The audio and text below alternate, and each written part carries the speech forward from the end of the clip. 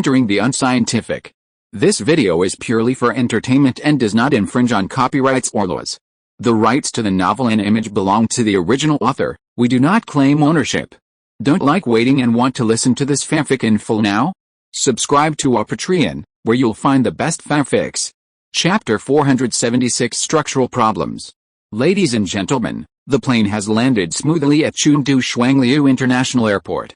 The outdoor temperature is 14 degrees.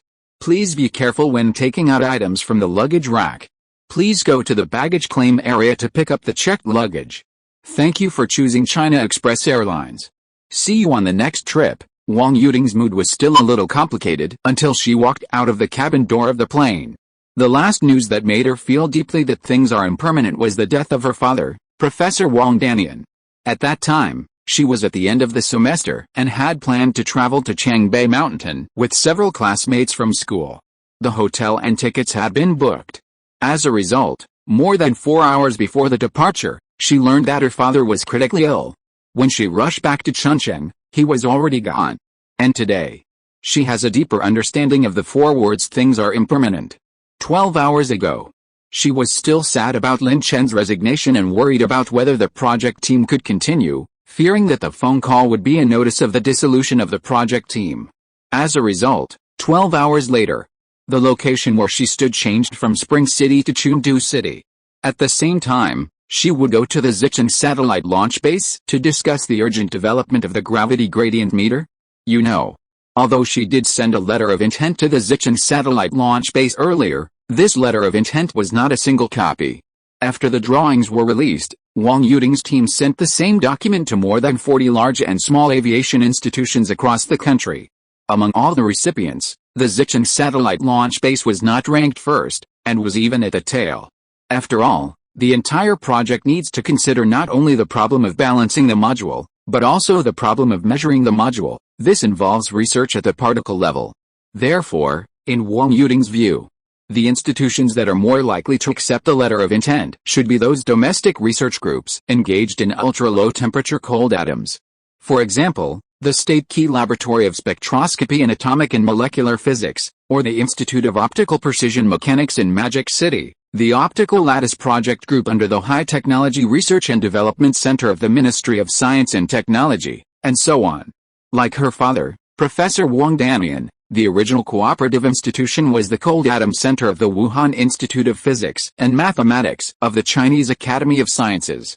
Unexpectedly, the Xicheng Satellite Launch Center actually adopted her structural drawings and stated that the problem with the measurement module had been solved.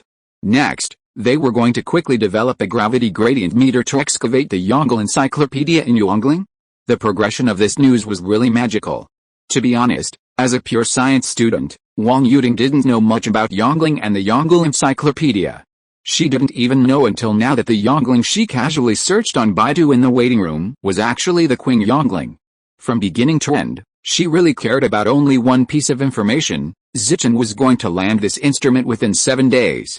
Just this sentence was enough for Wang Yuting to fly thousands of miles from Spring City to Chengdu City. In order to save time, she and Lin Chen didn't even say first class or business class, and even bought economy class seats, 34C, which was narrower than ordinary economy class. Just when Wang Yuting was a little absent-minded, Lin Chen beside her suddenly pointed in a certain direction and said excitedly, "Sister Wang, look there." Wang Yuting came back to her senses and turned to look in the direction Lin Chen pointed. On the left side of the exit of the terminal hall, a person was holding up a pickup sign with a few words written in colorful fonts: Jilin University Wang Yuting. Wang Yuting was slightly startled. In recent years, she has not produced any results and rarely attended meetings, so she has become a little unfamiliar with airport pickup. However, this is not the right time to feel the fate of life, so Wang Yuting quickly waved to Lin Chen and said, "Let's go, Xiaolin, let's go over there." As she said that, she pulled up her suitcase and walked quickly towards the pickup point with Lin Chen. After walking a few steps over the distance of more than 20 meters, when Wang Yuting came to the front, a very young man took the initiative to extend his hand to her. "Hello, Professor Wang, I am a member of the Xicheng pickup team, from the University of Science and Technology of China. My full name is Su Yun. You can just call me Xiao Su." Wang Yuting subconsciously extended her hand to shake his hand. Then her eyes stayed on Su-Yun's face for a while, and suddenly asked, Su-Yun from the University of Science and Technology of China, I remember, you are the Dr. Su at the press conference yesterday. Wang Yuding did not watch the press conference where Su-Yun was falsely accused, but she paid full attention to the dark matter press conference of the Academy of Sciences yesterday, and was deeply impressed by Su-Yun, the surprise soldier from heaven. Su-Yun smiled when he saw this, and naturally took the luggage from her hand, and said with a smile, That's right, Professor Wang, the little Su at the press conference yesterday was me, Wang Yuding said thoughtfully, and then she quickly realized something, and a hint of speculation flashed in her eyes. Wait, Dr. Su, could it be that the third-party organization that solved the computing module mentioned in the reply letter from the Zhejiang base is your University of Science and Technology? Su-Yun nodded, and said while leading the way, Yes, Professor Wang, to be honest. The original purpose of the experiment with the dark matter particle was actually to optimize the accuracy of the gravity gradiometer measurement module. We used the flickering characteristics of dark matter to optimize the sensing level to the 10⁻16 meters per second level, and can keep it for more than 4 hours in real life. Wait, Wang Yuding interrupted Su-Yun before he finished speaking, and asked in surprise, Dr. Su, did I hear you right? What is the measurement accuracy you said? 10⁻16 meters per second. Su-Yun nodded heavily. Wang Yuding's pupils shrank slightly, and she subconsciously wanted to say impossible. At present, the most accurate gravity gradiometer in the world is still the ghost gravity gradiometer on the European Space Agency's GOES satellite. Its perception accuracy is 10⁻12 meters per second, which is 1/1,000,000th of the gravity acceleration accuracy. And now according to what Su-Yun said, the accuracy of the measurement module of HKUST this time is 10⁻16 meters per second, which is at least 4 orders of magnitude higher than the GOES satellite. Indeed, the GOES satellite was launched in 2009, which is 14 years ago. At the same time, as an important military equipment, the highest public accuracy may not be the real first. The accuracy of the gravity gradiometers used in the military field by some foreign countries should be higher, and the numbers must be highly confidential to the outside world. But even for the most advanced gravity gradiometers, the theoretical accuracy should fluctuate between 10⁻13 meters per second and at most 10⁻14 meters per second. At present, USTC claims that their measurement module has reached an accuracy of 10⁻16 meters per second, which obviously challenges Wang Yuding's cognition. But the problem is that according to Su-Yun, the material used by USTC is the scintillation characteristics of dark matter, which seems to be logically reasonable. After all, it is mysterious dark matter. In addition, USTC has made a lot of headlines in the press conference of the Academy of Sciences, and its image is much taller than before. Therefore, Wang Yuding's doubts were stopped in her throat. Then with this doubt, Wang Yuding and Lin Chen followed Su-Yun to the parking lot. After getting on the business car, Su-Yun glanced at the time, thought for a moment, and suggested to Wang Yuding, Professor Wang, it's getting late now. If we want to go to the Zhejiang base, we can only take the highway, which will take several hours. How about this? We first find a hotel nearby to spend the night, and then take the train tomorrow. There are not many flights from Chuncheng to Rongcheng. The flight Wang Yuding took is one of the earliest to land, but the arrival time is still close to 10 o'clock in the evening. Counting the time spent picking up luggage and leaving the station, the time is now close to 11 o'clock in the evening, and the train is obviously impossible. Fortunately, both the Academy of Sciences and the Zhejiang satellite launch base have contracted hotels near the airport or station, so it is not stressful to find a place to spend the night. Unexpectedly, Wang Yuding shook her head firmly and said to Su-Yun, Forget the hotel, Dr. Su, let's take the highway to the base. By the way, Dr. Su, if you feel you can't hold on, Xiaolin and I can leave first. Su-Yun waved his hand and quickly denied, Professor Wang, I have no problem. It's normal for me to stay up late at my age. Picking up at the airport is nothing. If you want to leave now, Master Wei, then let's go. The Master Wei mentioned by Su-Yun is a middle-aged man in his early 40s, named Wei Siming, a retired soldier from further west. His hometown is Ludong province. He looks reliable and capable. Hearing Su-Yun's instructions to set off, Wei Siming said yes and started the car. There was no conversation along the way. After more than 5 hours, Wei Siming's car arrived safely at the Zhejiang launch center. After inspection, Su Yun first took Wang Yuding and Lin Chen to the guest house located in the logistics department, assisted them in settling their luggage and provided some food, and then was hurriedly dragged to the laboratory by Wang Yuding. Those who were the launch pad of the Xicheng Satellite Launch Center in their previous life should know this. The Xicheng Satellite Launch Center usually carries out launch missions. The commonly used R&D end is actually in the Science and Technology Commission and the Space Administration, which is thousands of kilometers away from Xicheng. However, this does not mean that the base itself has no R&D capabilities. In fact, due to historical reasons, almost all third-tier official institutions have independent scientific research capabilities. For example, Building Number 3 of the Xicheng Launch Center. This seemingly ordinary building, which has the same name as a very unfeminine little cat, has high-tech equipment on the second floor that is completely different from its appearance: anti-vibration and anti-overload component modules, axial escape sensors, calorimeters, regulators, and a humming supercomputer. There is even a small acid-based library on the third floor of the building. According to Jie Tuangao's previous introduction to Su Yun, in extreme cases, this laboratory has the ability to assemble a temporary communication satellite within 4 hours and launch it into space within 6 hours. When Su Yun and Wang Yuding arrived at the second floor of the building, the laboratory seemed unusually lively, and it was hard to tell that it was already 4 o'clock in the morning. Standby 1, standby 1, try to keep the inclination angle within 0.005 degrees this time. Attention, Group E, attention, there is a problem with your formula. The right side is not equal. Correct it again. Didn't the expert who designed the structure say he was on the way? Why hasn't he arrived yet, old ma? How long will it take you to write the program? Almost. It will be done soon. It's the last 5 minutes. Can you make it? Don't worry, boss. I usually write novels, and I update them every day in the last 5 minutes. Faced with a noisy laboratory, even Su Yun was startled. The busy employees in this laboratory are generally between 30 and 50 years old, not as tragic as the old academician group, but this kind of chattering communication is indeed beyond Su Yun's cognition. The R&D environment of the projects he had been involved in was generally very quiet. After all, data needed to be recorded and analyzed. Too much noise would definitely affect efficiency. Therefore, no matter how active most R&D teams were at the celebration banquet or outside the project, they were generally very quiet during the project. The atmosphere during the project was usually similar to the background color of the TV series The Three-Body Problem, except that someone was playing the violin in the background. Unexpectedly, these colleagues at the Xicheng base were unique. They turned the laboratory into a vegetable market, and their voices were louder than each other.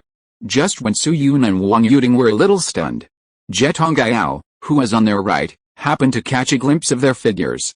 He whispered something to the members around him, and then hurried to the two of them, nodded to Su Yun first. "Xiao Su, you are back." Then he looked at Wang Yuding again, with a trace of emotion on his face, and took the initiative to say, "Little girl, you are the daughter of old Wang, right?" Wang Yuding hadn't heard anyone call her a little girl for a long time, but this discomfort in the title was quickly dispelled by Jie Tuangao's subsequent words, "Old Wang." She stared at Jie Tuangao and asked politely, "Do you know my dad?" Jie Tuangao nodded gently. "Let me introduce myself. My name is Jie Tuangao. I work on instrument balance. I worked with Lao Wang several times. In addition, I served in the Navy XX unit a long time ago. The gravity gradient meter designed by Lao Wang in 2013 was installed on the ship of my old unit. The number is XXXX. Jie Tuangao reported the number of a ship, and Wang Yuding's eyes instantly became red. The ship that Jie Tuangao reported was installed with the first gravity gradient meter designed and implemented by Professor Wang Danian in China, which had a service period of 5 years. In 5 years, it discovered a total of 48 large and small lurking devices in the eastern waters of my country, which can be called a great achievement. In 2018, the ship's life was limited, and the measurement equipment at that time was much more accurate than in 2013, so the gravity gradient meter was retired with the ship. What Wang Yuding remembers even more is that the completion time of the gravity gradient meter was the same month as her master's graduation. At that time, Wang Danian specially applied for a procedure and took Wang Yuding to the Research and Development Center of the North Sea Fleet. Wang Yuding personally tightened the last screw. Now that she heard Jie Tuangao mention the number of the ship, Wang Yuding's mood also fluctuated to some extent. But soon, Wang Yuding quickly wiped the corners of her eyes, sniffed twice, forced herself to return to normal, and said to Zhongjing, "Professor Zhe, let's not talk about sentimental words for now, just tell me what I want to do now." Zhongjing raised his eyelids and looked at her, and nodded gently. "Okay, follow me." Then he took Su Yun and Wang Yuding a few steps and soon came to a table in the southeast corner of the laboratory. The area of this table is about 2 square meters, and there is a screen embedded on the desktop, which clearly shows the structural diagram designed by Wang Yuding. After coming to the table, Zhongjing pointed to the screen on the table and said, "Xiao Wang, we simulated your structure through the existing algorithm and found 2 major problems." Wang Yuding listened attentively. Zhongjing quickly raised a finger and said, "The first problem is that the structure you designed is a bit special, which is somewhat different from the existing general ideas in Lao Wang's usual style. According to your design, this gravity gradiometer must have 3 arms and 6 accelerometers. In this way, how can it be balanced in the electrostatic field?" Here in Zhongjing's words, Chief Engineer Li Feiyu, who had just asked and rushed to the side of the few people, also nodded. It was mentioned earlier. The principle of the gravity gradiometer is actually very simple. This thing is to place 2 accelerometers for measuring acceleration at a certain distance, and accurately deduce the gravity field through the difference between them. This difference is the so-called gradient in the gravity gradiometer. The measurement accuracy of the distance change of the sensitive mass on the accelerometer is required to be 60 nanometers in real time, which is about 1/1000th of the diameter of a human hair. This kind of precision control cannot be done mechanically, but requires the electrostatic field generated by the instrument. For example, if you want to make a piece of metal as thick as a hair undergo nanoscale changes, you cannot use mechanical tweezers or something to operate it. You must apply an electric field or a magnetic field to achieve such a fine level. But the problem is that most gravity gradiometers currently have only 2 arms and 4 accelerometers, but Wang Yuding's design has 3 arms and 6 accelerometers, which is equivalent to an extra axis. In this way, the design of other corresponding modules is very difficult. But on the other hand, according to the calculations of Zhongjing and others, Wang Yuding's design can offset the vertical FZZ error in structure, which is a common problem of almost all gravity gradiometers at present, at least in China.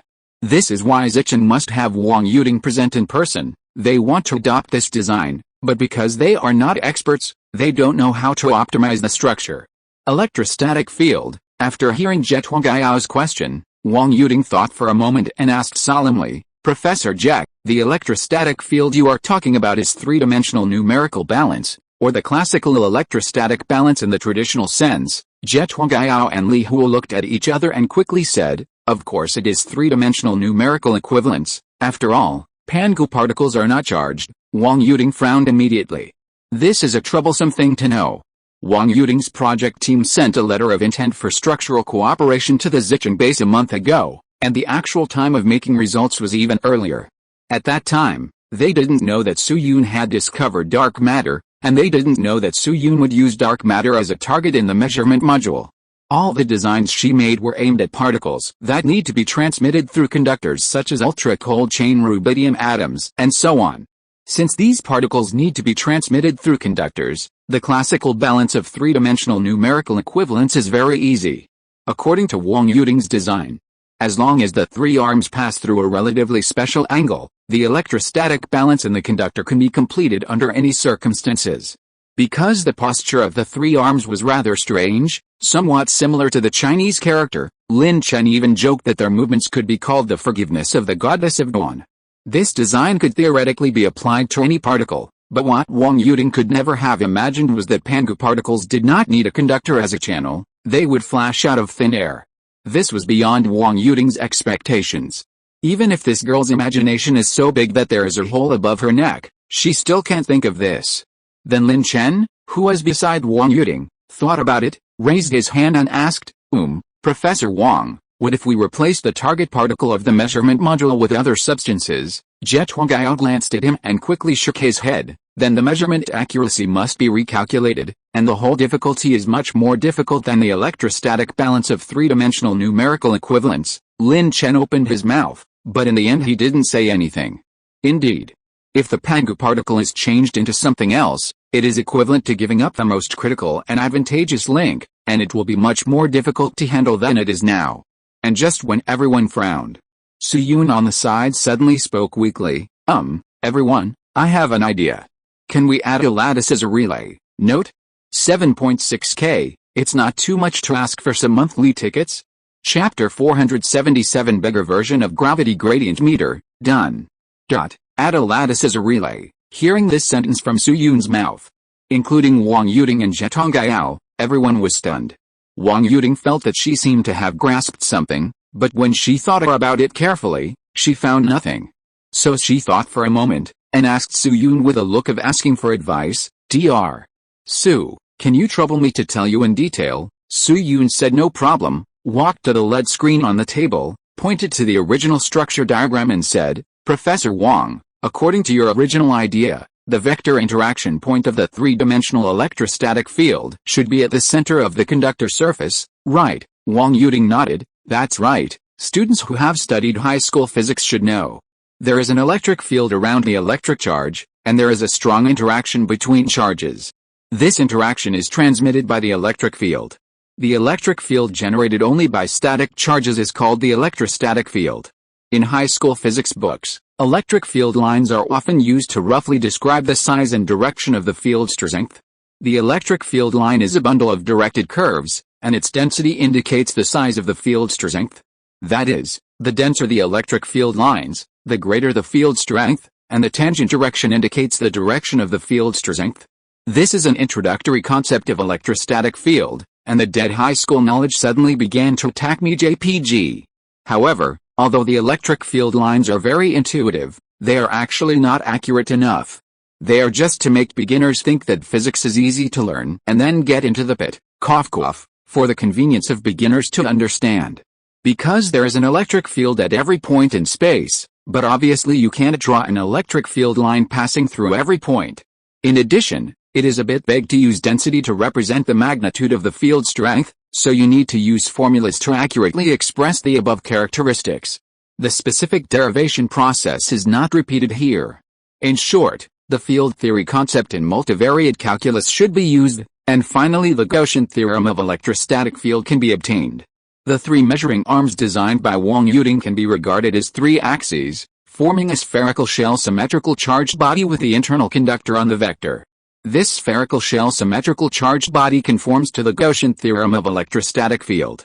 That is, the charge on the Gaussian surface is zero, and because of symmetry, it is impossible for a local positive flux and a local negative flux. Therefore, the electric field inside the spherical shell is always zero. Of course, the spherical shell here is a conceptual category. The axial space composed of three measuring arms can be regarded as an equivalent model, not a real sphere. The vector interaction point of this three-dimensional electrostatic field should be at the half point perpendicular to the Gaussian surface, that is, the center of the conductor surface. Then Su-yoon organized his words and continued, look, Sister Wang, isolated particles are not charged, and the equipment of the measurement module is very light. The total weight of each module is 1145.14 grams, so from the top view angle, the three measurement arms can be placed at 120 degrees apart to resemble the Mercedes-Benz logo. One measurement arm has two measurement modules, and the field strength received by the six measurement modules is equal. In this way, a Laplace equation is established, and the boundary condition Vr, Greek letter theta, is 0, L cos equals V0, Greek letter theta. Su-yoon quickly wrote down a line of formulas and continued, Then, according to the orthogonality of the Legendre polynomials, replace x with cos, change the upper and lower limits, and then differentiate, and multiply both sides of the boundary condition by a Lagrange interpolation. During the previous press conference, in order to keep up with the calculation speed of the big guys, Su-yoon activated the two thinking cards of Dirichlet and Eisenstein one after another. With the help of two thinking cards, Su-yoon's mathematical calculation ability has made great progress, and it is not much lower than his physics level. If he continues to grow like this, he may become the next top all-rounder in mathematics and physics. Therefore, soon, an optimized equation was presented to everyone. Greek letter theta equals 0, LRL plus 1, 1R, 2L plus 1, 0, 0, Greek letter theta, cos, sin cos, Greek letter sigma, Greek letter theta. At this point, Even Li Feiyu, who is engaged in mechanical engineering, quickly understood what Su Yun meant, and touched his chin thoughtfully. Dr. Su, are you saying to add a high-density lattice, and use the lattice's light field effect to deflect the external source field? Su Yun nodded, indicating that he was right. That's right, Engineer Li. Although the lattice deflection can only achieve a high numerical approximation, the accuracy of our own measurement module is already very high. Even if it is reduced by 1, no, even 2 orders of magnitude, it can still reach the international advanced level in theory. When conditions permit, we will optimize the density and offset the deflection again, and it is entirely possible to truly eliminate the influence of the three-dimensional electrostatic field. Hearing Su Yun's words, Wang Yuding couldn't help but look at Zhang Zhongjing, and they both saw an idea in each other's eyes. There is a way. The electric field depends on the existence of mass, that is, as long as the 3 measuring arms are in operation, there will inevitably be interference from a three-dimensional electrostatic field. Wang Yuding's original idea was to form a balance through the internal conductor, while Su Yun's idea was to make corrections directly from the axis of the three-dimensional field. It is not difficult to see from the general solution of the equation calculated by Su Yun. A hexagonal lattice with a diameter length of L can theoretically conduct a certain degree of partial conduction on the three-dimensional field. The more lattices there are per unit area, the higher the degree of partial conduction of the three-dimensional field. This general solution actually has a prototype, which is the conduction and cutoff principle of the p-n junction. The holes in the p region are positively charged, and the electrons in the n region are negatively charged. The direction of hole movement can be understood as the direction of current flow. In the depletion layer, there are a small number of freely moving electrons and holes that neutralize each other. This balance is called dynamic balance, and the three-dimensional field is corrected and hedged at this time. Of course, for some of the lesser-known students of LSP, the above sentence may only see words such as holes, flow, and rush. Faced with a solution proposed by Su Yun, Wang Yuding thought quickly in her mind for a while, then raised her head and asked Zhang Zhongjing, Professor Jack, do you have a cabin here? Of course. Zhang Zhongjing nodded, walked to the table and fiddled with the screen for a few times, and soon called up an interface. This is it. The cabin Wang Yuding mentioned was not a wooden house, but a system developed for instrument design within the Chinese Academy of Sciences system. The function of the cabin is somewhat similar to the aurora used by Su Yun at the beginning, but the use of aurora is mainly in the field of high-energy physics. In addition, the real name of the cabin is actually CASID, where CAS is the abbreviation of the Chinese Academy of Sciences. ID stands for Instrument Design, which means instrument development. The origin of the nickname of the cabin has always been an unsolved mystery. It seems that it suddenly emerged without any signs around 1314, and then everyone called it a cabin. If anyone knows the reason, please keep an eye out. I have been curious for years, but no one has been able to answer it. They all say they just followed others. As the base for domestic satellite research and development, the Xicheng Satellite Launch Center naturally has higher permissions for the cabin than Wang Yuding. Therefore, she did not switch accounts, and quickly entered the relevant parameters. Angle 120 degrees, region ratio 37.8%, traffic cross-section 17.23 cm, torque coefficient 0.6657 inches. A few minutes later, Wang Yuding suddenly raised her head and said to Su Yun and Zhang Zhongjing, Professor Jack, Dr. Su, the theoretical balance rate of the lattice with a 50x50 distribution has come out, which is 98.54%. The error in measurement accuracy, especially the detection error in a small area like Yongling, can be basically ignored. Zhang Zhongjing was stunned when he heard this, and then a look of joy and strong surprise appeared on his face. 98.54%? The balance rate is so high. Zhang Zhongjing, who has come from that era, has always been cautious in doing things. In a sense, he is a pessimist and considers the worst results for everything. Originally, he thought that it would be good if the balance rate could be stable at 95%. After all, a 5% error is acceptable in both reason and technology. Unexpectedly, the balance rate calculated by Wang Yuding can reach 98.54%, which is really a pleasant surprise, which means that even other additional optimizations do not need to be considered. Looking at Zhang Zhongjing, who was full of surprise, Wang Yuding turned her eyes to Su Yun again and exclaimed, Dr. Su, I didn't expect that you, a genius in theoretical physics and biology, would be so quick-witted in applied physics. If it weren't for this idea you came up with, It would be very difficult for us this time. It would take at least a few more days. Su-Yun couldn't help but touch his nose and said nothing. Indeed. He is not an expert in applied physics, and he is not deeply involved in the construction of equipment, but the problem is, among the rewards he received before, there is a drawing of a gravity gradiometer. Although Su-Yun has to do the balance and measurement himself, there is a diagram for the structure. It's just that Su-Yun's major has no intersection with applied physics or structural design, so it has been inconvenient to take it out. But although the complete diagram is not easy to take out, it is another matter to give a little advice on some details. Even laymen have a moment of inspiration. It has been mentioned before. The three-dimensionalization of the gravity gradiometer is the future development direction, because the vertical FZZ error must be removed. That is to say, the corresponding solution was on the drawing that Su-Yun got. Therefore, Su-Yun easily came up with this solution with a flash of inspiration. Of course, the specifications of the lattice plates on the drawing are much higher than what the Xicheng Launch Center can currently produce. It is a pipe dream for Su-Yun to achieve a 100% balance rate. But even the number of 98.54% is enough for them to deal with the next thing. Wang Yuding then discussed the feasibility of the plan with Zhetuangayao and others, and finally unanimously approved Su-Yun's proposal. The first problem was successfully solved. Then Zhetuangayao looked at Li Huo beside him and said to him, "Old Li, I'll trouble you with the lattice matters. It is difficult to prepare a 50x50 lattice plate. Our center is definitely not able to make it.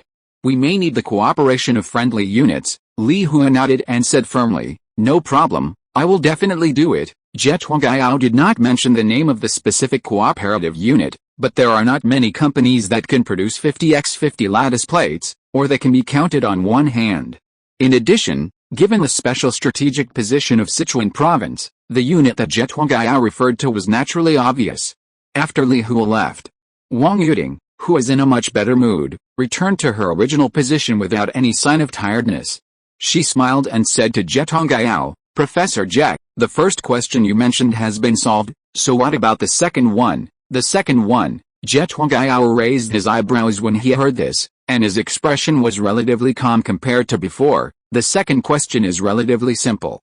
According to the information we have learned, the underground palace of Yongling is located deep underground, with a lot of water inside, and there are also many various instruments in the underground palace, and the Yongle encyclopedia that Dr. Su and his team want to find, assuming that it really exists, then it can only be located in the lower level of the underground palace. In this case, the structure of the gravity gradient meter must be fine-tuned, otherwise, if the solid-liquid area changes rapidly, it will inevitably affect the total current density, causing the equipment to fail or even be damaged." After Zhetuangayao finished speaking, Su-Yun also nodded. Except for himself, the world has not yet reached a conclusion on whether the Yongle encyclopedia exists in Yongling. But one thing is certain. There must be a lot of accumulated water inside the underground palace of Yongling, and it has even submerged Digong. In fact, it is not just the Yongling mausoleum. Not only the existing Ming tombs, but most of the existing imperial mausoleums have water accumulation to varying degrees. The water intrusion in the imperial mausoleums of the Qin dynasty was even more serious. When Sun Dianying robbed the tomb, Qianlong's coffin even floated in the water for decades. The painting style was too beautiful to look at. As for the gravity gradiometer, although the state of solid-liquid coexistence will not affect the accuracy, it will affect the total current density because it involves the support force problem of the rapid mutation state. When the solid-liquid area changes rapidly, the gravity gradiometer will have the Meissner effect due to the change in the support force of the measurement area, that is, complete antimagnetism. As a result, the total current density will definitely increase or decrease. Indeed, the Meissner effect problem is easy to solve when there are conductors or superconductors. But don't forget that solitary particles do not need the help of conductors to move. Not to mention that in addition to the accumulation of water, there is also a layer of unknown thickness between the existing underground palace and the underground palace where the Yongle encyclopedia may be stored. To detect the situation below the compartment, the gravity gradiometer has to go through 3 intervals: the soil layer from the surface of Yongling to the top of the underground palace, the water inside the underground palace that submerged various instruments, and another compartment between the underground palace and the next layer. So if this problem is not solved, the gravity gradiometer is likely to crash. But what made Su Yun breathe a sigh of relief was that this time he didn't need to take action. Wang Yuting showed her strength in gravity gradiometer. The senior researcher of Jilin University thought for a few minutes and quickly came up with a solution. Professor Jack, this problem is very simple. We just need to add a small axial load meter and particle emitter to the measuring arm to solve it. The axial load meter is used to change the momentum of the system, and the particle emitter is used to destroy the Coulomb norm. Of course, the specific energy level needs to be calculated, but it is estimated that more than 10 MeV should be about the same. In this way, the total current density can be hedged. Su Yun raised his eyebrows unexpectedly. This idea is exactly the same as the optimization plan on the design drawing he mastered. Wang Yuting's idea is equivalent to adding a wingman to the gravity gradient meter, and making a correction to the structure in terms of magnetic vector potential. Because according to Bloch's theorem, when the system is in the ground state, the total momentum should be zero, and the wave function should also maintain this rule in the external field. The axial weight meter added by Wang Yuting changed the momentum of the system and can cut off the excess current at any time. The particle emitter can be used to destroy the Coulomb gauge, making the first term of the Bogoliubov operator invalid, and allowing the system to enter a more cold steady state from the perspective of first-order perturbation theory. This mathematical model is different from Witten's superstring theory, and it can be fully reproduced in physical phenomena. By the way, in this situation, if P equals mVERC is considered, the famous London equation can be obtained. That's right. This is how the London equation came about. The site returned to reality. After hearing Wang Yuting's idea, Jie Tuanggao also picked up a pen and calculated on the draft paper. Although Jie Tuanggao is now very old, his eyesight and health are gradually declining, and he is here because of Zichen's re-employment. But for an old third-tier worker like him, pen arithmetic is not a difficult task at all. Swish, swish, swish, lines of operators were written down quickly. This is him trying to calculate whether Wang Yuting's idea can be fully achieved in a physical scenario. 10 minutes later, Jie Tuanggao put down his pen and looked up at Wang Yuting, then at Su Yun. Professor Wang, Dr. Su, this plan has no problems in mathematics and my personal experience, and it is very feasible. In other words, next we can consider the assembly of the gravity gradiometer. Note, many readers are asking about the journal evaluation, which will probably start next month. Chapter 478, Express Delivery from Institute 29. With the two plans of Wang Yuting and Su Yun, there were no difficult problems in the structural principle of the temporary version of the gravity gradient instrument. However, considering that it was almost 6 o'clock in the morning, Wang Yuting and Lin Chen, who were exhausted from the journey, could still persist mentally, but they had already shown obvious fatigue in terms of physical strength and energy. Therefore, under Su Yun's insistence, including Jie Tuanggao and Su Yun himself, everyone temporarily returned to the guest house to rest. To be honest, compared with the Ritz-Carlton in Chengdu, the guest house of the Zichen Satellite Launch Center is relatively ordinary. After all, it is due to the nature of the base. Since it is an official scientific research institution, the overall style of the guest house must not be too luxurious and ostentatious, and crystal ceilings and gold-plated handrails are definitely impossible. However, although the decoration of the guest house is relatively simple, the indoor facilities are still very good, and the mattresses, quilts and the like are very clean and comfortable. Not long after Su Yun went to bed, he fell into deep sleep. Before falling asleep, suddenly, a thought flashed through his mind. It seems that the 2 meals owed to the cockroach lady are going to be delayed again. There was no conversation overnight. In the next 2 days, Su Yun, Jie Tuanggao and Wang Yuting and others made several optimizations on the structure and several major modules. Academician Pan accompanied Mr. Wang back to Chengdu first. Although Mr. Wang was sometimes energetic, he was still quite listless most of the time, and all indicators were not very healthy. For example, Mr. Wang's blood oxygen concentration has been fluctuating between 91 and 93, which is really unhealthy. Therefore, even though Zichen has good recuperation conditions, Academician Pan still accompanied Mr. Wang back to Chengdu. 2 days later, at 7 o'clock in the morning, Jie Tuanggao, Li Hua and Su Yun and others waited at the gate of the base early. Whether it was Su Yun or Wang Yuting, their faces were a little excited and expectant at this time. After a while, Lin Chen, who had been paying attention to the distance, pointed forward and said loudly, "Sister Wang, the car has arrived." Wang Yuting raised her head suddenly and looked in the direction Lin Chen pointed. At this moment, on the avenue outside the launch base, a convoy of 6 trucks slowly appeared. The exterior of each vehicle was painted with a green camouflage coating, and the cargo boxes were covered with camouflage nets to prevent satellite photography. It was obvious that they were from extraordinary places. Seeing this, everyone stood up one after another and waited at the entrance. A few minutes later, the convoy stopped about 5 meters away from the entrance. The door opened quickly, and a man in his 30s jumped out. The man was wearing casual clothes at this time, but he exuded a military aura all over his body. His face was extremely resolute and steady. At first glance, he was a reliable and upright person. After getting off the car, the man took a very thin document, walked quickly to the crowd, and asked, "Hello everyone, who is Chief Engineer Li Feiyu?" Hearing this, Li Feiyu stepped forward and handed over his work permit that he had prepared long ago. "Hello comrade, I am Li Feiyu."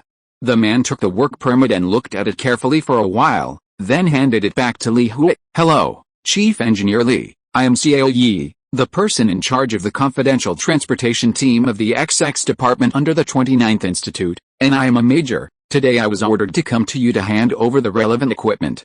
What I have in my hand is the handover list. Engineer Li, where do you think we can go to unload and hand over?" Li Feiyu shook hands with Xiao Yi, and then pointed to the inside of the base. "We have prepared the location, it's inside the base. Major Xiao, let the driver drive the car in." Xiao Yi nodded, turned around and gestured to the driver of the team. "Wei Fan, drive the car in." After the car started, Su Yun on the side looked at the team with some curiosity.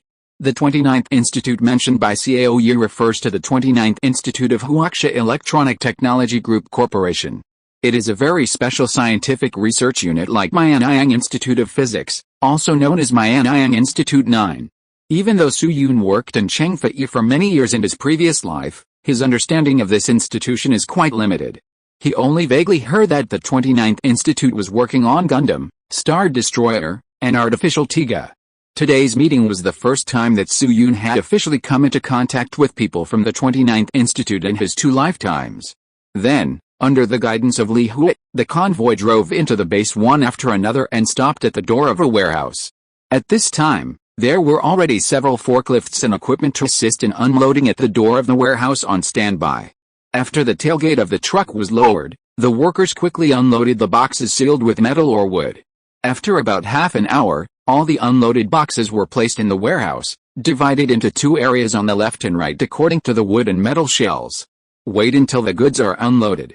Xiao Yi first took Li Feiyu to the wood area, pointed to this area and introduced, "Engineer Li, according to the previous classification of the institute, the wooden boxes are loaded with some relatively basic and sturdy equipment, for example, landing gear, gyroscope, 3-pronged slide, windshield, etc. So I suggest that we start from here to check, and get the simple links done first." Li Feiyu nodded, "No problem, there are 13 or 14 wooden boxes in total, neatly stacked on the left side of the crowd.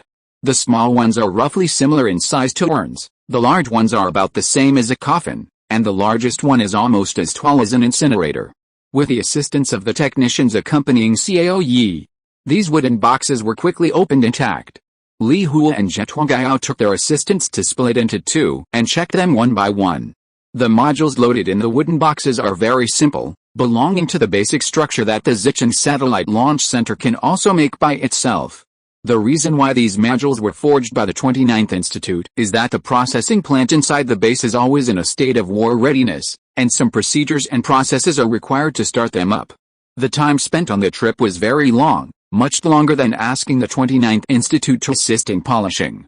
This part was also the simplest part of the inventory. Just check if there were any serious dents on the outside.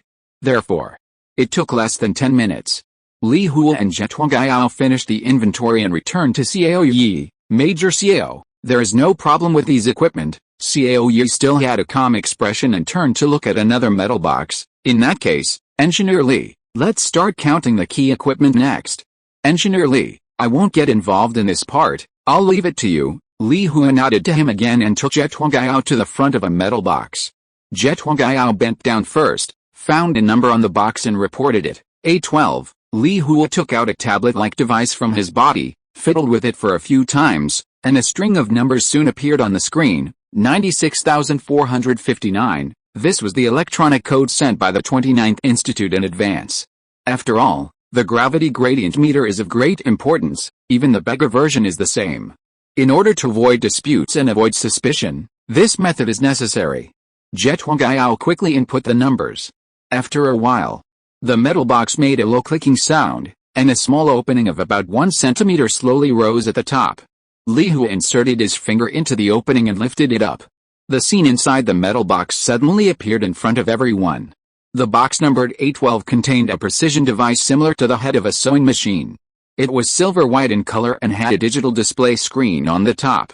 This was a remote sensing balancer, one of the lifeblood parts of the gravity gradient meter.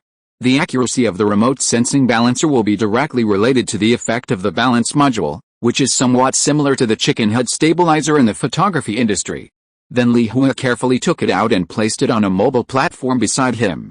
A tool similar to a microscope was installed on the mobile platform, but it did not have components such as eyepieces or objective lenses, and its size was much larger than that of an ordinary microscope.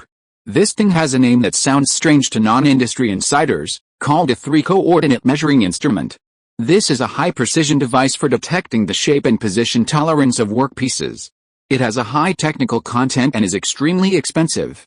For example, the 3-coordinate measuring machine next to Li Hu cost more than 1.7 million yuan. Don't think this price is exaggerated. The prices of some non-military 3-coordinate measuring machine brands are not much lower than this. For example, the prices of good 3-coordinate measuring machines from brands such as Hexagon or Faro are close to 1 million yuan. In many car factories, workers with a monthly salary of less than 20,000 yuan often use 3-coordinate measuring machines that cost 1 million yuan for inspection. This thing is ridiculously expensive at its basic price. 2 minutes later, a 3-dimensional CAD digital model and wireframe model appeared on the screen of the 3-coordinate measuring machine, as well as an IGES file column showing relevant results. Bearing span error 0 at angular swing capability 4/1000 z-axis accuracy 0, 0, 100, 0, 1, 0 minor gap 122.500, 182.550, 8.040 inches. Li Hu carefully read the values line by line, then looked up and exchanged glances with Zhang. Seeing that Zhang did not raise any objections, he said to Xiao Yi, Major Xiao, A12 is in good accuracy and has no signs of wear. It fully meets our requirements. Xiao Yi's eyes moved slightly when he heard this. But he still did not show too much joy. Instead, he said calmly, Okay, Engineer Li, let's proceed to dock the next box. Li Hu nodded and took Zhang to another box. A05, 53,522. Click, the box opened quickly. This time, the equipment loaded in the box was 3 metal arms, each with 2 obvious connection grooves. Each mechanical arm was folded in half, with a length of about 50 centimeters and a width of only a few cm. Li Hu's assistant quickly took out the mechanical arms one by one, spread them out, and placed them on the plate. However, this time it was not Li Hu who was responsible for checking the equipment, but Wang Yuding. These 3 mechanical arms were the measuring arms of the gravity gradiometer, and the grooves were where the measuring modules were placed. Length 95.28 inches, width 6.666 inches, pressure at the joint 28.7 psi, pitch circle diameter 0.833 inches. A few minutes later, Wang Yuding looked away from the 3-coordinate measuring machine, turned around and nodded to Li Hu. Engineer Li, the parts meet the requirements. Li Hu breathed a sigh of relief. After the measuring module had been completed by Su Yun, or the USTC Dieting project team, the 3 most important parts of the gravity gradiometer were left: the remote sensing balancer, the measuring mechanical arm, and the power module. The power module was solved by the Zhang base itself. After all, as one of the domestic rocket launch hubs, the Zhang base cannot lack power equipment.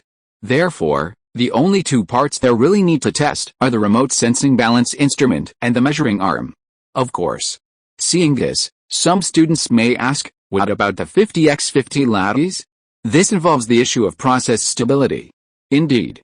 Although the 50x50 lattice is very important in the entire gravity gradiometer, the manufacturing process is also quite complicated, and it is difficult for general institutions to produce it. But for units like the 29th Institute, high-density lattices are already a mature process. It does not require detailed data from the Zhongjing base to go through the customization process like the remote sensing balance instrument and the measuring arm, as long as the arrangement of the lattice is calculated. That is, there are not many institutions that master the corresponding preparation process, but as long as you find the right institution, it is very easy to produce. To some extent, it is somewhat similar to nuclear weapons, excluding a few nuclear hiding countries. There are only 5 rogue countries in the world with nuclear weapons, and the technology is absolutely high-end. But for the 5 gangsters, it is not difficult to produce nuclear weapons. They can make a neon bomb with just a few clicks. The 50x50 lattice plate is almost the same. Then Li Feiyu took Zhang to unpack and inspect several other boxes. Sensors, Fouling prisms, ion pumps, servo coils, ring-sensitive torsion wires. One by one, the parts passed the inspection and handover. More than an hour later, Li Feiyu wiped the sweat from his forehead and took the initiative to extend his hand to Xiao Yi. Major Xiao, all the items have been handed over, no problem. Hearing this, Xiao Yi, who had been frowning, finally breathed a sigh of relief, and his face showed a sense of relief. He stretched out his hand and shook Li Fei유's hand. After letting go, Li Feiyu thought for a moment and asked Xiao Yi, Major Xiao, is your escort mission very tight today? Xiao Yi was stunned when he heard this. Although he was puzzled, he still said honestly, not very tight. Since these goods are of great importance, the time given by the superiors is sufficient. No matter how long we stay at the base, we just need to report to the XX troop station in the suburbs of Zhongjing at 6 o'clock tonight. I'm not in a position to tell you the location of the troop station, but it's only 1 or 2 hours away from here. Li Feiyu nodded slightly when he heard this, and suddenly invited, in that case, Major Xiao, are you interested in observing the assembly process of the gravity gradiometer? To be honest, although our structural parts are a bit simple, the accuracy is top-notch in the world. To be honest, today may very well be a day that will be a milestone in domestic measurement. Or even national defense. Xiao Yi was stunned again, and looked around in astonishment. Engineer Li, do you mean to assemble it here? Li Feiyu glanced at Zhongjing beside him, and they both nodded. Yes, assemble it here. This chapter is a bit short, because I suddenly realized that the original description of the appearance of the gravity gradiometer might be a bit risky. Not to say that there must be problems or leaks. I don't have access to confidential information now, but some things are in a delicate area between what can be written and what cannot be written, which is what the previous sentence said about the existence of risks. So I temporarily found a gradiometer structure from 13 years ago to replace it, and it took me more than 2 hours to look up the information. If you're listening to this novel on a channel other than Fanfic World, it means they downloaded and uploaded it without effort. We cordially invite you to visit our channel, Mundo Fanfic Novelis. There you'll find the original version of this story and you can explore many other novels of various genres. We're waiting for you to immerse yourself in a world of incredible novels. Chapter 479, Gradient Warriors, Combine. Inside the warehouse. Looking at Xiao Yi, who had an expression of such a high-end thing is assembled here, Li Feiyu and Zhongjing couldn't help but laugh. Indeed. At present, this warehouse, which looks a bit like a cargo workshop, is difficult to combine with a precision instrument such as a gravity gradiometer at almost any time. Not to mention that compared with the ordinary concept of gravity gradiometer, the nature of this gravity gradiometer is even more extraordinary. Although it is just a bigger version, it is very likely to open a new door for China's national defense. In fact, before leaving the 29th Institute, Xiao Yi was popularized by some bigwigs of the 29th Institute with very intuitive data to explain the significance of this gravity gradiometer. The current internationally disclosed top gravity gradiometer has an accuracy of 10^12 meters per second, which is an open world record. The gravity gradiometers owned by first-class countries such as Japan, Gual, Italy, and Switzerland have an accuracy of 10^11 meters per second. The accuracy of the gravity gradiometer that may be available across the sea is on the order of 10^13 meters per second, and at most will not exceed 10^14 meters per second, unless they really obtain zenith star technology. The accuracy of China's most advanced gravity gradiometer is only on the order of 10^9 meters per second. This is also thanks to the efforts of Professor Wang Danian after returning to China, otherwise the current accuracy may not even be 10^8 meters per second. And now Su Yun's gravity gradiometer, which replaces ultra-cold rubidium atoms with solitary particles, can achieve the most perfect accuracy of up to 10^16 meters per second. Indeed, 10^16 meters per second is only a theoretical perfect value, and it will take a lot of effort to achieve this step. But even this better version of the gravity gradiometer can reach a level of about 10^14 meters per second. So as long as the equipment can achieve this accuracy in actual combat, then the only thing left is how to dress the beggar as a prince, which is still very feasible. So in CAOY's opinion, this kind of thing, which can be said to involve a new chapter in the national defense cause, must be carried out in a super precise laboratory. Even if you can take a look, you have to go through several rounds of political review. When the project starts, there must be a bunch of old academicians who are senior experts standing around the instrument. A big man with a high status will personally assemble the last part. Finally, the equipment will slowly start to rise in the expectant and joyful eyes of everyone. What a result! Li Feiyu and Zhang Zhongjing actually proposed the idea of assembling it here? This is really unworthy of the style of this thing. Seeing that CAOY was still confused, Li Feiyu couldn't help but step forward, patted him on the shoulder with a smile, and said, "Major Cao, you may have fallen into a misunderstanding. Although the gravity gradient meter is an important device, its core link lies in the calculation of principles and the production of parts and components, not in the specifications. Its finished product is meant to go up the mountains and into the deep sea. Why do we need to build a glamorous birth party for it? No matter how high the specifications are, if you don't have the strength, even if we replace our warehouse with Milan Fashion Week and put a CEO of a big brand next to you, it will be useless. Their bald heads will be more eye-catching than yours." Hearing this, Zhang Zhongjing beside Li Feiyu also nodded with emotion. With a trace of reminiscence in his eyes, "Yes, Major Cao, look at the achievements of our country in the past. In the early years, let alone the sense of ceremony of the press conference, you couldn't even show your face. For example, when I followed the commander-in-chief to work on the Dongfang satellite, there were a few bamboo mats and quilts next to the main console of the rocket launch, and more than that, at that time, we were afraid that the satellites across the sea would take pictures of people living, so we hung our pants in the assembly workshop. Even the light of hope of our country back then, wasn't it born on an inconspicuous little boat? Our generation never engages in those empty-headed battles. Efficiency is always the first priority. If any leader dares to talk about pomp and circumstance, everyone can push him out in a minute." Looking at Zhang Zhongjing, who was quite high-spirited, Su Yun also felt a sense of emotion in his heart. The era that Zhang Zhongjing experienced was very complicated. Some people felt bitter and some felt sweet. People with different experiences had different impressions of it, and even now there are many different opinions. But no matter who it is, no one can deny that the workers of that era were the purest. They dared to make sacrifices for their ideals and dared to confront their superiors. They were the real worker grandfathers. It was a pity that he was born a few decades later and could not see the demeanor of Wang Lao and others riding the wind and waves in that era. Just when Su Yun was thinking about it, Caoyi on the side seemed to have some unique insights, and the whole person suddenly stood straight like a pine tree. "I understand, Chief Engineer Li. Then I will be here to watch the ceremony with a thick face. If you need any help, just ask." In fact, in terms of position and affiliation, Li Feiyu is not Caoyi's direct superior, and he is not even qualified to give instructions to Caoyi.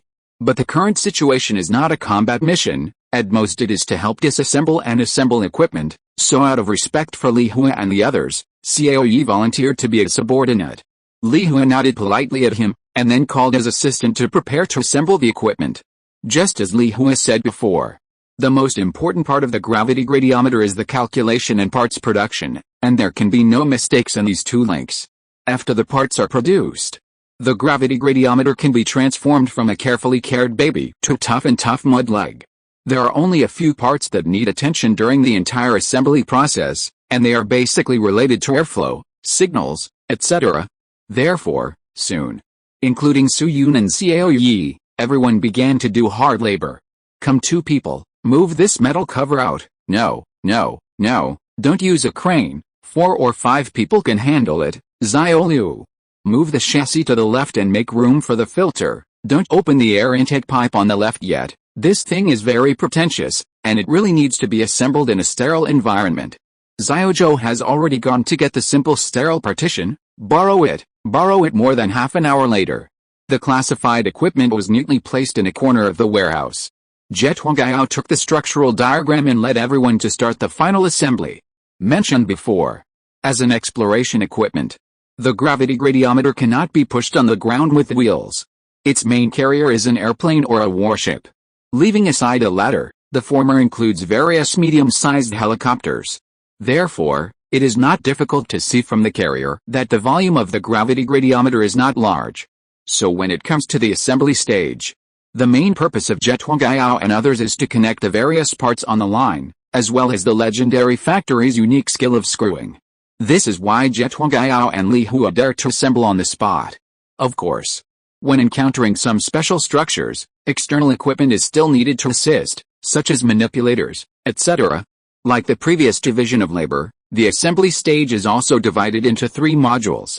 Among them, Suyun, as the person in charge of the measurement module, was naturally assigned the relevant tasks of the measurement module at this time. 2 days ago, when Suyun just arrived at the Zichen base, he was accompanied by only Academician Pan and Mr. Wang, and he could only sleep alone. But now with the intention being reached, Academician Pan called several members of Suyun's original listening project team from the University of Science and Technology to the Zichen base and asked them to help Suyun. With these tools on the scene, Suyun also had helpers. Sleeping, well, I'd better sleep alone. At this moment, Tang Fei and others were assisting Suyun in the final process, which was the loading of the Pangu particle container. After all, the gravity gradient instrument is so big that it is impossible to put the collider in it to produce Pangu particles on site. Even the smallest collision track has a circumference of 1 or 200 meters. So they can only process the Pangu particles in the laboratory first, and then encapsulate it into the measurement module. Dr. Su, the container is here. Zhang Han, who is riding a forklift for the first time, was seen waving at Suyun with a flying face on the co-pilot of a small transport vehicle, and his hair was fluttering in the wind. After the car stopped, the girl jumped down from the car flexibly and said to Suyun, Dr. Su, there are a total of 6 cans of ultra-low temperature Pangu particles. The relevant data have been verified and should be enough for us to use this time. Suyun nodded to her. Thank you for your hard work. It was mentioned earlier. The solitary point particles were originally uncharged and belonged to neutral particles. Theoretically, this kind of neutron-like degenerate matter can only be stored in neutron stars. But later Suyun thought of a way, which is to use pions to convert the solitary point particles without any electrical properties into metastable electronic states for storage. Of course, this storage is still different from the stored ring of a conventional particle collider, because the stored ring of a collider is very, very large. Students who have watched the TV series The Three-Body Problem should have some impression of the Liangxiang accelerator, which is the scene where Wang Miao took a photo of Yangdong. That scene is actually the Yanjing Electron-Positron Collider, located at the Institute of High Energy Physics of the Chinese Academy of Sciences at number 19B, Yuquan Road, Shijingshan District, BJ City. The tube wrapped with copper wire in front of Wang Miao when he took the photo is the stored ring. By the way, the stored ring of the Yanjing Electron-Positron Collider is a double-ring structure, that is, there are 2 stored rings.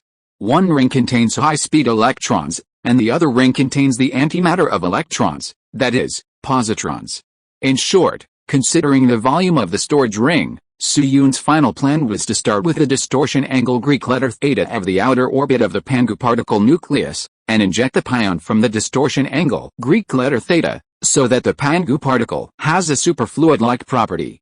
Then, irradiated with a highly resonant near-infrared light, it will have the conditions for leaving the Yoffer well, and successfully extend the life of the Pangu particle to 15,000 seconds. If converted into hours, it is more than 4 hours. Then Suyun called Tang Fei, Liang Horn and other extras whose names the stupid author has forgotten, and they worked together to carry the container down. Dr. Su, here. An engineer from the Zichen Satellite Launch Center called out Suyun's name and threw a handle to Suyun from half a meter away. Suyun caught it neatly with one hand. Thank you, Engineer Wang. Seeing Suyun's agile skills, the man named Engineer Wang's eyes lit up and gave Suyun a thumbs up. Suyun smiled and said nothing. Most people may need to use both hands to receive such a handle for stability. However, for Suyun, who has practiced a Li Feiyu sword art to the middle level, catching this thing with one hand is considered basic training. Then he turned around and carefully took out a disc from a box on the right-hand side, aimed it at the groove of the mechanical arm, pulled a sheath bolt, and pressed it hard. Click, with a slight sound, the disc was embedded in the groove. Then Su Yun raised his head again and said to Zhang Lei at the other end, "Xiao Zhang, pass me the connection line." Zhang Lei quickly pulled out a yellow line from the module he was responsible for and put it in front of Su Yun. "Here, God Su, thank you." Su Yun thanked him, took the yellow line, took the schematic diagram, and started to proofread. According to the structure originally designed by Wang Yuding, the 3 mechanical arms of the gravity gradiometer will be equipped with 6, or 3 pairs of measurement modules. These measurement modules are all circular with a diameter of 7.5 centimeters, thicker than the width of the mechanical arm, and embedded in the front and back ends of the mechanical arm. If you cut off any end and look at it, the appearance is somewhat similar to the famous rotary machine gun. The main body of the machine gun is the mechanical arm, and the measurement module is the bullet disc. These measurement modules have been preset with very fine measurement components, and they have been uniformly tested during the previous handover process, and there are no omissions. Therefore, Su Yun and his team do not need to operate the inside of the module, they only need to install the container containing Pangu particles and the module. For example, the embedded disc before, and the docking connection now. The yellow line in his hand is connected to the laser calibrator. This thing is called an instrument, but it is actually the size of a thumb. Its function is to prevent the core balance module from having problems, so the yellow line should be aimed at Su Yun. Carefully checked the structure diagram, found it, sensor A3 interface, click, the connection line is successfully inserted. In addition to Su Yun, other modules are also being assembled seriously. For example, in order to ensure the refrigeration link required for low temperature. Wow, this thing can achieve a refrigeration effect of 50 NK level, in the warehouse. Looking at the refrigeration module in front of him that is only half the size of a microwave oven, Liang Horan, the youngest, couldn't help but raise his eyebrows and asked Tang Fei beside him, "Old Tang, you brought this thing, right? What's the price? If it's cheap, I'll go back and get one too." Although he and Tang Fei are not classmates of the same class, they are fellow villagers from the same place. They have always had a good relationship and are in a conjugate father-son state. Upon hearing this, Tang Fei rolled his eyes at him and raised his middle finger at him mercilessly. 202. The equipment with laser cooling and magnetic potential well evaporative cooling can achieve an effect infinitely close to absolute zero. You can tell from the performance that it is not cheap. Where do you get the courage to ask the price? Liang Horan seemed very optimistic and didn't care about his friend's contempt at all. "Just tell me a price so that I can open my eyes." Tang Fei was silent for a few seconds and raised 3 thumbs up. 3.37 million. I heard that the cost of the control system is no less than 1 million, and the number in the country is no more than 10. Of course, this is not because the old-fashioned technology is immature, but because it is rare to use this temperature outdoors. But if our trial run is successful this time, those in this business will probably get a big order. His Liang Horan took a deep breath, looked at the refrigeration module in front of him again, and smacked his lips. 3 million for such a thing. Tang Fei snorted coldly and said nothing. But soon, Liang Horan thought of another question, and asked Tang Fei slyly, "Hey, old Tang, no matter how expensive this thing is, it is equivalent to a refrigerator, so does it talk nonsense?" Tang Fei: "Yes, another person who plays atomic hard and is crazy." "Why do you say again?" The docking of the refrigeration module and the container is a relatively important link in the entire assembly process. But again, the two words importance and difficulty are not the same concept. The more important the equipment is, the less likely it is to make mistakes in the connection process, because it has been protected layer by layer during production. Just like a mushroom bomb, you can light a lighter next to it for 100 hours without any problems. So soon. More than an hour later. At nearly 10 o'clock in the morning, a gravity gradient meter finally appeared in front of everyone. The instrument is completely black, and its height is about 2/3 of an adult, that is, about a Pandora. At the bottom of the instrument is a metal base with a thickness of 10 centimeters and a diameter of about 1 meter. Don't underestimate this support. It is actually the information transmission center of the gravity gradiometer, and it has many tiny signal processors inside. This thing is to the gravity gradiometer what Enzin is to Gao Kikiang. Without Enzin, Gao Kikiang is just a stinky fish cellar. On the top of this support is a cylinder about 50 centimeters high. Inside the cylinder are the container and cooling module of Pangu particles, external lattice plates, three-dimensional electrostatic balance equipment designed by Wang Yuding, etc. Above the cylinder is a hemispherical cover with an opening facing upwards. Inside the cover is a vertical signal receiver, and three mechanical arms are attached to the inner wall of the cover. If this description is not easy to understand, you can imagine a picture like this. A can of Wang Laoji is placed on a plate of mosquito coils, and a small bowl is placed on Wang Laoji. In the middle of the bowl stands a piece of Wrigley chewing gum, and ketchup is smeared from the mouth of the bowl to the bottom of the bowl on three directions of the inner wall. The mosquito coil is the base, Wang Laoji is the cylinder, and the small bowl is the cover. The three ketchup strips are the three inner walls attached. After the gravity gradient instrument was assembled, Li Hua and Zhetongao powered it up first, and the instrument quickly started buzzing. This means that the basic power supply line is normal. Seeing this, Li Hua waved to the assistant again. Xiao Guo, take out the things. Chapter 480 True Spiral Ascension. The little Guo mentioned by Li Hua is a man in his 30s, whose full name is Guo Jiang. Guo Jiang has a middle-parted hairstyle like Kun Kun, and is thin and looks about 165 centimeters tall. His appearance is also ordinary. However, this ordinary person who would not make any splash on the street has a resume that is outrageous. The top scorer in science in a southern province in 2002, with a college entrance examination score of 747 without additional points, a doctorate degree from the School of Aeronautics and Astronautics of Shumu University, and a Class A talent of the Chinese Academy of Sciences, and he won the title of senior professional at the age of 29. Since 2017, Guo Jiang has gradually participated in the research and development of many commercial satellites, and even served as the deputy chief engineer of the project. For example, 46 Beidou navigation satellites, Asia-Pacific 6D, CAS, Apocalypse Constellation 06 satellite, etc., all have Guo Jiang. So Guo Jiang is more like Li Hua's successor cultivated by Li Hua than Li Hua's assistant, and he is just being trained by him. After receiving Li Hua's instructions, Guo Jiang quickly said yes and turned to leave the warehouse. Li Hua ordered the staff to work together to move the assembled gravity gradient meter onto the loading and unloading truck, and led a group of people out of the warehouse and came to a very open space outside. The road surface of this open space is paved with simple concrete, and the specifications roughly look like a 100x100 square. Dr. Su, Professor Wang. After arriving at the open space, Li Hua introduced the purpose of the open space to everyone while there was still time. This open space is the standby point for the rocket launcher. We currently have two ways before the rocket launch. One is horizontal transfer and the other is vertical transfer. Vertical transfer takes up less space, but it is generally used for large equipment, such as the 70-meter-long giant like Shenzhou. Like the rockets of the Long March series, the body length is generally 20 to 40 meters, and horizontal transfer is more commonly used, so naturally such an open standby point is needed. Everyone nodded suddenly. So that's it. After a moment, Guo Jiang drove a four-wheel tractor slowly from a distance and soon stopped in front of everyone. This tractor seemed to have been modified. It was very powerful.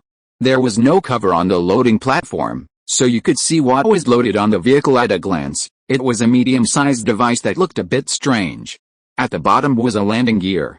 On the gear was a gray-white flat metal object that was about 3 meters long and half a meter thick. On top were two propellers about 5 or 6 meters long. You could call this a helicopter, but it was too small for anyone to get in.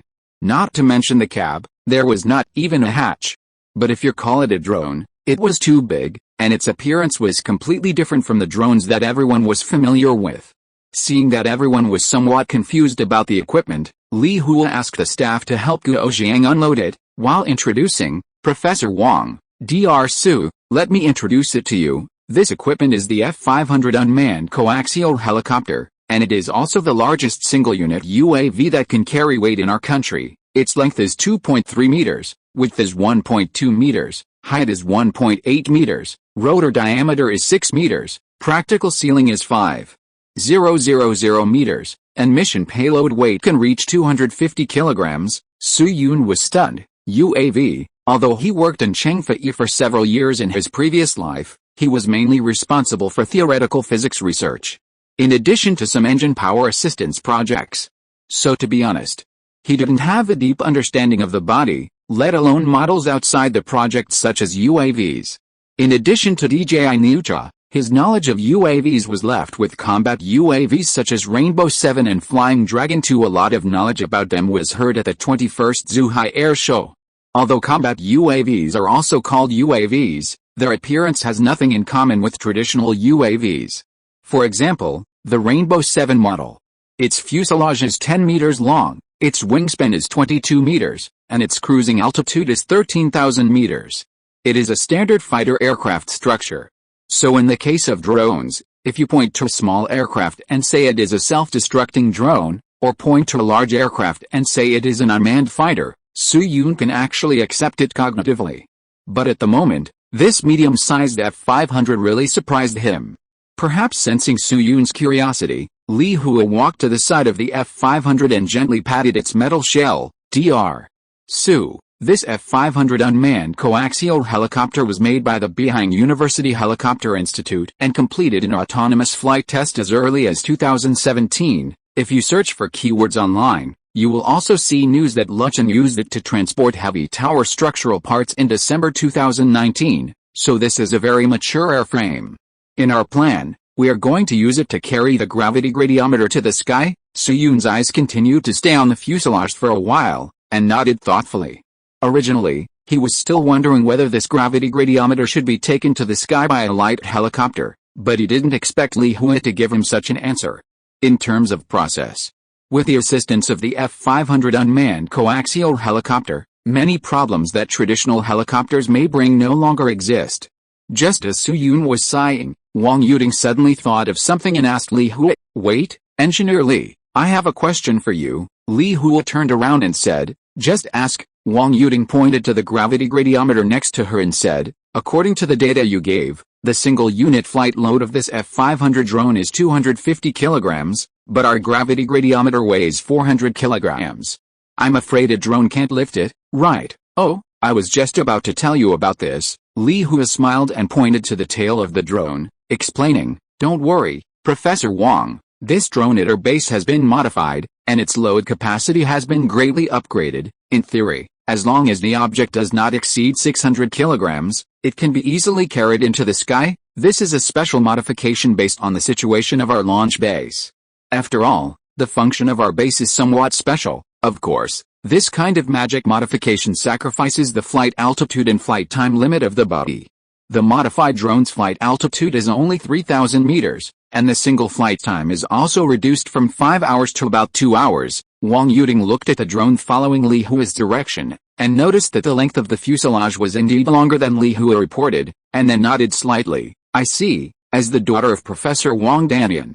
Although Wang Yuding did not enter the national defense system, she did know something about some of the things. For example, in addition to launching rockets into the sky, the domestic satellite launch base has a more special mission, that is, to serve as a storage point for special materials. Some of these special materials are emergency materials, and some are retired but not destroyed equipment or ammunition such as some thermal wind power generation equipment, and the famous 67 type wooden handle grenade, etc. At the same time, the plate in this area of Sichuan province is quite special. Once some accidents occur, the Zicheng satellite launch base will temporarily undertake another task, to transport the reserve emergency materials to support various places. The transfer point of the base is the nearby Zicheng city, which is only more than 60 kilometers away from the base, so the transfer drone has a functional requirement. It does not need a particularly long endurance, but the load capacity must be high. Therefore, the modified version of F-500 came into being. Then under the operation of the staff, this F-500 unmanned coaxial helicopter quickly came to the ground from the car plate smoothly, and the gravity gradiometer was fixedly connected below. Looking at the combination of this machine and instrument, Su-Yun's eyes were excited and expectant, but also a little worried. The boss once said, compared with traditional helicopters, the impact of drone transportation on the measurement environment is much lower, especially in near-ground conditions. But on the other hand, this combination is bound to be far inferior to traditional helicopters in terms of balance performance, so the balance module of the gradiometer itself is very demanding. In the design process of the entire gravity gradiometer, the measurement module was made by Su-Yun, and Wang Yuding's structural design also met the reward diagram. Only the balance module that Zhang was responsible for Su Yun had no idea. Although he had respect for veteran aerospace people like Zhang, he had no experience working with them on the project, so it was normal for him to be worried. However, Zhang did not understand Su Yun's thoughts. At this time, the retired old man who was rehired personally checked the last link, returned to Li Hui, and nodded to Li Hui. "Old Li, everything is normal, we can test fly." Li Hui hummed to him, indicating that he understood. At the same time, he turned over his wrist and glanced at his watch, 11:17 a.m. "Xiaoguo, when will the next reconnaissance satellite fly over the base?" Guo Jiang took out a tablet-like device from his body, fiddled with it for a few times, and quickly said, "In 1 hour and 16 minutes, Worldview 3 will pass over our heads, and in 2 hours and 11 minutes, SkySat will pass over Zichen." Li Hui breathed a sigh of relief, as there was plenty of time. At present, most satellites take about 90 to 120 minutes to orbit the world, but the interval between photos is not necessarily this number. At present, the most accurate satellite in the world is the Keyhole Across the Sea, that is, KH-12, with a maximum resolution of 0.1 meters and a cost of $2 billion. This cost is equivalent to 2055 destroyers, or 2/3 Shandong ships, and it is also the main satellite for observing us. By the way, the only institution in our country that is capable of competing with KH-12 is Changguang Institute. And it has a large number of practical results every year. As a result, when the news that Changguang's scientific research funding exceeded 3.3 billion Chinese yuan came out, a lot of people criticized the waste of funds, which is quite frustrating. In addition to KH-12, there are also many commercial satellites flying over our heads every day, especially in third-tier areas such as Sichuan province. For example, the Worldview 3 satellite mentioned by Guo Jiang is a reconnaissance satellite affiliated to Digital Globe, with a satellite photo resolution of 0.3 meters. SkySat is affiliated to Planet, with a satellite photo resolution of 0.5 meters. That's right. Planet Company. It was this company under the name of Commercial Remote Sensing that released photos of the Akhtubinsk State Flight Test Center in Astrakhan Oblast. So many times, national defense is not as easy as it sounds. Both human and financial investment is not small. The view returned to reality. After confirming that no satellites from the other side of the sea would fly over in a short period of time, Li Hui immediately issued instructions, all main control departments are in place, and a final check, 10 seconds later. On the main console where the gravity gradiometer was moved out of the warehouse, several voices sounded one after another. Report, the UAV power system has been inspected. Report, the gravity gradiometer sensor reading is normal, and the photosensitivity offset is 6 zeros, the power is on, and there is no abnormality in the two impulse units of 405 and 177. Hearing this, Li Hui took a deep breath, raised his palm, and decisively ordered, "Take off." Buzz buzz buzz, as the command was issued. The gravity gradiometer under the drone first made a startup sound, and the indicator light at the bottom quickly lit up. Then came the second, third, fourth, and finally the fifth indicator light. The rule that 5 fingers are not working doesn't seem to apply today. Then, the propeller of the F-500 unmanned coaxial helicopter began to rotate slowly. First, it was 3 or 4 seconds per circle, then it became faster and faster, and in the end, only a residual image was left. At the same time, as the entire power system started, the fuselage began to rise slowly with the propeller. A true spiral ascension. About 30 seconds later, in the expectant eyes of everyone, the base of the gravity gradiometer left the ground, and the distance from the ground became larger and larger. 1 minute later, the drone with the gravity gradiometer stayed steadily in the air about 60 meters above everyone. However, seeing this situation, Li Hui, Su Yun and others were not too excited. It can only be said that it is natural for the F-500 with a load of 600 kilograms to drag the 400 kilogram gravity gradiometer. The real test lies in the measurement of data. Then Li Hui looked around for a few times, and suddenly pointed to the open space in the southwest direction, and said to the drone operator, "Xiaowen, take the drone to that direction, and make a simple circle with a manual cover on the ground as the center." The operator immediately stood at attention. "Got it." After saying this, Li Hui turned around again and said to Su Yun, "Dr. Su, when the plane arrives in the area, Start measuring the ground conditions first. Su-Yun's expression also straightened. Understood, then quickly. Under the guidance of the operator, the drone hovered in the direction pointed by Li Hua and quickly made a circle. While the drone was circling, on the measurement screen of the gravity gradiometer, multiple complex tables gradually appeared, and some data were jumping on each table. If the readers of Su-Yun's previous life saw these data, everyone's eyes would surely have a clear look that was not polluted by knowledge. However, for industry insiders such as Su-Yun and Wang Yuding, these data seemed extremely clear. The main indication of the gravity gradiometer is called E, and the unit is 1E equals 10s. Different E values will be displayed on the screen according to the different characteristics of different objects. 10 minutes later. Da-da-da, several sheets of paper slowly appeared at the printer outlet. Zhang Han, who was responsible for assisting Su-Yun, quickly took the reports and handed them to Su-Yun. Dr. Su, the summary report is out, thank you. Su-Yun simply thanked her and took the report to read it. A while later, Su-Yun raised his head again and said to Li Hua, who looked somewhat expectant and nervous, Engineer Li, according to the detection of the gravity gradient meter, the ground you pointed to should be an integration point of the base drainage system. There are a total of 6 pipes converging at this integration point, and the top pipe comes from the direction of 26 degrees east by south. At the same time, there is a break under the manhole cover. This shadow with a high sedimentation coefficient should be a water pump. If it were in the wild, it might also be considered a coffin. Then Su-Yun paused and his eyes stayed on one of the signal integration diagrams for a few seconds. In addition, we have detected some small activity gradient information. If nothing unexpected happens, it should be cockroaches. In this regard, I suggest you choose our company's disinfection products. Out of disgust for cockroaches, cough cough, in support of national defense, I can provide products to our base for free. Li Hua's eyes lit up immediately. The Zicheng launch base is surrounded by high mountains and forests. The drainage facilities for thousands of people in the entire base can basically only go through 1 or 2 fixed integration points, so to be honest, there are really many cockroaches in the base. In fact, when Su-Yun just arrived at the base, Li Hua was thinking about how to discuss the cockroach extermination with Su-Yun. After all, Huadong Bioscience is a genuine scientific academy company, and with Su-Yun's current contributions, it is completely compliant with a political review. Of course.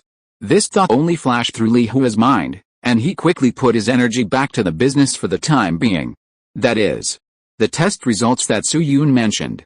It is exactly the same as the situation underground in that area. Note, it's the last few days of the month, please give me some monthly votes. I'm going to play big next month. If I don't reach the update target, I'll expose an old vest, not the kind with only tens of thousands of words, but a vest with excellent results. Chapter 481 Meow. As the current chief designer of the Long March 3rd rocket, Li Hua knows everything about the Zicheng Satellite Launch Center. For example, where's the backup power supply of the base? For example, what is the startup code of the aerospace mothership? For example, how to get to the escape passage of the base. For example, the specific structure of the base's sewer pipe integration point. The pipe integration point he is referring to is about 5 meters below the ground. It is mainly used for sewage discharge from the buildings on the south side of the base, such as the command building and the guest house. The underground water pump was installed by him and his team just last year, and even the external area map is not displayed. In other words, the measurement results mentioned by Su-Yun are completely consistent with the situation Li Hua has mastered, and it can even be said that there is no deviation at all. More importantly, this gravity gradient meter can actually scan cockroaches. Of course. The exclamation mark in this sentence has nothing to do with Li Hua's disgust for cockroaches, although cockroaches are indeed damned. He was surprised that cockroaches of such a small magnitude could be scanned by the gravity gradient meter across the 5-meter bottom layer. You know, the weight of an adult cockroach is generally between 1 and 2 grams. If the soil layer is 5 meters thick and the texture is uniform, the gradient change of a cockroach should be 2.76 times 10 to the power of minus 12 meters per second. This accuracy value alone has surpassed countries such as Japan and can be compared with a ghost satellite with the highest accuracy on the surface. Thinking of this, Li Hua couldn't help but touch his chin. Could it be that this instrument can really pass that test? But soon, Li Hua dispelled this idea. He was taught by his father since he was a child that a journey of 100 miles begins with a single step, which means that the closer a thing is to success, the less you can take it lightly. Not to mention AC Milan, which was repeatedly whipped. Suzuki Atsuto proved this point with his reputation at a press conference a few days ago. Therefore, Li Feiyu knew very well that it was not the time to make a final conclusion. Then he turned around, waved to Guo Jiang again, and whispered a few words to him. "Zio Guo, go and contact Chef Ma in the cafeteria." Guo Jiang nodded quickly after listening. "Got it." Then he took out a special communication device made by the Zicheng base from his body and dialed a number. "Chef Ma, yes, I'm asking you to ask Master K to drive the car over." "Yes, it's the car on 4.2. We are on standby here." After hanging up the phone, Guo Jiang returned to Li Feiyu. A few minutes later, a 4.2-meter blue plate cold chain truck drove towards the cafeteria of the base. The driver was a man in his 40s. Li Feiyu parked the car 20 meters away from the crowd, and said to Su Yun, "Dr. Su, this is the material transport vehicle for the base cafeteria. The car is covered with anti-slap nets, and the material of the car body is also added with non-cesium tungsten bronze. Try to see if you can detect the situation inside the car." Su Yun, he wanted to ask Li Feiyu a question. "The anti-slap net is understandable, but are you sure you are serious about non-cesium tungsten bronze?" However, this complaint only flashed in his mind, and Su Yun quickly turned his attention to the inspection of the car. Although the inspection target this time is located on the ground, due to the armor on the body, the difficulty is several times higher than the previous pipeline integration point. After all, the pipeline is only 5 or 6 meters underground, which is not deep. Then soon, the F-500 mid-axis drone, equipped with a gravity gradiometer, came over the car and began to conduct gradient detection. Considering that some students are still confused about the principle of gravity gradiometer, here is another example that is not very rigorous but easy to understand to explain. Suppose there are various items on your desk, such as tissue boxes, used and confiscated razors, keyboards, computer screens, half-drunk cola, etc. The volume and height of these items are different. At this time, you hold a rope in your hand and start to sweep from the left side of the table to the right side, assuming that this rope will smoothly rise and fall along the surface when it encounters an object. Then when the rope sweeps these objects, its height above the table will change with the rise and fall of the object's appearance. This change compared with the table is the so-called gradient difference. The gravity gradiometer is equivalent to a rope with countless times higher sensitivity, which can accurately outline the scene of every minute. For example, there is a candy box on the table, with more candies on the left side of the box and less candies on the right side. Then the gradient difference between the two intervals will be further different. The more sophisticated the gradiometer, the more it can measure this gradient difference. This kind of measurement is different from perspective. It is difficult to see the specific image inside, but it can be analyzed through the difference of signals. That is why Su Yun said before that if the water pump is in the field, it may be considered as a coffin or something like that. In other words, if this thing is installed on a satellite, it can also detect some information that the satellite remote sensing module cannot detect. Of course.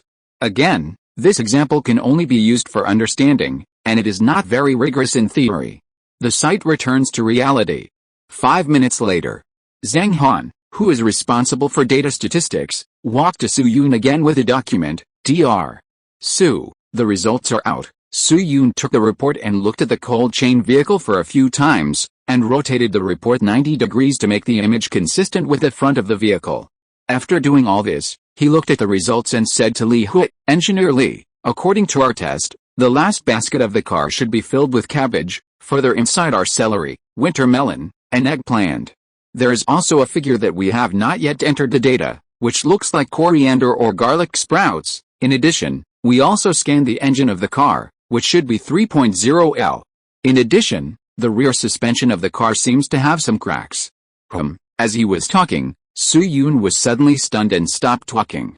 Seeing this, Li Feiyu on the side couldn't help but jump his eyelids and asked, "Is there something wrong, Dr. Su?" Su Yun groaned with a complicated expression, scratched his head, pointed at the car and said, "It's not a big problem, Engineer Li. According to the measurement of the gravity gradient meter, there seems to be a cat near the chassis of this car." Li Feiyu was stunned and his expression instantly became a little subtle. "A cat?" Su Yun nodded. After receiving Su Yun's affirmative answer, even though Li Feiyu was experienced, he was still a little confused at this time. But soon he forced himself to retract his thoughts. took a deep breath, and said to Guo Jiang, "Xiao Guo, ask Master K to turn off the fire first, and take a few people to check the car." Guo Jiang took the order again. "Understood." After that, Guo Jiang turned around and took a few people to tinker with the car. The word chassis, as the word implies, is located at the bottom of the car. So when checking, there is no need to turn on the engine in front, just remove the car. At the same time, it was a coincidence. The tractor that Guo Jiang used to transport the F-500 mid-axis drone was right next to everyone. The maximum load-bearing mass of this thing is as high as 2 tons. The maximum load of a 4.2-meter refrigerated truck is only 1.5 tons, so after a busy period, the car was unloaded on the tractor. As a result, the car was just moved away. A swaying cattail and a half-striped butt appeared on the side of the chassis, and the short legs were fluttering. It was obvious. The owner of the tail was frightened by the movement of the carriage and was trying hard to get into the gap in the chassis. Seeing this, Guo Jiang put on his work gloves, stepped forward and pinched the kitten's back half, and with a little force, he pulled the little guy out. This is a palm-sized little tabby cat with regular features and a trace of blue film in its eyes. After falling into Guo Jiang's hands, it did not struggle, but kept meowing, as sharp as an air defense alarm. Jiao seeing this. The eyes of the only 2 women at the scene, Wang Yuding and Zhang Han, instantly appeared full of little stars, and they seemed to be ready to turn into the goddess of Shiji at any time. Fortunately, they still maintained basic rationality and knew that this occasion was not suitable for petting cats, so they did not make any further moves. Li Hu walked to Guo Jiang, gently touched the top of the kitten's head, and said to Su Yun, "Dr. Su, it seems that our inspection of the ground unit has also passed smoothly this time." Su Yun nodded in agreement. After the carriage was dismantled, the driver opened the back door of the garage according to Li Hu's instructions, revealing the situation inside. Although they were not far away, everyone could still clearly see the distribution of the ingredients in the garage, which was exactly the same as Su Yun said. The only slight difference was that the stack of things that Su Yun thought were garlic sprouts or coriander was actually a well-known ingredient in Sichuan and Chongqing, which was a problem of importing data and had nothing to do with accuracy. The distribution of ingredients plus the little tabby cat that was pulled out, the second link can indeed be considered to have officially passed. Then Su Yun thought about it, resisted the desire to tease the cat, and asked Li Hu, "Engineer Li, what else do we need to test next?" Li Hu was silent for a moment after hearing this, turned around and looked at Zhetong Gao, and the faces of the 2 of them were both serious. Li Hu patted Su Yun on the shoulder and said simply, "Come with me." After that, he waved his hand and a 10-seat electric car drove up quickly. In some schools, this kind of car is generally called abe or xiaobe. Seeing this, Su Yun did not ask any more questions and obediently led everyone to get on the car. The control console of the gradient instrument was moved to another trailer. There was nothing else in the Xicheng satellite launch base, but there were many large and small cars. As for the kitten, it was still held in Guo Jiang's arms. The specific arrangement would be discussed after the measurement was completed. Then the group drove along a road in an electric car for more than 10 minutes before stopping at the foot of a mountain. After the operator commanded the drone to fly into the sky, Li Hu pointed to the mountain in front of him and said in a concise manner, "Xiao Su, the highest height of this nameless mountain is 319 meters. Don't ask too much about the details now. Just explore along the mountainside, we'll talk about it when there is a result. If there is no result, we'll call it a day." Su Yun followed Li Hu's direction and looked at the mountain in front of him, with a flash of thought in his eyes. A 319-meter mountain. Even in the mid-mountain area, the height is about 160 meters. This height value is undoubtedly beyond the scope of the Yongling underground palace. Even if the Ming dynasty was full of martial virtues, it would be impossible to build the underground palace where the Yongle encyclopedia was stored below 160 meters above the ground, let alone the Ming dynasty. The Song dynasty, which was modified by magic in 1100 copies, would probably be in trouble. So it is obvious. Li Hua's purpose of this test must not be aimed at the civilian use of the gravity gradient meter. It is wrong, it is not as simple as basic performance. Or to be more precise, the initiator of this round of testing is definitely more determined and concerned than Li Hua and Zhetong Gao. The 2 previous tests were just small tests, this time is the real big test. Thinking of this, Su Yun no longer hesitated and said to Zhang Han, "Sister Zhang, Just do what engineer Li said, go around the mountain and get the results as soon as possible. Zhang Han obviously realized the seriousness of this test, said yes, and left to prepare. At this moment, in the entire scene, no one spoke, only the little raccoon who had recovered a little strength kept meowing in Guo Jiang's arms. 2 minutes later, the equipment was debugged, and the F-500 mid-axis drone began to fly around with a gravity gradiometer. The above used a simple example to explain the principle of the gravity gradiometer, but in fact, the difficulty of the gravity gradiometer in operation is far higher than the example of line. In theory, the gradient is a special form of the Jacobian matrix. When m equals 1, the Jacobian matrix of the function is the gradient. This concept was originally set for a field theory, and any field can be used to understand the gradient. Later, it was used in mathematics to indicate the direction and magnitude of the fastest variable rate of a function at a specified point. It is a digital abstraction of change efficiency. For this reason, gradient calculation in physics involves the numerical solution of partial derivatives of multivariate functions. Theoretically, there are 256 x 12 equipotential line function values for an input point, so it is difficult to imagine the high requirements for measuring particles. A similar example is buoyancy. The reason for the existence of buoyancy is that there is a gradient of liquid pressure in the direction of gravity, which involves the scope of fluid statics.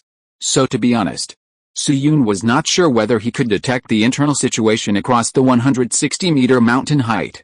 Just as Su Yun looked up at the drone in the sky, Zhang Han, who had been paying attention to the scanning situation, suddenly exclaimed, "Hey, Dr. Su, there are a lot of ice debris on the mountain. It's almost covering the whole mountain." Ice debris. Su Yun was slightly stunned when he heard it. Then he thought of something and turned his head suddenly to look at Li Hua. But before Su Yun could speak, Li Hua shook his head gently. "Dr. Su, didn't I tell you not to ask any more questions?" Su Yun opened his mouth, but finally remained silent. When he raised his head again, his expression became more solemn. It was mid-February now. A mountain over 300 meters high might have snow, but it was impossible for a large area to be covered with ice debris. In fact, it was unlikely even in the cold winter. Ice debris should not appear on the mountain at all. So it was obvious. These ice debris must have been placed by humans. And the purpose of this step was undoubtedly much more confidential than Su Yun originally thought. Speaking of the ice surface, could it be for that thing? Chapter 482 A Gift. At this moment, at the foot of the mountain, looking at the F-500 mid-axis drone hovering overhead, Su Yun's expression was a little subtle. Although the mountain is only more than 300 meters high, it is not easy to cover its surface with a layer of ice slag. You know, under normal circumstances, except for multi-peaked mountains like Yulu Mountain, which cover a large area, a 300-meter mountain covers an area of about 2 to 3 square kilometers, and the surface area is even larger. At present, the bucket load of a fire helicopter is generally about 3 to 5 tons, and the maximum load is only 8 tons. It will take several hours to get it done. Of course, the Zhejiang Launch Center is different from ordinary institutions. The helicopters used must have been modified in terms of load, like the F-500 mid-axis drone. But no matter how you modify it, it will take at least 1 or 2 hours to cover the surface of the mountain with ice slag. With the character and status of Li Hua and Zhetong Gayao, it is obviously impossible for them to do such boring things out of boredom. They must have their goals. Speaking of the word ice, most people's minds must be filled with water sources such as rivers, seas and rivers. After all, there can be ice only if there is water. At the same time, although the thickness of the ice debris on the mountain is a little thinner than the standard ice surface, but after the increase of the soil layer inside the mountain, it can barely be compared with the ice layer with a thickness of about 1 to 3 meters. In this case, Li Hua asked the gravity gradient meter to detect the things inside the mountain in almost a short moment.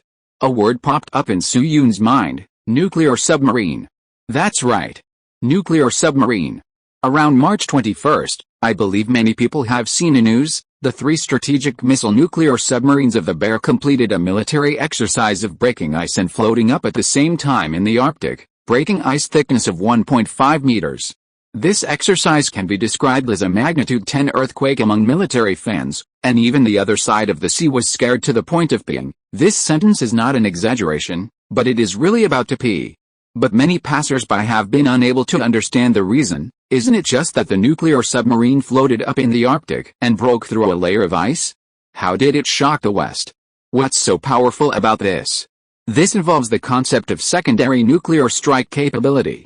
The so-called secondary nuclear strike capability means that you are preemptively hit by a wave of nuclear bombs from the enemy, and almost all nuclear missile launch facilities are destroyed. Everyone thinks you are finished. But at this time, you still have hidden killers to use. For example, nuclear submarines hidden in the deep sea, such as strategic bombers cruising in the sky, etc.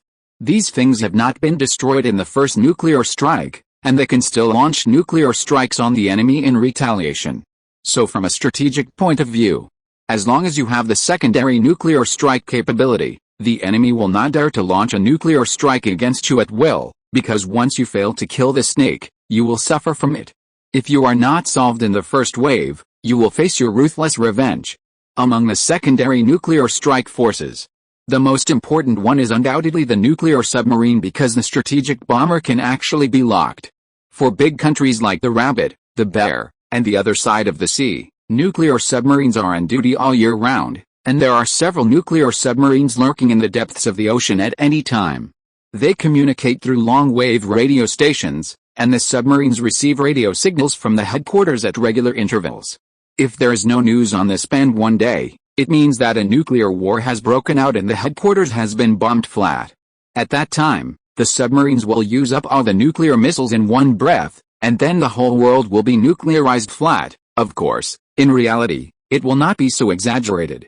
Generally, a second confirmation will be made before all the nuclear bombs are used. This kind of radio wave for contacting nuclear submarines uses public frequency bands. For example, many netizens have used radios to receive radio waves sent by the Bear to nuclear submarines. Sometimes it is a short Russian language, sometimes it is a short electronic music rhythm, and sometimes it is a short current noise. In short, there are no regular and meaningless radio waves, and only people on nuclear submarines can distinguish them. But on the other hand, nuclear submarines also have weaknesses. In modern warfare, discovery means destruction. Nuclear submarines hiding in the deep sea are certainly powerful, but nowadays the anti-submarine technology of various countries is also very strong. Up to now, the 5 big hooligans can basically scan 99% of the nuclear submarines in the sea area. Except for the Arctic. That's right. The Arctic. The Arctic is a natural hiding place for nuclear submarines, and its thick ice cover can block all modern technology detection. The large-scale ice layer makes up for almost all the shortcomings of nuclear submarines, making nuclear submarines a perfect god of war. At the same time, the density of water is much greater than that of air, and seawater has a strong absorption effect on electromagnetic wave energy. Therefore, conventional electromagnetic waves are almost impossible to pass through seawater.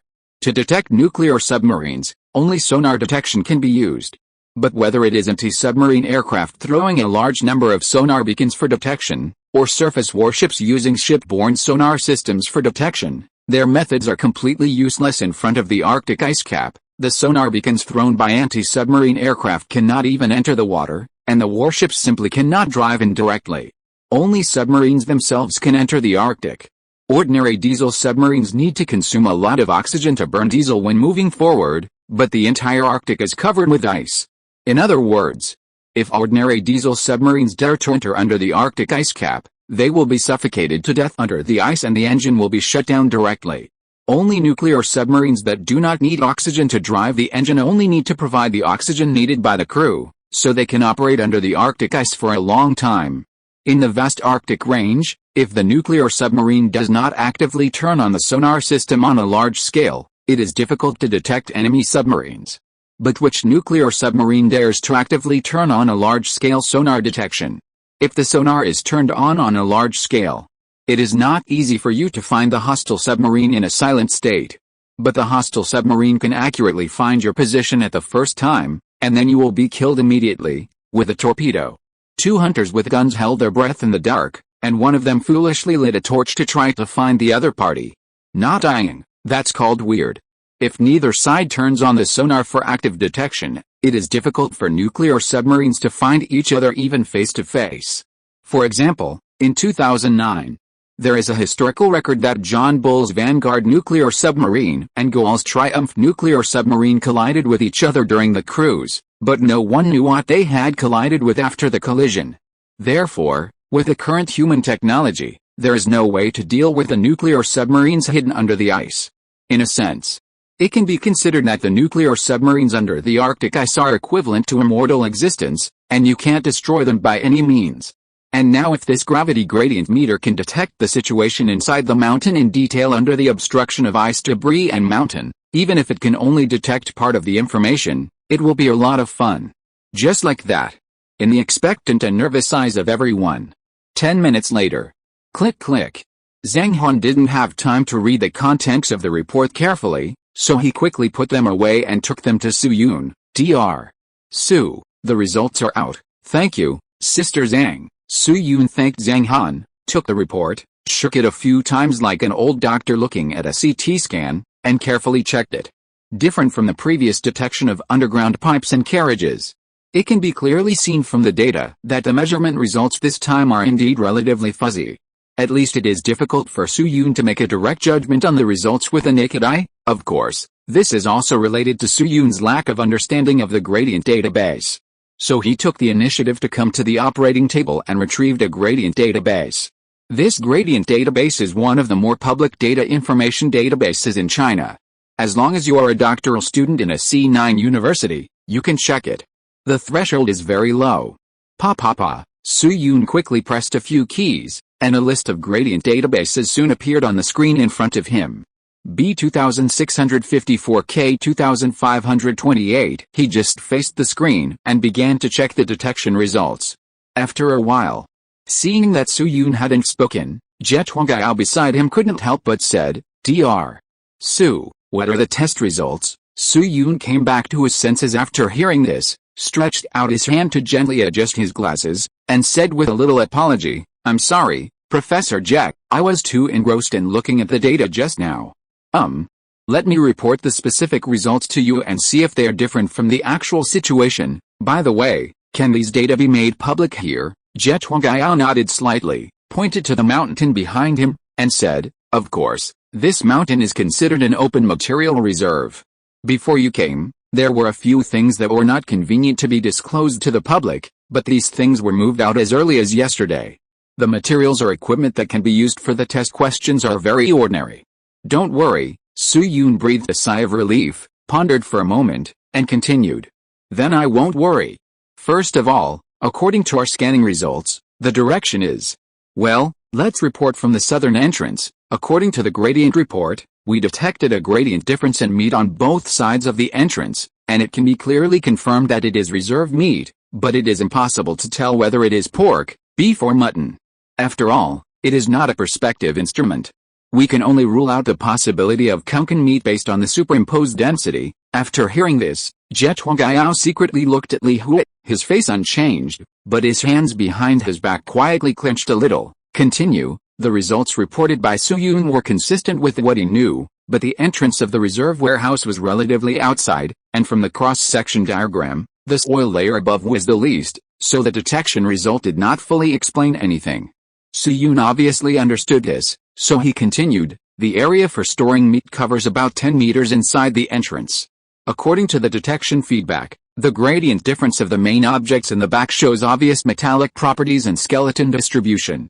It looks like supplies such as tents. At the same time, some conventional medicines, bandages, alcohol, and some, mahjong tables were detected around the tent. Hearing the word mahjong table, a slightly subtle expression appeared on the faces of the people around at the same time. According to the types of items described by Su Yun, the second area is obviously placed with various disaster relief items, and mahjong tables are mixed in it. Well, this is very Sichuan. Then Su Yun looked up at Zhang and found that the other party still had no expression, so he continued, further into the tent, we came to the real mountain, that is, the central axis of the benchmark peak. After deducting the internal space, the vertical rock layer reached a height of 134 meters. We detected cement and some 67-style wooden handle happy sticks in this area, plus some items whose specific identities are still unknown. They look like effervescent tablets or water purification tablets. In addition, speaking of this, Su-Yun paused again and continued, "We also detected a hangar roof alloy plate dismantled from the ship.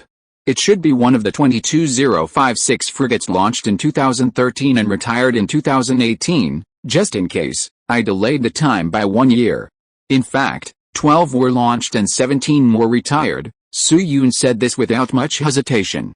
After all, this matter has nothing to do with secrets. The reason for the collective retirement of the 056 frigates is because other more advanced ships have been launched, which has nothing to do with secrets. In fact, the Zhongjing ship, which was retired on June 12, 2018, was open to the public for free in 2019. At present, some of these retired warships are open to the public for visits, while some have their important parts removed and sent to the hinterland of the third line along the Yangtze River.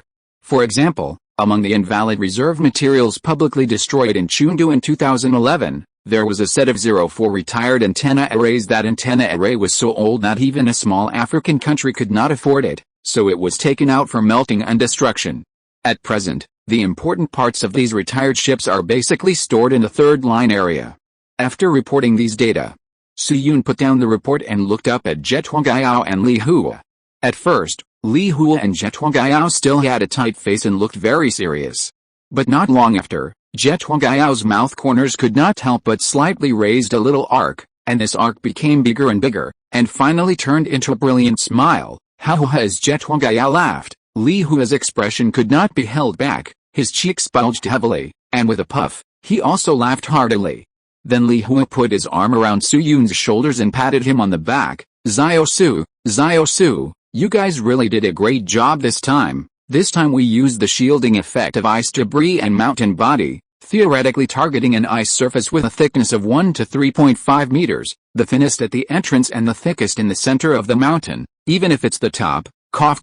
Wang, the deputy engineer from Shantao, he estimated that he could only detect about 1.2 meters to the top, but I didn't expect that you gave us such a big surprise this time. As he spoke, Li Feiyu's expression even had some gnashing teeth. 3.5 meters. Zio-Su, do you know what this means? The average glacier thickness of the entire Arctic is only 2 to 4 meters. That is to say, when we complete the official upgrade, all the blackfish under the Arctic will not be able to escape. Not a single one will escape, just as Li Feiyu said. Unlike the average ice layer of 1,700 meters in Antarctica, the ice layer in the Arctic is only 2 to 4 meters thick. At present, this beggar version of the gravity gradient meter can still break through the limit in the case of sloppy assembly, and the accuracy reaches 3.5 meters. Then after the improvement of the military industry, there is no pressure to break through to 4.5 to 5 meters. Indeed, in the current international situation that is still peaceful on the surface, even if the rabbit finds nuclear submarines from the other side of the sea or other countries under the Arctic, it cannot destroy them remotely. But many things do not lose their meaning just because you can't use them now. The strategic value of this thing can be seen by anyone with a discerning eye. At the same time, more importantly, although the core material of this gravity gradient meter is Pandu particles that all countries are capable of preparing now. However, there are strong R&D barriers in the specific measurement module and structural design. If Su-Yun does not have the drawing of the halo reward, it will be difficult to complete these two links. Therefore, unless the other side of the sea is cheating, there is no need to worry about other countries or institutions mastering this R&D technology in the short term. Feeling the shoulders tightly squeezed by Li Feiyu, Su-Yun was also very excited. However, as a developer, he knew very well that the landing of the gravity gradient instrument was not just due to his own efforts. Engineer Li, this is indeed worth celebrating, but you said something a bit too much. This time, the results we have achieved are far more than just my own. Professor Ge's balance module and Professor Wang's structural diagram also played a very important role. If it weren't for everyone's concerted efforts, I alone would not be able to succeed. Li Feiyu glanced at him and nodded, with a hint of relief on his face. He was relieved not because Su-Yun did not steal the credit, but because Su-Yun could still maintain a clear mind under such circumstances. Or to put it bluntly, it was a pure heart. Tell the truth. This is a very rare quality.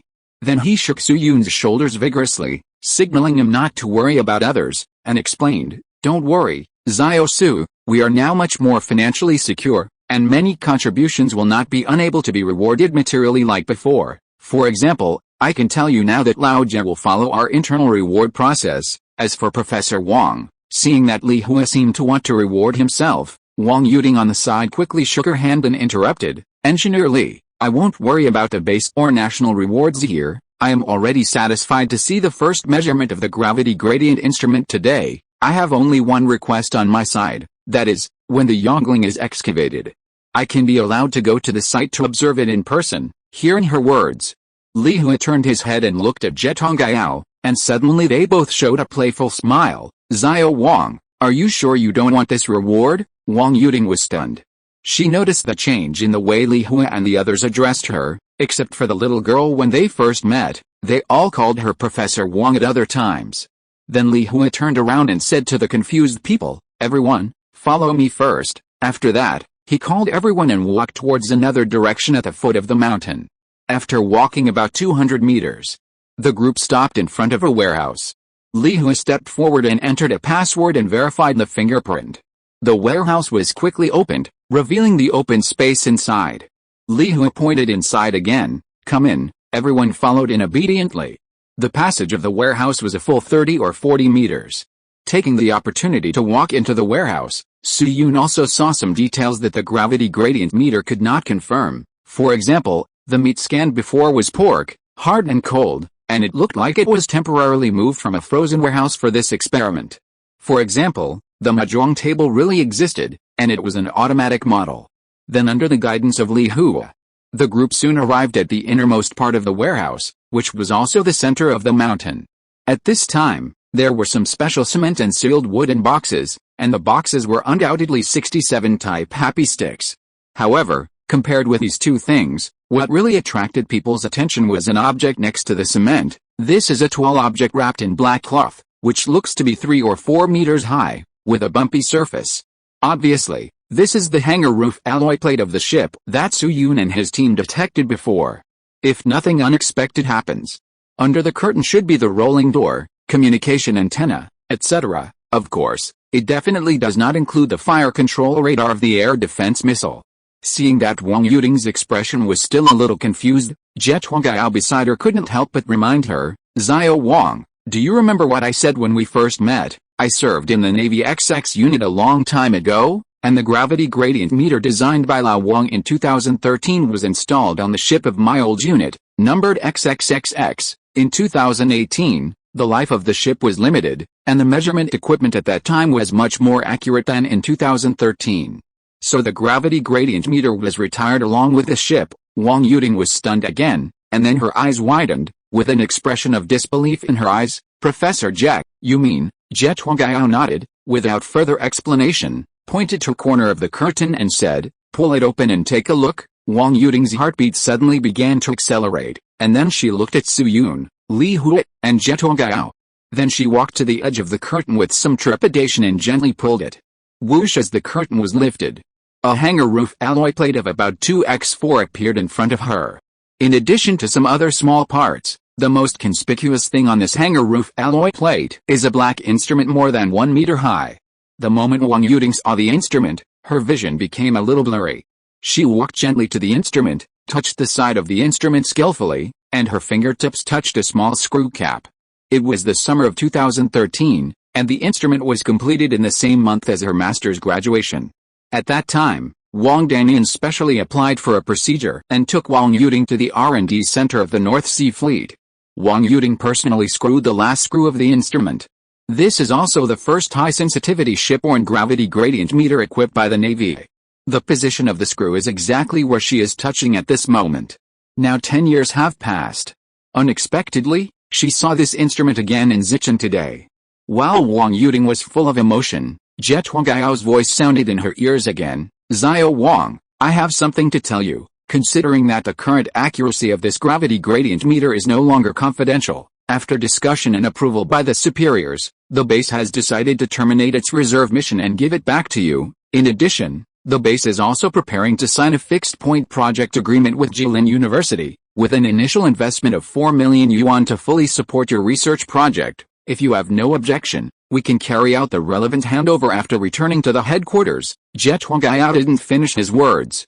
Wang Yuding, whose eyes were already full of tears, had a sour nose.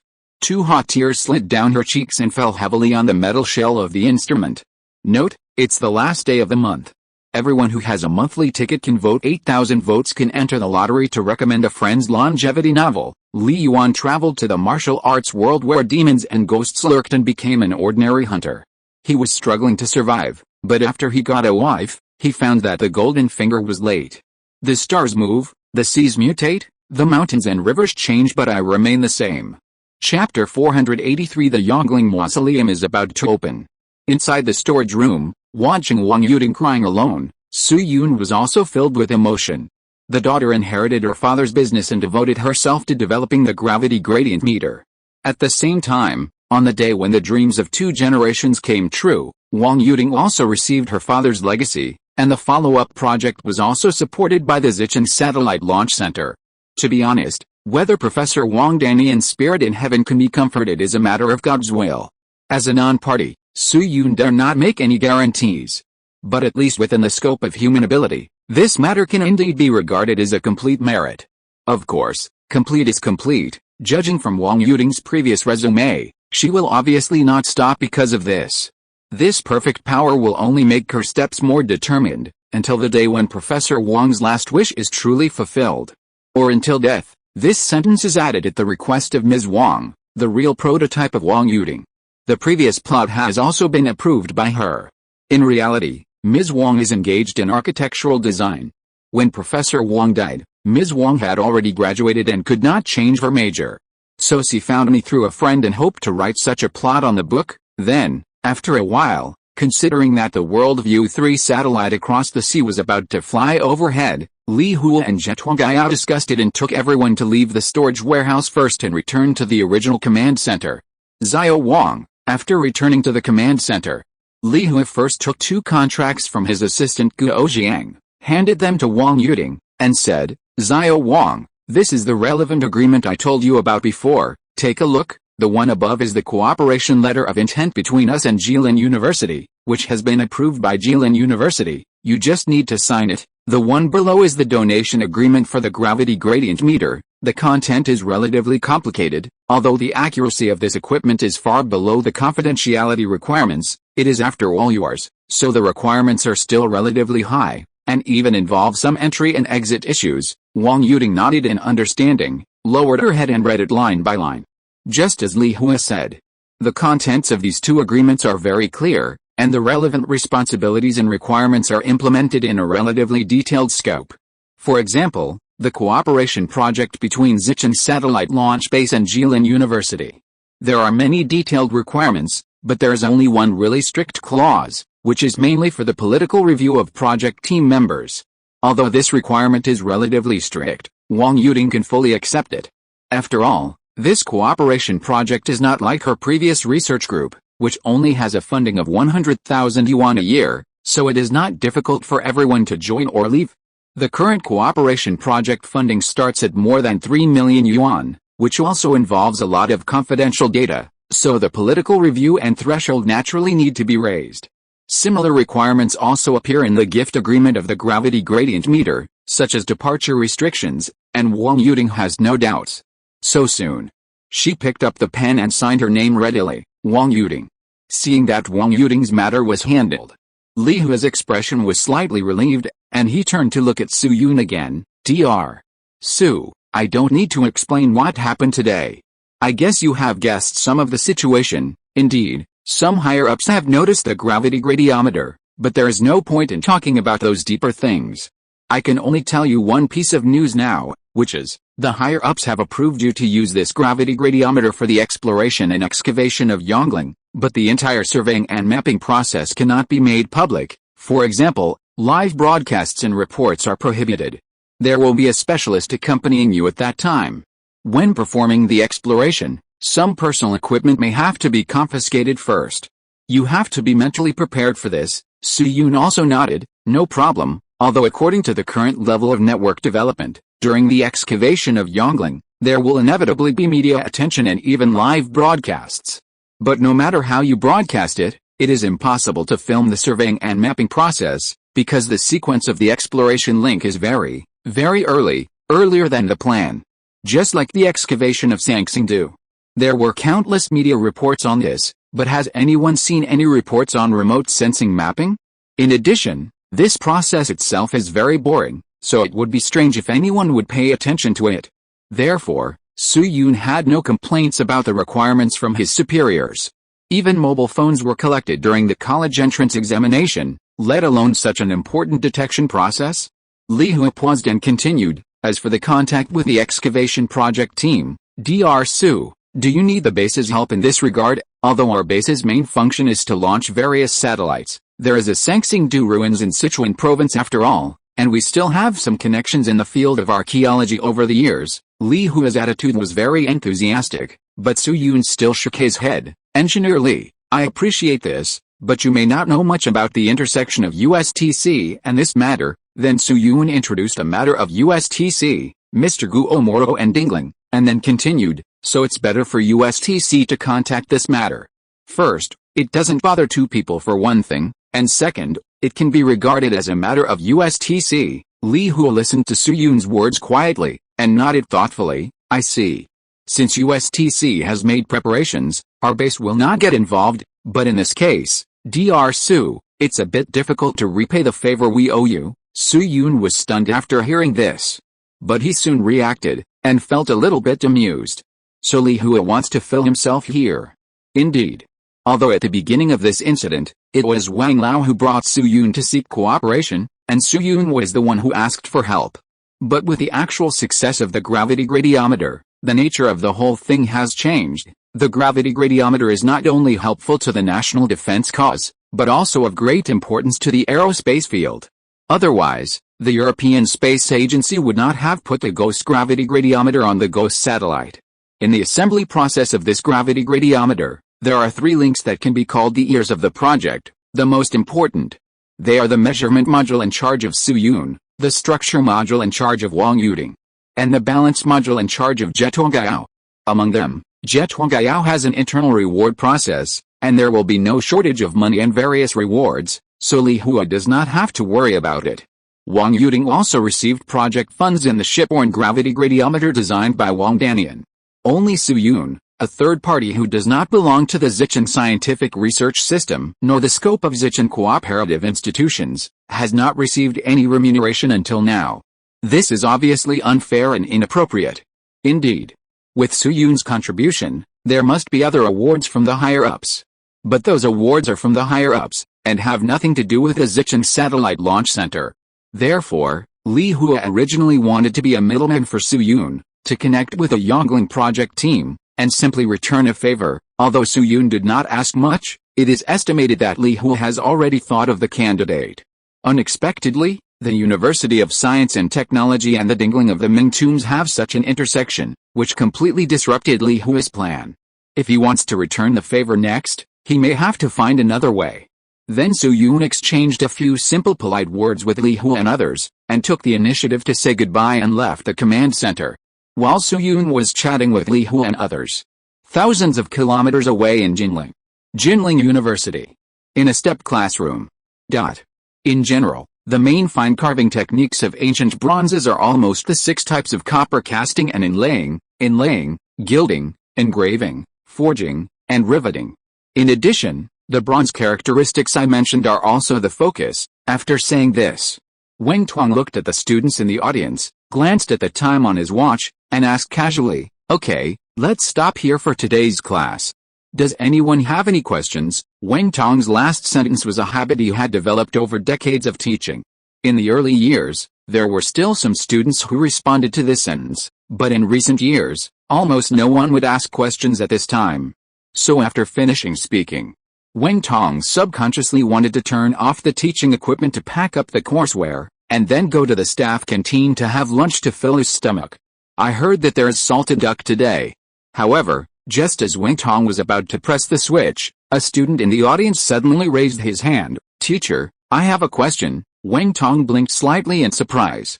He didn't actually have any impression of this student, but he quickly said, "Go ahead." The student who raised his hand was a tall young man with dark skin. He looked like a bucket-carrying brother majoring in civil engineering. He opened his mouth with a loud voice. "Director Wang, I heard that our school has been selected as a cooperative unit for the excavation of Yongling. Right, Wang Tong was stunned.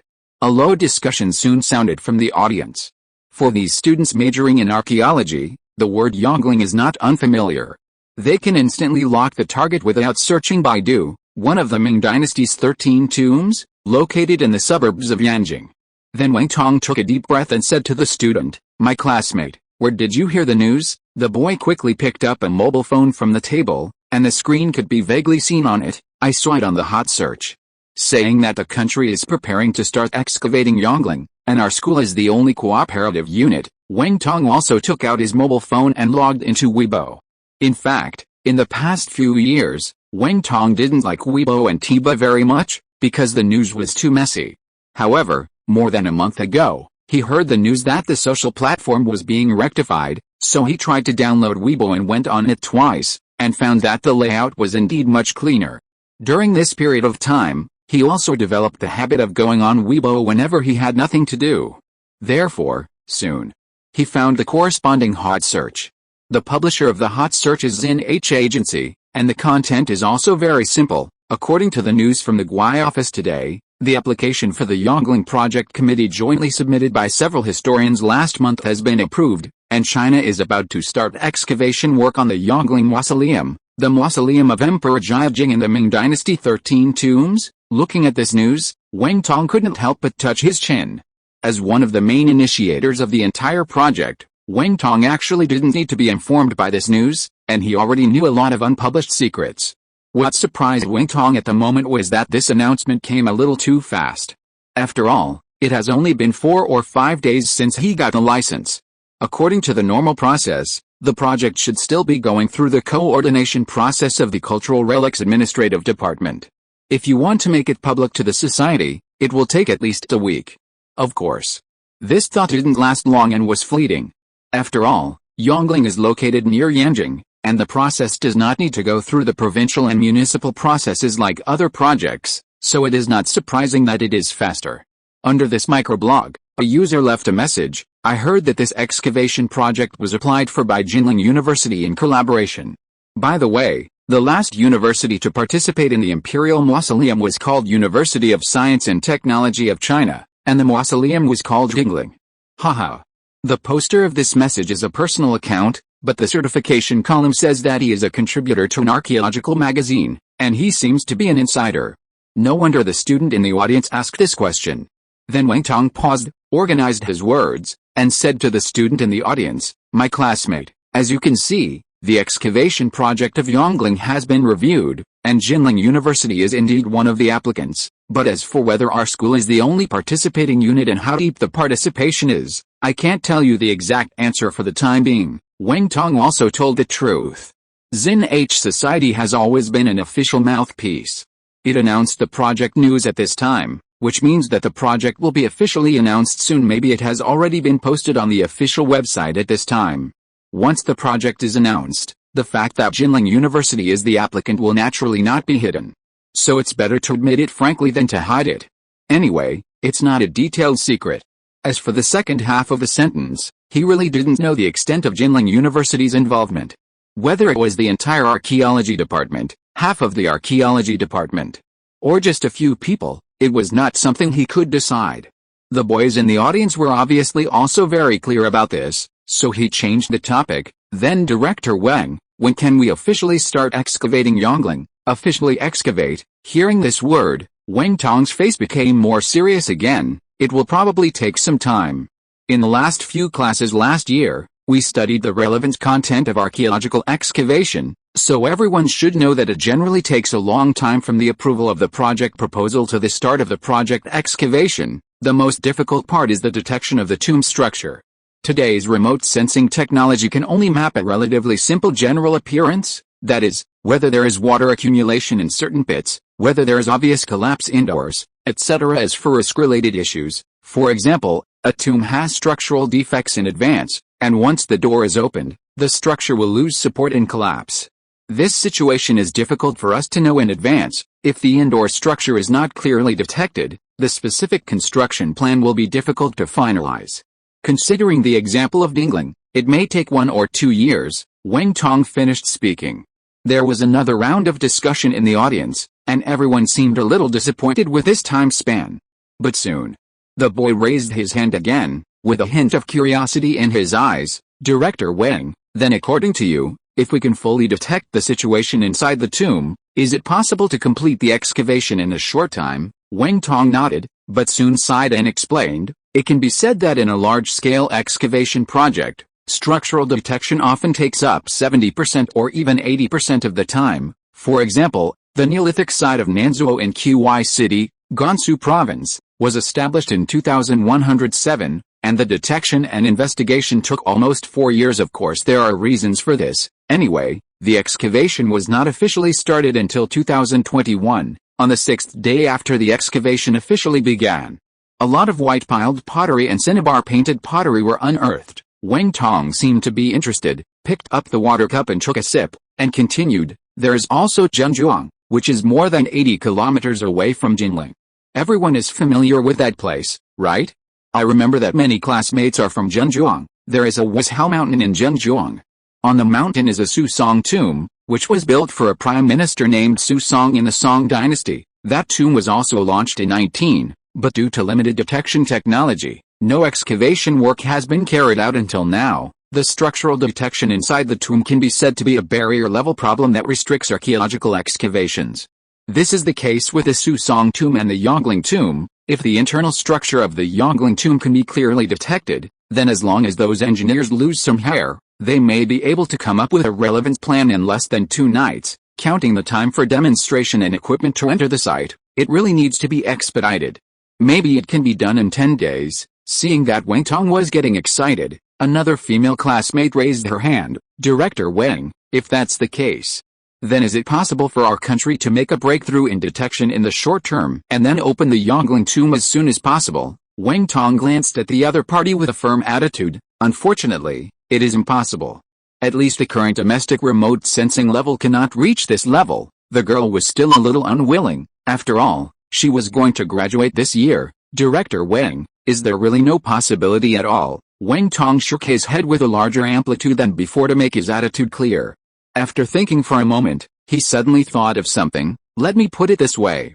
If this kind of technological breakthrough can be achieved in the field of remote sensing within a year, at the press conference of the Chinese Academy of Sciences a few days ago, didn't a foreigner from Cambridge University bring the axe from Maxwell's laboratory to Chengdu? I will eat that axe on the spot. As soon as the voice fell, Wang Tong's mobile phone, which was originally used to read Weibo, vibrated. Wang Tong looked closely. He found that the person who came was Tong Huaijin, the head of the Department of Archaeology of Jinling University. So Wang Tong made a quiet gesture to the audience, walked to the corner, and pressed the call button. Director Tong, yes, old man, it's me. Tong Huaijin on the other end of the phone seemed a little busy, so he spoke very quickly. Old man, pack your luggage as soon as possible. We will leave for USTC tonight. USTC. Wang Tong was slightly stunned, and subconsciously in his mind, the figure of a guy who lured his daughter to become an employee of the company emerged. Director Tong, what are we going to USTC for? The school just received a fax from USTC. The other party said that they have mastered a new detection technology that can fully detect the situation of objects buried underground, and they want to cooperate with us to develop Yongling. Note, thanks to the book friend 20220119132635241 for the reward. The ID is too long to be displayed in the title. Thank you at the end of this chapter. More updates will start on the 4th. Today, there was an interview with the assistant of the writer of Kidian. It took a long time, and there is another interview with the Securities Times tomorrow, so the update will be a little less, and there will be a lot of preparation and proofreading of speeches. Chapter 484 Wang Tong's accident. In fact, until the moment the plane landed, Wang Tong was still a little dazed. As a well-known archaeologist in China, business trips are commonplace for him. It is normal to travel 7 or 8 times a year for official business. Sometimes it is even possible to change 4 cities in 3 days. But no matter which business trip he had before, he was not as subtle as today. After all, before receiving a call from Tong Huaijin, the director of the archaeology department of Jinling University, he was still vowing to his students that remote sensing detection would never make great progress. As a result, 2 days later, he arrived in Luzhou and was ready to challenge his self-cognition. It's a pity that Wang Tong didn't know Wang Yuding, who had a similar experience to him, otherwise they should have had more or less common language. Hey, old man. Just when Wang Tong was a little distracted, Tong Huaijin beside him suddenly spoke. If I remember correctly, Yujing should also be studying for a master's degree in Luzhou, right? Hearing his daughter's name, Wang Tong came back to his senses, hummed softly, and said, yes, and it is also USTC, but according to the time, she should need another month, 20 days, or 20 days to report to the school. Tong Huaijin and Wang Tong have been partners for more than 30 years, and he saw Wang Tong's inner thoughts at a glance. Why, do you miss your daughter? Wang Tong nodded. Although many of his friends content blocked Wang Yujing, in fact, the relationship between the father and daughter has always been good, and there is nothing to do with incompatible. Otherwise, Wang Yujing would not call Wang Tong old comrade Wang when chatting with Su Yun. It's just that Wang Tong would go out to run Yongling's projects during the holidays over the years, and he did neglect his family at some important moments, and lacked a sense of ritual in many things. So all along, Wang Tong felt a little sorry for Wang Yujing and his wife. It's also because of this. He was thinking of introducing a partner to Wang Yujing so that his daughter could have someone to accompany her steadily. Maybe Wang Yujing herself didn't feel this way, but it is normal for parents and children to have different concepts, just like your mother thinks you are not dressed warmly. Then Tong Huaijin thought about it, took out his mobile phone to check the time, and said, how about old man, why don't you call Yujing tonight and ask her out for dinner? Although our schedule is rather rushed this time, there should still be time for you and your daughter to have a meal. The University of Science and Technology should not be so unkind. Wang Tong pulled the suitcase to make way for a strange traveler beside him. At the same time, a hint of hesitation flashed in his eyes. Let me wait and see. She might be writing a thesis or something. It would be bad if it affects her. Besides, the situation of our trip is also very special. I think it may involve some relatively confidential links. We should try to avoid suspicion if we can. Seeing that Wang Tong had used the trick of definitely next time again, Tong Huaijin could only sigh helplessly. He was too familiar with his old partner. Whenever he said the three words let's take a look, it was basically impossible to achieve it, and it was difficult to change it easily. But then again, Wang Tong's words were not unreasonable. As one of the top archaeologists in China, Tong Huaijin was also somewhat suspicious of the invitation from USTC. Although USTC did not say it too clearly in the facts, the words revealed a kind of confidence that we can clearly detect the internal structure of Yongling. This undoubtedly caused a huge difference with Tong Huaijin's existing cognition. Although he was a liberal arts expert, due to professional needs, his understanding of domestic remote sensing technology even exceeded that of many scientific researchers. But on the other hand, USTC obviously couldn't fool him and Wang Tong with this matter. After all, the fax was stamped with the official seal of USTC, and the current president of USTC, Bao, was not King Yu of Zhou, who was bored and played with beacons to trick the princes. Therefore, with this kind of expectation in doubt, Tong Huaijin still took Wang Tong to take a leave and took the flight on the third day to Luzhou. The area of Xingqiao International Airport is not very large. While the two were talking, they soon arrived at the terminal exit. Wang Tong had a lot of business trip experience, so as soon as he approached the exit, he began to look around for the pickup sign. It was now mid to late February, which was not a peak travel period, and the number of people in the pickup hall was not dense. Therefore, it didn't take much effort for Wang Tong to find a sign held high not far away. Warmly welcome Mr. Tong Huaijin and Comrade Lao Wang to Luzhou. Love, I don't know why. The moment he saw the pickup sign, Wang Tong felt a sense of disobedience in his heart, and looked at the content on the sign again. Comrade Lao Wang, why does this title seem a bit wrong? But soon, the disobedience in Wang Tong's heart completely disappeared. Because he found that at this moment, the person holding the pickup sign was his daughter, Wang Yujing. Wang Tong showed an obvious surprise on his face. He turned his head and looked at Tong Huaijin, then walked quickly to the airport pickup sign and spoke before everyone else. Xiao Wang, why are you here? Wang Yujing seemed very satisfied with Wang Tong's surprised expression.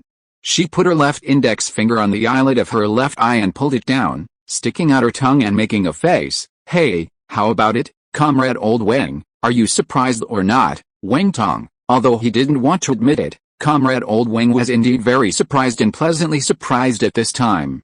After all, According to his original plan, he shouldn't have seen Wang Yujing on this trip.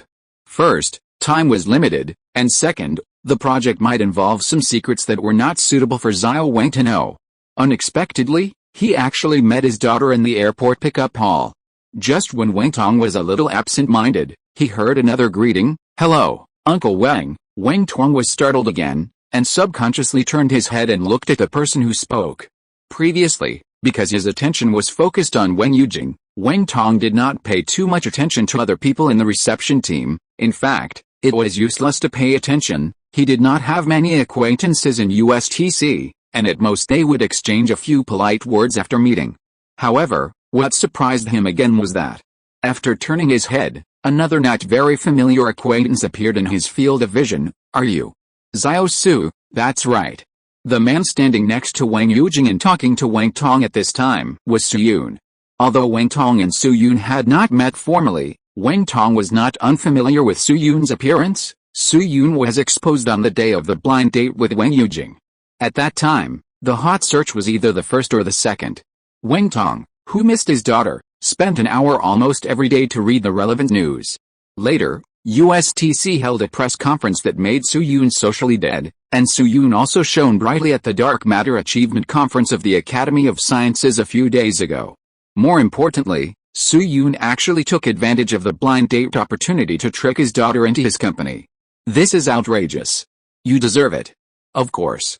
Although he had a lot of complaints about Su Yun in his heart, Wang Tong still showed the demeanor of an elder on the surface. "Xiao Su, is Mr. Yang doing well recently?" The Mr. Yang mentioned by Wang Tong was not the old man Yang that Su Yun had met before, but Su Yun's grandfather, who was also the comrade-in-arms of Wang Tong's father.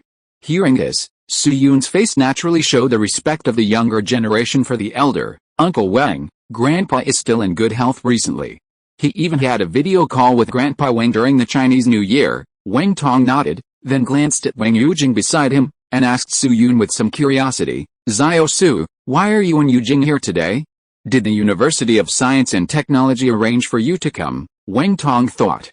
The only possible reason why Wang Yujing became a member of the airport reception group today was that the University of Science and Technology made arrangements to welcome her. Unexpectedly, Su Yun shook his head. "Uncle Wang, I asked Xiao Wang to pick you up." Wang Tong was stunned. "You?" He subconsciously wanted to add another impossible, but after thinking of Su Yun's performance at the press conference, this question was stuck in his mouth again.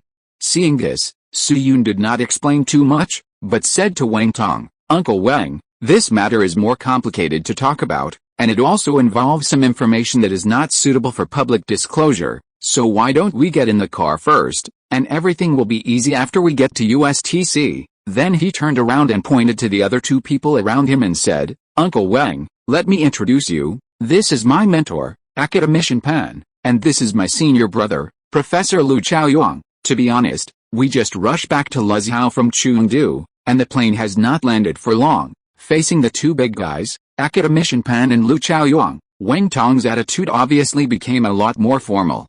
He first shook hands with the two enthusiastically, exchanged contact information and WeChat, and introduced Tong Huaijin's identity. Of course, the reason for Wang Tong's completely different attitude before and after was not that he looked down on Su Yun. It was because of the relationship between the two families in the previous generation, and Su Yun had fooled Wang Tong's precious daughter into a tool person. It was obviously impossible for Wang Tong to treat Su Yun with the attitude he had towards Academician Pan. Then the group quickly left the terminal hall and got on the business car waiting there in the parking lot.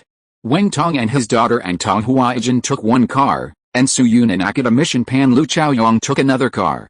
As for the gravity gradient meter and other equipment, they naturally arrived in Luzhou first and were secretly sent to the University of Science and Technology under the escort of some indescribable personnel. An hour and a half later, two business cars arrived at the University of Science and Technology. After getting off the car, Academician Pan did not take Wang Tong and Tong Huaijin to the hotel to check in, but took them directly to a laboratory on Lehu Road in the East District. This action showed an attitude, and the matter was very important. Little classmate Wang was also left outside, but Su Yun was allowed to follow in. This laboratory is located around the Molecular Quantum Control Laboratory. The building has only one floor, but the facilities inside are very advanced. with a large number of precision instruments. This kind of building with a low appearance but a different world inside is very common in universities of science and technology. Wang Tong and Tong Huaijun have also seen many in Jinling University. At this time, a strange device was placed in the center of the laboratory. It was pitch black and looked like a radar that was reduced many times. After seeing this device, even though Wang Tong had a lot of experience, a question mark appeared on his face at this time. Indeed, from the purpose of the Academy of Sciences inviting himself and Tong Huaijun to come today, it is not difficult to judge that this device should be related to surveying and mapping in terms of function. But Wang Tong really knows nothing about its principle and name. However, Wang Tong's doubts did not last long. An academician pen gave an answer. Professor Wang, let me introduce this device to you. This is a new type of gravity gradiometer that we developed based on the principle of Pangu particles. Wang Tong blinked. Gravity. Gradient meter. Then he and Tong Huaijun looked at each other for a few seconds, and both of them saw a sense of confusion in each other's eyes. After all, they were just liberal arts students, and their knowledge of detection was limited to remote sensing detection. Among all liberal arts majors, perhaps only practitioners in the field of geospatial information had heard of the gravity gradiometer. Just like many of the students who were not familiar with this subject, they knew nothing about the gravity gradiometer before. Then Wang Tong thought about it and raised a few questions based on his experience in remote sensing. Academician Pan, I don't know what the detection accuracy and detection depth of this device are. When correcting the offset, how much interference is there from human interference? In addition, how does the water content of the soil layer interfere with the equipment? These questions of Wang Tong are the core issues of ground remote sensing detection. In the past detection process, various factors often have a very serious impact on the results. For example, for general low-frequency detection, a telephone line can interfere with the results, turning a small toothpick into the reader's Optimus Prime. In addition, there are water layers and crack width resolution, which are values that often have distortions. For example, during the detection of Sangsingdu Pit 5, there was an error in the crack width detection, which almost caused the scaffolding to collapse due to overload. Opposite Wang Tong, academician Pan listened to Wang Tong's questions calmly, then walked to the table of the gravity gradient meter, picked up a report, returned to the original place and handed it to Wang Tong. Professor Wang, take a look at this. Wang Tong raised his eyelids and glanced at the famous academician, took the report and read it. After just a few glances, he raised his head in surprise. Academician Pan, this is. Academician Pan smiled and gave an affirmative answer. Yes, this is a gradient detection of the Sangsingdu ruins before we left Chengdu. According to the detection results, we found 2 new sacrificial pits, although the deeper excavation plan still needs to be approved by the upper level. Judging from some preliminary excavation signs on the surface, there is no problem with our test results. Note, I cried. My mother arranged another blind date for me without any warning. I will try to update the minimum tomorrow.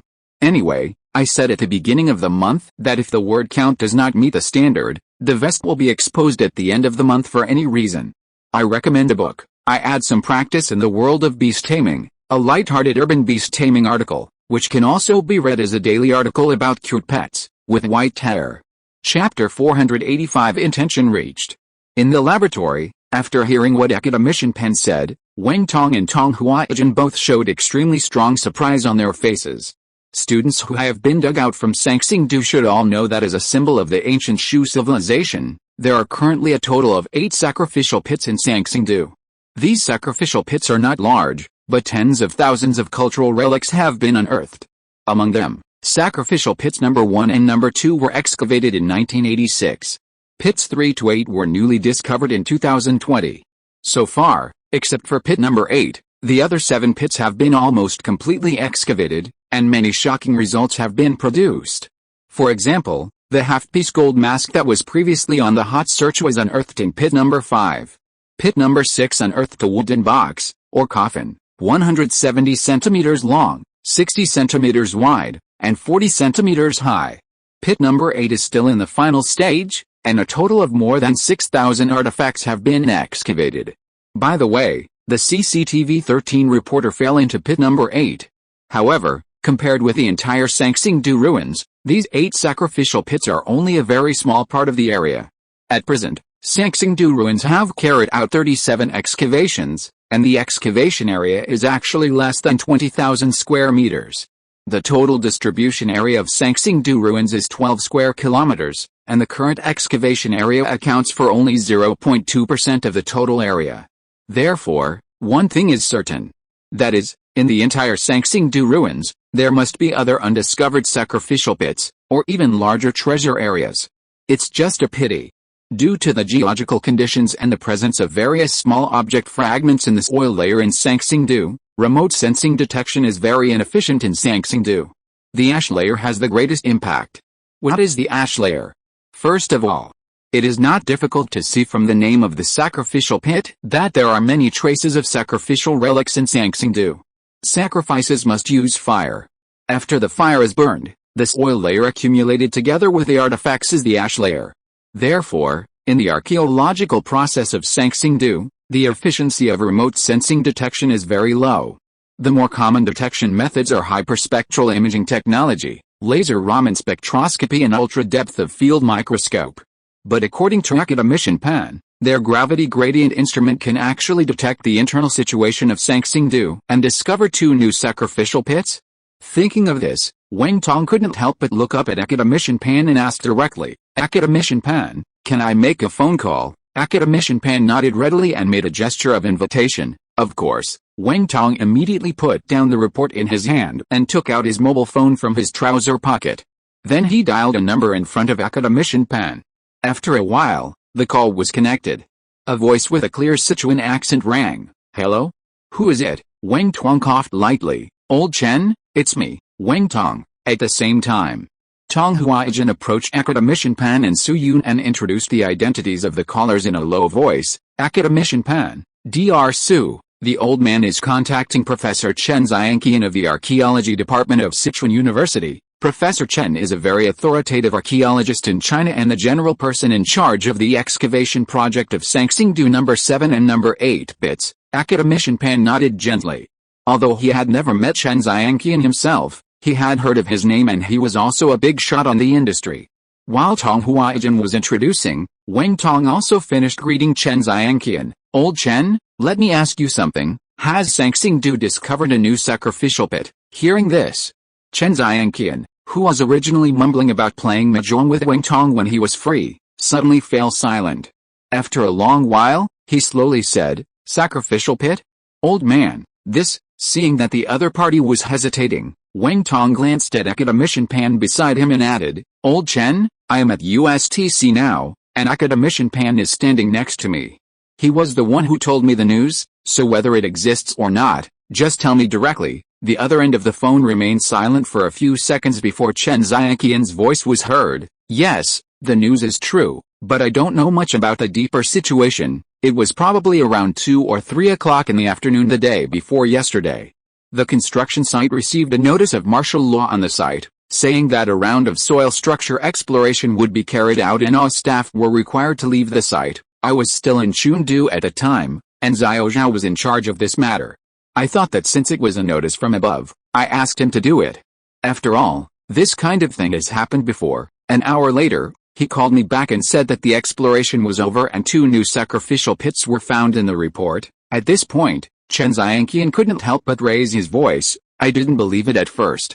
I've been in Sangsingdu for 23 years, and I couldn't find anything in the remote sensing detection last year, but when I rushed back to the construction site, I led everyone to conduct a simple soil layer orientation, especially the ash layer sampling and analysis, and the result..." Chen Xiangqian paused. Although thousands of kilometers away, Wang Tong could still hear the deep shock in his words. The results show that these 2 sacrificial pits do exist, and the distribution of shallow objects is exactly the same as the detection results. More importantly, these 2 sacrificial pits are much larger than the original 8 pits, and they are likely to be the main sacrificial pits. Hearing Chen Xiangqian's last words, Wang Tong's breathing suddenly stagnated. The construction site that Wang Tong mentioned naturally refers to the archaeological site of the Sangsingdu ruins, which is a common term in the industry. Although Sangsingdu has stopped large-scale excavation, the entire site still maintains a relatively basic daily operation, which is somewhat similar to the No. 1 and No. 2 pits of the terracotta warriors. For example, The soil layer directional analysis mentioned by Chen Zhongjing, the relevant equipment of this technology is on standby all year round. According to Chen Zhongjing, if the two new pits are really the main sacrifice pits, then it will be a lot of fun. Because this involves a very critical issue. The text of Sangxingdu. At present, tens of thousands of cultural relics have been unearthed in Sangxingdu, but no text has been found. And text is a standard feature of civilization. Therefore, whether the text of Sangxingdu exists or not has always been a controversial point. Some people think that the lack of text in Sangxingdu is a problem of age. And some people think that Sangxingdu is a pictographic text. Others think that this is related to the carrier of text, and the carrier of text plays a decisive role in whether it can be discovered. For example, the earliest mature text discovered in China is oracle bone script, which is carried by oracle bones and is easier to preserve, so it can be discovered by later generations. The cuneiform script of the Sumerians is engraved on clay tablets and is also easy to be preserved. If the Sangxingdu characters were carved on perishable materials such as bamboo and wood, it would not be easy to preserve. In addition, the current level of excavation of Sangxingdu is far from high, so it is normal that no characters can be found. Therefore, many archaeologists, including Chen Zhongjing, who was contacted by Wang Tong, are looking for a theoretically possible main sacrifice pit that is larger and deeper than the current 8 pits. Perhaps in that main sacrifice pit, they can find the answers they want. After all, archaeological miracles such as ladies in who can be discovered, so well-preserved bamboo and wood are not impossible. Of course, Wang Tong's research direction is mainly in the Ming dynasty, and he is not very interested in the study of this kind of prehistoric civilization. Therefore, what really surprised him was not the main sacrifice pit, but the situation described by academician Pan, which was actually true. They really have the ability to detect the situation underground. Although the areas of the several pits in Sangxingdu are not large and the depth is less than 2 meters, due to the ash layer and soil fragments, the difficulty of detection is at least 10 times higher. This is really not an exaggeration. For example, the paper 10.13466 Jakenki Lizigl, 2018-05-017 mentioned in detail the impact of the ash layer on remote sensing detection. In other words, a device that can detect the main sacrificial pit of the Sangxingdu ruins is theoretically feasible to detect the underground palace of Yongling. Thinking of this, Wang Tong's mind reappeared the words he said to his students: if the internal structure of Yongling can be clearly detected, then he will go to gnaw the axe on the spot. Wrong, then the time for Yongling to be opened will be shortened to a limit. If 2 engineers from the Design Institute are used to sacrifice to the sky, it may even be shortened to less than a week. Gulp. Wang Tong swallowed hard and looked at academician Pan again. Academician Pan, I won't ask more about how this technology was achieved. It seems that it involves some things that are inconvenient to talk about, so now I have only one question. What do you want me or Jinling University to do? Academician Pan looked at Su Yun and gave Su Yun a look. Su Yun nodded in understanding, stepped forward, and said to Wang Tong, Uncle Wang, you are an expert in Ming Dynasty archaeology, so you should also know about the University of Science and Technology, Mr. Guo, and the Dingling Mausoleum. So this time, the University of Science and Technology hopes to invest in this gravity gradient meter in exchange for a qualification to participate in the project. In addition, we don't want to be just an equipment supplier, but hope to participate in the project in all aspects like Jinling University. After all, more than 60 years have passed. Some things should be settled. Su Yun came forward to negotiate with Wang Tong, which was also something that academician Pan and Su Yun had agreed in advance. Although USTC is backed by the Chinese Academy of Sciences, a standard C9 university, and is extremely glamorous in the field of scientific research. But as the saying goes, different trades are like different mountains. The excavation of Yongling has nothing to do with the Chinese Academy of Sciences. It belongs to the scope of the Archaeological Research Center, which is under the State Administration of Cultural Heritage, and above the State Administration of Cultural Heritage is the Ministry of Culture and Tourism.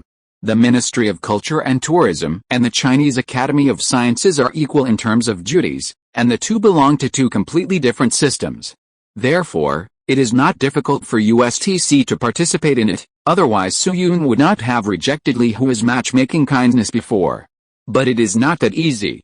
So after repeated discussions, USTC decided to start with Wang Tong. Wang Tong is a senior professor at Jinling University and a well-known scholar in the Ming Dynasty in China. He has even been thinking about the excavation of Yangling since 10 years ago. Although Wang Tong is not the initiator of this project, he is also one of the few initiators.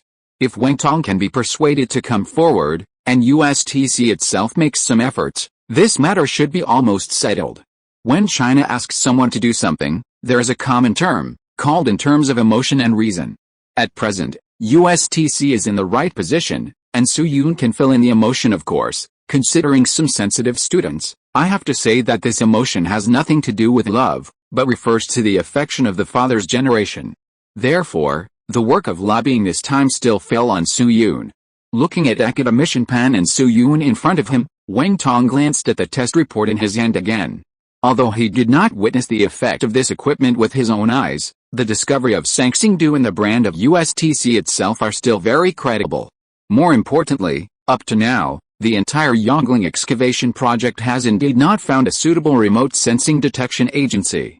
Originally, Wang Tong's idea was to select a suitable object from the top remote sensing universities in China, such as Wuhan University, Mining University, Yenching University and Chuangji University, and slowly conduct remote sensing detection. It would take half a year to detect some nodes clearly, and the real focus would be on the excavation plan. After all, although remote sensing is not good, as long as you make plans for various possible scenarios, or even come up with an exhaustive method, the actual effect will be the same. I just didn't expect it. Today's University of Science and Technology actually gave him such a big surprise? Thinking of this, Wang Tong couldn't help but turn his head to look at Tong Huaijin on the side, and nodded after a simple eye contact. No problem, academician Pan, please prepare the materials, I am willing to be the middleman. Yangling, can't wait any longer. Note, the result of the blind date is that the other party is a kindergarten teacher, and we had dinner and watched a movie, and the gold coins were minus 464. Preliminary conclusion, I still like my dear readers more. In addition, the premise of the update not meeting the standard is that the monthly ticket on the 7th will exceed 2,000, and it is only 1,400 now. Everyone. I will start to update explosively tomorrow, starting with 8,000 words.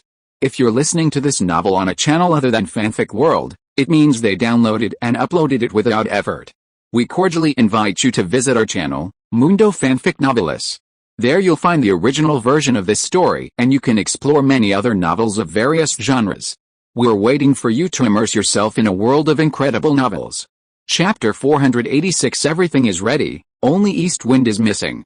Hula la, on a train from Luzhou to Yanjing, Su Yun, who was sitting by the window, first looked at the scenery passing by quickly outside the window, and then looked at academician Pan who looked a little tired beside him. He could not help scratching his head apologetically and said, I'm sorry, teacher. I'm bothering you to accompany me again this time. Academician Pan tucked his coat and pinched his nose with his index finger and thumb. He said indifferently, it's okay. I've been traveling all over the country for many years. I feel uncomfortable if I don't. I can make up for it after I settle down with a few sleeps, and now our country's infrastructure is much more convenient. The green trains I took in Europe and China in the early years were really torture. What's more, you made such a great contribution at the press conference of the Academy of Sciences. What's wrong with me accompanying you for a few trips? There's no need to care about these. Then, without waiting for Su Yun to finish, academician Pan said firmly, okay, I'll take a nap for a while. Call me when we stand up. Looking at academician Pan with his head tilted to the other side, Su Yun opened his mouth but didn't speak. 2 days ago, after deciding to act as the middleman between the University of Science and Technology and the Cultural Relics Bureau, Wang Tongxin first took the relevant materials that the University of Science and Technology had prepared in advance from academician Pan. Then, without even bothering to eat, he pulled Tong Huaijin to make a relevant manual. After writing the manual, Wang Tong used a fax to quickly submit it to a person in charge of the Cultural Relics Bureau, which took only half a day.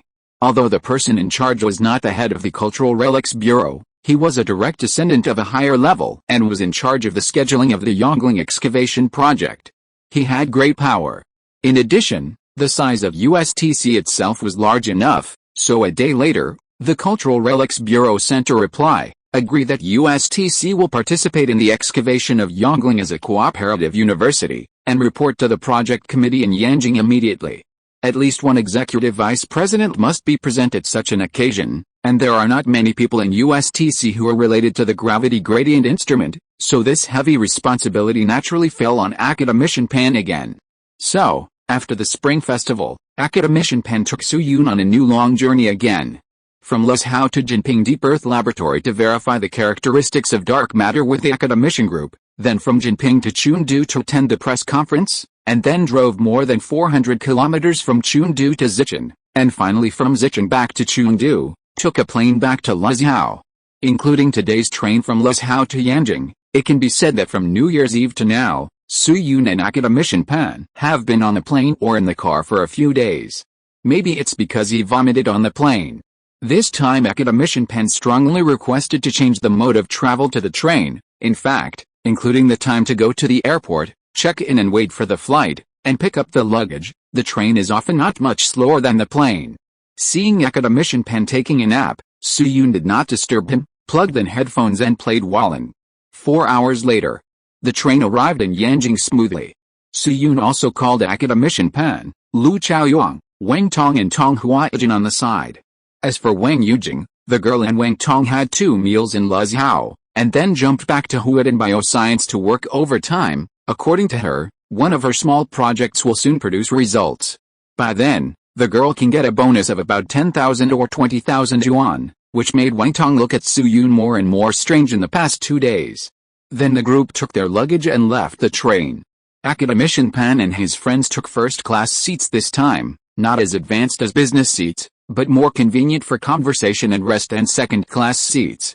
At the same time, due to Academician Pan's academician status, he also enjoyed business treatment during the trip. The 4 words business treatment are actually very subtle in the train. Unlike the special channels that are required in every airport, many domestic stations generally only have business channels for entering the station, or there is no business seat service at all. However, domestic superstations such as Yanjing are relatively well equipped in this regard. If academician level bigwigs take the train, staff will come to guide the handover before getting off the train. Then, led by a plainclothes staff member, everyone quickly left the station through the business channel. As soon as they left the station, Wang Tong, who had been fiddling with his phone, quickly looked around and raised his hand to the right of the crowd. "Hey, Lao Zhang." Here, Su-Yun and Academician Pan looked over. They saw 5 or 6 people standing more than 10 meters away from them. The leader was a little old man who looked to be in his 60s, with a dark complexion and a head full of silver hair, but combed meticulously. As for the others, they were all very young, about 30 to 40 years old, and looked like students or assistants. Obviously, they were members of the reception team to welcome Academician Pan and Su-Yun. However, perhaps because of Academician Pan's special identity, Su-Yun did not see the reception card in their hands. It seemed that they should have contacted Wang Tong through the phone to locate him. After hearing Wang Tong's greeting, the little old man in the distance also showed joy on his face, waved his hands vigorously twice, and walked over quickly with the others. This little old man seemed to be a more emotional person. Even though he was still 3 or 4 meters away from Wang Tong, he shouted "Oh my," loudly. "Oh my, old man, I'm glad to see you. We haven't seen each other for 5 or 6 years, right?" Seeing this, Wang Tong also took 2 steps forward, held the other's hand tightly and shook it a few times, and said with emotion, "It's been 5 years, 5 years. The last time we met was at the wedding banquet of Lao Wang's daughter in 2017. You also bought a box of soft Zhongho cigarettes at that time. It's strange. Obviously, you, Lao Zhang, are a native of Yanjing, and I am a semi-migrant who stays in Yanjing for 3 months a year to run projects. In the end, what happened? We only met once in 5 years." The little old man called Lao Zhang by Wang Tong couldn't help laughing, and held Wang Tong's hand even harder. "There's no way. Although I'm from Yanjing, the project is far away. It's difficult for you to see me. To be honest, I haven't been home for the New Year for 2 years." When he said the last sentence, old Zhang even deliberately loosened his hand, shook his index and middle fingers, and gestured at 2. Wang Tong was also full of emotion. After that, the 2 exchanged a few more pleasantries, and Wang Tong brought the old man to the crowd and introduced him. "Come, everyone, let me introduce you. This is Academician Zhang Zhang of the Chinese Academy of Engineering, the chief scheme designer of the second phase of the Chinese origin exploration project, the excavation plans for the Erlatao site, Taosi site, Shudongao site Group Site 1, and the tomb of Yaqing and Fuhao in Yingzhou in China were all designed by old Zhang. Hearing this, Su Yun and Lu Chaoyuan on the side were immediately in awe. Zhang Zhongjing. To be honest, before meeting today, they had never heard of this name. This is actually normal. After all, the Chinese Academy of Engineering currently has as many as 892 academicians, and there are many fields that do not overlap between the Academy of Engineering and the Academy of Sciences. It is normal to meet a name you have never heard of. In fact, let alone Su Yun and Lu Chaoyuan. Even Academician Pan can't recognize all the academicians. Just like the various grades in high school and junior high school, the number of people is 200 or 300 at the least, and 800 or 900 at the most. But how many do most people know? Generally, it is limited to one's own class, academicians in the same university or field, at most 2 or 3 classes around, with overlapping directions. Other than that, at most, they are those who are ranked in the 20th or 30th place in the whole grade and whose fame spans the field. Of course, not knowing each other does not prevent the other party from being an extremely awesome boss.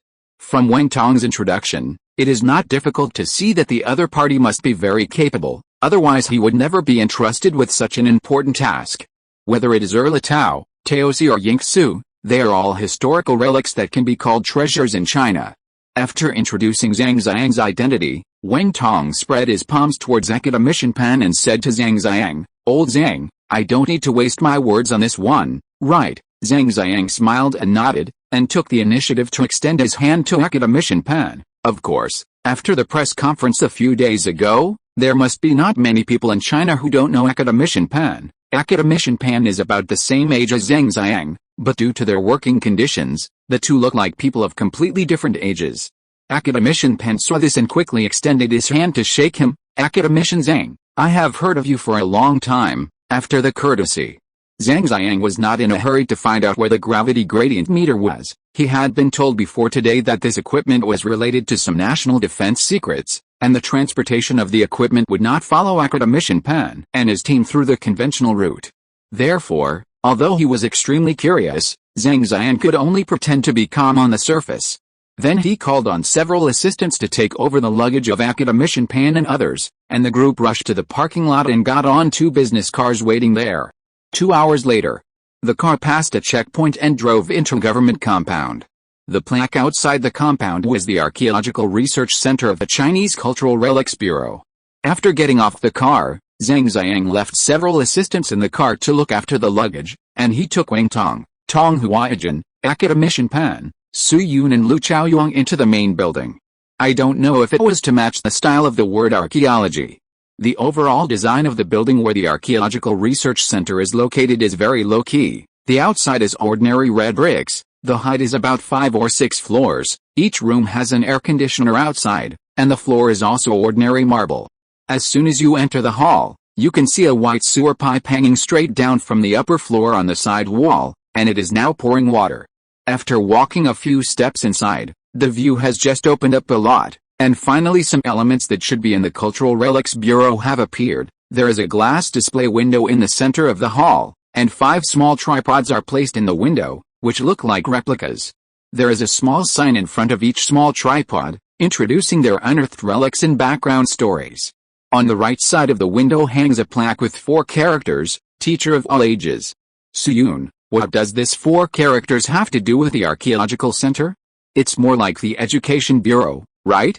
But then Su Yun thought of the plaque with a daily update of 50,000 hanging in his study, and he felt relieved. Of course. Although the whole building looks like some old and dilapidated small tube buildings in small counties, it still has all the necessary equipment, such as elevators. So soon, Zhang Zhongjing led everyone to find an elevator entrance, entered and pressed the number 5. After a while, the elevator stopped at the 5th floor. The decoration of the Archaeological Center on the 5th floor is still very simple. Each department has an ordinary black anti-theft door plus 2 windows. The door plates representing the departments are also ordinary white backgrounds with black characters. I don't know why. When walking in the corridor, Su Yun suddenly thought of the scene when he went to the Academic Affairs building to get his files when he graduated from high school. The architectural layout at that time was almost the same as this. 2 minutes later, Zhang Zhongjing led everyone to the outside of a meeting room and knocked on the door. A voice soon rang out from inside the room, "Please come in." Zhang Zhongjing turned his head to look at academician Pan and others, made a look that said, "I'm going in," cough cough, pushed the door in, and then pushed the door open. This is also a very ordinary meeting room, with an area of about 100 square meters, white walls, and a very monotonous layout. An LED screen is embedded in the wall at the end of the meeting room. In front of the screen, which is the center of the meeting room, there is a rectangular dark table that can accommodate about 20 people, the kind of meeting table commonly seen in various urban dramas or official dramas. At this moment, there are about 10 people sitting at the table, ranging in age from 30 to 60 or 70 years old, and their temperaments are also different. One can be seen at a glance as a civil servant sitting in an office. There are also dark-skinned civil engineers who are obviously like Zhang Zhongjing, who go to construction sites every day. There were also programmers wearing plaid shirts and with sparse hairlines. The man at the top was a man in his 40s, wearing a pair of gold-rimmed glasses, and he looked like a person who worked in the system. When Zhang Zhongjing and others entered the room, everyone stood up from their seats and put on a welcoming posture. The man at the top took the initiative to walk out of his seat and walked quickly to academician Pan. He first nodded to Wang Tong and Tong Huaijin as a greeting, and then focused all his attention on academician Pan. "Academician Pan, hello, I am Zhang Chenggu from Guai, currently working in a certain department. This time, according to the instructions of the superiors, I will be responsible for the general affairs of the excavation of Yongling." Zhang Chenggu reported the name of a department, and academician Pan's eyes flashed with a hint of thought. The department where Zhang Chenggu worked was not very well equipped, only at the department level. From the perspective of level alone, whether it is Guai or Yanjing, it is not a big government office. However, the status of this department is very special. It executes the direct will of a higher level, and its influence far exceeds its apparent level. The height of that will is even higher than academician Pan initially thought. Of course, academician Pan, who has seen the big boss, did not show his fear. He first politely shook hands with Zhang Chenggu, exchanged a few words, and then was introduced to everyone in the room by Zhang Chenggu. "This is academician Zhang Bowen, Executive Vice President of Jinling University. This is Manager Zhao from China Construction First Bureau, who is mainly responsible for the entry of equipment. This is Secretary Wang, the representative of Changping District." Changping is not a typo. If you write Ping, it will become an English letter or an asterisk.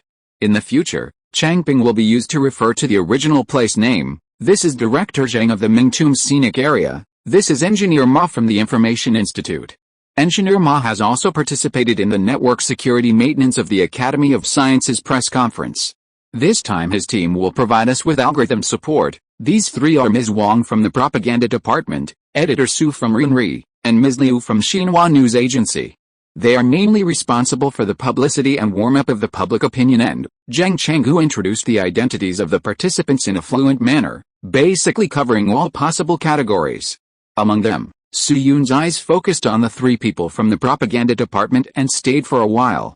It is not difficult to hear from Zhang Chenggu's introduction that the excavation of Yongling this time should also be broadcast live to the outside world like the Academy of Sciences press conference. This is not difficult to understand. After all, the tragedy of Dingling Mausoleum is still a big stain in the Chinese archaeological community. Many people even use it to criticize the image of the country. Although this level of criticism is not painful for the rabbit, it is always a bit annoying, isn't it? What's more, many people are still thinking about opening the mausoleum of Qin Shi Huang. If this stain is not cleaned up in advance, the public opinion situation will be more severe at that time. After introducing everyone's identity, Zhang Chenggu returned to his original position, and everyone took their seats in turn. Zhang Zhongjing sat above academician Pan. After all, although Zhang Zhongjing was not much different in age from academician Pan, he was still 2 or 3 years older, so it was reasonable for him to sit at the top. Opposite academician Pan sat Zhang Bowen, the executive vice president of Jinling University, and the positions were also benchmarked. Zhang Bowen is an academician in astronomy, but in recent years he has gradually begun to devote his energy to school affairs, and his academic achievements have declined a lot. Zhang Chenggu then paused, picked up a contract from the table, and asked his secretary to hand it to academician Pan. "Academician Pan, This is a cooperation agreement for USTC's participation in the Yonggling excavation project. The content is not very complicated. If you have no objection, just sign it. After today's meeting, the GUI official website and the Cultural Bureau official website will officially list USTC as a cooperative unit for the Yonggling excavation. Hearing this, Suyun in the audience raised his eyebrows again.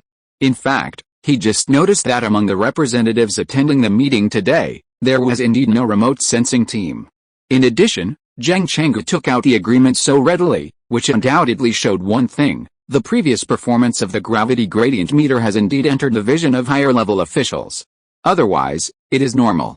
To join a cooperative unit out of thin air, both high and low must first go through a round of voting. Although the voting is likely to be a formality, this process must be recorded in the meeting minutes, and generally speaking, it cannot be ignored. It is obvious that only the will of the top leaders can directly omit this process. Of course, this is not to say that Wang Tong's instructions were in vain. The will of the upper echelons is not convenient to directly interfere with this process, so there must be a primer. And Wang Tong is the most suitable tool. Academician Pan obviously realized this, so he just took a quick look at the content of the agreement, and readily signed his name, and stamped it with the seal of the Executive Vice President of USTC. Then Academician Pan handed the contract to the secretary and returned it to Zhang Chenggu again.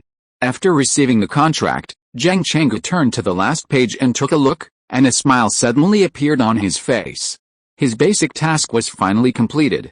Then Zhang Chenggu put down the document, adjusted his glasses, and said to everyone, now that USTC has signed a cooperation agreement, our meeting today can officially begin. The core issue of our meeting is very simple, that is, how to complete the relevant detection of Yonggling. After all, in addition to the detection equipment, the entire detection process also needs to consider many other issues, for example, the application and coordination of drones or helicopters. Hearing this, everyone in the audience nodded.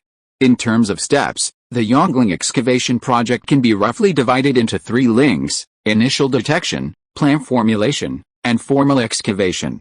The relationship between these 3 is progressive, and the initial detection is the soul and lifeblood of all actions. However, the word detection is simple to say, but there are many things to consider. One of the most basic issues is the application and coordination of drones or helicopters, mentioned by Zhang Chenggu. After all, Yanjing is not like Zhejiang, it is the absolute lifeblood of China. Even if Changping district is located in the suburbs of Yanjing, the relevant procedures for helicopters to fly are very complicated. The same is true for drones. After all, F-500 is not an ordinary drone.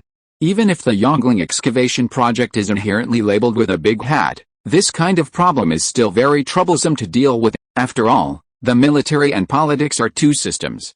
After Zhang Chenggu spoke, Secretary Wang, the representative from Changping district, thought for a moment and raised his hand. Director Zhang, let Changping solve this problem. The leaders of the district committee have mentioned this matter before, and it is easier for us to handle the relationship in our territory, but since it is a formality application, you still need to give me the date and the specific duration of the launch. Zhang Chenggu nodded, turned to look at Zhang Qiu, the director of the Mingtum Scenic Area, and asked, Director Zhang, does the scenic area have any ideas or difficulties on the date? Zhang Qiu is a female comrade in her 50s with a watermelon head.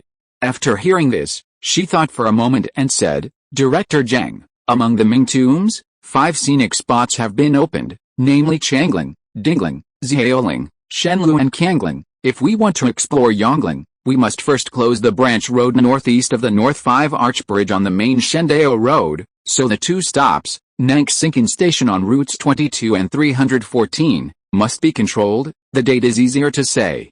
As long as the announcement is made in advance and the attitude is sincere, passengers will basically not have too many objections. If it doesn't work, we can give some small gifts, such as the same white silk as the old crooked tree. Zhang Chenggu looked at Secretary Wang again after hearing this.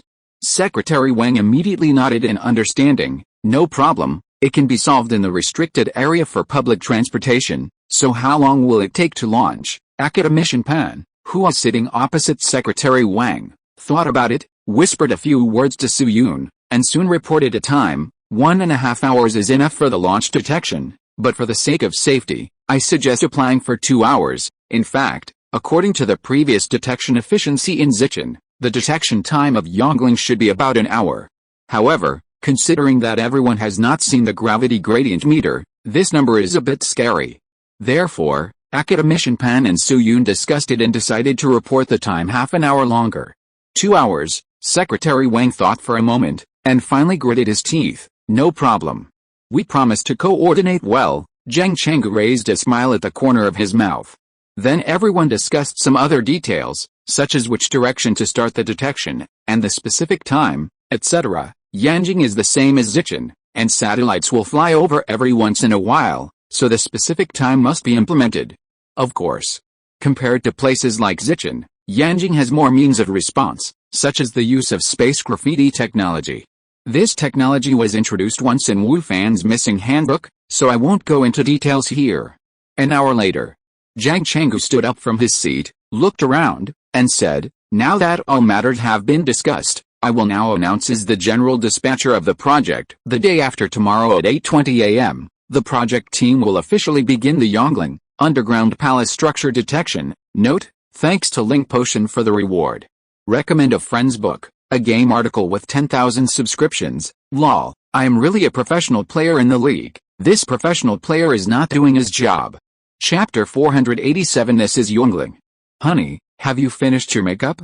The driver is almost downstairs. I'm coming. Wait for me a while. Hearing her boyfriend's urging, Zhang Ying in the bathroom muttered to the outside, and at the same time, she gently smeared lipstick on her lips, and pursed her lips twice in front of the mirror. She felt that the effect was okay this time, and nodded with satisfaction.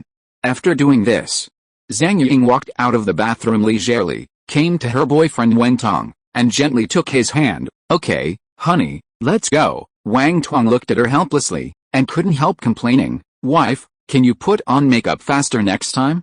It took almost half an hour. Zhang Ying wrinkled her nose at him, smiled a little shamelessly, and began to blame. "Who asked you to quietly give me a set of Lancome Aurora water lotion on Valentine's Day? At first I thought you would just give me a carrot at most." Wang Tong sighed slightly and said while opening the door, "I just thought about the fact that I stood you up on the dinner we agreed to last time, and we are engaged again, so I thought of giving you something nice this Valentine's Day. Hey, do you have your keys there with me?" Zhang Ying shook the keychain in her hand at Wang Tong, and then she thought of something else. A trace of haze flashed in her eyes, and asked Wang Tong, "By the way, Wang Tong, there won't be any more trouble on our vacation this time, right? Last time, we had agreed to go out for dinner, and just as we were about to go out after putting on our makeup, your boss called you back, saying that someone had verified the messy prime number. It was the Mersenne prime number." Before Zhang Ying finished speaking, Wang Tong corrected the mistake in his girlfriend's words, and at the same time touched Zhang Ying's hair intimately. "Don't worry, there will be no accidents this time." "Do you really think that Su-Yun is a troublemaker and can do anything?" Wang Tong said this with a firm tone, because he really thought so in his heart. As an associate researcher at the Chu Chengtong Mathematics Center of Wudaokao Vocational and Technical School, Wang Tong's work pressure this year is much higher than in previous years. He is preparing to sprint for a senior professional title.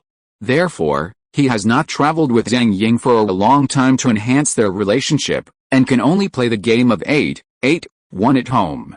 Later, one weekend before the Spring Festival, Wang Tong got a rare weekend holiday. So he and Zhang Ying made an appointment to go out for dinner, and even decided on the place to eat. However, just as he was about to go out, suddenly, a call came from the mathematics center where Wang Tong worked, saying that someone had proved the infinity of Mersenne primes. So Wang Tong could only temporarily cancel the plan with Zhang Ying and hurried back to the mathematics center to do relevant verification. Although Zhang Ying didn't say anything unpleasant at the time, and even supported Wang Tong verbally, Wang Tong could still clearly feel his girlfriend's loss. So on Valentine's Day, he bought a set of cosmetics worth nearly 2,000 yuan for Zhang Ying, hoping that she would be happier. At the same time, Wang Tong also remembered the name of the culprit, Su-Yun. As a result, it was a coincidence. In the 2 live broadcasts of the subsequent USTC press conference and the Academy of Sciences Dark Matter press conference, Wang Tong and Zhang Ying saw Su-Yun many times. Especially the Dark Matter press conference not long ago. Su-Yun grabbed a large part of the show among a bunch of big guys, which made Wang Tong and Zhang Ying admire him and speechless at the same time. At that time, Zhang Ying couldn't help but say to Wang Tong, This Dr. Su is not a troublemaker, right? Could it be that Wang Tong, you are destined to be with Su Yun this year? Wang Tong naturally sneered at this. Just kidding. Su Yun is not a cockroach, how could he be everywhere? It is obvious that it is just a pile of coincidences. Then Wang Tong took a deep breath, changed his shoes with Zhang Ying, and locked the door. Wife, you are good in everything, but your thinking is too liberal arts or emotional. Many things in this world are just pure coincidences. Let's not talk about the distant ones, just talk about the Yonggling mausoleum we are going to today. Can this thing be related to Su Yun? Wang Tong seemed very confident when he spoke, and with the gold-rimmed glasses he wore, he exuded a rational style. A few days ago, Xinhua news agency simultaneously published relevant news about the opening of the excavation of Yonggling mausoleum on Weibo and several other social media. As soon as the news came out, it immediately triggered a lot of social public opinion feedback. After all, there has been no official excavation of the emperor's tomb in China for more than 60 years. In addition to the special nature of the Ming dynasty, the internet soon divided into multiple battlefields. There are related discussions initiated by industry insiders in the archaeological circle regarding the tragedy of Yonggling Mausoleum, which are relatively professional. There were also comments from passers-by about Zhu Haokong, the Jiajing emperor himself. There were also various speculations about whether the Yongle encyclopedia existed in the underground palace. Although Wang Tong was a Tongliao fan, he was soon aroused by these discussions. So after discussing with Zhang Ying, they decided to take advantage of the precious holiday to visit the Ming tombs and visit the Yonggling mausoleum. At the same time, considering that the Ming tomb's scenic area is located in the suburbs of Changping and is some distance away from the urban area of Yanjing, Wang Tong also specially booked a homestay for one night around the Ming tombs, making the most of the preparations that should be made. Wang Tong thought, no matter how capable Su Yun is, it is impossible to affect his vacation this time, right? I heard that there is a small forest around the homestay, maybe we can have some exciting fun at that time. Ding dong, just when Wang Tong was daydreaming, a text message sound suddenly came from the mobile phone in his pocket. Wang Tong came back to his senses, looked at Zhang Ying, and subconsciously took out his mobile phone to take a look. This message was sent from a number starting with 106, not a standard institutional number like 10,086 or 95,533. However, judging from the Dianping at the beginning of the content and several previous order cancellation messages on the same page, this is obviously a notification number segment of Dianping. So Wang Tong subconsciously read it while reading, Dear Dianping.com user, your order for the Ming 13 Tomb Scenic Area Package ticket number 2,382,994,956,948 has been cancelled due to the scenic area. To express our apologies, you can go to the XXX website to enter the order information and receive a white silk signed by Chang Zhan after the refund. Wang Tong, what the hell? What's going on? The order was cancelled? What the hell is the signed version? After a while, Wang Tong seemed to think of something again. He exited the text message page, clicked on Douyin, and entered the keyword Ming 13 tombs. Then choose to sort by time. Sure enough, after making the selection, some recently released videos immediately appeared in front of Wang Tong. Wang Tong chose a video with the most likes and comments and clicked on it. He found out that the person who recorded the video was a man in his 50s, who was even more unlucky than him and Zhang Ying. This man was stopped outside the scenic area. Family, the uncle started with a standard family greeting on the internet, with his nose pointed at the camera. I'm so mad. I took my wife to visit the Ming tombs early in the morning, but we were told that the park would be closed for remote sensing measurement today. Don't you think it's unlucky? But to be honest, the attitude of the scenic spot is okay. They will refund the full amount, and give a free lunchbox when you book tickets next time at a 50% discount. So everyone is not too angry. After all, we support the work of the country. The uncle turned the camera again and locked on another group of people not far away. Look, those people are members of the detection team, but they are not allowed to take pictures of the situation inside their car, saying that it is some remote sensing equipment or something, but you can take pictures of people outside. There are many young people in this group. By the way, it seems that the very powerful doctor from the University of Science and Technology of China is here too, the one you always shout about social death, Su's Himo or Su something. Wang Tong was stunned. Then he quickly pressed the pause button and took a few glances in the direction the uncle turned. Sure enough, among the people at the front, Wang Tong found a familiar figure. Fuck, it's Su Yun again. At this moment, Su Yun, who was far away in the suburbs of Yanjing, didn't know that he had ruined the relationship of a couple, a young couple. He didn't know what kind of intersection one of them would have with him in the future. At present, all his energy was focused on the exploration of the Yongling Underground Palace today. There were quite a few members carrying out the exploration mission this time, a total of more than 20 people. In addition to Zhang Zhongjing, Wang Tong and others, Wang Yuding, who had just arrived in Yanjing yesterday, was also on the list. In addition, there was a service team of about 10 people around them, who were ostensibly security personnel to maintain order on the scene and prevent accidents. However, their actual identities, functions and real numbers can only be understood but not expressed in words. Of course, high standards are high standards, and the project committee did not block the surveying and mapping itself. After all, if you want to excavate Yongling, surveying and mapping is an indispensable link, and this is public information. As long as the gravity gradient meter is disguised as an ordinary remote sensing device and sent into the site, the whole process is an ordinary terrain exploration. If you hide it, it will be easier to expose your chicken feet. Besides, the excavation committee also needs this kind of occasional leakage of information to maintain the heat of public opinion, just like the so-called Reuters photos and encounter photos in many film and television works, which are also beneficial to the whole process. So, Lao Tong, how long do we have to be filmed here? Looking at the passers-by who were constantly taking videos with their mobile phones, Wang Tong, who was leaning against a car door, couldn't help but say to Tong Huaijin beside him while smoking a cigarette, "It's been more than an hour. If it goes on like this, just put up a fence in front of us and charge for it as a tourist attraction. You're the only one who talks too much." Tong Huaijin rolled his eyes at him, looked up at the sky, and snorted, "You are at least a well-known archaeology professor in the country.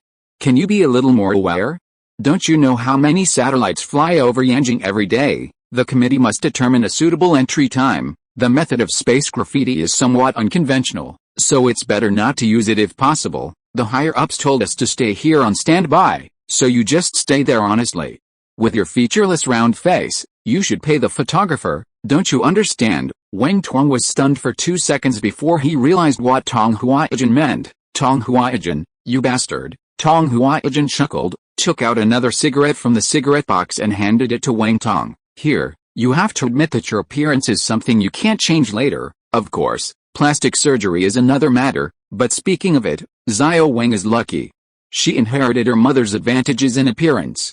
Only in terms of temper and personality, she is printed from the same mold as you." Wang Tong took the cigarette, blocked the wind and got a light from Tong Huaijin, and exhaled a puff of white smoke leisurely. "Then you might as well inherit my appearance?" Tong Huaijin thought for a few seconds and nodded seriously. "Yes, your personality is much worse than your face." As he said that, he glanced at Su Yun, who was sitting on an iron box not far away and chatting with Lu Chaoyuan, and pouted his lips in that direction without any expression, and gossiped, "Hey, old man, how is the matter between Xiao Wang and Xiao Su going?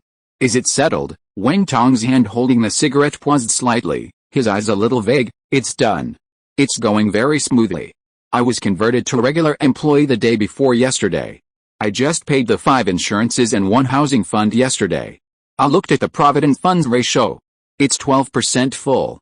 The treatment is pretty good." Tong Huaijin, "Why do I feel that this answer is a bit wrong?" Then Wang Tong sighed again and shook his head. "There's nothing I can do. This girl has the same personality as me. She doesn't care about anything except academics. The key is that Xiao Su also has the same idea." Tong Huaijin continued, while the two were chatting. Zhang Zhongjing suddenly heard a phone call. Zhang Zhongjing took out a special communication device and exchanged a few words with the other party. "Well, it's me." "Okay, got it." After hanging up the call, Zhang Zhongjing strode to the front of the crowd, clapped his hands, and said loudly, "Okay, everyone, we have just received the instructions from the excavation committee command headquarters. Please get all the personnel in the car and return to their positions. And prepare the equipment to enter the site." Hearing this, the people who were resting outside the car walked into the car one after another, and the surrounding service personnel also began to disperse the onlookers. Seeing this, Wang Tong and Tong Huaijin also put out their cigarettes and returned to the car. This time, The detection team drove a total of 5 commercial vehicles, 4 remote sensing mapping vehicles and 2 logistics vehicles, a total of 11 vehicles. Among the 3 remote sensing mapping vehicles, 2 were equipped with real remote sensing equipment. Their purpose was to confuse the audience, but the object of confusion was not the satellite, but the surrounding melon-eating party. After all, although the entire Ming-13 Tomb scenic area is prohibited from entering tourists today, there are also various homestays or villages around the scenic area, and there must be a lot of people watching from outside. If these people occasionally take pictures of the remote sensing detection equipment carried by small drones, it can not only increase public attention, but also further reduce the risk of exposure, killing 2 birds with 1 stone. More than half an hour later, the convoy drove out of the main guard road of the scenic area and arrived outside the Shing monument of Yongling. Speaking of ancient mausoleums, the first thing to mention is a concept, Shinto. The Shinto here is not the incense Shinto in novels, but the main trunk road in the ancient imperial mausoleum area, which means leading to death. The main road in the mausoleum area of ancient Chinese emperors is public, like the trunk of a big tree, and the auxiliary roads leading to each mausoleum are like branches. The main road built by the emperor who first built the mausoleum usually goes directly to the front of his mausoleum, and later emperors extended in other directions based on the main road. The so-called holy virtue stele refers to the stone stele erected on the mausoleum palace road to praise the emperor's life achievements. Generally, it is a dragon head stele carried by a tortoise, located in front of the mausoleum gate. That is to say, no matter what dynasty, as long as there is a dragon head stele, there must be an emperor's mausoleum behind it. Behind the dragon head stele is the first courtyard of the mausoleum, called Chongmen, in the business car. Zhang Zhongjing, director of the Ming Tomb scenic area, was introducing the layout of the Yongling mausoleum to everyone. Behind the double gate is the second courtyard, called the Zunan Gate, and behind this gate is a Zunan Hall. After the Zunan Hall is the third courtyard, called the Luxing Gate, and the supporting buildings or sacrificial vessels are called Shiwugong. After passing Shiwugong, it is the Ming Tower. There is a circular area behind the Ming Tower, which is called the Treasure City. The top of the Treasure City is called the Treasure Top, and under the ground is the real underground palace, which is the area where the coffin is placed. Academician Pan listened quietly, took out an ordinary round-headed key from his body, gestured and said, "Director Zhang, do you think I am right? The area between the double gate and the Ming Tower of the entire Yongling Mausoleum is a long strip, similar to the head of a key. The area where the Treasure City is located is the key handle, and the two form a key, which is the Yongling Mausoleum."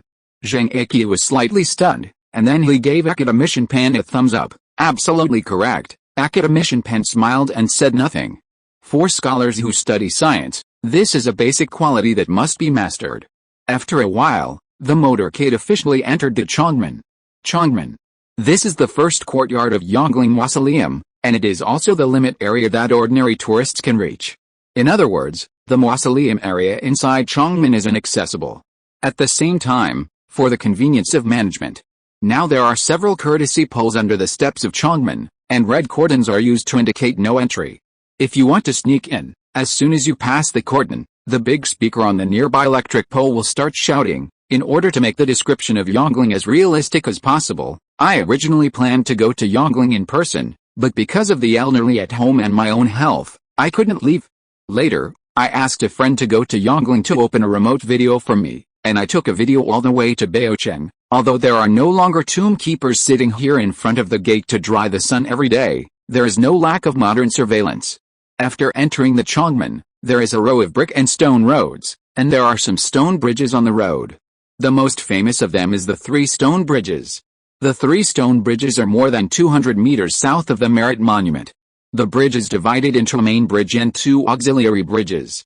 They are all stone-built single-arch bridges with gentle slopes, which basically maintain the original appearance of the ancient stone bridge. The main bridge is 15.8 meters long and the bridge deck is 6.7 meters wide. The 2 auxiliary bridges are 7 meters long and 3.5 meters wide. Therefore, it is not difficult for remote sensing vehicles to drive through the 3 stone bridges. Just take the main bridge. That's it. The convoy passed through the Enmen Gate and Luxing Gate successively, and finally stopped at the Baocheng where the underground palace is located. Baocheng covers a large area. From a distance, it is a huge base with a circular plain, a diameter of more than 200 meters, and a height of several meters. This is the tomb of Emperor Zhang. There is a tall building at the front of Beocheng, which is the so-called Minglao. There is a holy name monument in the Minglao, which is equivalent to a steel pavilion. It is also the most important symbol of the 13 mausoleums. Almost all schematic diagrams of the 13 tombs use the Minglao as a symbol to indicate their location.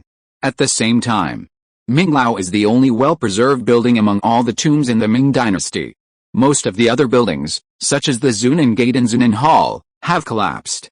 In fact, there was originally another circle of walls outside the Beocheng, called the Outer Luocheng. After getting off the bus, Zhang Zhongjing took advantage of the gap when the service personnel were moving equipment to introduce the relevant situation of Beocheng to Su Yun and others. Beocheng is similar to the imperial palace, and Luocheng is equivalent to the city wall of the ancient capital, which plays a protective role. However, with the passage of time, the outer walls and mausoleum gates of Luocheng have all collapsed. The square used to have blue bricks, but now it is full of weeds and not even a bird can be seen. Although the upper level allocates funds every year and we regularly repair the ground, we can't dispel the bleakness anyway. Hearing Zhang Zhongjing's words, Su Yun couldn't help but look up and look at the Beocheng in front of him, the mausoleum of Emperor Zhang. When Emperor Zhang ascended the throne, the Ming dynasty had been established for 153 years. During the 276 years of the Ming dynasty, he led the glory for 45 years alone and was the second longest reigning emperor of the Ming dynasty. He inherited the fruits of the rejuvenation of the Zhang dynasty, but also created the origin of the political chaos in the late Ming dynasty. Some people say that Zhang was the root of all evil that led to the decline of the Ming dynasty and his crime was unforgivable. Others believe that he was actually a genius with unparalleled skills in controlling people, but he just used it in the wrong direction. But no matter whether he was a benevolent monarch, a saintly monarch, a foolish monarch or a tyrant, hundreds of years later, what was presented to the world was only a bleak and dilapidated treasure city, no matter how it was maintained. With a naked eye, the stone slabs on the sacred road have been crushed or cracked in many places. The former white marble base was also mottled. There were even many fruit trees planted between the saintly monument and the chapel, and a commemorative apple was priced at 8 yuan. This may be the years. Xiao Su, just as Su Yun was feeling a little emotional, he suddenly heard the call of academician Pan in his ears. The equipment is almost ready, let's hurry over. Su Yun came back to his senses and turned his head to look at the remote sensing vehicle not far away. Just as academician Pan said, a lot of equipment has been placed on the flat ground not far away, and Zhang Han and others have begun to do the final data verification. So he quickly responded with a yes and followed academician Pan to the operating table. Dr. Su, academician Pan. After Su Yun and academician Pan arrived at the command point, Zhang Chenggu, who was in charge of project scheduling, walked quickly to them and waved a mobile phone at the two of them. It is 8:10 in the morning. In 10 minutes, we will officially start the exploration of Yongling. 8 minutes ago, the Red Falcon I-2M tactical nanosatellite across the sea just flew over Yanjing and happened to observe two standard remote sensing detection equipment placed on the ground. The next one to appear over us will be Skybox's Quickbird remote sensing satellite, with an interval of 2 hours and 18 minutes. If we have not completed the measurement 10 minutes before the satellite arrives, the Superior Department will start space graffiti. Su Yun and academician Pan nodded in unison. As we all know, the current remote sensing, or artificial satellites, can be divided into two types, synchronous orbit satellites and non-synchronous orbit satellites. Among them, the synchronous orbit refers to the orbit whose orbital period is the same as the Earth's rotation period, that is, the satellite is stationary in the sky relative to the ground. For example, Japan's Sunflower 8 and Argaeofan 4 are such synchronous orbit geostationary observation satellites. They can conduct minute-level real-time monitoring of the East Asian region, with a temporal resolution of one scene every 10 minutes, but the spatial resolution is usually at the kilometer level. Therefore, the actual detection is done by non-synchronous orbit satellites. They generally operate at an altitude of 150 to 1,000 kilometers, fly around the Earth more than 10 times a day, and are also the main force in space reconnaissance missions. There are currently 5 optical reconnaissance satellites in service across the sea, including 4 Keyhole 12 series satellites and 1 Falcon I-2M satellite. In addition, there are 28 electronic reconnaissance satellites, 6 SAR imaging reconnaissance satellites, and a large number of satellites that are commercial but actually sneaky. The orbits of these satellites are fixed and will not easily change their orbits. However, due to the relative motion between the satellite and the Earth's surface, after a certain period of time, most satellites can traverse the globe. For example, the Maoshang is not a big Maoha, but a Maoshang. In those days, a satellite orbit called Malnaya was designed. Its orbital period is 12 hours. Whenever the satellite comes over the other side of the sea, it will slow down and collect data carefully.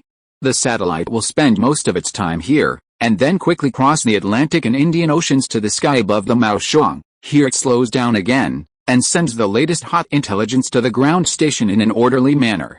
So, at present, places like Yangon, Shanghai, and Chengdu have flies buzzing by almost every 2 or 3 hours. Some students who say that there is only one satellite flying over in China a week should learn more about it. Therefore, it is just like Zicheng at the beginning. This time, the time left for Suyun and Academician Pan is only 2 hours and 18 minutes. Note, it is another long chapter that stays up all night, and I am asking for monthly tickets with confidence. I recommend a book by my good friend Ho Hongwu, Standing Tall and Standing on the Earth, a new work by the winner of the Galaxy Award. Chapter 488. The results of the underground palace detection are out. 2 hours and 18 minutes.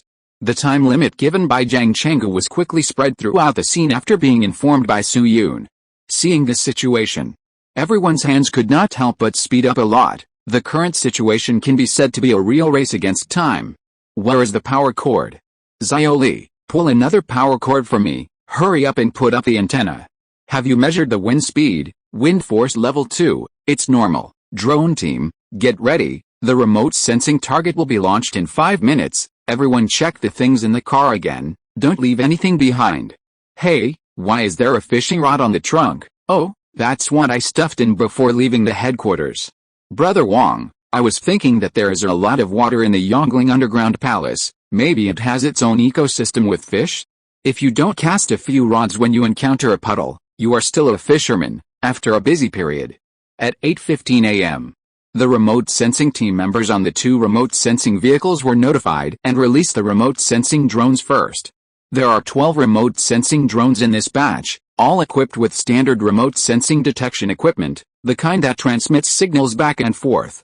Their main purpose is very simple, which is what we said before, confusing people. It is a means to confuse those who eat melons, and it can also satisfy the psychological needs of those who eat melons to watch the excitement. Just like road construction in reality.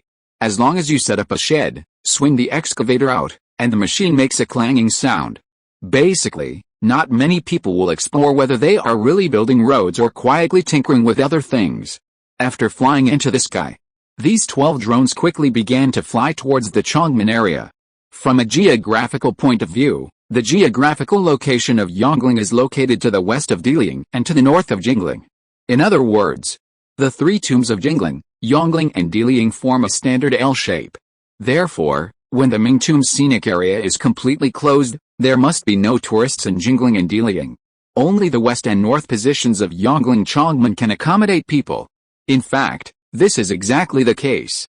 At this moment, in the tourist rest area on both sides of the Yongling Heavy Gate, there are hundreds of tourists sitting there, ready to eat melons and watch the excitement.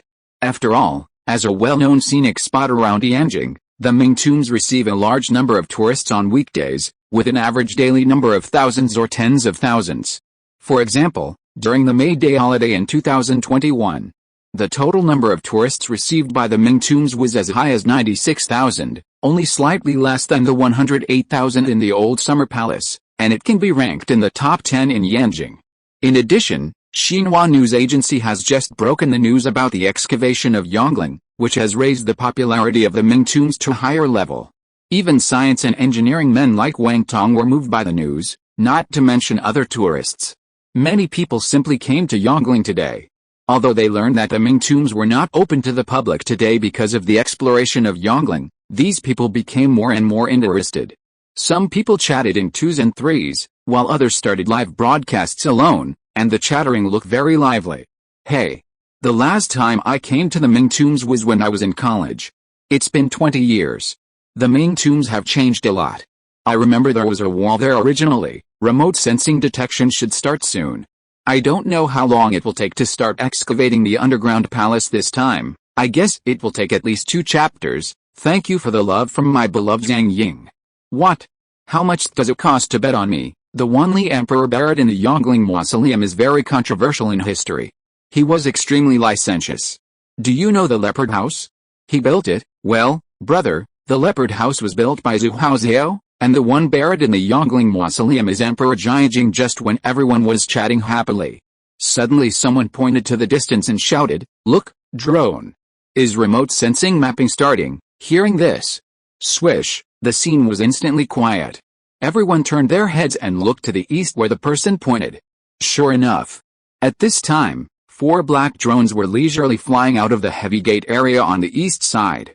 They were much larger than ordinary drones. If you have good eyesight, you can see that there is a device on each drone flashing red light.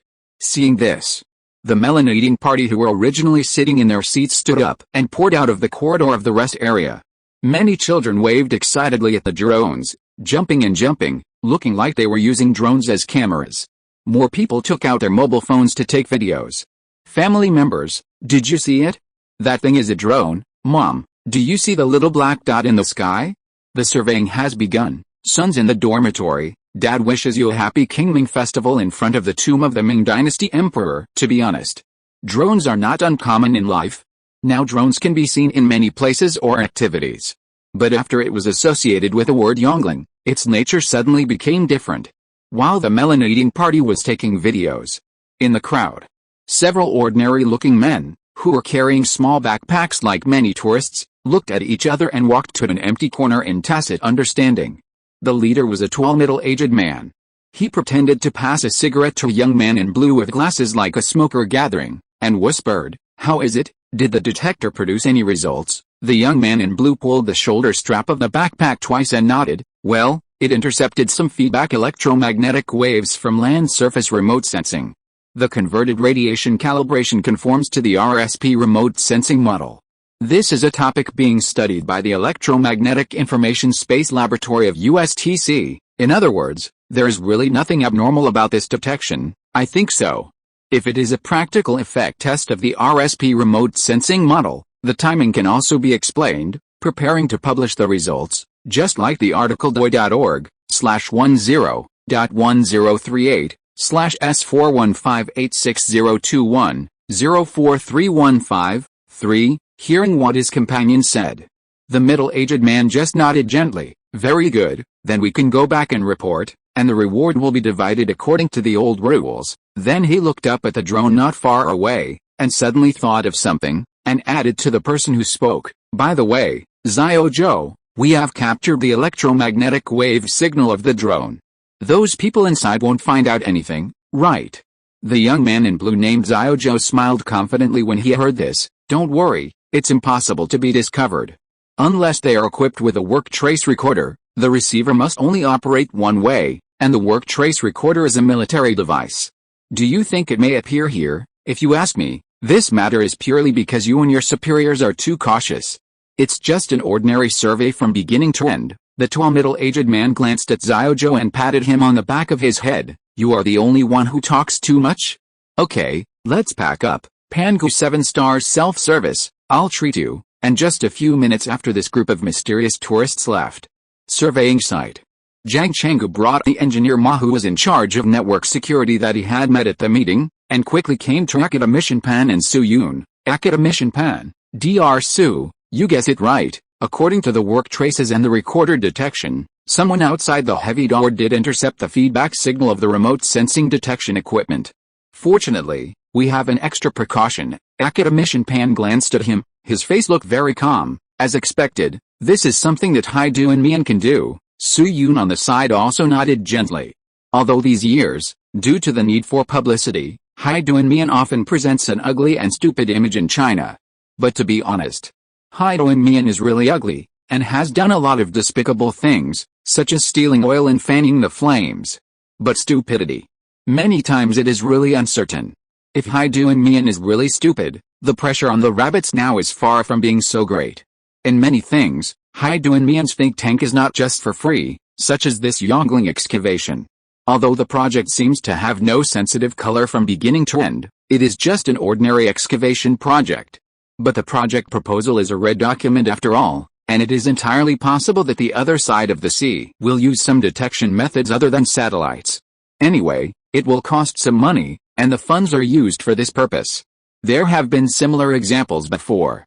When the Terracotta Warriors and Horses Pit No. 2 was excavated, people with bad intentions were caught.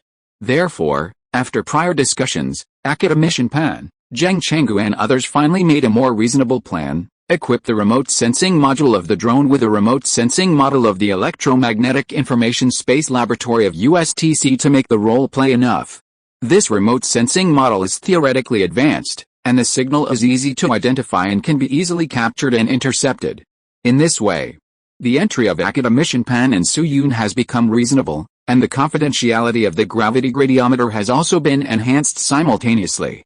Of course, it should be noted that academician Pan and Zhang Zhongjing are not worried that the gravity gradiometer will be copied after being leaked. It has been mentioned before that the real core of the gravity gradiometer lies in the mapping module and structure, which are all breakthroughs that Su Yun has achieved through reward drawings. That is to say, even if the other side of the sea knows that Pangu particles can be used for instrument mapping, it is still difficult to imitate them. Academician Pan, or what the higher-ups are really worried about, is that the existence of the gravity gradient meter itself will be known to the outside world. If the other side of the sea or other major powers know that the rabbits have developed a gravity gradient meter, then they will inevitably increase military spending significantly to upgrade nuclear submarines. In this way, unless World War II breaks out immediately, the deterrent effect of the gravity gradient meter will probably be weakened as the opponent's technology improves over time.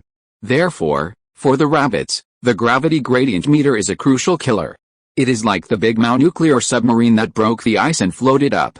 It is not that it cannot be made public, but it must be used at an appropriate time, otherwise it is a waste. For example, if someone uses visiting a sensitive area as an excuse to demonstrate and conduct certain games through diplomatic means. If the rabbits have a gravity gradient meter, then there is no need for military deterrence. The rabbits only need to lightly announce the location of the other side's nuclear submarine in the Arctic, then the result of this matter will probably be different. When the Russian nuclear submarine broke through the ice and surfaced, the other side of the sea was in a state of depression for 7 months. Indeed, it has been a while since the 4V incident, and there is no need and meaning to discuss it again. But now the rabbits have the gravity gradient meter. If there is a similar incident in the future, it will be fun to watch. Anyway, Su Yun is still looking forward to that day. In short, the reason for the confidentiality of the gravity gradient meter has nothing to do with the technical reproduction, but because the deterrent effect will decrease after it is made public. Therefore, before that, it is necessary to strictly prevent the news from leaking. Academician Pan then thought for a while and asked Zhang Zhongjing, "By the way, Director Zhang, have the people who intercepted the signals been identified?" Zhang Zhongjing nodded and patted the shoulder of Engineer Ma beside him. "Don't worry, in less than a minute, the comrades from the Network Security Department have found out their family tree. These people are all video bloggers or practitioners related to tourism, and some are enthusiasts of electronic equipment. The leader is called Chen Weizi. He has a special profession. He runs a noodle restaurant next to Beijing Normal University. It's just that the higher-ups want to play the long game and catch the big fish, so they haven't taken any action against him for the time being and let them go back." As he spoke, Zhang Zhongjing suddenly pulled up a smile, as if he thought of something very interesting, but although they were not controlled immediately, there must be necessary surveillance, for example, Chen Weizi's noodle shop. If nothing unexpected happens, his noodle shop will become the canteen of the confidentiality department in the future. It is said that the comrades in the confidentiality department are already writing a report to strive for a sum of funds. After all, you have to add a braised egg and small intestine to your noodles, right, Academician Pan? Then Academician Pan paused, looked at the time, and asked Zhang Zhongjing, "Director Zhang, it's almost time now.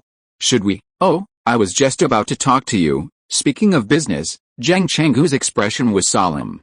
"Is the pre-debugging of the gravity gradiometer completed?" The debugging of the equipment was the link that Su Yun was responsible for, so he quickly gave a reply. "Director Zhang, the gravity gradiometer was ready 5 minutes ago and can take off at any time." Zhang Zhongjing nodded, glanced at Zhang Zhongjing, who was mapping the data of the external buildings of Yongling, and said, "In that case, Dr. Su, let's get started." "Got it, Su Yun said yes to Zhang Chenggu, then turned to look at Zhang Han beside him. Sister Zhang, let's get the equipment up in the air. Zhang Han had been ready while the others were talking, and now that he had received Su Yun's instructions, he immediately pressed a key. A moment later, two F-500 mid-axis drones flew into the sky at the same time. Like the previous small drones, one of the two F-500 mid-axis drones was also equipped with normal remote sensing equipment to confuse the line of sight. At the same time, its height was more than 300 meters higher than the one carrying the gravity gradiometer. In addition, the gravity gradiometer this time was also simply packaged on the outside, and it looked like a push-broom scanner with an array. The push-broom scanner with an array is a relatively large type of optical remote sensing instrument, and it is also very popular. For example, in the documentary 100 Mountains and 100 Rivers shot by CCTV documentary channel, a considerable part of the footage was shot using a push-broom scanner with an array. You can say that this thing is used for data detection, or you can say that it is used to collect materials for documentaries. After all, it is normal to shoot a documentary from beginning to end for such a special project as the excavation of Yongling. It would be abnormal not to shoot it. In addition, in the last remote sensing vehicle, there is also a 5-person information team that is constantly observing the changes in the signals of various bands in the surrounding area. Assisting them is a satellite located above Yanjing, called Kangkwang 3. This is a geostationary electronic reconnaissance satellite, and its performance is comparable to Mentor, which is an advisory satellite across the sea. It has a space-based wide area monitoring system that can monitor thousands of ground signal sources at the same time. If necessary, it can also search for electronic signals such as radar, missile telemetry, mobile phone signals, and communication broadcasts in low northern latitudes. What? You ask why it is low northern latitude? Want to watch the Vietnamese Football League? No way. Although the rabbits are all stable, then under the watchful eyes of everyone. The two F-500 mid-axis drones flew higher and higher.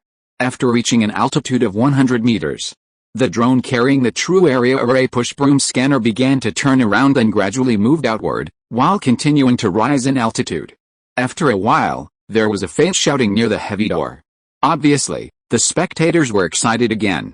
The drone carrying the gravity gradiometer stopped at 100 meters and began to circle around Baocheng. Of course, Su Yun and others had already made strict calculations in advance on the data and specific procedures required for the entire surveying process. There are strict and clear plans for the altitude, flight speed, and which area the drone stays in for a longer or shorter time. For example, the exact altitude of the drone is 114.514 meters, and the speed when circling is only 15 kilometers per hour, etc.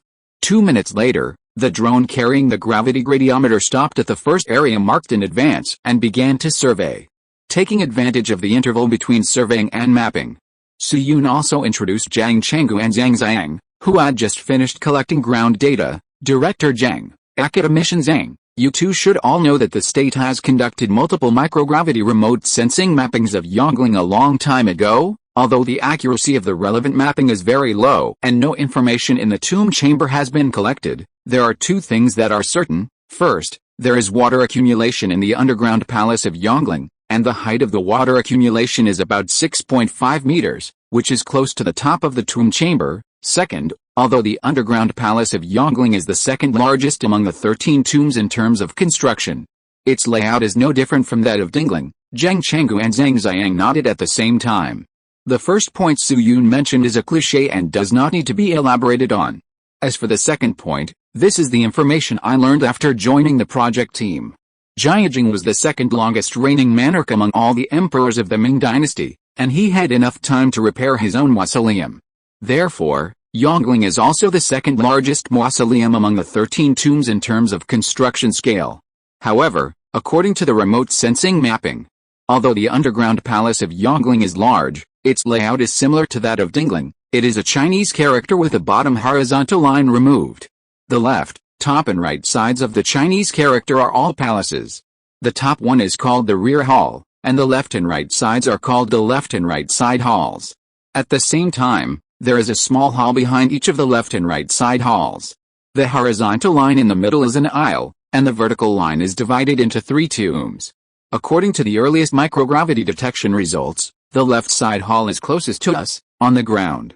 Su-yoon pointed to the real scene of the treasure city in front of him and said, "The rear hall is to our east, that is, on the left, and the front hall is to your right. Among them, the coffins of Emperor Zhongjing and the three queens, Chen, Feng, and Du, are located in the rear hall. This is a rule of ritual system and does not even need to be supported by detection results." Then he paused, took a floor plan from Zhang Han, and continued to gesture and said, "So we set up 9 surveying and mapping stop points based on the distribution of these 9 tombs to ensure that the first floor of the Yongling underground palace is detected first." Hearing the words first floor, Zhang Changgu looked up at Su-yoon and said nothing.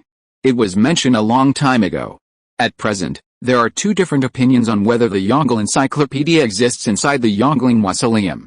Among the opinions that support the existence of the Yongle Encyclopedia in the Yongling Mausoleum, there are 3 small factions. The first one believes that Zhongjing did not separate the tomb chambers separately, and the Yongle Encyclopedia is in these 9 or 8 tomb chambers except the rear hall.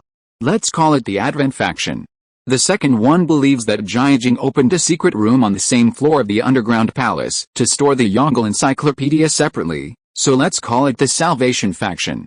The third one is that Zhongjing did not dare to destroy the existing system, so he dug a second floor under the underground palace to place the Yongle Encyclopedia. This part is considered the survivor faction. To be honest, all 3 small factions make sense. The total number of Yongle Encyclopedia is 10,000. According to the records of Ming history, each volume is 50 centimeters long and 30 centimeters wide, but the thickness is unknown. Assume that each volume is 2 centimeters thick. Then 333 volumes of the Yongle Encyclopedia can be placed per cubic meter, and only about 30 cubic meters are needed to store 10,000 volumes. A modern 2-bedroom, 1 living room has an area of about 100 square meters. In other words, theoretically, as long as it is piled up to a quarter of the height of Pandora, this room can hold all the more than 10,000 volumes of the Yongle Encyclopedia. Although if the burial is carried out according to the standard ritual system, there will not be such a large empty room in the underground palace of Yongling. However, during the excavation of Dingling, there was an abnormal discovery. The interior of the left side hall of the entire underground palace of Dingling is completely empty. This issue is still very controversial to date. Among them, the explanation of the Advent party is as follows. The left side hall was originally used as a tomb for concubines to be buried alive. After Ming Yingzongzu Qizhan abolished the practice of burial alive, although there were no concubines to be buried alive, in order to ensure the continuity of the ritual system, the emperors who came later still retained this empty tomb. If this is true, then this tomb in Yongling must be empty, and it is indeed possible that the Yongle Encyclopedia is stored. However, not many people agree with this idea. After all, there is no concrete evidence to support it. At the same time, if the Yongle Encyclopedia exists in the left side hall, then it must have lost its meaning of rescue, so it is called the Advent faction. Even fewer people agree with the second idea. Because the layout of the underground palace is an absolute restricted area. The restrictions on the upper and lower floors are better, but if you dare to open a small door on the same floor, Zhu Yuanzhang will be so angry that he will come back to life and beat you to death during the construction. Therefore, among all the opinions, the survivors are the majority. Now it seems that Su-yoon is also a survivor? A few minutes later, Zhang Han raised his head from the operating table and said to Su-yoon, "Dr.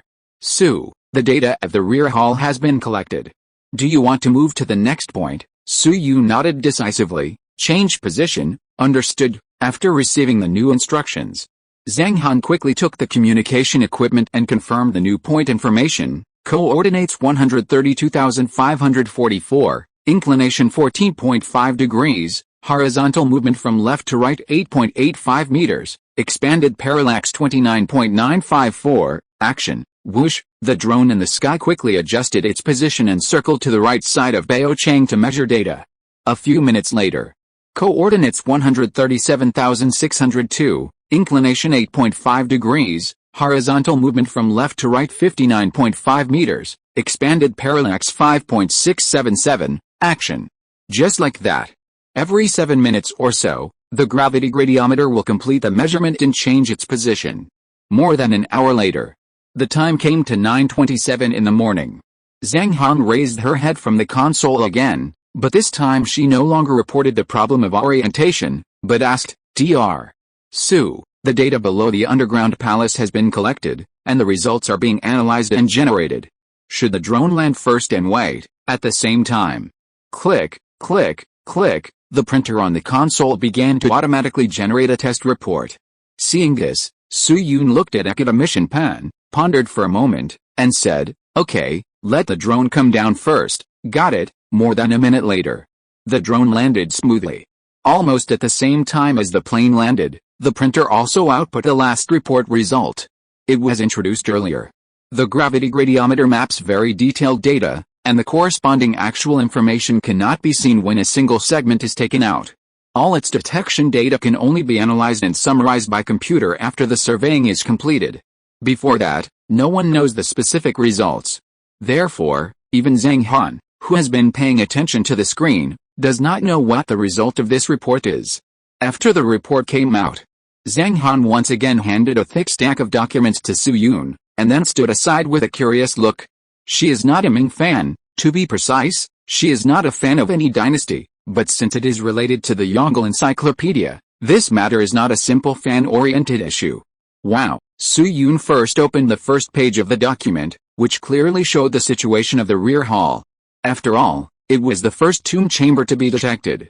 Then Su-Yun looked at the report while checking the gradient database. There are 4 coffins in the tomb chamber, with unknown patterns and materials.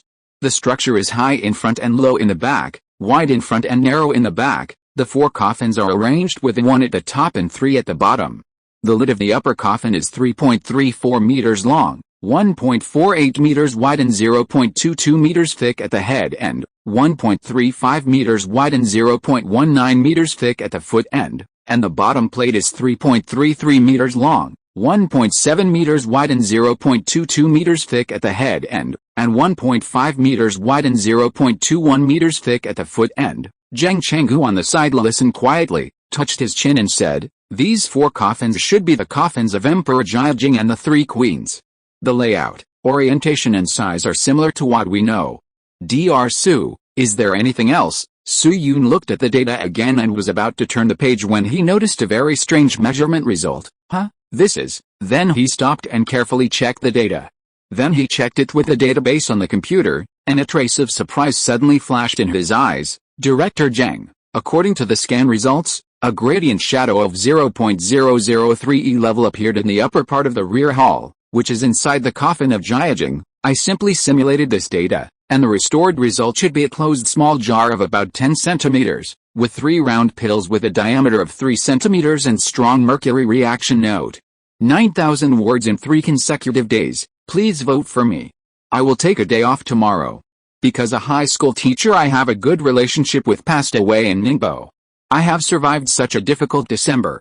Alice, things are unpredictable. The explosion will continue the day after tomorrow. I will open a new copy after I finish writing this paragraph.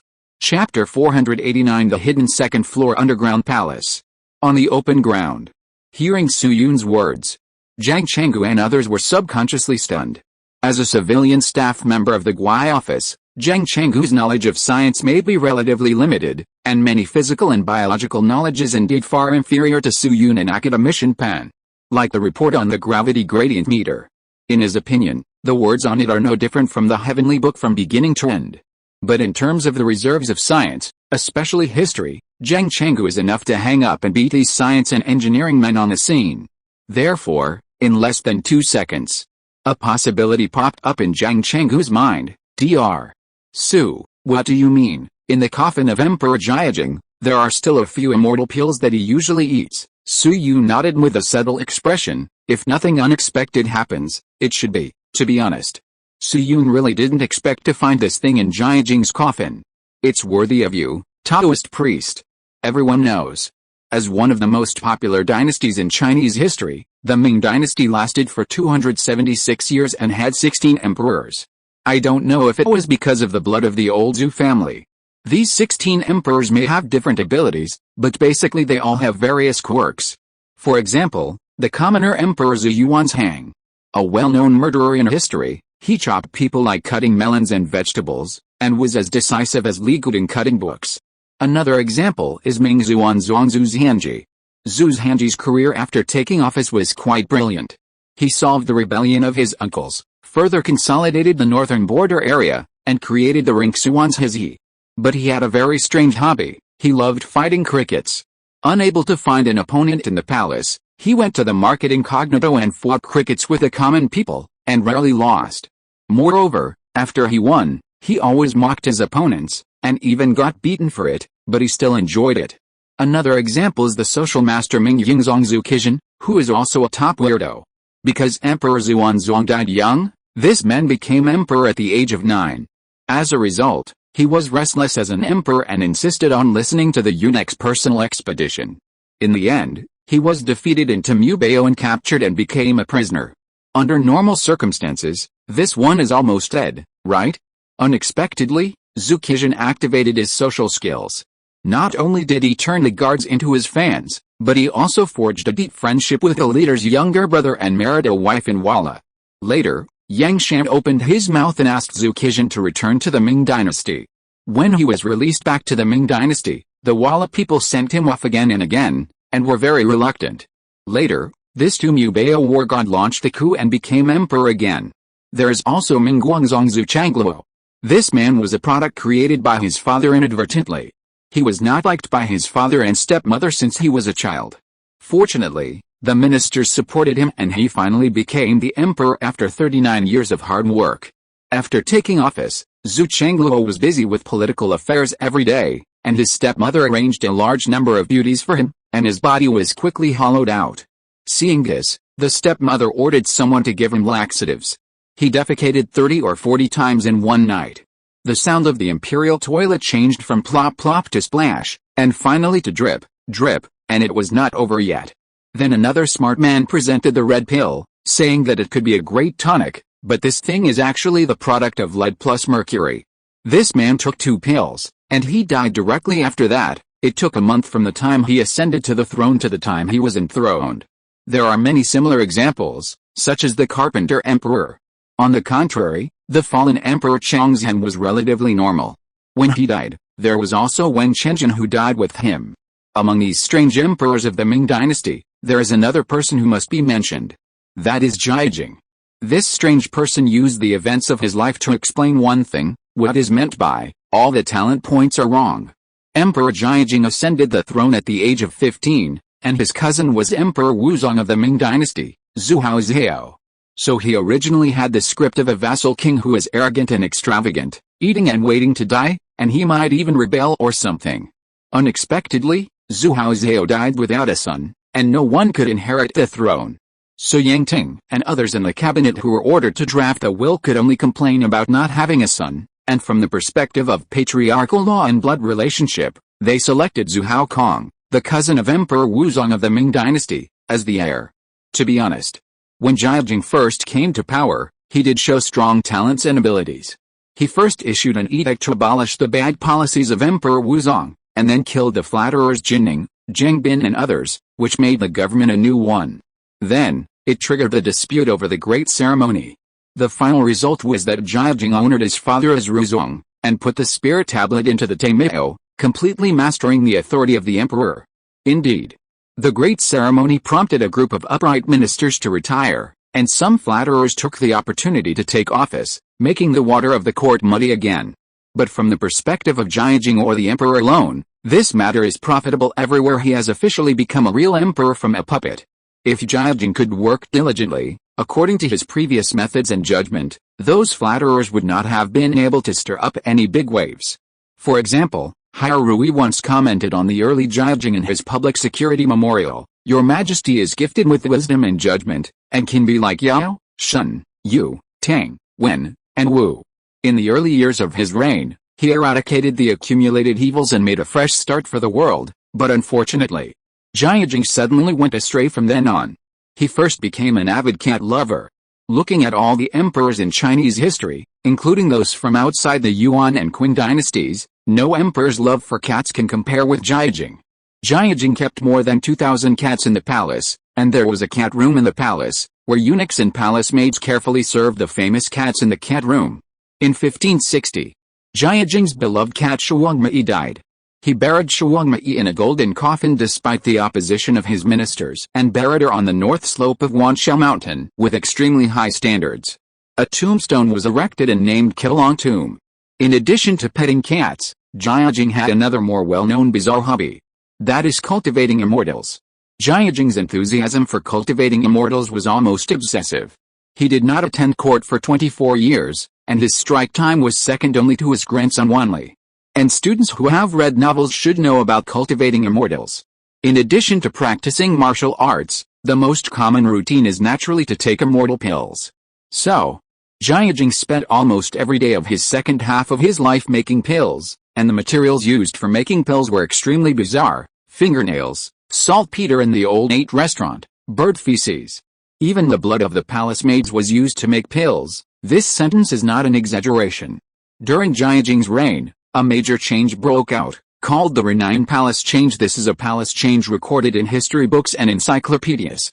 The cause of the palace coup was that the palace maids could not stand this torture, so they wanted to strangle Jiajing. If it weren't for the 2 knots that could not be tightened, Jiajing could have really ascended to heaven. Among these pills, there are 2 materials that are indispensable: lead and mercury. Therefore, after Su Yun said that there was mercury and pill reaction in Jiajing's coffin, Zhang Chenggu immediately thought of the immortal pill that Jiajing took.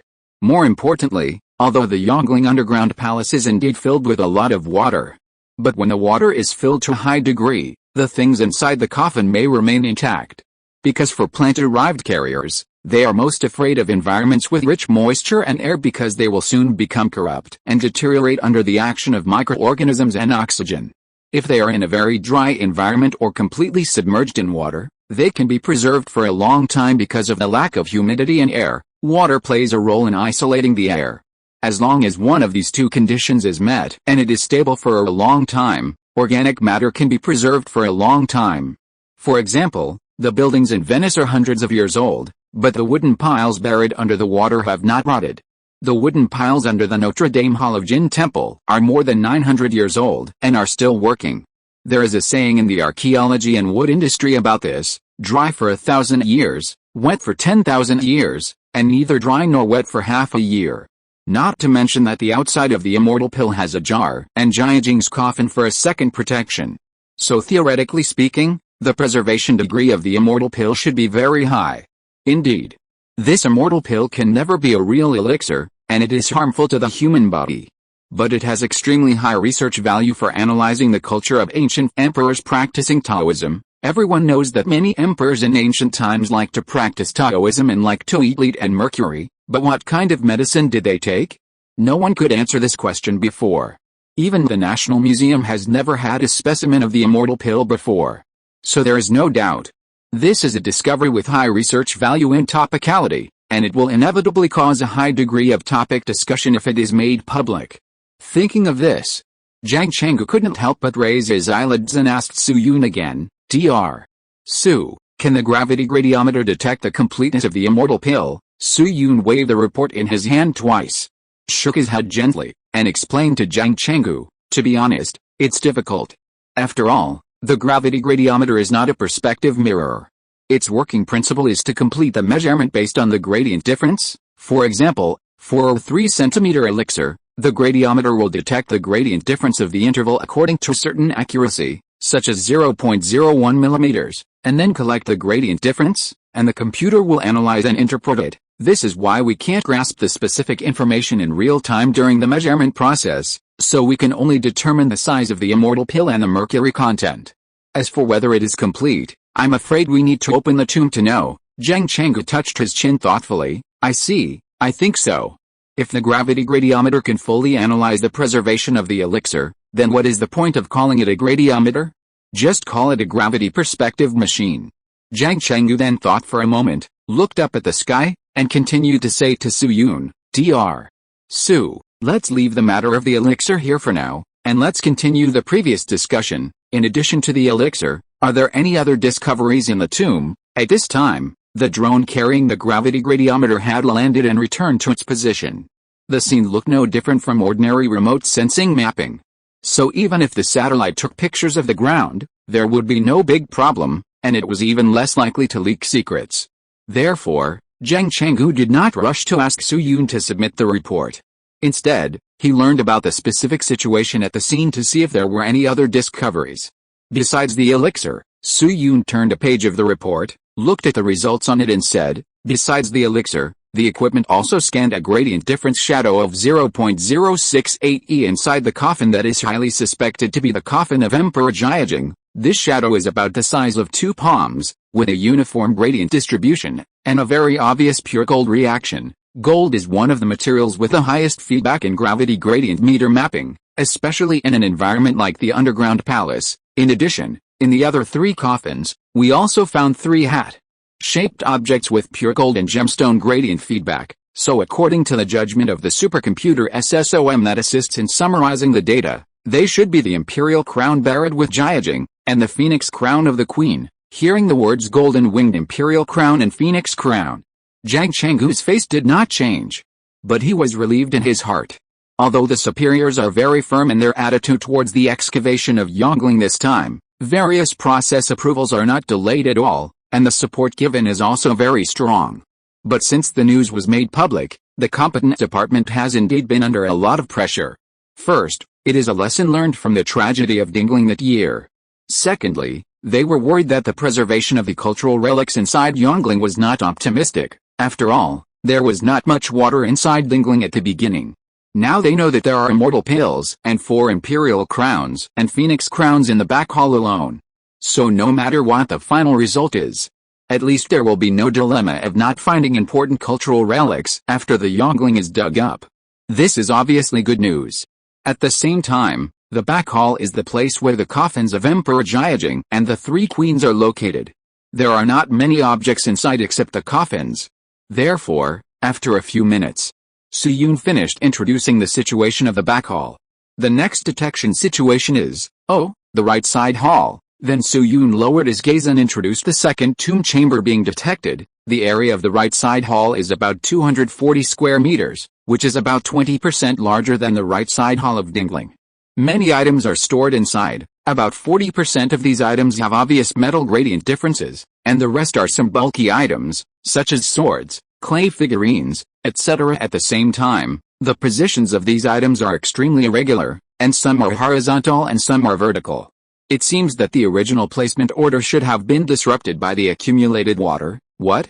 There is something in the right side hall. Hearing this, Tong Huaijin, who had just arrived beside Su Yun, was stunned for a moment, and hurriedly asked, "What about the left side hall?" Su Yun turned another page of the report. His eyes stayed on the paper for 10 seconds, and quickly gave an answer. "Professor Tong, according to the test results, although the objects in the left side hall are not as many as those in the right side hall, the density is still considerable. From the gradient difference, it should be lamps, clay figurines and the like. In short, whether it is the left side hall or the right side hall, it is impossible for a large number of books to exist inside, even if they are sealed in boxes." Tong Huaijin opened his mouth subconsciously.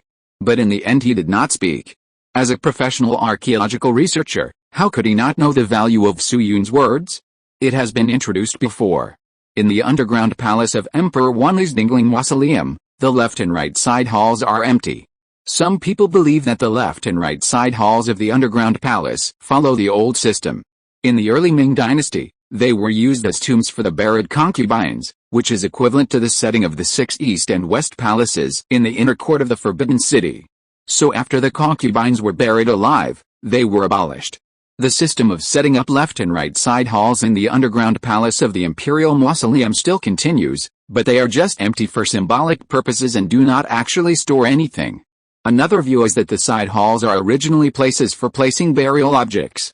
The reason why the left and right side halls of Dingling are empty is mainly because Wanli was buried too hastily, Wanli's affairs were not completed, and Taichang was gone again. Taichang was the Mingguangzongzu Changluo who died suddenly of diarrhea and taking red pills 1 month after ascending the throne. If 2 emperors were to be buried at the same time, the burial objects would definitely not be enough. Therefore, Wanli's burial objects must not be as many as those preset in Dingling. Instead of placing them scattered in the left and right side halls, it is better to concentrate them in the middle hall and leave the left and right side halls empty. Now it seems that the reason for the vacancy of the left and right side halls of Dingling is indeed the latter. So there are other burial objects in Yongle. Indeed. Su Yun's detection results confirmed that there were no books in the left side hall of Yongle, thus denying the possibility of the existence of the Yongle encyclopedia in the left side hall. But on the other hand, he did confirm some speculations about the imperial mausoleum without opening the mausoleum. You know, because only the Ding mausoleum has been opened so far, many details of the emperor's tombs in the Ming and Qing dynasties can only be analyzed, and there is no empirical evidence to refer to. In a sense, today's archaeological community is actually similar to the military circle fans in China. Military circle fans can only use mops as Bartlett to comfort themselves, and the archaeological community can only flip through books to guess a lot of ancient information. Now that we have the gravity gradient meter, it's hard to say what the burial objects are, but at least the structure of the mausoleum can be analyzed, right? If we can fly to a few more mausoleums next, maybe the archaeological community can classify a set of authoritative conclusions about the royal mausoleum rituals without destroying the mausoleums. This is indeed a big topic, and it may even have an impact on the entire East Asian civilization circle. After all, the Tang mausoleum has not been opened. And just when Tong Huaijin was in high spirits, Su Yun coughed again and started a new round of reports. In addition, according to the test, the small halls behind the two side halls on the left and right also store a number of items, and the specific types are still unknown. However, the area of these two small halls is only a few square meters, so it is unlikely that there are large cultural relics. Su Yun turned to the next page and introduced it in the same way. Then there is the aisle in the middle and the three tombs in the vertical direction. From the structure, as a result, Su Yun let out a light exclamation again and stopped talking. Seeing this, Zhang Chenggu on the side was shocked and asked quickly, Dr.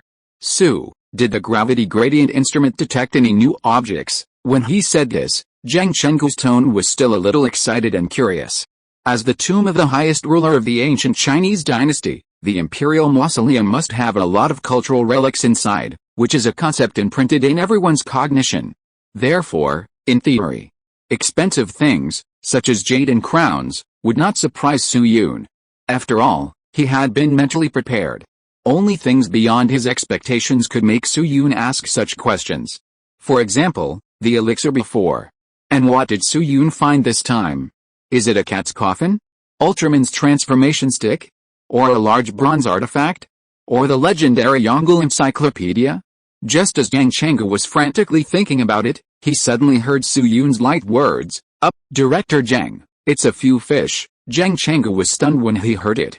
After coming back to his senses, his neck subconsciously leaned forward a few centimeters in a funny way, and his originally calm expression was full of astonishment. Dr. Su, what did you say? Seeing this, Su Yun raised the report in his hand and explained, Director Zhang, according to the test results of the gravity gradient meter, there are at least 5 fish in the corridor of the underground palace. The longest of these 5 fish is about 18 centimeters, the shortest is 4 or 5 centimeters, and the average length is about 10 centimeters. Also, I want to take back what I said before. Compared to pure gold, fish in the water have the highest feedback accuracy. Zhang Chenggu was silent for a few seconds, licked the corners of his dry mouth, and still felt a little unbelievable. But how could there be fish in the underground palace? That's impossible. No one can put fish in the imperial tomb, right?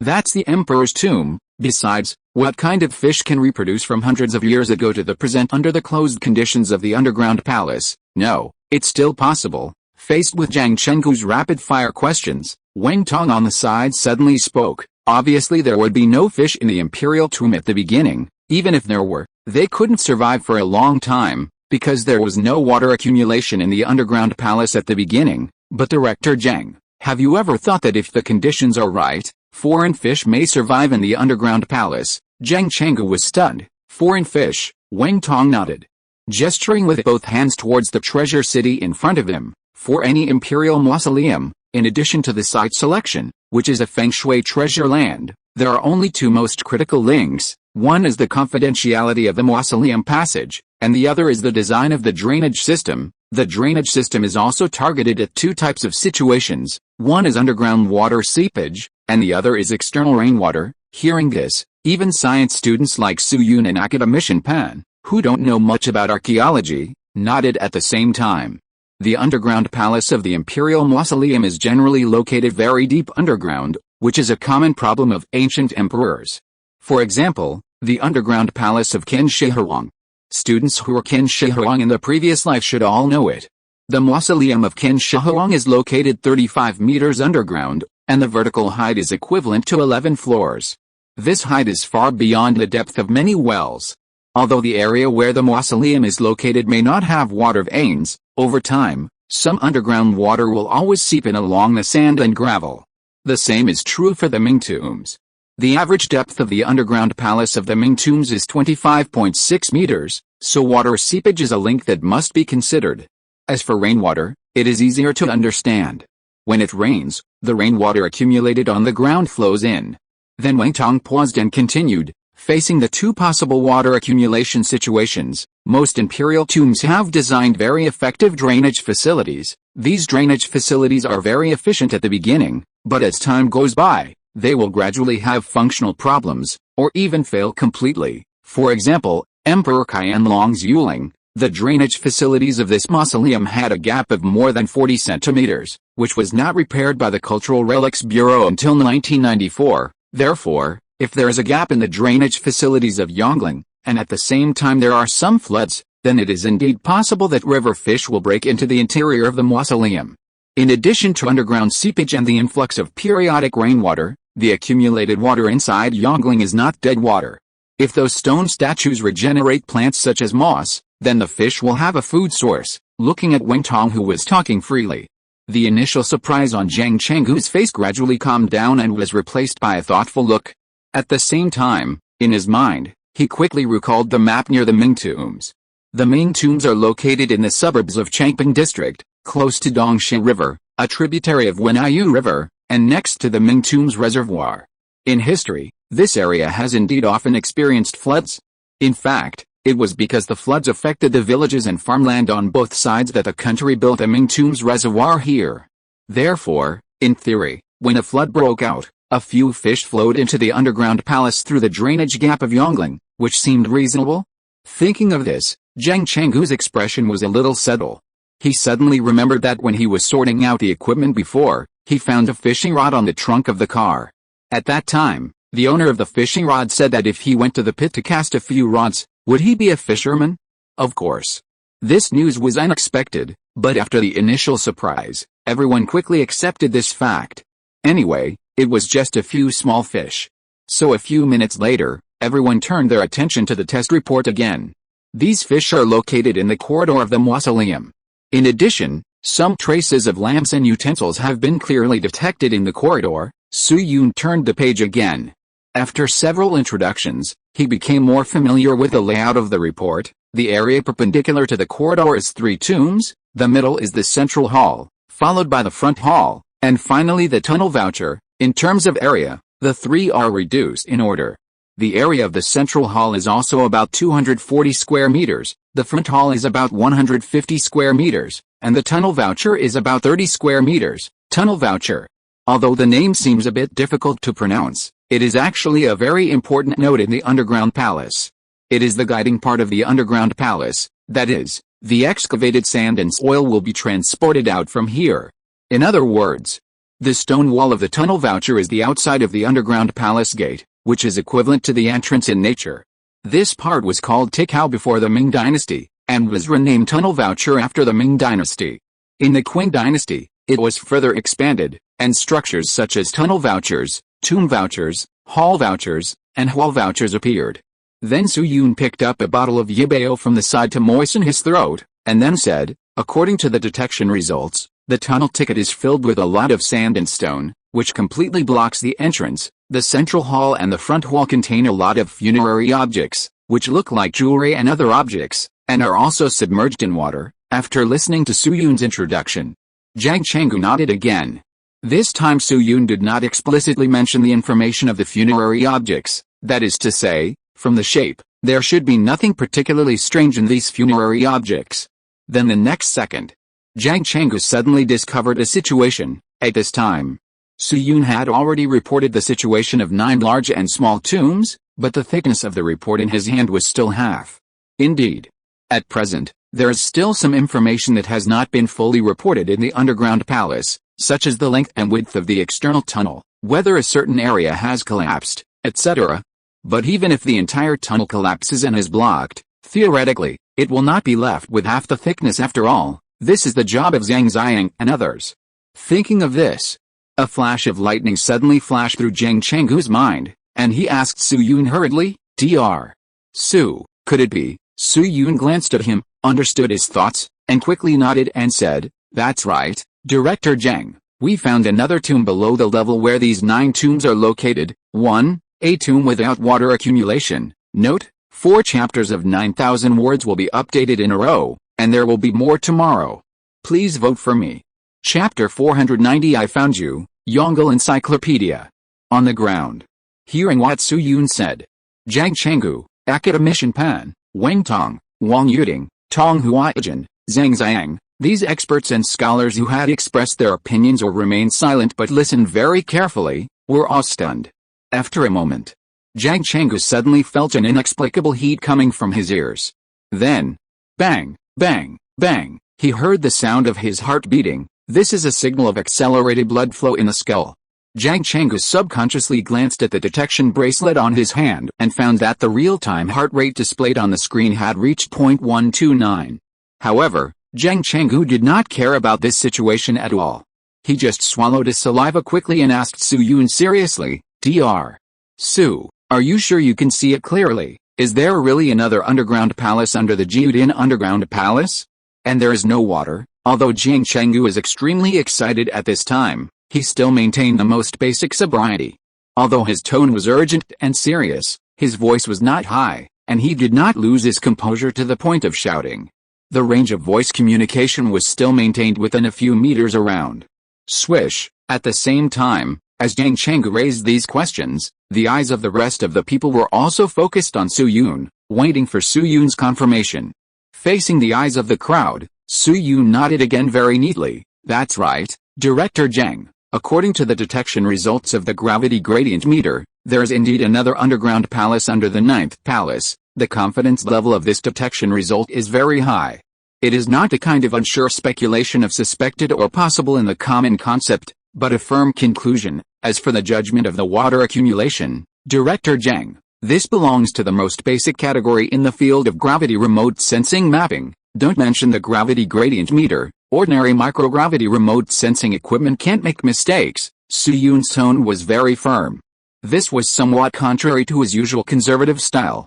After all, the content of their communication at the moment did not allow him to hide his shortcomings.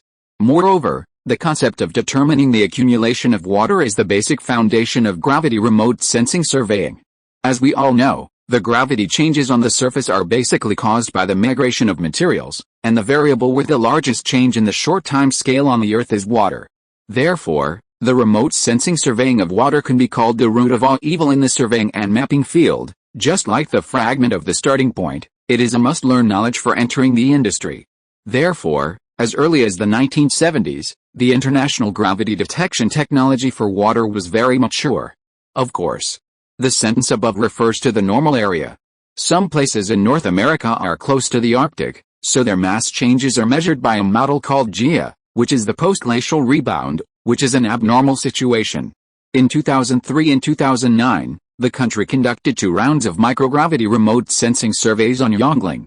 The results of the 2 rounds of surveys were not ideal. It was impossible to detect which important cultural relics existed in Yongle. Only 2 situations were determined. One is that Yongle, like the original Dingling, has a shaped structure inside, and the underground palace has a total of 9 side halls. The second is that the degree of water accumulation inside Yongle is extremely serious. At that level of technology, it was still possible to detect the accumulation of water inside the Yongle mausoleum, not to mention the detection capabilities of the current gravity gradient instrument. Then Academician Pen took the detection results from Su Yun and looked at them for a while, then flipped through a few pages, and his eyes suddenly focused.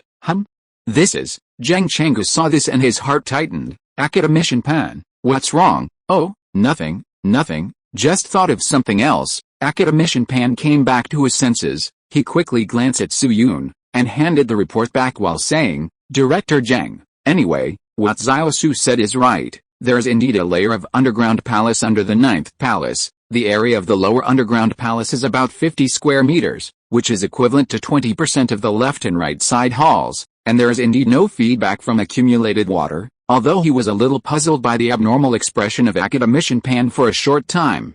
But Zhang Zhongjing quickly retracted his attention and put it on what they were discussing now.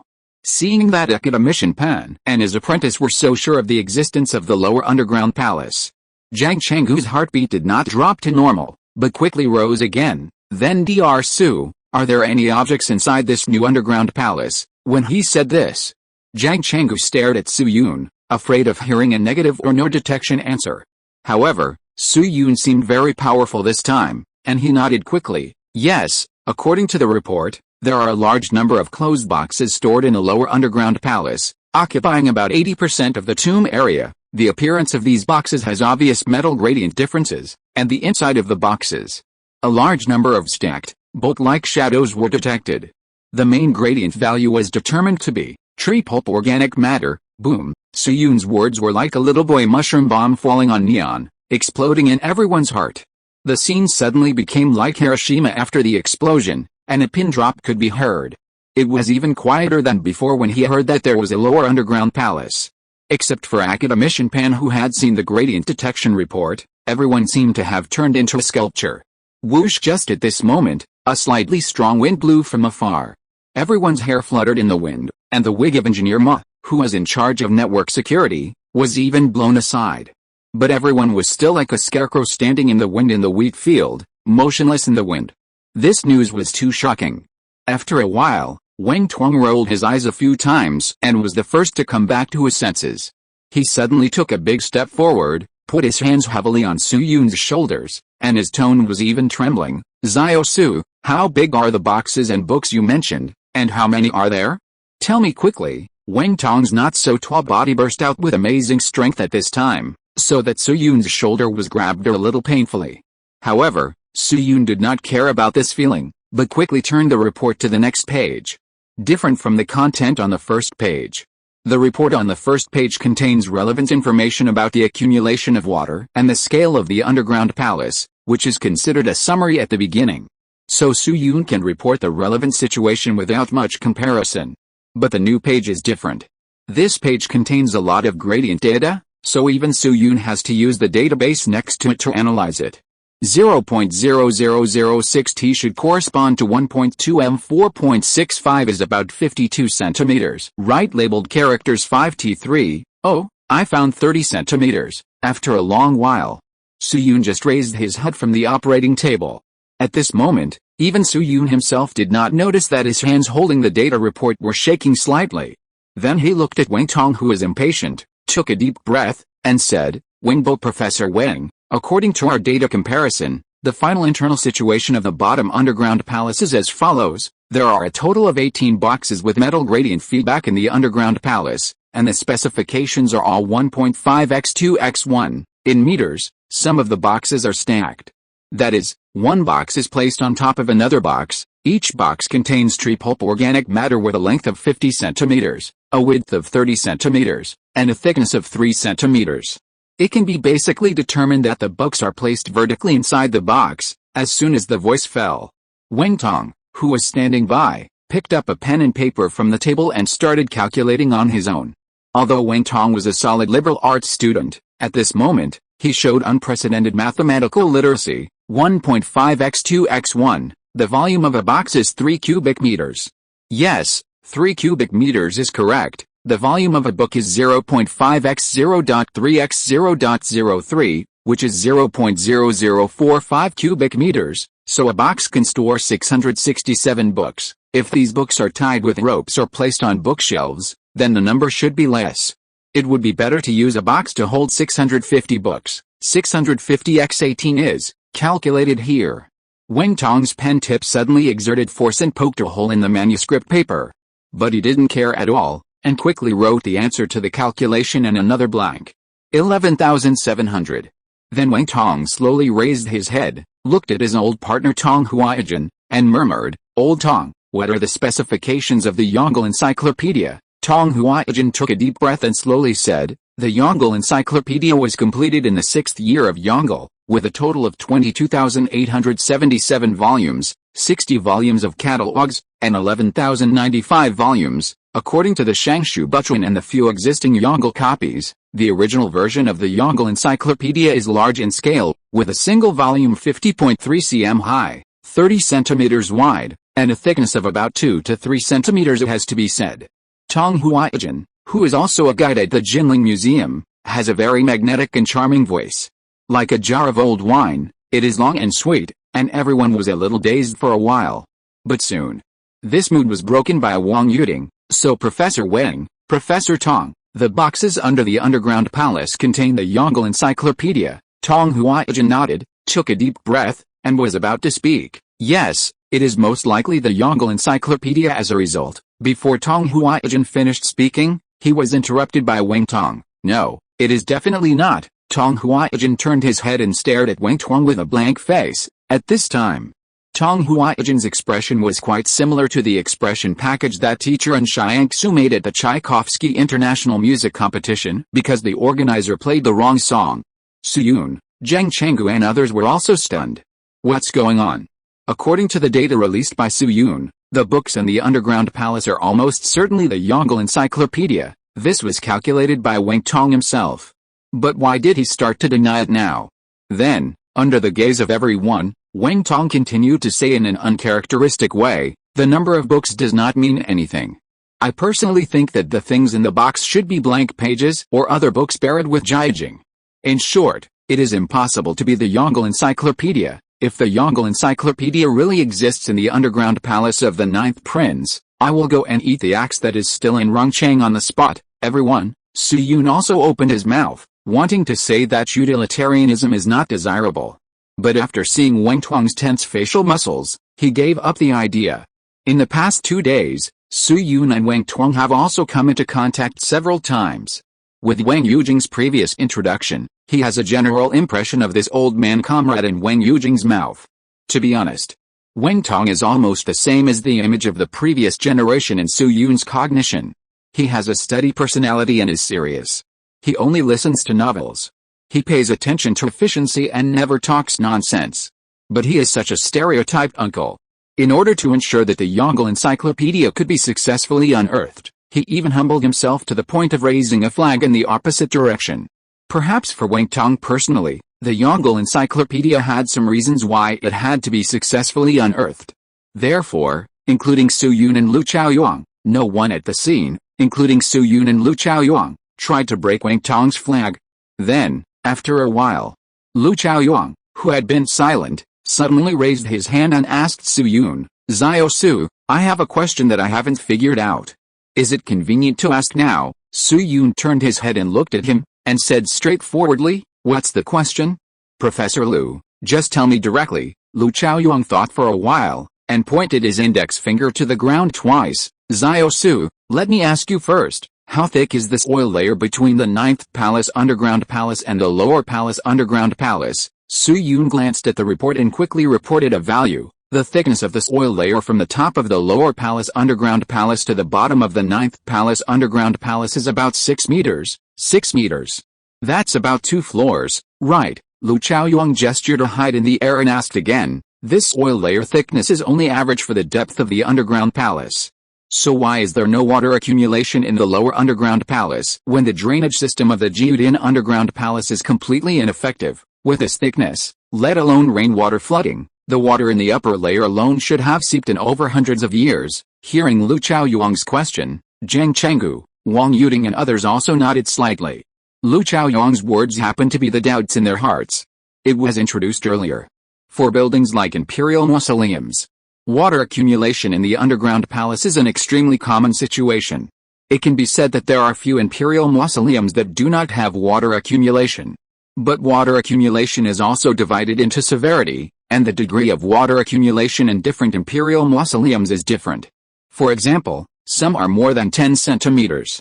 Some are half a meter. Some are 1 or 2 meters, and so on.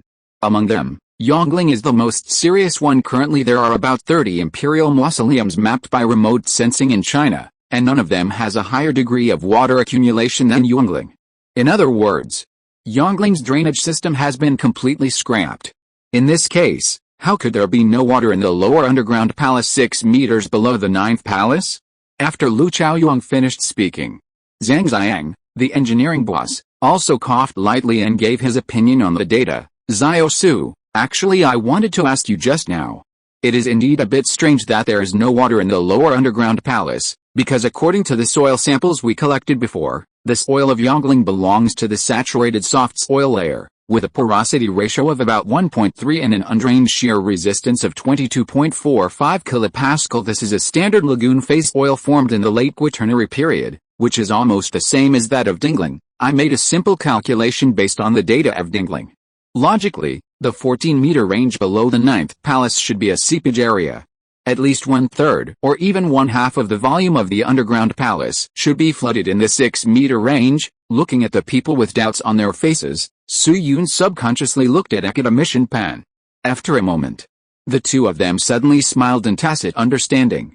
Academician Pan then took a deep breath, looked around at everyone, and said, "Yes, if we simply look at the soil conditions, there should indeed be a lot of water in the underground palace under the 9 palaces, but the question is, did Xiao Su say before that the outer wall of the underground palace is just an ordinary regular soil layer?" Everyone was stunned. Then Zhang Chenggu was the first to react, and a guess emerged in his mind. "Academician Pan, what do you mean?" Academician Pan did not answer him, but continued, "In fact, in addition to the water accumulation that Xiao Lu mentioned, there is another thing about the bottom underground palace that is difficult to explain with standard logic. That is, it does not conform to the ritual system. The layout of the ancient Chinese imperial tombs must comply with fixed rules, such as site selection, orientation, and the layout of the underground palace. The layout of the 9 tombs is the standard ritual system of the Ming dynasty. Even if Jiajing reigned for 45 years, it would be difficult for him to break this rule, so many people would rather believe that the Yongle encyclopedia is stored in a left side hall, and do not believe that Jiajing would dig another lower underground palace." Hearing this, even though they were still puzzled by the problem of water accumulation, the two archaeological experts Wang Tong and Tong Huaijin nodded. This was what they were thinking. It was mentioned earlier. There are 3 factions within the group that believes that the Yongle encyclopedia exists in Yongling. They are the Advent faction that believes that Yongling is in the left side hall, the Salvation faction that believes that Jiajing opened a secret room on the same floor of the underground palace to store the Yongle encyclopedia separately, and the Survival faction that Jiajing dug a second floor under the underground palace to house the Yongle encyclopedia. The reason why the Survival faction disagrees with the Salvation faction is that it is against etiquette to open a secret room on the same floor of the underground palace, and the government and the public must strongly oppose it. But in fact, the views of the Survival faction are also somewhat inconsistent with the rules of the imperial tombs of the Ming dynasty. Because in theory, the area where the emperor's coffin is located leads to the Earth's pole.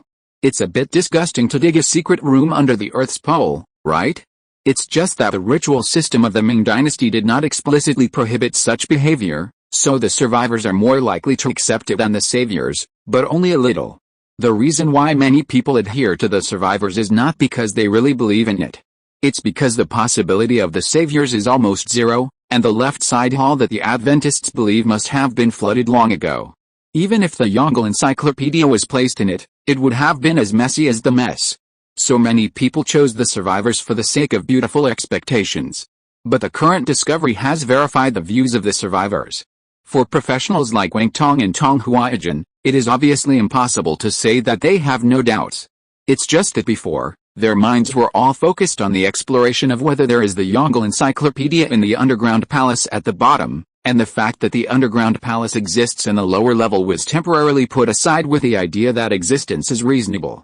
But now, listening to Academician Pan's words, it is indeed a bit strange. Water accumulation and ritual system. These two logical problems appear at the same time, which cannot be explained by coincidence.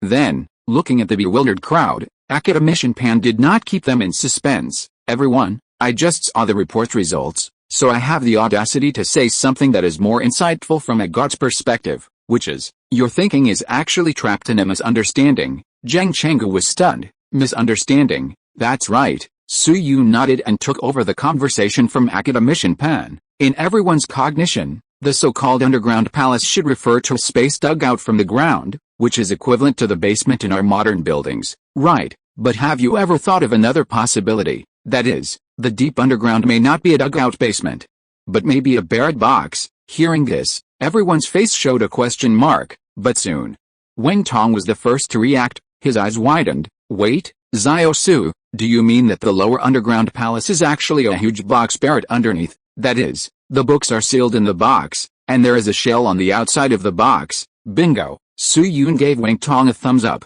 and a trace of emotion appeared on his face. The biggest difference between the box and the basement is that the basement has a walkway to the ground, but the box buried underground does not, and according to the detection of the gravity gradient meter, there is no connecting passage between the bottom underground palace and the 9 palaces underground palace and the ground. That is to say, Jiajing first dug a huge earth pit, stuffed the box underground, and then built the 9 palaces underground palace on top. In this way, there is no so-called problem of destroying the layout. Jiajing's talent points are really wrong. Zhang Chenggu and everyone, oh my god? This TMD is also possible? But if you think about it carefully, it seems to make sense. The so-called destruction of rituals and layout refers to the architecture aspect. But if you just put a box under your coffin without building a passage, then this has nothing to do with architecture. It's like a homestead in reality. For feng shui reasons, you can't build a basement, but it's okay to bury a bottle of wine under the homestead, right? According to the upper underground palace, which covers an area of nearly 1,000 square meters, the lower underground palace is equivalent to burying a refrigerator under your house. It's a strange behavior, but there's really no problem with the rules. With Jiajing's unique attributes and his enthusiasm for the Yongle Encyclopedia, it seems that he can really do such a thing. Then soon, Wang Tong realized another thing. Since it is a box, it must have 6 closed sides. In addition to what Su Yun said about blocking the accumulation of water, there are not many optional materials for these sides after all. It has been blocked for more than 400 years. According to the information mentioned by Su Yun before, the area of the lower underground palace is about 50 square meters, and many of the boxes containing books are stacked. So let's calculate the height of the box as 3 meters. Assuming it is a cuboid with a bottom area of 7x7, the total area of materials required for the 6 faces is 7x7x2 plus 7x3x4, 182 square meters. Thinking of this, Wang Tong couldn't help but ask Su Yun, Xiao Su, what is the outer wall of the box made of, copper? Or pure gold? Su Yun glanced at him. The outer layer is copper. Is it really copper? Wang Tong touched his chin thoughtfully, and this answer did not surprise him. The total area of the 6 faces of the bottom underground palace is about 180 square meters, and the volume is 50x3, which is 150 cubic meters. With the national strength of the Ming dynasty during the reign of Jiajing, it was not difficult to get copper of this specification. In fact, in the long history of China, there are many giant pure copper buildings, such as the most famous 4 copper halls. The 4 copper halls have always been known as the 4 golden halls because of their superb craftsmanship, high value and magnificent appearance. The most famous of them is the Wudang Mountain Golden Hall, also known as the Wudang Mountain Golden Summit, located at the top of Xianzhu Peak, the highest peak of Wudang Mountain. The Golden Hall of Mount Wudang was built in the 14th year of the Yongle reign of the Ming dynasty, that is, in 1416. It is the earliest of the 4 golden halls. The statue of the great Emperor Xianwu is enshrined inside, weighing about 400 tons. It is made of copper and gilded. After more than 600 years, it is still magnificent. There is also the heaviest copper hall of Mount Wute. The Daxiantong Temple located in Mount Wute, one of the 4 famous Buddhist mountains, is a traditional building structure with double eaves and a hip roof. It weighs 500 tons and is the heaviest copper hall in my country. The Copper Hall of Mount Wute was first built during the Wanli reign of the Ming dynasty, that is, in 1608, which is later than the era of Jiajing. It is seamless from inside to outside. The Copper Hall of Mount Wute is 4.7 meters wide, 4.5 meters deep, 8.3 meters high, and has a total volume of about 175 cubic meters.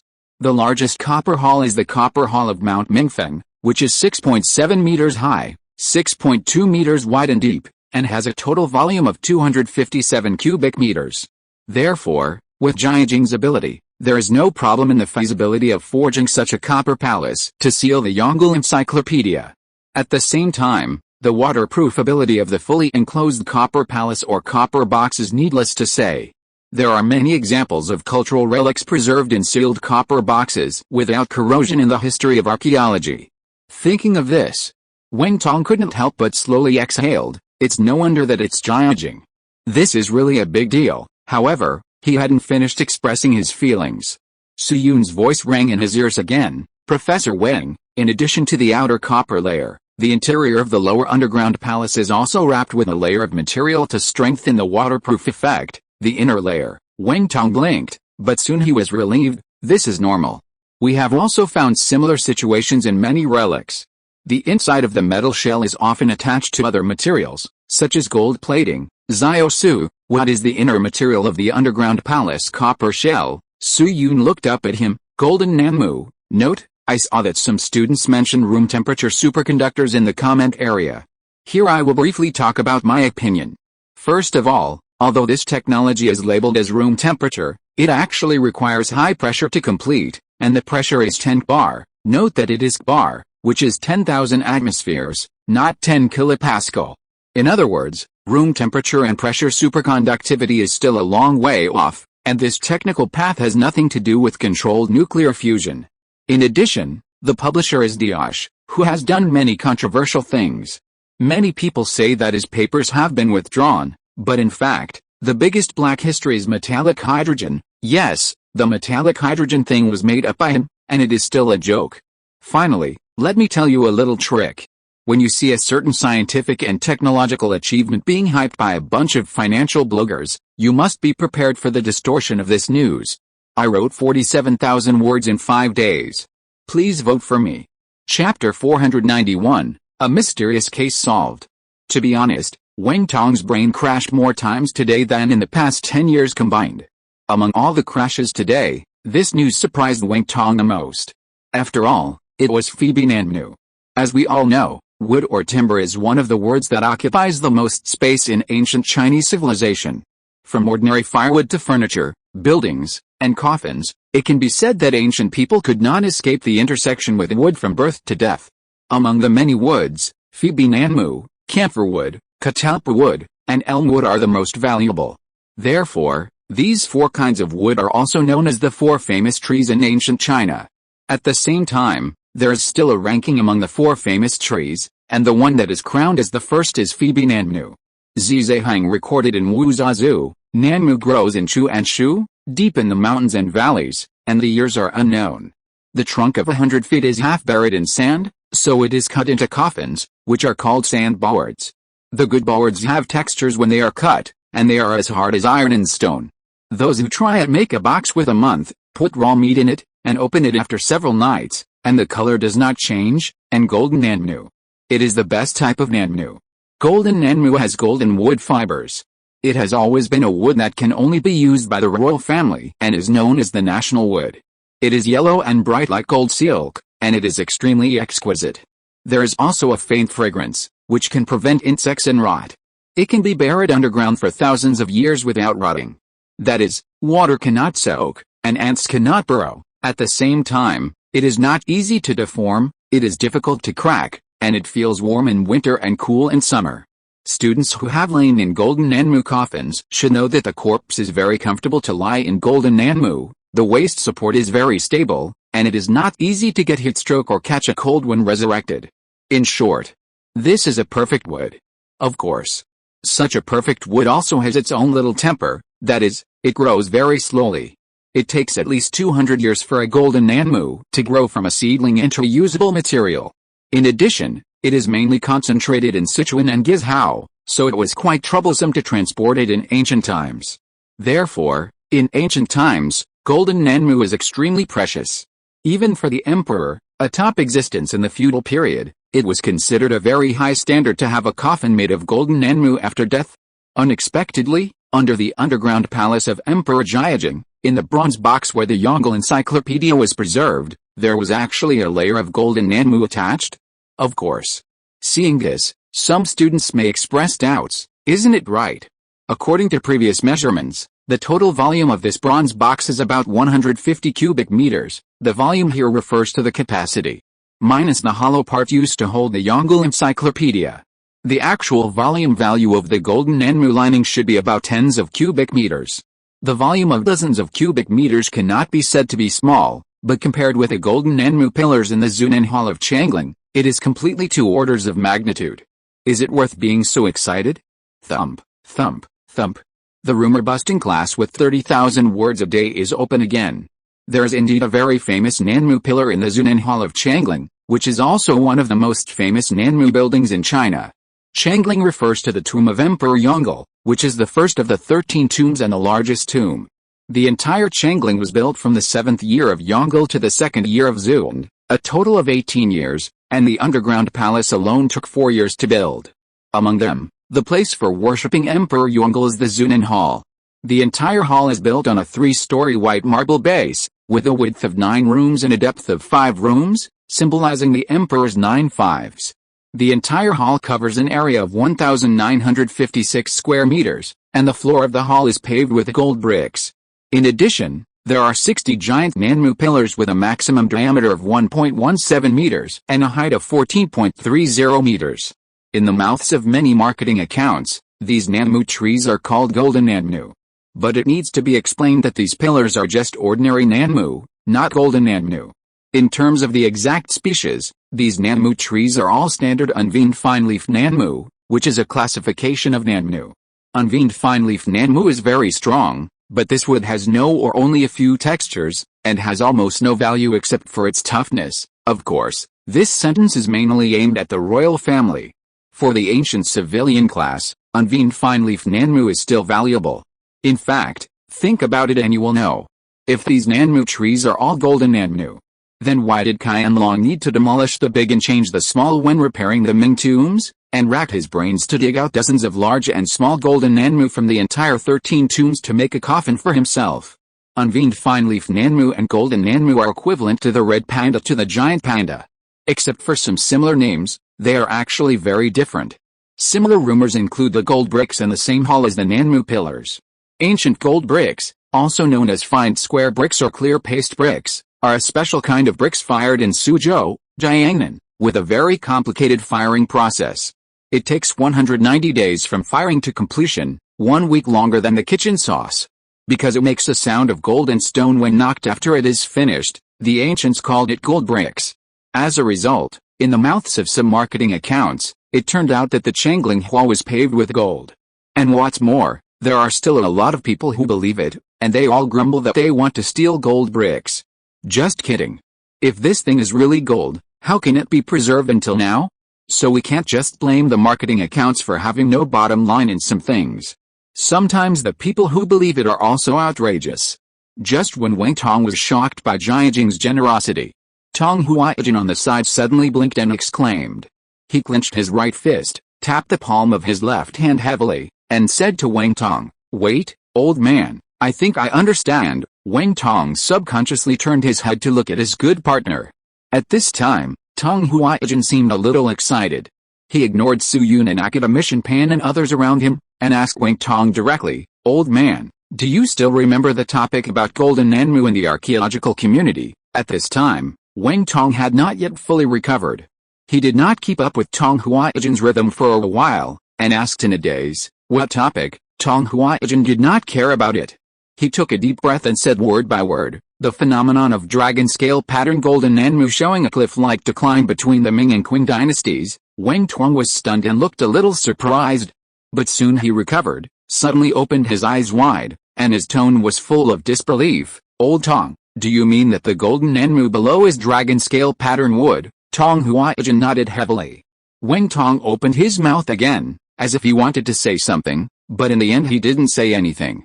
Because after putting Tong Huaijin's guess into his mind, Wang Tong suddenly felt that it was really possible. Seeing that the two of them were quite self-indulgent, Su Yun on the side couldn't help but cough lightly and said to Tong Huaijin, "Professor Tong, I wonder what you and Professor Wang are talking about dragon scale pattern." When Zhang Chenggu said this, there was a trace of doubt in his eyes.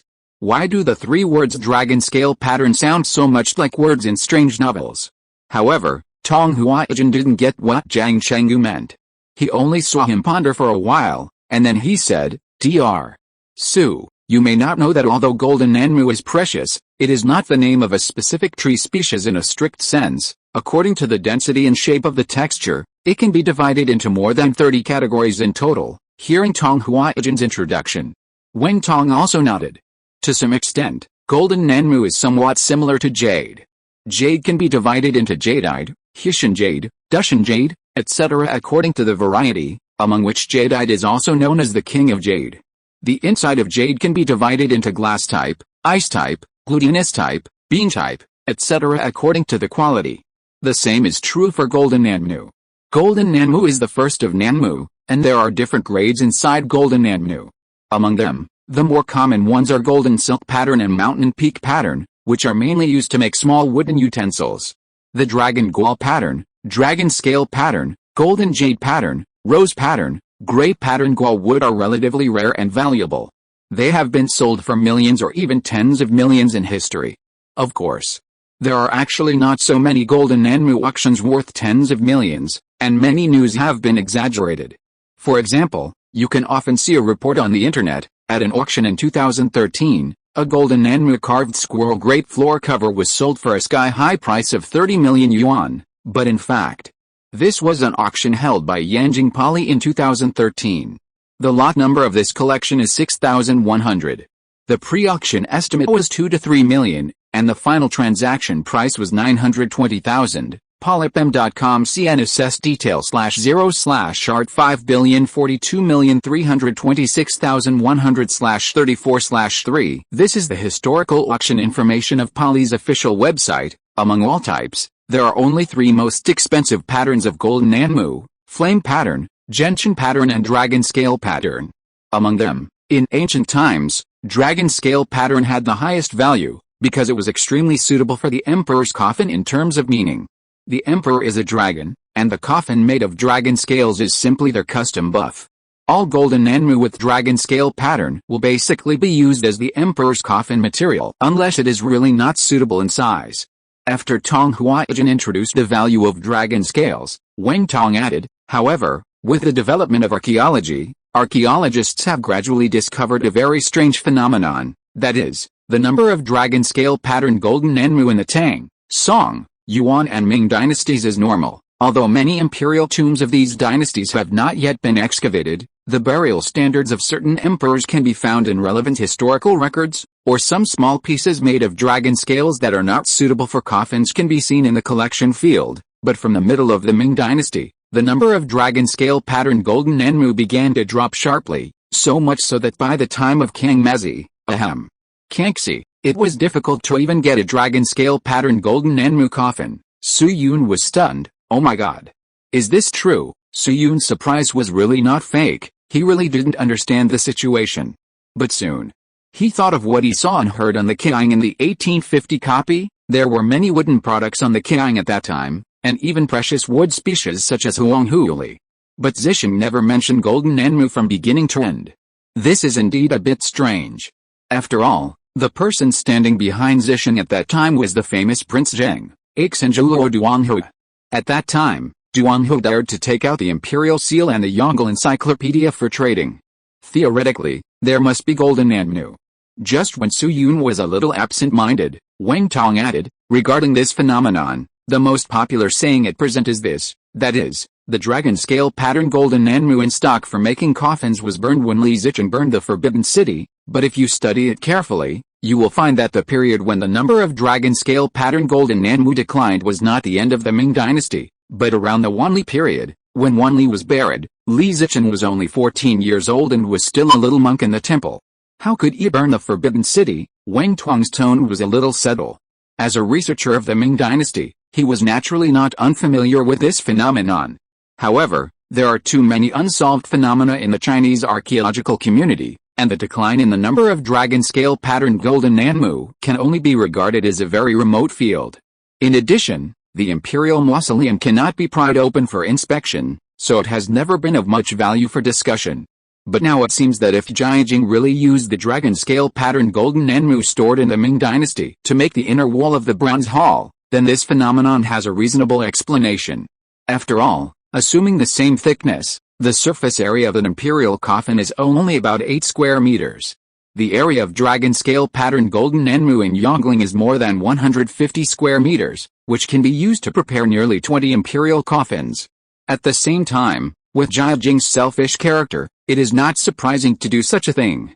Thinking of this, Wang Tong couldn't help but look at Tong Huaijin again, and the two of them saw strong excitement in each other's eyes at the same time.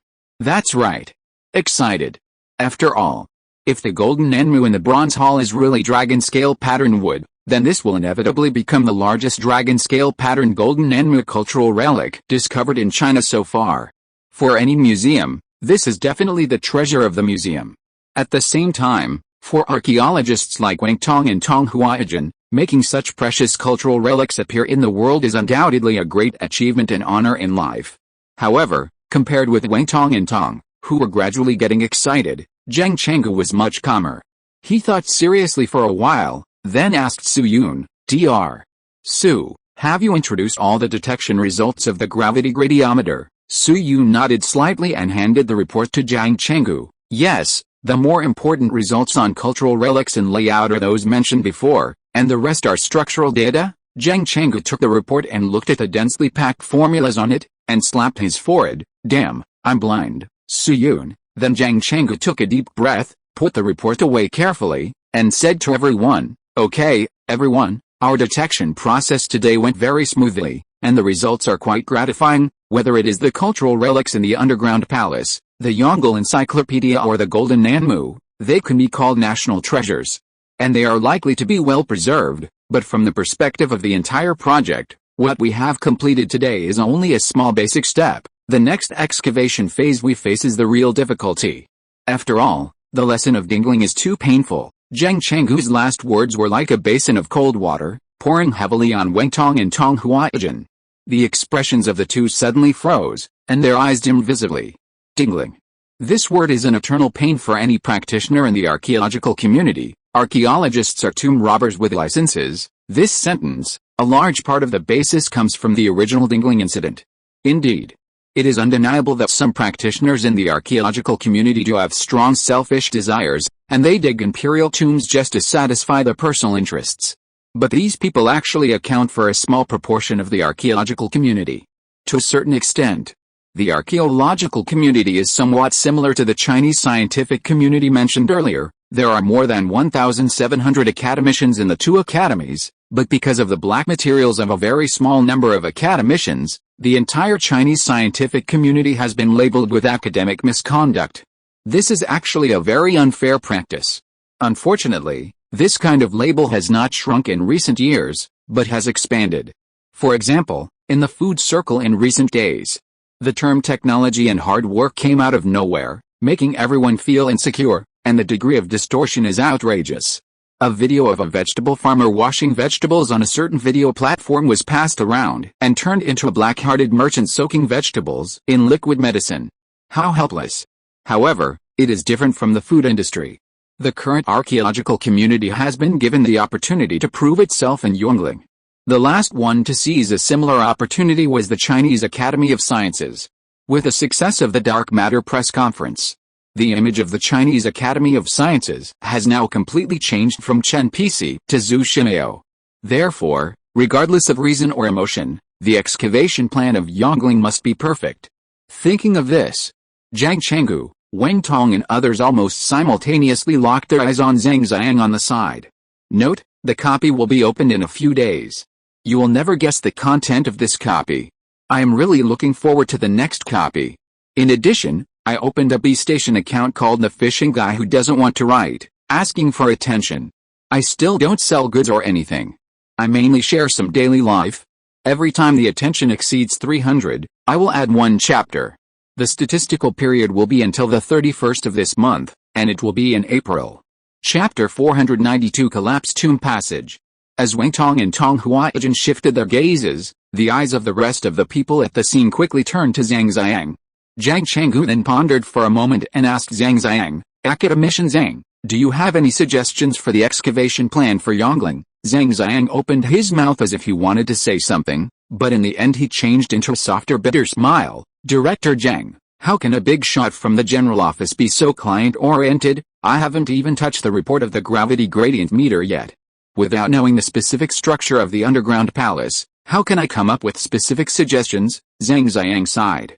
Zhang Chenggu, yes. Does what Zhang Zhongjing said sound reasonable? Engineer Ma, who had just picked up his wig, saw this and thought of something, and a trace of sympathy appeared on his face. Computer and civil engineering, these two brothers in distress are the industries that most often encounter strange clients. People who play SLG games know that it takes time to build a building, but the client always wants to start the project today and see the real thing tomorrow, or the kind that can be online tomorrow night. After a while, Zhang Zhongjing glanced at the report in Su Yun's hand, thought for a moment, and said to Zhang Chenggu, Director Zhang, how about this, Dr. Su, please help me import the measurement data of the gravity gradiometer into our system. Let's analyze and discuss on the spot to see if we can come up with a preliminary plan. Anyway, any of the two remote sensing mapping vehicles has the ability to serve as a command vehicle. This is one of their preset functions in the field. In addition, if we encounter any problems during the discussion, we can also let the gravity gradiometer fly up again for a real-time inspection, which saves time and effort. Zhang Chenggu pondered for a moment and quickly nodded. No problem. Zhang Zhongjing's construction surveying team was fully present today, and the equipment was well prepared, and they did have the ability to analyze on the spot. At the same time, although the location of the Ming Tomb seems to be relatively remote and surrounded by mountains and dense forests, it is after all the suburbs of Yanjing, so there is no need to worry about signal transmission. So if you really encounter some difficult problems, you can also remotely call the Design Institute for support. More importantly, it is different from the early morning when the team set out. The time is now close to noon, which happens to be the peak time in Yanjing. In addition, there is no limit on the number of vehicles in Yanjing on weekends, and the traffic jam is several times that of weekdays. Just now, Zhang Chenggu took the time to glance at his mobile phone and found that today's traffic index is already 8.3. Zhang Chenggu estimated that if the team was withdrawn now, he would probably be able to have dinner when he returned to the bureau. Therefore, instead of wasting time on traffic jams, it is better to discuss a plan on the spot. Although most of the people on the scene are not civil engineers, but as the saying goes, 3 cobblers are better than 1's huge liang. Who knows if they can come up with some useful suggestions? So at the instruction of Zhang Chenggu, Su Yun quickly assisted Zhang Zhongjing in importing the data into a system of the Engineering Academy. At the same time, a remote sensing vehicle on the scene was also expanded to serve as a command vehicle. 10 minutes later, the data was imported. At the same time, a display board was also placed on the open space. Although the probability of the display board being photographed by a satellite and leaking secrets was very low, Zhang Zhongjing and others still added an anti-peeping grating to it. This anti-peeping grating is different from the mixed anti-peeping films on the market. It is a real anti-peeping device. It only allows light from the front and right to pass through. That is, only people standing in front of and to the right of the display board can see the image, and any other angle will look pitch black. After a while, Zhang Zhongjing got off the remote sensing vehicle, came to the right of the display board with a stack of documents, and said to everyone, as you can see, the detection results of the gravity gradiometer have been imported. Now let me introduce the basic information of Yongling to you. Everyone hurriedly listened attentively. Then Zhang Zhongjing took a deep breath and drew a circle on the top view area on the display board. First of all, after our detailed measurements, the exact width of the treasure city on the surface of Yongling is 237.5 meters, which is slightly shorter than the 81 meters in the records. It should be damaged by weathering and floods. However, the foundation of the treasure city is still very solid. The rammed earth foundation area is as high as 40,000 square meters, which is roughly 200 x 200. The average thickness of the sand and gravel deep into the bottom layer is 2.31 meters. Under the rammed earth foundation, there is a hard foundation trench of about 1 meter, and a large amount of natural gravel. Hearing this, Zhang Chenggu, Wang Tong and Tong Huaijin, 3 archaeological officials and experts, nodded subconsciously.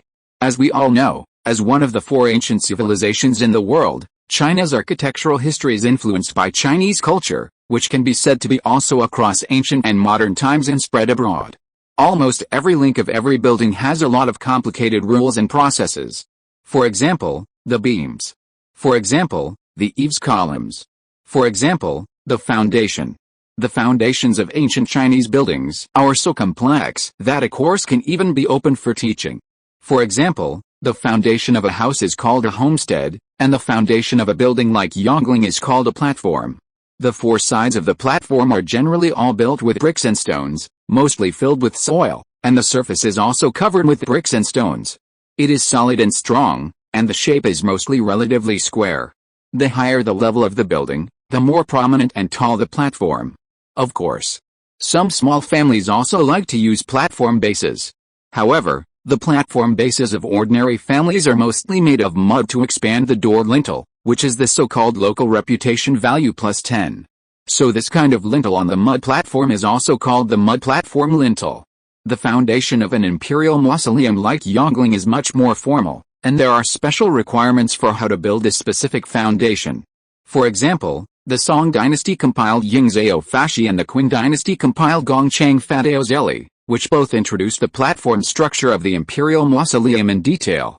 Generally speaking, the base of the imperial mausoleum will have irregular steps. They are called steps. Below the steps is the rammed foundation. The material of this type of foundation is generally sticky or sandy soil. The rammed foundation and the steps form the so-called masonry structure. Below the masonry structure is the natural stone foundation. That is to say, using natural rocks as the foundation trench to expand the bearing effect of the building, the technical strength is relatively much higher, and it is also the most critical position of the base. From the current structure of Yongling, the design of this part of Yongling is relatively complete and follows the ancestral system of the Ming dynasty, and it has not suffered the poisonous hand of Jiajing. Then Wang Tong thought about it, and said softly, and said to Zhang Zhongjing, "Old Zhang, if I remember correctly, the base structure of the Jin tomb in Zhianqi seems to be distributed in this way, right?" Zhang Zhongjing nodded, yes, perhaps it was because there were several laymen on the scene. After answering Wang Tong's question, Zhang Zhongjing introduced to academician Pan, Su Yun and others. Academician Pan, the Zhianqi Jin tomb mentioned by the old man refers to the two Jin dynasty tombs discovered underground in Wang Zizi's former residence on Zhianqi Street in Linai. Tomb number 2 was looted in history, and few cultural relics were unearthed. However, tomb number 1 is well preserved. In 2003, more than 250 burial objects were unearthed, including 7 national first-class cultural relics. Wang Zizi, hearing what Zhang Zhongjing said, Su Yun raised his eyebrows and asked with some uncertainty, "Academician Zhang, is the tomb you are talking about the Jin tomb whose owner is highly suspected to be Sima Jin?" Zhang Zhongjing smiled slightly and affirmed, "Yes, it is that tomb." Su Yun finally understood. Although he is not an expert in history, his memory is still good. In 2016, the test results of the owner of the Zhianqi Jin tomb were once a hot search, and it also triggered a debate about the so-called orthodoxy of China. So Su Yun did have some impression of this matter. The whole thing was as follows. At that time, the archaeological team found a total of 5 bodies in the 2 Zhianqi Jin tombs. The 3 owners of tomb number 1 were all minors, and tomb number 2 had 2 skeletons, 1 male and 1 female. The test results of the male adult were published in the 2016 archaeological report Linai Zhianqi Jin tomb. This person may be Sima Jin, the eldest son of Sima Yi, the king of Langai Wu. After DNA testing, the chromosomes belonged to the C3 southern branch F3880 plus F948 plus. So at that time, the matter of paternal chromosomes was also a hot search, and a group of people quarreled. For example, the nobles of the Jizhou dynasty were of the northern branch of the Y chromosome haplogroup N, and the Shang dynasty was of the southern branch of the C system, and so on. While Su Yun was recalling this incident, academician Pan was obviously more practical. He asked Zhang Zhongjing, "In this case, academician Zhang, does this mean that there are actually cases to refer to for the excavation of the foundation of Yongling?" The excavation of the Jin tomb in Zhianqi was in 2003. The technical means at that time could successfully dig the foundation. It should be easier for us now, right? Zhang Zhongjing nodded slightly, but his expression was still solemn.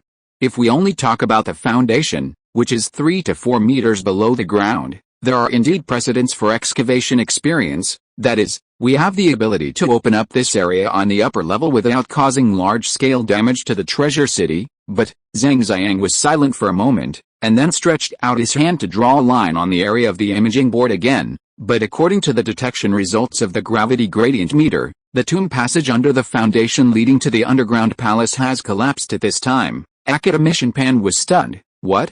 The tomb passage collapsed? Zhang Zhongjing nodded with a heavy face and sighed. Judging from the analysis results of the gradient shadow difference, it should be because this oil layer loosened and excessive water poured in during the flood period, causing the entire tomb passage to collapse beyond the limit. This is a situation we did not expect.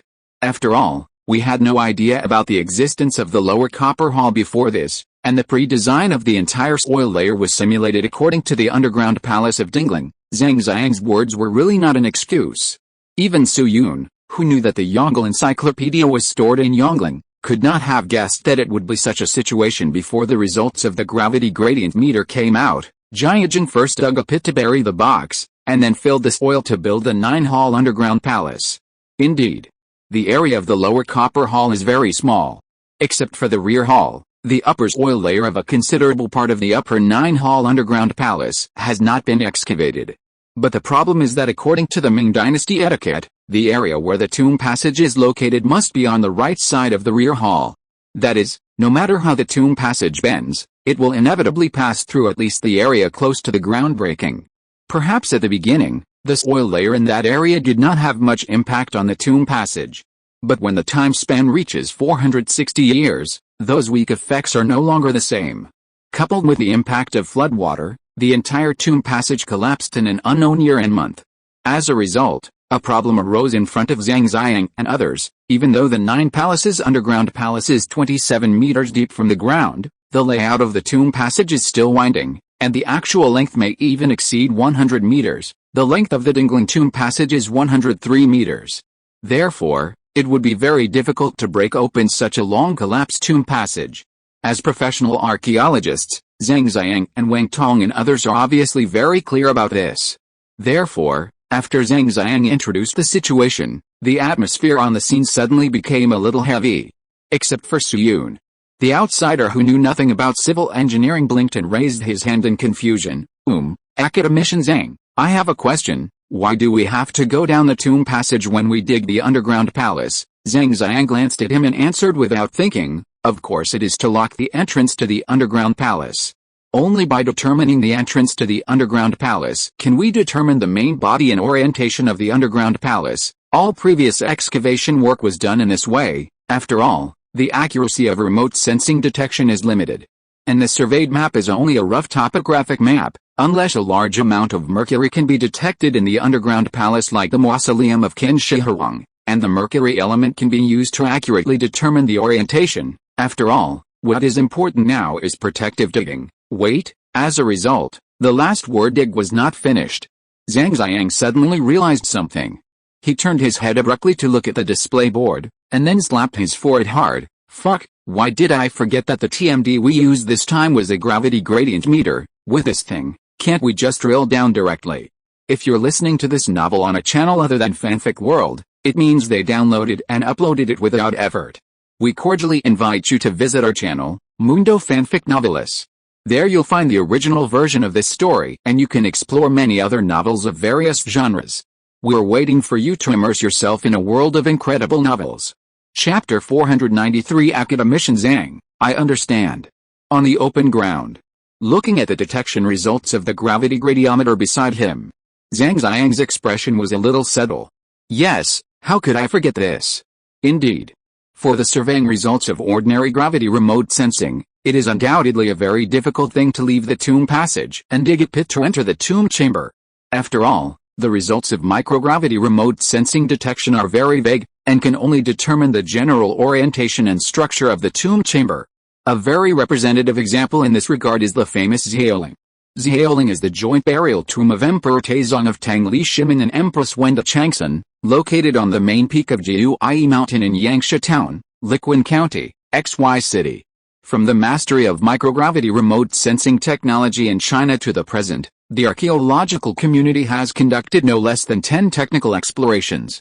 The most recent one was at the end of 2021, when the detection team used an active source to collect seismic data.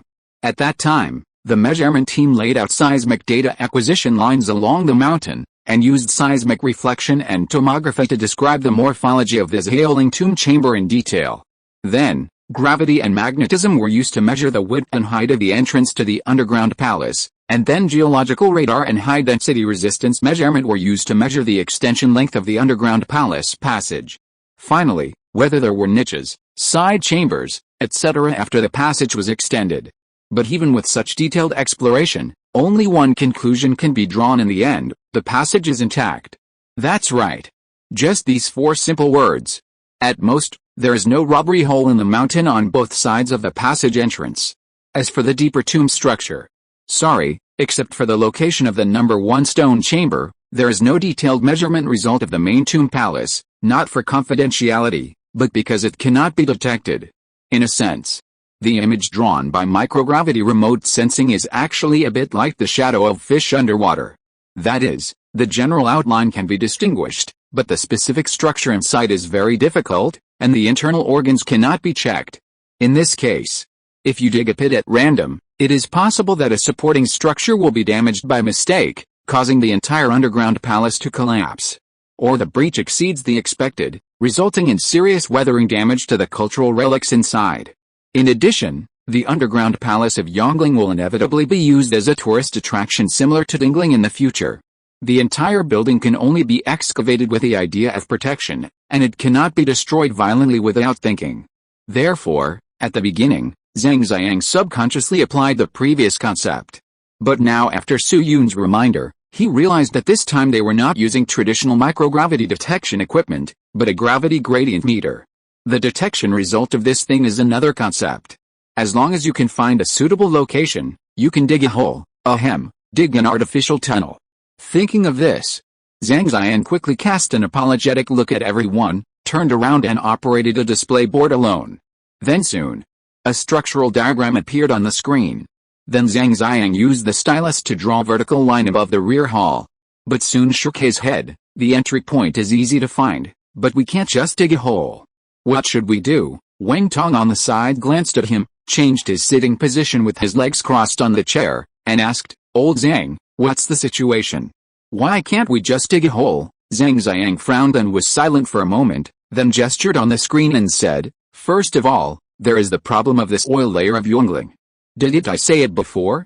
The soil here in Yonggling is a saturated soft soil layer with a porosity ratio of about 1.3 and an undrained shear resistance of 22.45 kilopascal. This is a standard lagoon face oil formed in the late Quaternary period. There will also be carbonate accumulation in this oil layer, and the overall stability is not very stable. If you dig a hole at will, there may be a risk of collapse similar to that of the tomb passage, and that's..." Zhang Zhongjing paused.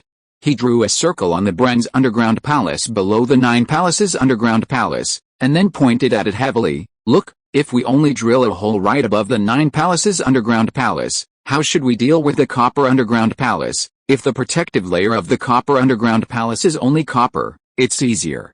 If we have a good plan, we are fully capable of cutting a small hole and moving the Yongle encyclopedia out, but don't forget that the inner layer of the copper underground palace is covered with the golden Nanmu." Everyone was stunned for a moment, and then they reacted one after another. Yes. If it was just a simple copper underground palace, then the operation would be very simple. The project team could first break into the 9 palaces underground palace, then dig 6 meters down, and then cut a small hole in the copper underground palace. Then enter the interior through equipment or personnel and move out the box containing the Yongle encyclopedia.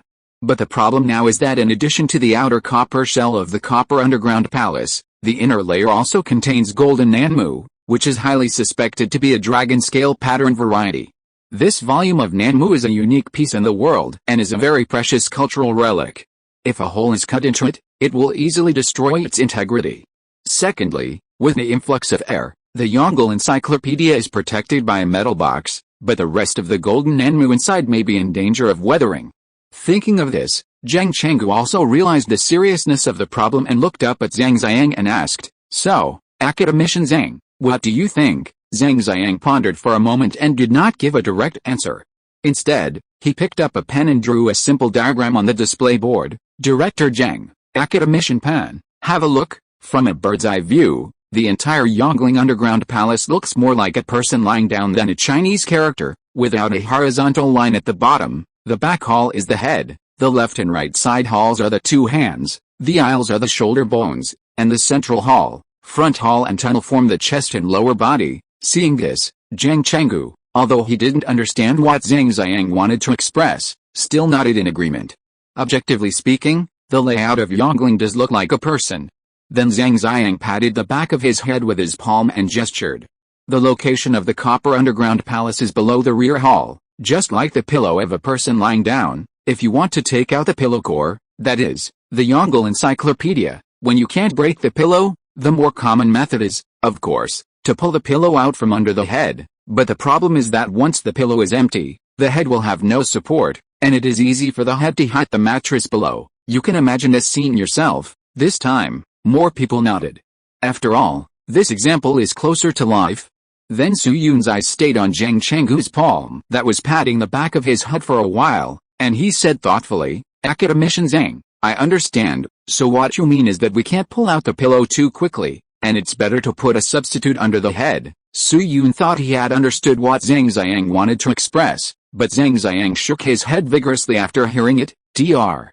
Su, you know nothing. Ahem, you misunderstood. What I mean is, we can try to cut off the head, fill the pillow area with mud after taking out the pillow, and then sew the head on. Right, Su Yun. Actually, Su Yun was not the only one who was confused at this time.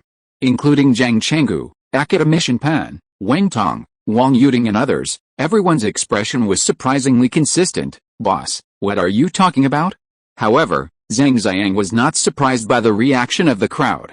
He just smiled calmly and continued to explain. Everyone, my idea may sound a bit unrealistic, but I personally think it is very practical. First of all, as the superiors said, if you want to protect the golden enmu inside from accidents, the best way is to move the pillow, that is, the copper underground palace, to the ground for processing. But whether it is directly pulling or moving it with a head supported, it is very difficult to operate in practice, especially when the soil around the copper underground palace has been infiltrated by water. The principle of the subway is not applicable to the current situation, so in this case, can we first dig out the head in the back hall, and then lift the pillow to the ground? At present, we have the detailed results of the gravity gradient meter survey, and I personally think this is a completely feasible plan. After listening to Zhang Zhongjing's words, the scene suddenly fell into silence. Everyone was turning their heads rapidly, thinking about the feasibility of Zhang Zhongjing's plan. It's strange to say. It was obviously an outrageous plan, but the more Su Yun thought about it, the more he felt that it was possible to realize it. Zhang Zhongjing had already said the reason for cutting off the head, and Su Yun agreed with this aspect. With the current soil structure, it is almost impossible to go over the rear hall to dig the bronze hall. So the main issue he considered was whether the plan had the corresponding operating conditions. The first is the volume of the rear hall. According to the surveying results, the volume of the rear hall is not large. The area is about 75 square meters, and it is a 5x15 rectangular. Its height is just over 5 meters, which means the volume is about 370 cubic meters, which is quite satisfactory. The second is the layout of the rear hall. It has been mentioned before. There are not many burial objects in the rear hall. There are only the coffins of Jiajing and the 3 queens inside. In addition, there are no other large cultural relics in the rear hall. After all, it is the area where the emperor's coffin is placed, and it is impossible to store many burial objects. The burial objects are all placed in the other halls. The rear hall of Dingling was also like this. In the rear hall of Dingling, there are no other items except the coffins of Emperor Wanli and the 2 empresses. Dingling is now open to the public, and only replicas of the emperor's coffins are stored in the rear hall. More than 3,000 cultural relics were unearthed before and after Dingling, of which only 11 were found in the rear hall, and this number also includes many lamps. At the same time, let's take the rear hall of Dingling as an example. The interior decoration of the rear hall of Dingling is extremely monotonous. The whole body is gray and white marble, and there are almost no stone carvings on the walls. To put it bluntly, in addition to a few coffins, there are almost no particularly precious cultural relics in the entire rear hall.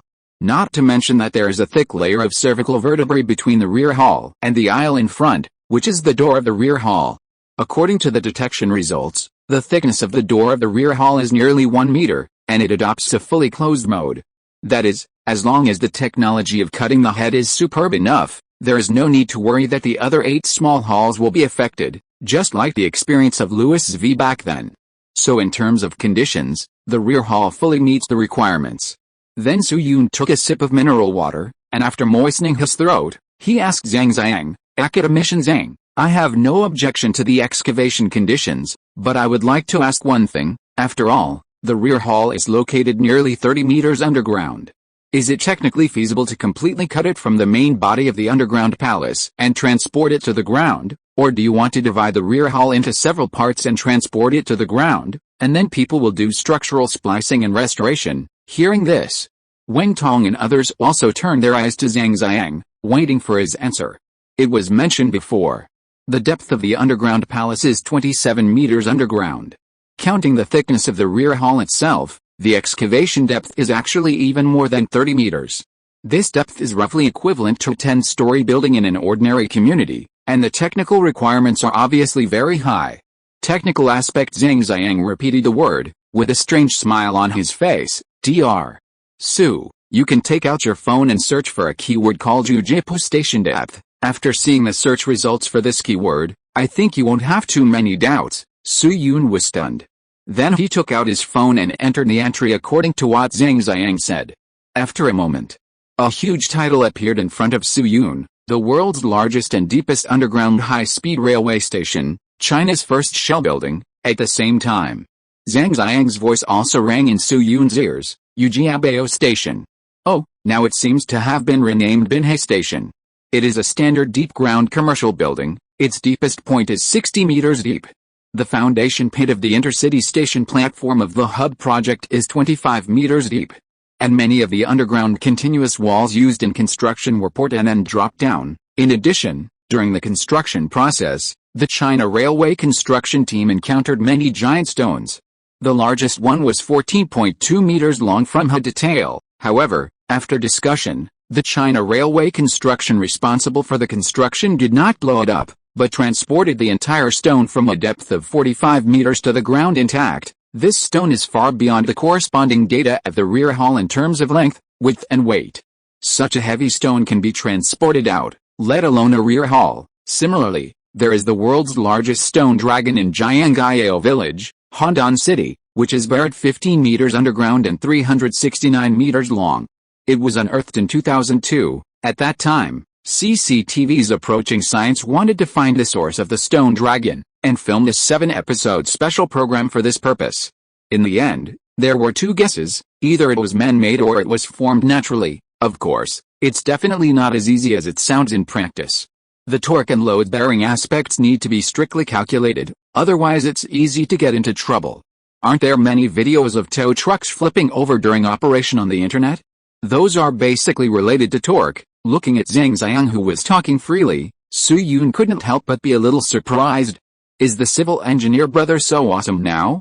He thought that buildings of the size of the rear hall could only be dismantled into small pieces and moved out. Then another while passed.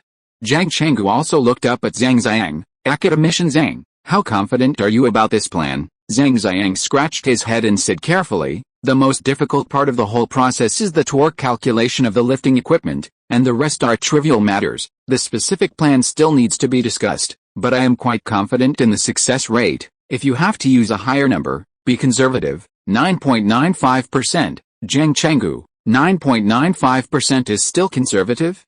You are selling second-hand machines here." However, Zhang Chenggu did not complain. He thought for a moment and looked up at Zhang Zhang again. "Okay, in this case, Academician Zhang, you should make a plan as soon as possible, and I will submit it to the higher-ups for verification. Our project has a special channel. If the plan is fine, the results should be available soon." Chapter 494. This year, Su Yun was really accidental. Zhang Chenggu's words were a statement of the office's attitude. That is, he preliminarily accepted the beheading plan proposed by Zhang Zhang. Of course, it was just a preliminary one. After all, such an important project could not be a one-man show. This was true for both Zhang Chenggu and Zhang Zhang, an academician of the Chinese Academy of Engineering.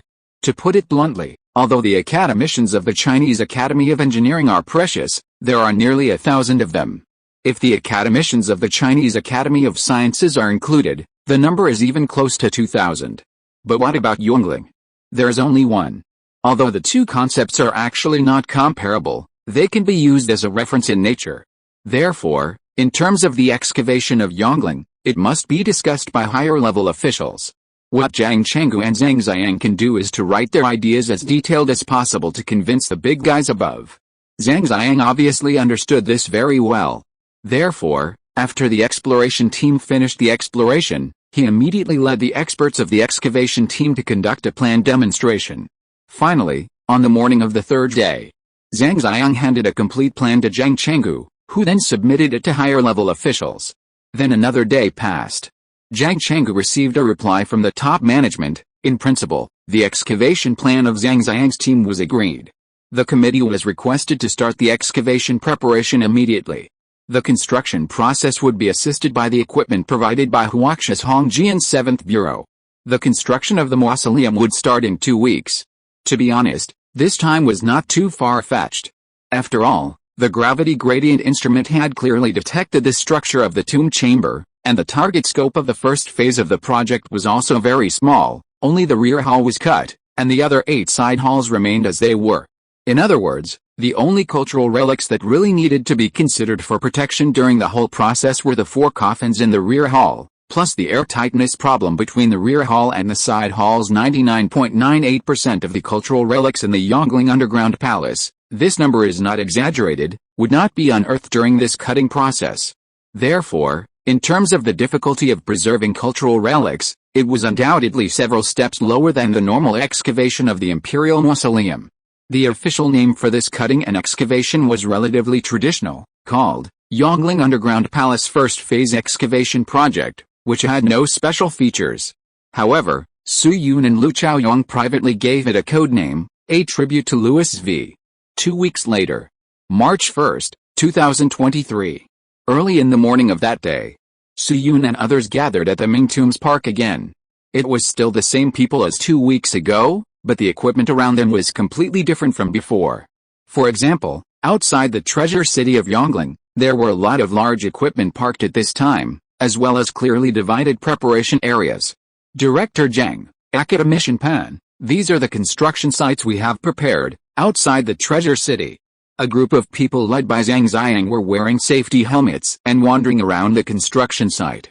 Zhang Ziyang first led everyone to several huge excavators, and patted the body of one of them with his palm wearing labor protection gloves. These excavators are our main equipment for this excavation. The model is Sany Heavy Industries SY205C, referred to as Sany 205. Its length, width and height are 9,680 x 2,980 x 3,440 mm, tonnage is 21.5 tons, and bucket capacity is 1.1 cubic meters. Before digging to 27 meters underground, it is the protagonist of this phase of the project. Su Yun looked up at the behemoth, and while he was impressed by its huge size, a question popped up in his mind. Academician Zhang, are we relying on these excavators to dig the pit this time? Zhang Ziyang glanced at him and asked with a smile, why, Dr. Su, do you think their efficiency is not high enough? No, I don't mean the problem of efficiency. Su Yun shook his head quickly, gestured a height in the air with his hand, and said, this is a Sany 20,205, right? You can tell from its size that its efficiency is definitely not low, but its mechanical arm doesn't look long. I guess it can only dig about 5 or 6 meters, right? But the depth of the rear hall is 27 meters on the surface alone. How can we dig to the rear hall with the length of the 205 mechanical arm? Hearing this, Lu Chaoyong, Wang Yuding and even Academician Pan besides Su Yun all showed a hint of curiosity. What Su Yun said happened to be their question. Then Zhang Ziyang glanced at Su Yun and did not give a direct answer. Instead, he asked Su Yun, Dr. Su, since you think the mechanical arm of the excavator is not enough, then in your opinion, what equipment should be used for this kind of project? Su Yun subconsciously answered, of course. As soon as he finished saying the 3 words of course, he got stuck. Drilling? Obviously impossible. The depth of the drilling is deep, but the area is very small. It is mainly used for piling or sampling. Shield machine? This is not right either. Although this thing is used underground, it is mainly used for horizontal excavation, such as tunnels or subway passages. Or explosives? This is even more impossible. Thinking about it, Su Yun just noticed a problem that he had overlooked. There are many underground buildings in real life, from subway platforms to underground shopping malls. The depth is basically about 10 or even 20 or 30 meters. so it stands to reason. If there is a device specifically for digging underground facilities, he must have seen it. But no matter how he thought about it at this moment, he couldn't think of a reasonable answer. Could it really be an excavator? Seeing Su Yun's expression with a hint of confusion, Zhang Zhongjing couldn't help but patted him on the shoulder with a smile. Dr. Su, as the saying goes, everyone learns things at different times and everyone specializes in their skills. I may not be as good as you in professional academics, but when it comes to construction knowledge, I'm afraid your knowledge is limited. Let me tell you the answer. The excavation equipment used in those underground projects are all this type of excavators. After saying that, Zhang Zhongjing paused, organized his words, and continued. This type of excavation method is called open cut, which is common in projects with a depth of no more than 40 meters. There are many types of open cut, and this time we are using open cut without slope. Then Zhang Zhongjing glanced around and quickly locked onto target.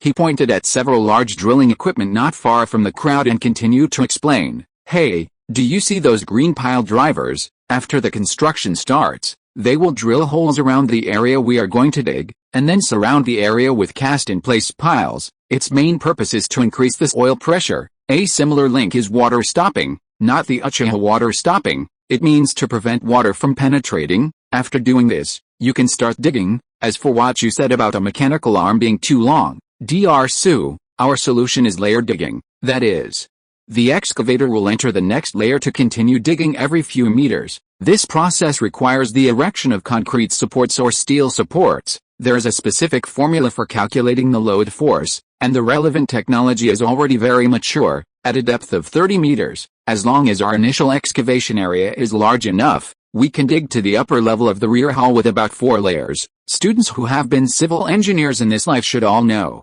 The key point of digging a pit is actually 2 words: enclosure, structure, construction, and waterproofing. After all, everything has pressure, and of course oil does too. Simply put, if you dig out the soil in the middle of a piece of land, the soil next to it will squeeze towards the middle. If too much soil is dug, the squeezing force is too great, exceeding the friction between the soil and the soil. Then the position of the soil will be seriously displaced, causing the foundation pit to collapse, and eventually causing an engineering accident. The retaining structure mainly plays the role of balancing the soil pressure and preventing the accidental collapse of the foundation pit. However, the retaining structure is simple to say, but in fact there are many types. For example, there are board piles, ground-connected walls, steel supports, concrete supports, etc. Nowadays, the most commonly used support forms for various underground facilities are board piles plus concrete supports plus steel supports. This method first uses a pile driver to drive the piles. The soil dug out by the pile driving will be thrown into the pre-prepared slag pool and then shipped out at night. After the piles are driven, the engineering team will hang a steel cage into the hole, that is, a long, black, thick and hard huge hollow steel column. After the steel column is stuffed into the hole, the sticky concrete will be poured into the hole.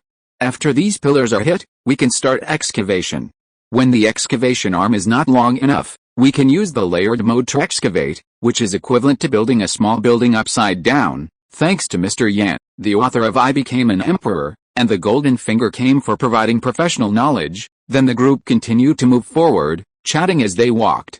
Zhang Zhongjing introduced the water stop curtain, waste slag pool, welding machine shed and other facilities to Su Yun and others, so that everyone had a general understanding of the construction situation. After about 10 minutes, everyone stopped in front of another huge equipment. This is a giant transport vehicle with a length of about 20 meters. The body is gray and white, and it looks quite domineering.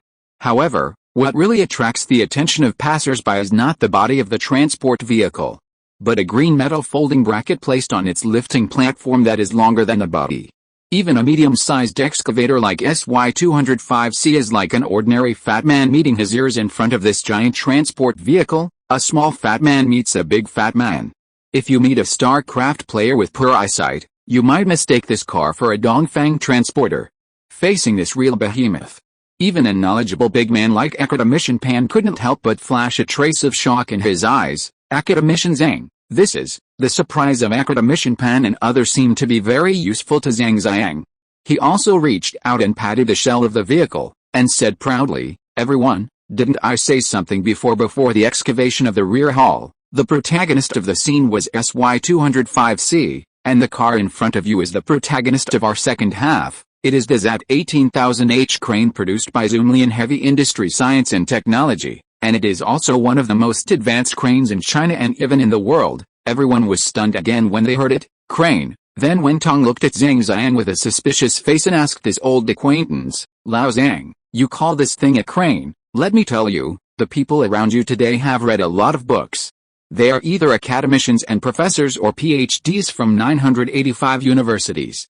Don't lie to us. In my impression, cranes are all large crawler equipment, or gantry cranes that look like a small bench magnified 10,000 times. When did cranes have this style? Zhang Zhongjing looked at him with disdain, took out a mobile phone from his pocket and handed it to Wang Tong. I knew you would ask this kind of question. Here, Baidu has searched for you in advance. See, Wang Tong, everyone. Was this predicted?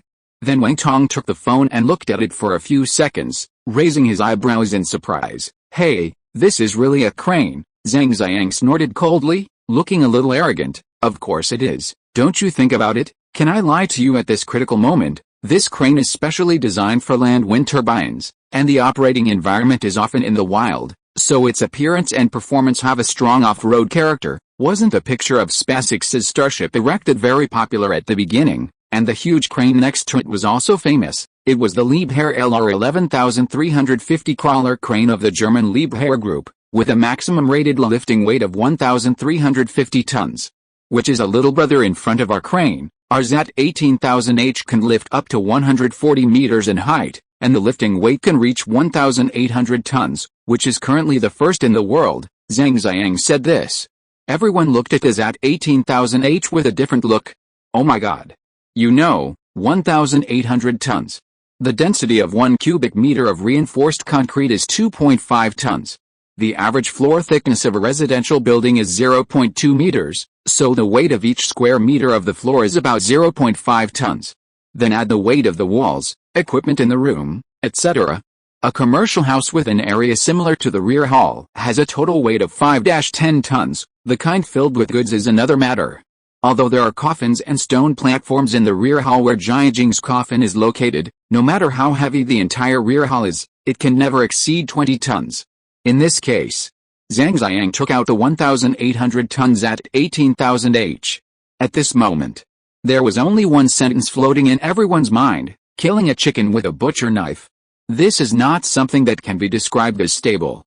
Okay, think of this.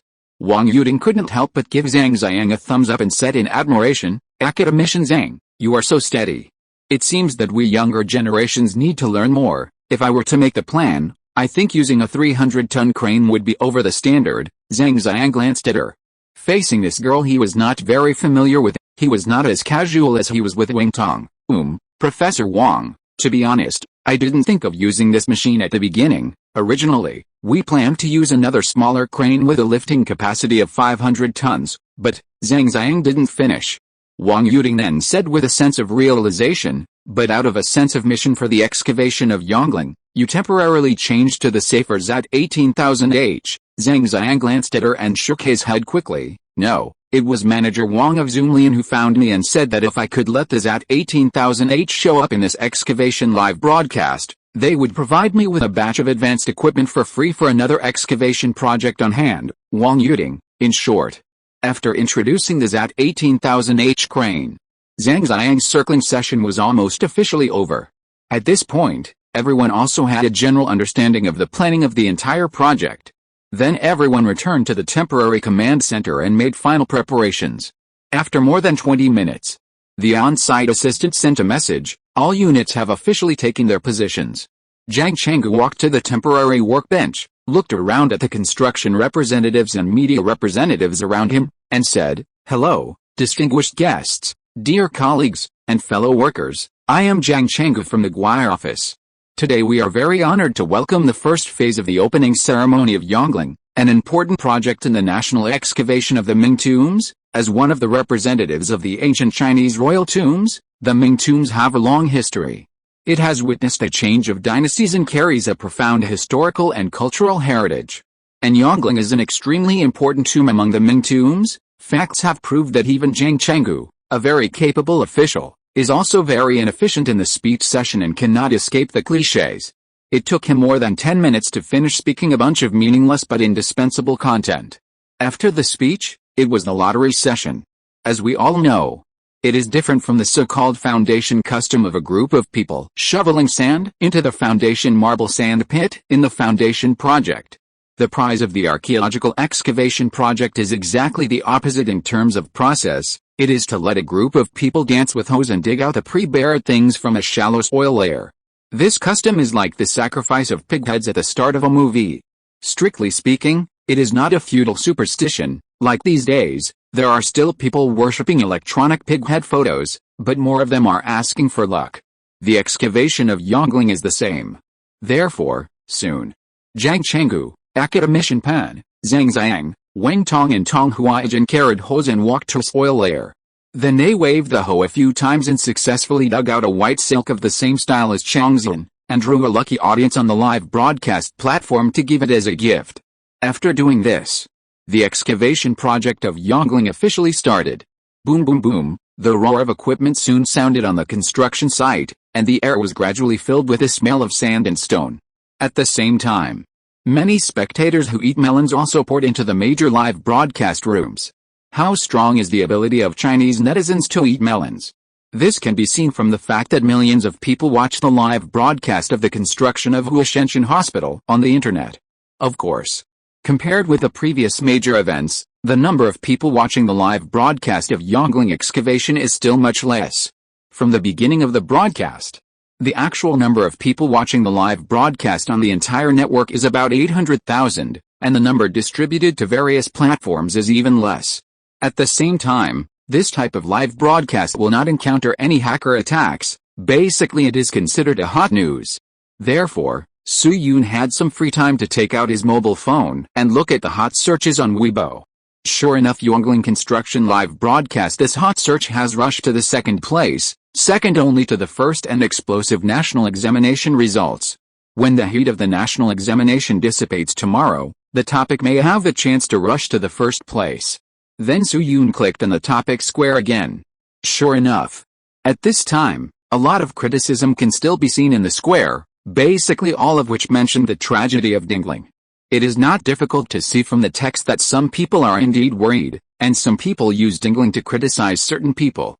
Su Yun didn't pay too much attention to this, as he had seen similar comments in the past few days.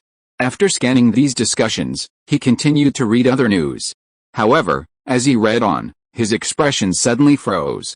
At this moment, on the 17th position of Weibo's hot search, there was a topic: this year's fate is Su Yun. Su Yun, what the hell is this hot search?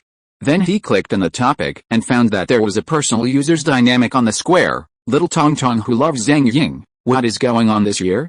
There have been several major events since the beginning of the year. Except for Ui Mikami's retirement, everything is related to Su Yun. Is this year I'm going to be alive threatening Su Yun, or what's wrong? At this moment, the number of comments on this Weibo post has exceeded 6,000. For a personal account with a non-big V and only more than 2,000 fans, this is undoubtedly a big hit data. But why did Su Yun feel a little unhappy when he sees this content? What does it mean to be alive threatening Su Yun? Is it a matter of being a fool? Then Su Yun hesitated for a moment, held a very delicate mind and reached out to open the comments section of this Weibo post. Among them, the hot reviews ranked first have no text content, but an emoticon package. As a result, the moment he saw this emoticon, Su Yun couldn't hold back. You uncle, the content of this emoticon was not a panda head or a star, it was Su Yun himself. In this scene, Su Yun shrank his neck slightly and shrugged his shoulders, and the corners of his mouth drooped. Feeling inexplicably worthy of a beating P1.2300 JPG, Su Yun, your uncle. Although the account balances were a far cry from each other, Su Yun inexplicably understood Sikin, who became famous because of a hot dog photo. He then put his phone back in his pocket and simply turned a blind eye to it. He took a deep breath, stood up from his seat, and came to Zhang Zhang at the command desk and asked, Academician Zhang, according to the current situation, how long will it take us to dig to the location of the rear hall? Zhang Zhang looked up at the construction site in the distance and said carefully, drilling, placing steel cages, and pouring concrete are three indispensable processes. From drilling to concrete solidification, which refers to final setting, it takes at least 2 days. In addition, we need to make at least 4 layers of steel supports, which means 4 reinforcements, including the total time for pressurization and stabilization. It will take a few days. In the whole process, the excavator takes the shortest time to dig, put them all together. If it's fast, it will take 12 or 13 days, and if it's slow, it will take about 3 weeks. We should be able to dig to the top of the rear hall. I calculated this time by looking up information myself. Is there any colleague in the industry who can tell me if it's reasonable? If it's unreasonable, I'll change it. Of course, if we work in 3 shifts at full speed, it can be done in a short period of time, but this is war readiness efficiency at no cost. At least our current plan does not consider this possibility. After all, if it's a few days late, Zhang Zhongjing won't be resurrected, and he is not allowed to become a spirit after the founding of the country. Su Yun finally understood. According to the 2 weeks it took to excavate the area where the rear hall was located, it shouldn't take too long for the rear hall and the bronze hall to be unearthed. In other words, it won't take too long for the Yongle Encyclopedia to be truly revealed. My biological clock has just been adjusted and it hasn't completely turned around yet. I feel a little uncomfortable, so I'll type these first. I'll make up for the few hundred words and 9,000 tomorrow. Chapter 495, A Sudden Accident. In the command room, thinking of the benefits that the Yongle Encyclopedia can bring to the rabbits, Su Yun is looking forward to the arrival of that day. Although according to the original prompt of the Halo, the Yongle Encyclopedia will not have the effect of directly increasing the national fortune after it appears in the world. But it can correct the source, directly increase national cohesion and legal notarization, and at the same time reduce social hostility to a certain extent. No matter which of the above points, it can be said to be a buff that is urgently needed nowadays. More importantly, after the dark matter press conference, Su Yun's understanding of national fortune has also reached another level. That is, the national fortune rewarded by the Halo is important, but more often it is the effect of icing on the cake. The national fortune that truly determines the trend of the country and nation can and must be fought for by oneself. While Su Yun was thinking about the Yongle Encyclopedia, not far from Su Yun, beep beep, Academician Pan's mobile phone suddenly rang without any warning. Academician Pan made an apologetic gesture to Zhang Zhongjing and others, walked aside and answered the phone. Hello, it's me. Seeing this, Su Yun just glanced and retracted his gaze, not caring too much in his heart. After all, Academician Pan is a typical busy man. He has countless meetings every day, and someone will contact him almost every once in a while. He often goes in and out of the laboratory for several hours, and his mobile phone has more than a dozen missed calls. Especially now that the deadline for submitting youth project books is approaching, more people have contacted Academician Pan. This is why most academicians seem to be very talkative. Generally speaking, people with social phobia basically cannot become academicians, but Su Yun didn't expect that. A few seconds later, Academician Pan's low voice with strong surprise came from his side. What did you say? Su Yun's heart suddenly shook. He turned his head suddenly and found that Academician Pan's expression was inexplicably flustered at this time. Su Yun's mind suddenly had a bad premonition. Academician Pan's psychological quality can be ranked among the top few among the people he knows. He is a standard super calm person who does not change his expression when facing a collapse of Mount I. Otherwise, Zhang Zhongjing would not have chosen him as the main speaker at the Dark Matter press conference of the Academy of Sciences. And such a big-hearted player actually lost his composure at this time? Okay. I understand. No problem. That's it. Half a minute later, Academician Pan hung up the phone and turned to look at Su Yun. Su Yun, who had been prepared for a long time, stood up quickly, walked to his side quickly, and said, Teacher. Academician Pan glanced at Lu Chaoyuan not far away, took a deep breath, and said to Su Yun, Su, let's go back to Yanjing now. Go back to Yanjing. Su Yun was stunned again, but the long-term tacit understanding between master and apprentice still allowed him to give a quick answer. I understand. Do you need to bring anything? Academician Pan shook his head, walked quickly to Zhang Zhongjing and Lu Chaoyuan, and whispered a few words to them. Soon, Zhang Zhongjing and Lu Chaoyuan showed surprised expressions on their faces at the same time. Academician Pan then returned to the original place and patted Su Yun on the shoulder. Su, let's go. Su Yun came back to his senses. Oh, okay. A few minutes later, Academician Pan took Su Yun to the parking lot. The two got into the main and co-driver's seats of the car one after another. After fastening their seat belts, academician Pan started the car. At the same time, it was not until this time that Su-yoon had the opportunity to ask about the situation. "Teacher, what happened?" Academician Pan glanced at him. His expression was extremely solemn, and he said carefully, "Mr. Wang.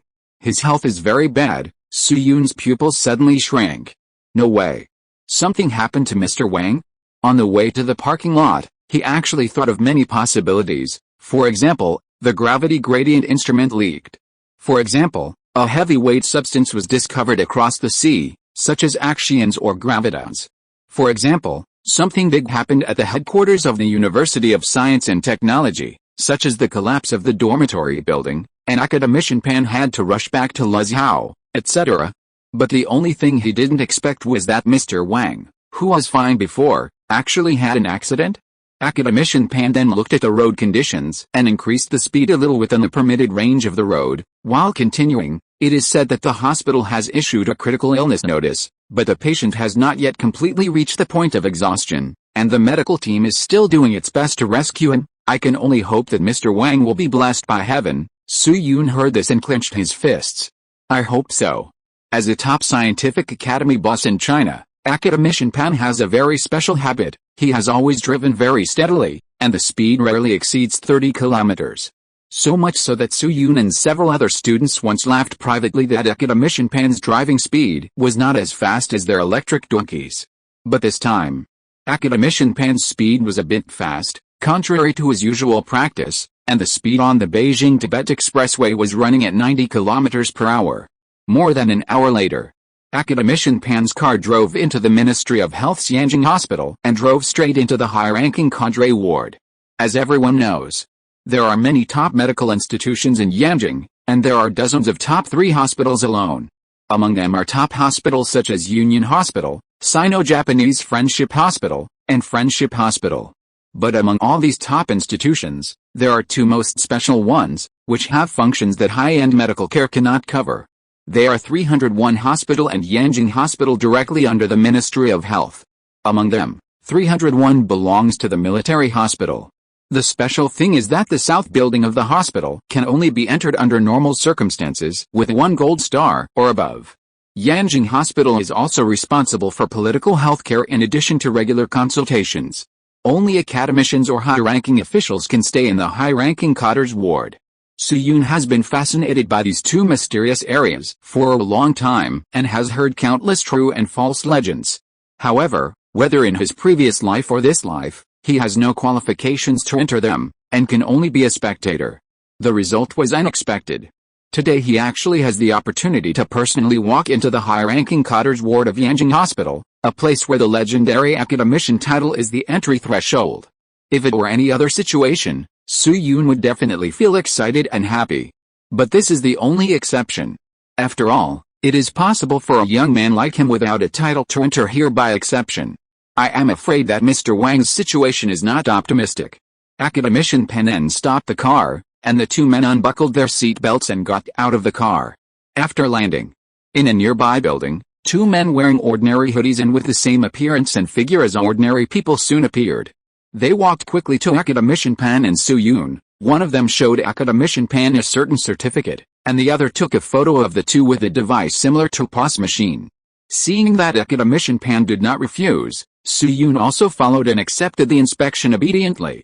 After more than 10 seconds, one of the taller men looked at the screen, nodded slightly, and said, "The information has been entered successfully. Academician Pan, please follow me." Academician Pan nodded and cast a look at Su-yoon to follow.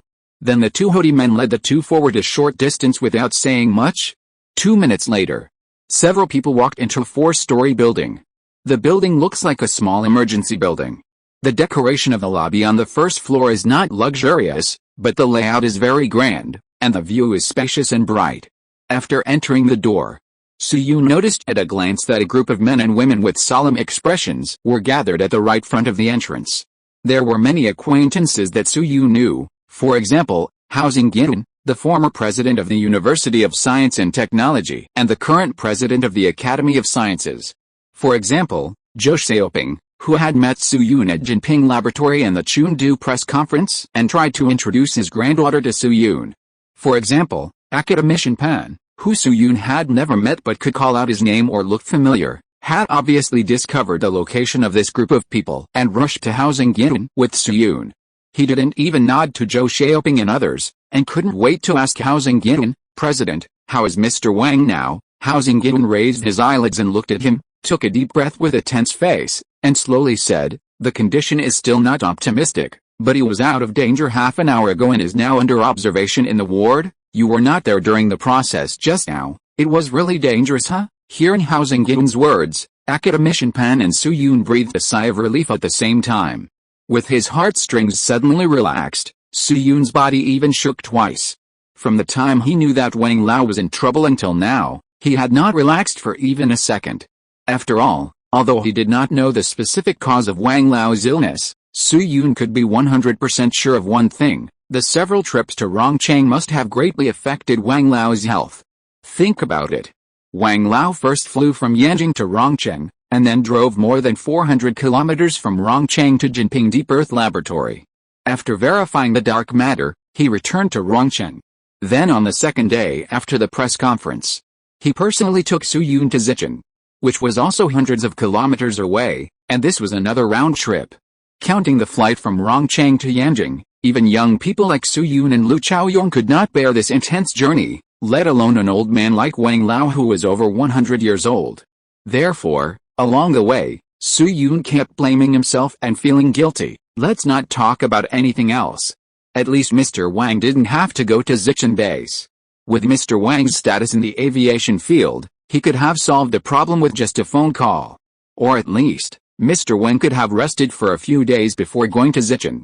However, in order to allow Su Yun to connect with Zicheng with the highest efficiency, Mr. Wang chose to go out in person the next day to act as the middleman. Although the entire decision was made by Mr. Wang alone, from a causal relationship, Su Yun had to bear a great responsibility anyway. If Mr. Wang really died because of this, Su Yun himself would not forgive himself. Therefore, compared with academician Pan, Su Yun's pressure was much greater. Fortunately, Mr. Wang was blessed by heaven and survived the most dangerous stage. Academician Pan then wiped the sweat from his neck, looked around, and asked Zhongjing, "President Hao, I wonder what caused Mr. Wang's illness." Zhongjing glanced at Su Yun beside academician Pan calmly, then quickly looked away and sighed. Mr. Wang has been bedridden for a long time due to his physical condition and age. Over time, he has developed deep vein thrombosis in his lower limbs. However, deep vein thrombosis in the lower limbs is not fatal in itself. Many elderly people have this problem.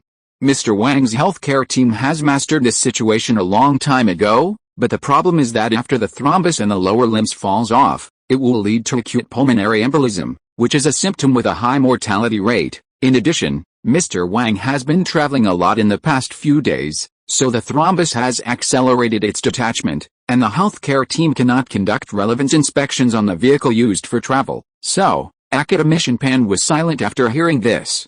Not all of the bigwigs at the scene came to the hospital at the same time. Some came earlier and some later, so Zhongjing said this explanation more than once. But even those who have heard these words many times still feel a little heavy at this time. Except for the sobbing of Wang's family members, no one spoke at the scene. Su Yun was even more so. It was indeed an accident caused by the busy schedule. To be honest, although he knew many great figures in the history of modern physics who devoted their efforts and even their lives to Chinese scientific research, but the channels for him to know those people were mainly text or images, rather than seeing them with his own eyes. Therefore, although Su Yun felt great respect for these predecessors, his emotions were mostly simple touching. But this time was different. After learning that Wang Lao almost caused an emergency due to something directly related to him, Su Yun suddenly felt an inexplicable emotion in his heart. There was helplessness, guilt, self-blame, and anger. He personally hated those reflective parties on the internet, but at least in the matter of Wang Lao, only in this matter, he felt that he should really reflect on it. At least, Wang Lao, a centenarian who should have been lying on a rattan chair and enjoying his grandchildren, should not have to worry about the affairs of his descendants. Each generation has its own long march. This sentence has become somewhat ironic in nature in 2023 due to many things. But at least at this moment, Su-Yun thinks this sentence is correct. The long march of Mr. Wang and his team has successfully joined forces, and the new generation of long marchers must take on the responsibilities they should take, and should not let Mr. Wang and his team burn out the last bit of fuel. At the same time, Su-Yun suddenly thought of Mr. Yang, who is also 100 years old. Before Mr. Wang got into trouble, he had seen a message on the internet saying that Mr. Yang was critically ill. The account that released the message did not have any official certification, and the video was electronically synthesized throughout, and it was also accompanied by a picture of Mr. Yang in 2011. As a result, such a simple false news actually attracted many people to believe it. At the same time, there were a lot of comments that focused on Mr. Yang's legacy and personal life, and they were arguing how helpless it is. Just when the atmosphere on the scene was a little dull, there was a sudden sound of footsteps at the corner at the end of the aisle. A moment later, an old doctor in his 60s and several assistants emerged from it. Zhang Zhongjing was shocked when he saw this. He walked towards the other party quickly and asked urgently, "Director Liu, how is Mr. Wang's condition?" The doctor called Director Liu did not stop, and at the same time put his palms in front of him and raised them from bottom to top several times. "Stand back a little first." Everyone had to do as he was told. After everyone retreated a few meters, Director Liu took off his mask, revealing a tired but not sad face. "Director Hao, the condition is almost stable. I just injected scutellaria glycosides into Mr. Wang, and now I am dripping phentolamine, except that the systolic blood pressure is not optimistic. The rest of the situation is basically under control. This is the emergency. If you can get through the most dangerous stage, it will be relieved quickly." Hearing this, a clear exhalation sound suddenly rang out at the scene. An old lady in her 70s, who was supported by several young people, couldn't control her emotions and sobbed softly in her seat. Judging from her age, this should be Mr. Wang's daughter or daughter-in-law. At the same time, Su-Yun's heart finally settled down completely. Although according to what Dean Liu said, after escaping danger, Mr. Wang's systolic blood pressure is still not normal. But in a top institution like Yanjing Hospital, this basically means that Mr. Wang will not have any more life-threatening accidents in the short term. Just when Su-Yun was about to be a little transparent behind academician Pan, Dean Liu suddenly thought of something and said to Zhang Zhongjing, "By the way, Dean Hao, who is Su-Yun?" Mr. Wang said he wanted to meet him. Swish, Dean Liu's voice had just fallen. In less than half a second, including academician Pan, Zhang Zhongjing, Zhou Xiaoping and many other bigwigs' eyes almost locked on Su-Yun at the same time. 80% of the people at the scene were academicians of the two academies. After the press conference of the Academy of Sciences, Su-Yun also became a little famous in the Academy of Sciences system, so many academicians who Su-Yun had never met knew him. In fact, it was not only these bigwigs who were surprised, but Su-Yun himself at this time also had some brain failures. He looked at Dean Liu and said dryly, "Dean Liu, I am Su-Yun. Are you sure that Mr. Wang wants to see me?" Su-Yun did not ask why Mr. Wang knew he was there. After all, Mr. Wang had long known that Su-Yun and academician Pan had come to Yanjing to open the Yongling Mausoleum. So he was wondering why Mr. Wang wanted to see him? Was it possible that he said the wrong name because of confusion? For example, he was actually looking for big guys like Sun Yun and Su Yuang? Then Dean Liu looked him up and down and quickly said, "You are less than 30 years old, wearing glasses, and you look like a single dog without a girlfriend. You meet all three conditions that Mr. Wang said, so you are the one who can't escape." Su-Yun, I understand the first two, but what the hell is the third one? Just when Su-Yun was a little confused, seeing that Wang Lao was indeed looking for Su-Yun, Zhang Zhongjing took the initiative to pat him on the shoulder and reminded him, "Xiao Su, since Wang Lao wants to see you, you should follow Dean Liu and don't keep Wang Lao waiting for too long. Also, pay attention to time management, don't talk to Wang Lao for too long, let him rest more." Su-Yun came back to his senses after Zhang Zhongjing patted him like this. He hurriedly replied yes and followed Dean Liu to the ICU where Wang Lao was. The structure of our special care area is different from that of the emergency building. The operating rooms of ordinary emergency buildings are generally on the 3rd and 5th floors, and the ICU floors are close to them. Dean Liu walked very fast, explaining the key points to Su-Yun as he walked. However, the operating room and ICU in the special care area are both on the 1st floor. Regardless of the rules of the ICU or Wang Lao's current condition, outsiders are not allowed to enter the room, so you can only communicate with Wang Lao through the communicator outside the window, and the longest time can only last for 1 minute. Do you understand? Su Yun nodded. I understand. After saying that, the two walked a short distance again. After turning a corner, a ward soon appeared in front of Su Yun. At the same time, Director Liu stopped, pointed at the glass window of the ward, and said to Su Yun, Xiao Su, I won't accompany you there. Also, remember the time, it must not exceed 1 minute. Su Yun once again said that he understood. Then he walked to the ward alone, first looking through the window to see the situation inside. As a result, he just took a look. His eyes suddenly turned red. At this time, Mr. Wang was lying on the bed with a nasal oxygen tube inserted, an IV tube inserted into his withered arm, his eyes closed, his hair messy, and the collar of his hospital gown slightly open, revealing part of his skin and bones. The moment he saw Mr. Wang, an idiom flashed through Su Yun's mind subconsciously, dying. At this time, there was a young nurse standing by Mr. Wang's bed. When she saw Su Yun appear at the window, she lowered her head and said something to Mr. Wang. After a while, Mr. Wang opened his eyes a little weakly, turned his head with difficulty, and looked at Su Yun with turbid eyes. Su Yun waved to Mr. Wang quickly. Then the nurse who had received the instructions quickly walked to the bedside with a communicator, pointed the receiver at Mr. Wang's ear, and placed a microphone at the corner of Mr. Wang's mouth. After debugging, the nurse stood up and looked at Su Yun, pointing to his lower right through the window. Su Yun looked over and found that there was a similar device in a groove on his lower right. So he quickly picked up the communicator and put it close to his ear. A few seconds later, the extremely weak voice of Mr. Wang came from the microphone, Xiao Su. As soon as the hoarse voice of Xiao Su entered his ears, Su Yun, a grown man, couldn't help but burst into tears. Mr.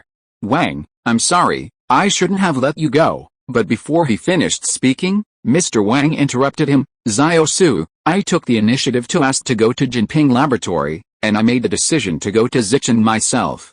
It has nothing to do with you. If you are just here to make this meaningless confession, then you can go back now. Mr. Wang's voice was still weak, with a strong phlegm sound, but his attitude was very firm. For a moment, Su Yun didn't know how to continue.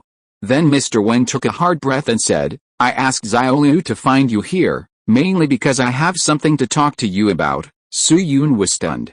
After coming to her senses, she wiped her eyes vigorously and said quickly, Mr. Wang, if you have anything to say, just tell me. I'm listening. Mr. Wang paused for a longer time, this time before speaking again. I have seen the measurement results of the gravity gradiometer that you asked Xiao Pen to pass on to me before. It is perfect from beginning to end. I have applied to my superiors and strive to cooperate with the aviation and navy as soon as possible to develop the corresponding gravity gradiometer satellite. After all, to detect those big black fish, the best way for the gradiometer is to fly into orbit, and if the gradiometer flies into orbit, the particle life of its measurement module must be extended to hundreds or even thousands of hours. Hearing this, Su Yun immediately understood Mr. Wang's idea, and the whole person straightened his chest. Mr. Wang, don't worry, leave the continuation of the solitary particle to me. I promise you here that before the country has the operating technology of the gravity gradiometer satellite, I will definitely extend the life of the Pangu particle to more than 1,000 hours. Mr. Wang's chest rose and fell again, and his voice became much smaller. I believe you. After Mr. Wang finished speaking, the nurse in the ICU walked to Mr. Wang again and whispered something to him. From the words, time is up, and, you can't, coming from the communicator, it is not difficult to judge that the nurse wants to end the call. However, Mr. Wang waved his hand firmly and expelled the nurse to the side. Then he picked up the communicator again and said to Su Yun, Xiao Su, in addition to the matter of the gravity gradient meter, I want to talk to you about a few more things. Everyone will die. Birth, aging, illness and death are the laws of nature. At my age, it's nothing more than a day earlier or later. My old bones can make some contributions before I die. I am happy myself, so why do I need you to feel guilty and regretful? Here. Mr. Wang suddenly coughed violently a few times, and then continued, a long time ago, a person I admired very much once said a sentence, which is that dignity is only above the edge of the sword, and truth is only within the range of the cannon. Inspired by this sentence, we developed nuclear engineering, 2 bombs and 1 satellite, and won the war that belongs to us, but that war is not over. Now the flames of war are also burning on your generation. The situation in all aspects is more severe than ours at the beginning. At least we didn't have so many traitors at the beginning. You are very capable, but it is neither realistic nor fair to you to let you bear the so-called national rejuvenation alone. So for a period of time, I even doubted whether you can win this battle." The tone of Mr. Wang's first half of the words was a little low, but as he spoke, his eyes suddenly brightened. "But not long ago, I saw a video. It was a high school lecture. A professor in human form was shouting about money and advocating for breeding with foreigners. In the middle of the lecture, a young student suddenly stepped forward and snatched a microphone. Not only did he refute the other party, but he also said in front of hundreds of people in the audience, 'We should study for the rise of China.' After a while, the audience applauded like thunder and cheered loudly. From that moment on, I knew that this battle might be difficult, but it can definitely be fought, and you are not fighting alone. So Xiao Su, after today, maybe my old bones can hardly provide you with any help." But, before Wang Lao finished his last sentence, he was brutally snatched away by the nurse next to him. So Su Yun didn't hear what Wang Lao wanted to say in the end. But from the thumbs up that Wang Lao raised with all his strength, he understood the message that Wang Lao wanted to convey. "Dr. Xiao Su, I am optimistic about you." After Wang Lao finished talking to Su Yun, he fell into coma, and Dean Liu did not allow anyone to visit him. Therefore, even Hao Zhengjing, the president of the Academy of Sciences, was unable to say a word to Wang Lao this time. However, Hao Zhengjing did not regret it. After all, it was the best news that Wang Lao was saved from the hands of death. It was not until a long time later that Su Yun found out. When Wang Lao was in the most dangerous time, his heart had stopped beating. At that time, the propaganda department of the Academy of Sciences was even drafting an obituary. There were also two men in hoodies who kept files for Su Yun and academician Pan in the parking lot. They were actually security guards of some big shots. It can be seen how critical Wang Lao's condition was at that time that such a big shot could be personally present. Fortunately, good luck came to the gods. After the visit, Su Yun followed academician Pan and left Yanjing Hospital. However, after leaving the hospital, the two did not choose to return to the Ming Tomb's construction site. First, they were highly nervous for nearly 2 hours. Both academician Pan and Su Yun had lost a lot of energy and needed to rest well. Secondly, there is not much to see at the excavation site. It may feel fresh at first, but it will always feel boring after staying for a long time. Therefore, after leaving Yanjing Hospital, the two drove directly back to their residence.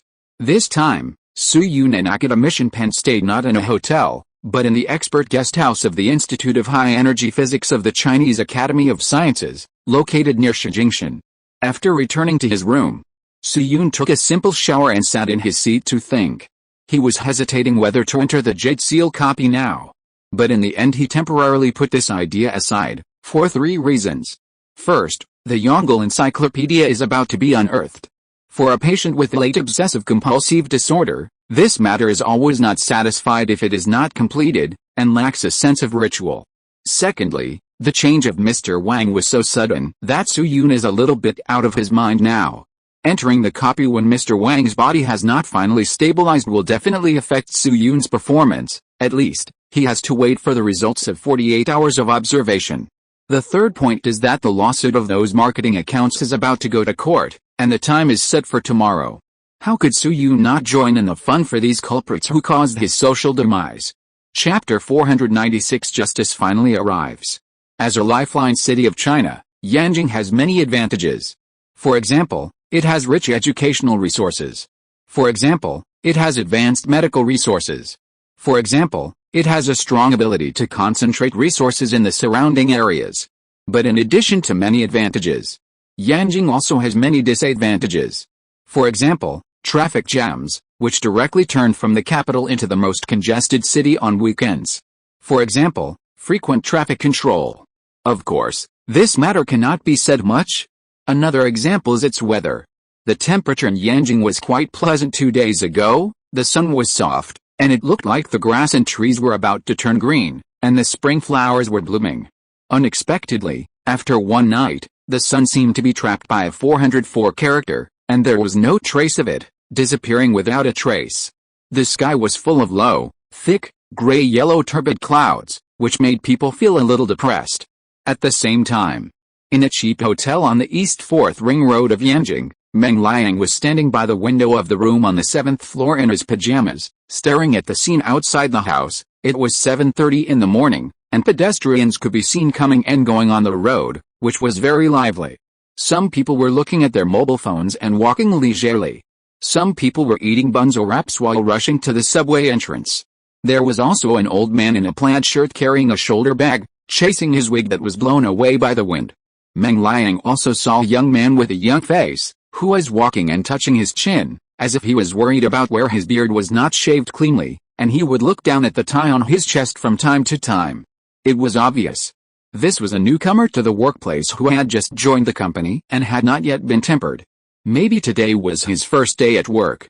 Seeing this scene that many social animals were so used to that they might vomit, Meng Liang's eyes flashed with envy. It's great. Just as Meng Liang was looking at the scenery outside the window. Ding! The door behind him gently sounded the sound of the room card unlocking. After a while, Meng Liang's father, Meng Dongguo, brushed off the dust on his body and quickly left the room, muttering, "Oh wow. This Yanjing is a capital city, and a dusty day makes people feel uncomfortable." Meng Dongguo put a plastic bag and a cup of soybean milk on the small desk in the room, and called Meng Liang, "Son, come to have breakfast. There is no rice nearby, so I just bought a few steamed buns and dumplings. Here, the soybean milk is for you. After eating, we will leave as soon as possible, so as not to make those comrades wait anxiously." Meng Liang came back to his senses. He simply said, "Oh, here I come." Then he walked to the desk a few steps, picked up a steamed bun, and turned his eyes to the lonely soybean milk next to it. "Dad, why did you buy a cup of soybean milk?" Meng Dongguo had already started to eat the steamed bun. Hearing this, he chewed it quickly for a few times, picked up a bottle of mineral water provided by the hotel from the corner of the table, and drank it. After finishing the job, he wiped his mouth and shook his head and said, "A cup of soy milk costs $3.50. It's too expensive. I can't buy it. Anyway, the hotel has free mineral water, which is this water.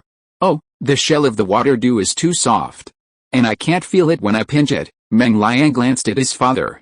He didn't correct the name of the bottle of water, which was actually ice dew, and he didn't say anything warm and affectionate. "If you don't drink soy milk, I won't drink it either." Instead, he silently picked up the soy milk cup and blew it, and took a sip. He softened the steamed bun in his mouth and swallowed it. After 5 or 6 minutes, Meng Liang and his son finished this simple breakfast at the same time. Meng Dongguo burped, rubbed his stomach a few times, stood up quickly, and said to Meng Liang, "Okay, son, it's almost time, let's go now." Meng Liang stammered a few times when he heard this, but he didn't say anything in the end. He turned around dully, picked up the coat prepared in advance on the bed, and slowly put it on. Just when Meng Liang had zipped up halfway, Meng Dongguo suddenly sighed behind him. "Son, are you a little scared?" Meng Liang's movements paused. Then he turned his head in surprise and looked at his father. Obviously, Meng Dongguo hit the nail on the head. "Why are you looking at me like that?" Meng Dongguo took 2 steps forward and came to Meng Liang's side.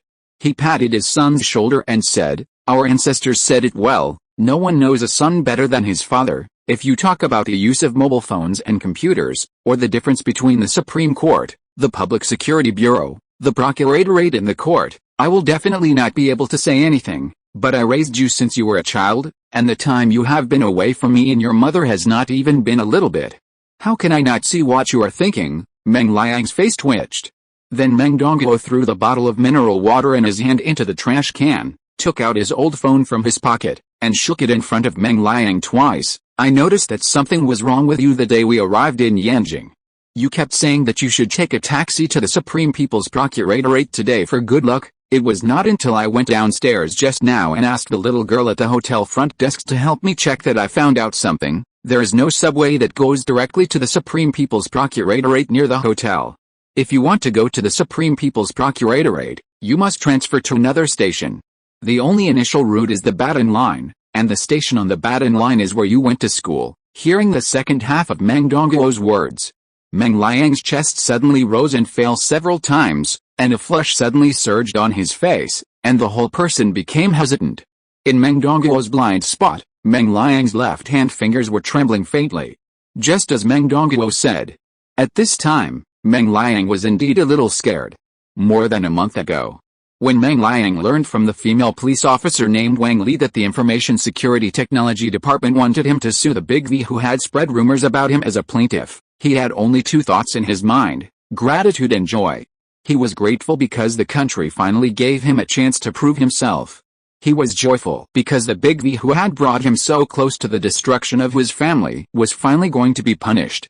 Later, under the guidance of Wang Li and others, Meng Liang also carried out the normal process of self-prosecution and brought the Big V who had spread rumors about him and the girl who had slandered him to court. However, as one of the many cases this time, Meng Liang's prosecution was just an introduction to the entire process, or the mission of other plaintiffs like Meng Liang was the same. Then, with the cooperation of relevant departments, the Supreme People's Procuratorate took over these self-prosecution files. And a week ago, it filed a public prosecution in the form of a criminal case to the First Criminal Trial Chamber of the Supreme People's Court, commonly known as the First Criminal Chamber. At the same time, as victims of the case, Meng Liang and others were also invited by Wang Li to Yanjing to attend the trial as witnesses. There is no doubt about it. This was exciting good news. After all, at this point, it means that the case has reached the final trial stage. Those so-called big verses who slandered, spread rumors, and blasted others online are destined to receive the punishment they deserve. And it won't take too long to implement. However, after learning that he was going to Yanjing, Meng Liang suddenly felt an inexplicable fear in his heart. Because the 211 university he had been admitted to was in Yanjing. Indeed, it was the school that made Meng Liang's decision to drop out. Strictly speaking, it has nothing to do with the city of Yanjing. But most outsiders, including Meng Dongguo, don't know that the Big V got his ticket information for leaving Yanjing from some channel and posted it directly on the internet. Because the incident attracted a lot of attention at the time. So many people ran to the outside of Yanjing station on the day Meng Liang left Yanjing and launched flyers with Meng Liang's information printed on them. Even on the train to his hometown, someone found his seat and insulted him. In the end, Meng Liang could only hide in the dining car in a panic, wearing a mask and huddled in the corner, and then he had a hard time getting through that journey home. Therefore, Meng Liang had almost no good feelings towards the city of Yanjing. Of course. In those days, there were also a few passers-by who stood up righteously to refute those flyers, including girls. So if it was just a simple trip to Yanjing, this sad place, Meng Liang's mentality would not be too broken. But the problem was before leaving home. In order to save travel expenses, Meng Dongguo, who has always been frugal, booked this cheap hotel located on the East 4th Ring Road without discussing it with Meng Liang. At the beginning, Meng Liang didn't care much. After all, he is not a person who can't endure hardships, and he has suffered a lot over the years. Besides, no matter how broken the hotel is these days, it is much better than the original dormitory. So while he was packing his bags, he also searched for the route to the hotel and the route from the hotel to the Supreme People's Procuratorate. And at the moment when the result appeared, he was stunned. There was no problem with the route from the train station to the hotel, but there was only one way to get from the hotel to the Supreme People's Procuratorate, which was the transfer, as Meng Dongguo said. One of the stops on the initial line, which was also the transfer point of the line, was the alma mater that had left Meng Liang with countless nightmares. To be honest, if it was just the city of Yanjing, Meng Liang would at most have a very bad impression of it. But the station where the subway stopped, Meng Liang could not let it go no matter what. It was a place name that would trigger nightmares for at least 2 days just by hearing the name. So, with the blessing of this alma mater sentiment, the fear in Meng Liang's heart was instantly magnified. Therefore, from the time he arrived in Yanjing to now, he had a very strong sense of disobedience. This mentality even made his mind a little dazed. On the one hand, he hoped to see the results of the trial and see those people go to jail. But on the other hand, he was a little evasive, unwilling to face those memories at the beginning, and afraid to return to that nightmare place. This is a kind of pain that only those who have experienced it know. Meng Liang's original idea was to not tell anyone and bear the pain silently. But he didn't expect that his father, who couldn't even operate an old phone, would show a keen judgment comparable to that of a detective in this matter. Then Meng Dongguo looked at Meng Liang distressedly and sighed, "Son, why didn't you tell me earlier that you had this psychological burden? Your father is not very capable, but it's better for 2 people to fight this kind of thing than for 1 person, right? You." As a result, he kept talking. Meng Dongguo himself didn't know what to say. He was just a pipeline maintenance worker who didn't even graduate from high school. It was really difficult for him to do psychological counseling. So the father and son were silent for a long time, and finally Meng Dongguo spoke. "Son, do you really don't want to take that subway?" Meng Liang was silent for a moment, and a trace of struggle flashed in his eyes. But in the end, he nodded. Seeing this, Meng Dongguo's chest rose and fell, took a deep breath, and said decisively, "Okay, if you don't want to take it, then don't take it. It's nothing. Let's take a taxi to the Supreme People's Procuratorate." When he said this, a trace of bitterness flashed through Meng Dongguo's heart. In fact, he would rather see Meng Liang answer no. After all, although he has no academic qualifications, he still understands some principles. He once heard an old Chinese doctor in the town say a sentence: sadness will make the key disappear, shock will make the key chaotic, and fear will make the key sink. It means that sadness will make people's key dissipate, panic will make the key disordered, and fear will make the key sink. At present, Meng Liang has all three, which is obviously not a good thing. And the best way to eliminate fear is naturally to face it. When a person can calmly face his trauma, it means that he has let go of that thing. Therefore, Meng Dongguo hopes that Meng Liang can choose to take a trip on the batting line. Even if he wears a mask and hides behind him, it is better than simply escaping. But Meng Dongguo is worried that the forced melon is not sweet, and insisting on it will cause more serious psychological harm to Meng Liang. Therefore, he can only follow his son's wishes and change the subway to taxi. 10 minutes later, the father and son, who have tidied up their appearance, left the hotel. They took a taxi at the nearest bus stop and drove to Behan Street, where the Supreme People's Procuratorate was located. At the same time, Su Yun, led by a staff member, came to the gate of the highest judicial organ in China, the Supreme People's Court, which was only 2.1 kilometers away from the Supreme People's Procuratorate. It was quite strange.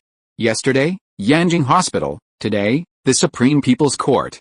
In just 2 days, Su Yun easily completed the achievement that he could not achieve in his previous life. It's a pity that Halo doesn't have an achievement system like Steam, otherwise it would be able to reward something. Then Su Yun dispelled these thoughts and visited the trial building with interest. Students who have been sentenced in the Supreme People's Court should know it.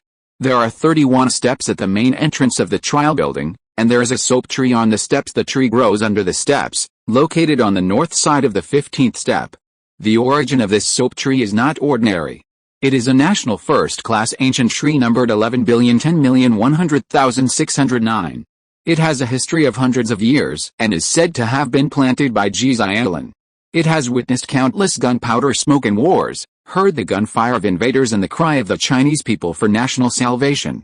At the beginning of the establishment of the Supreme Court, due to insufficient office space, the Supreme Court was approved to build a new trial building. And the soap tree happened to be located within the blue line of the building construction drawings. When the decision-makers of the project faced this ancient tree at that time, they seemed very embarrassed. The soap tree is very old, and moving the old tree to another place may cause the death of the ancient tree if it is not transplanted properly. First-class ancient trees are clearly protected by law, and the court, as a judicial organ, is the guardian of the spirit of law. If the judiciary cannot set an example, how can the judiciary be trusted by the people? So after discussion, the final plan is to protect the ancient tree in situ, move the building back 5 meters, and dig a hole in the steps. So, this ancient tree stands on the 15th step of the Supreme People's Court trial building like a sentinel. Since then, this ancient tree has also become a vivid judicial totem of the Supreme People's Court, and many judges have written poems for it. For example, Mr. Zhang Ode to the soapera tree is about this tree. Taking photos with a tree has gradually become a reserved item for old judges to retire, grassroots judges to visit, and guests to visit. Even law school students who go to the Supreme People's Court for internships use meeting the soapera tree and dreaming of the Supreme Court as a rallying order. So Su Yun also took advantage of the convenience and asked the staff to take a photo of him and the soapera tree. After taking the photo, the staff took Su Yun into the building. Compared with the softness of the soapera tree on the outside, the interior of the trial building reveals another two-word painting style, solemn. The building is paved with dark-toned marble bricks, which looks very low-key at first glance. There are no luxurious decorations of crystals and gems on the walls and the top, but it reveals a majestic atmosphere inside and out. If a villain comes here, I'm afraid his feet will be weak after walking a few steps. No wonder the Supreme Court's trial building is called the center of the formation to suppress evil in Yanjing. It is indeed extraordinary in temperament. Then the staff took Su Yun forward and soon came to visitor room and said, Dr. Su, Prosecutor Chen is waiting for you in the room. Su Yun thanked her and knocked on the door after she left. After a while, a very steady female voice sounded in the room, please come in. Su Yun pushed the door open and entered. The area of this visitor room is not large, only about 10 square meters, with a simple desk and 2 ergonomic chairs. At this time, a female comrade in her 40s was sitting behind the desk. The female comrade had short hair and fair skin. She looked capable and intellectual. Seeing Su Yun enter the room, the other party also stood up and took the initiative to greet him. Hello, Dr. Su, let me introduce myself.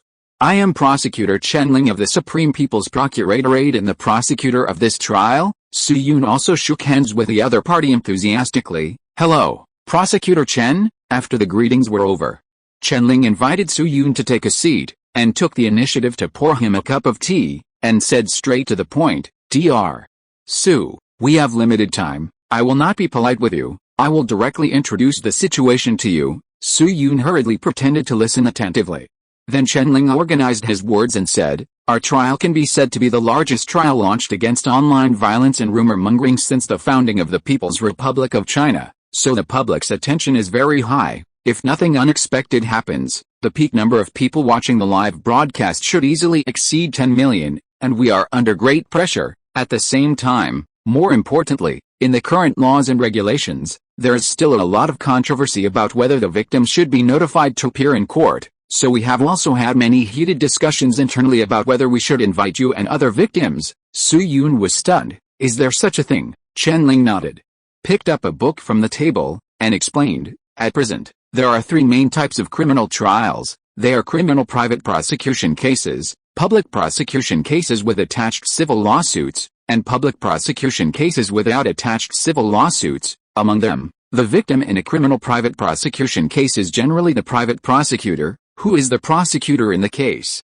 The court will definitely summon him to court, otherwise the trial cannot proceed normally. The second is that the victim filed a criminal attached civil lawsuit and is the plaintiff in the attached civil lawsuit, so he will also be summoned to court. But the third type, according to the 3rd paragraph of Article 187 of the criminal law, does not clearly explain whether the people the court should notify include the victim or his family members. Su Yun couldn't help blinking. In the past period of time, he has learned about the difference between private prosecution and public prosecution. These 2 concepts are actually very simple and can be understood almost literally. The so-called private prosecution means that you are the plaintiff and sue others. As for public prosecution, it is a prosecution conducted by the Procuratorate as the plaintiff. This smear case involves a large number of people and covers all parts of the country. Therefore, the upper level followed the process of transferring private prosecution to public prosecution. That is why victims like Meng Liang were asked to sue first. But Su Yun did not expect that in the rules of public prosecution. There was actually a dispute over whether to notify the victim or his family.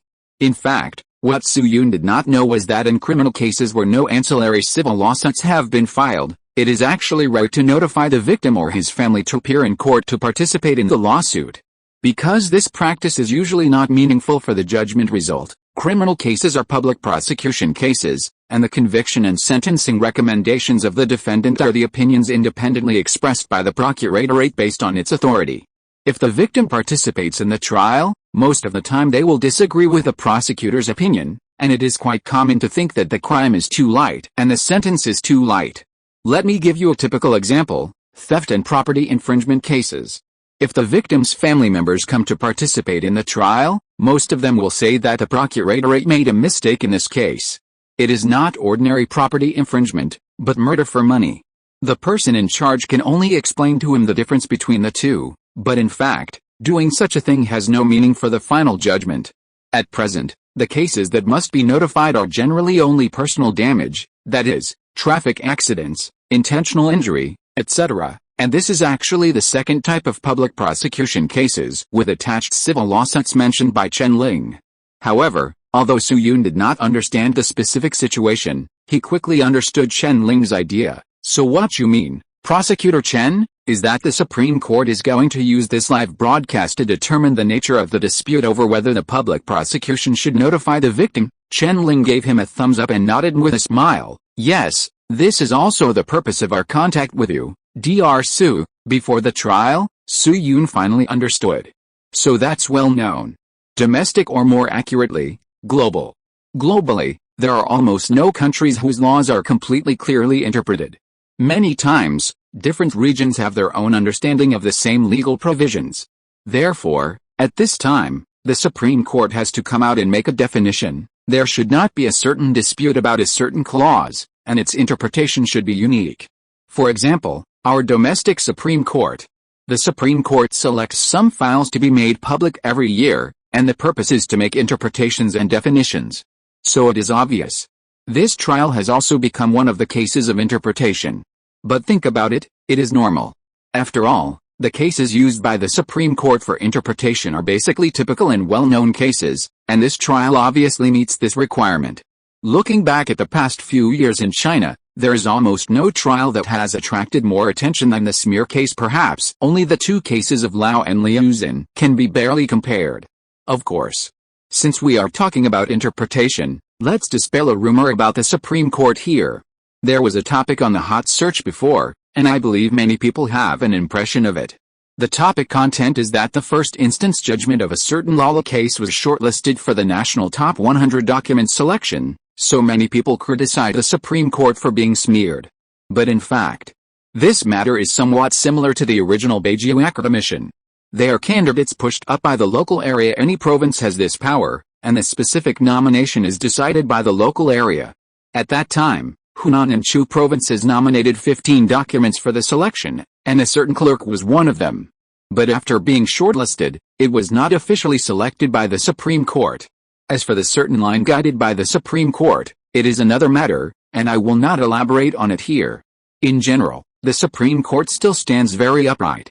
Then Su Yun pulled his mind back to reality, thought about it, and asked Chen Ling, Prosecutor Chen, I wonder what the interpretation of whether the victim is present at this trial is. Chen Ling raised his eyelids and glanced at him, pointing to another book on the table. According to Article 106 of the Criminal Procedure Law, the parties refer to the victim, the private prosecutor, the criminal suspect, the defendant, the plaintiff and the defendant in the incidental civil lawsuit. Therefore, strictly speaking, the parties in the trial notice should not only refer to the defendant, but should include the victim even if it is a public prosecution. Nowadays, many people have lost property due to fraud cases.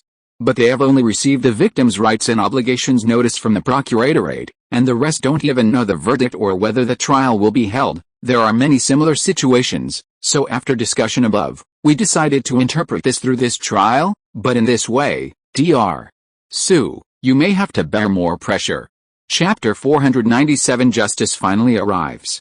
In the reception room. Hearing Chen Ling's words, Su Yun was subconsciously stunned. Choosing to appear as a victim in the case, he might have to bear more pressure? What does this mean? Seeing Su Yun's expression was a little confused, Chen Ling couldn't help but smile and continued, Dr. Su, you may not know very well, our arrangement is like this. There are quite a few victims of the internet explosion present today, with a total of about 7 or 8 individuals, but they will all appear in court as witnesses rather than victims. You are the only one who is characterized as a victim in the entire trial process. Su Yun heard this and his face showed a trace of astonishment again. But then less than half a second later, a sense of enlightenment emerged in his heart, and this trace of surprise also turned into thoughtfulness. So that's the case. It has been mentioned before. In public prosecution cases, courts in different places have different criteria for whether it is necessary to notify the victim to appear in court. The place here does not refer to the provinces as simple as that, but covers a more basic court system. For example, in the same county, 2 towns may have different judgments on whether to notify the victim in the public prosecution. This is a very complicated legacy issue. The Supreme Court is planning to make an interpretation that the victim must attend the public prosecution, which is obviously a good move for the victim. After all, in many criminal cases nowadays, the verdicts are often issued for several months, but the victims still know nothing about it. For example, many people have lost their mobile phones and complain that they can't find their mobile phones. Sometimes they often talk about the preferential treatment of foreigners. But in fact, maybe one day you don't know, the thief who stole your mobile phone has been sued, and may even be working on the sewing machine with Fin. It's just that a court of acceptance has a dispute over the judgment of the victim, so you were not notified because this kind of public prosecution will not compensate you for your losses. But for the trial institution, that is, the court, this may not be a good thing. Because once the victim is notified to be present, the court often needs to spend time explaining a lot of litigation rights to the victim. For example, answering a question like, since you don't want him to compensate me for my losses, why did you notify me of the court session? This approach will also make it easier for victims to come to court to file a criminal civil lawsuit. If they can file a lawsuit, it's fine. If it doesn't fall within the scope of criminal civil lawsuits, they will have to explain a lot in person. In a nutshell, they are too lazy to explain. It is undeniable. Most courts do not notify victims to come to the scene, which may be more efficient than notifying the other party. But for victims, this is their right to know. They can feel that they can't get compensation, so they don't go, but they should not be notified even when the case has a result. Moreover, popularizing the law to citizens is what legal practitioners, especially official institutions such as courts, should do. If this link is shortened just because they don't want to waste time, it is obviously not appropriate. In short, the Supreme Court's interpretation is good for victims, but it will indeed increase their difficulty at the grassroots court level. And they dare not complain about the Supreme Court, so who can they hate? The answer is obvious. Naturally, it is the victim who was chosen as the interpretation. That is, Su-yoon. No wonder Chen Ling notified me to arrive early today. No wonder she said she had to bear some pressure. So the real purpose was here. As for Su-yoon's choice, within a few seconds, Su-yoon made a decision. Of course I would do it.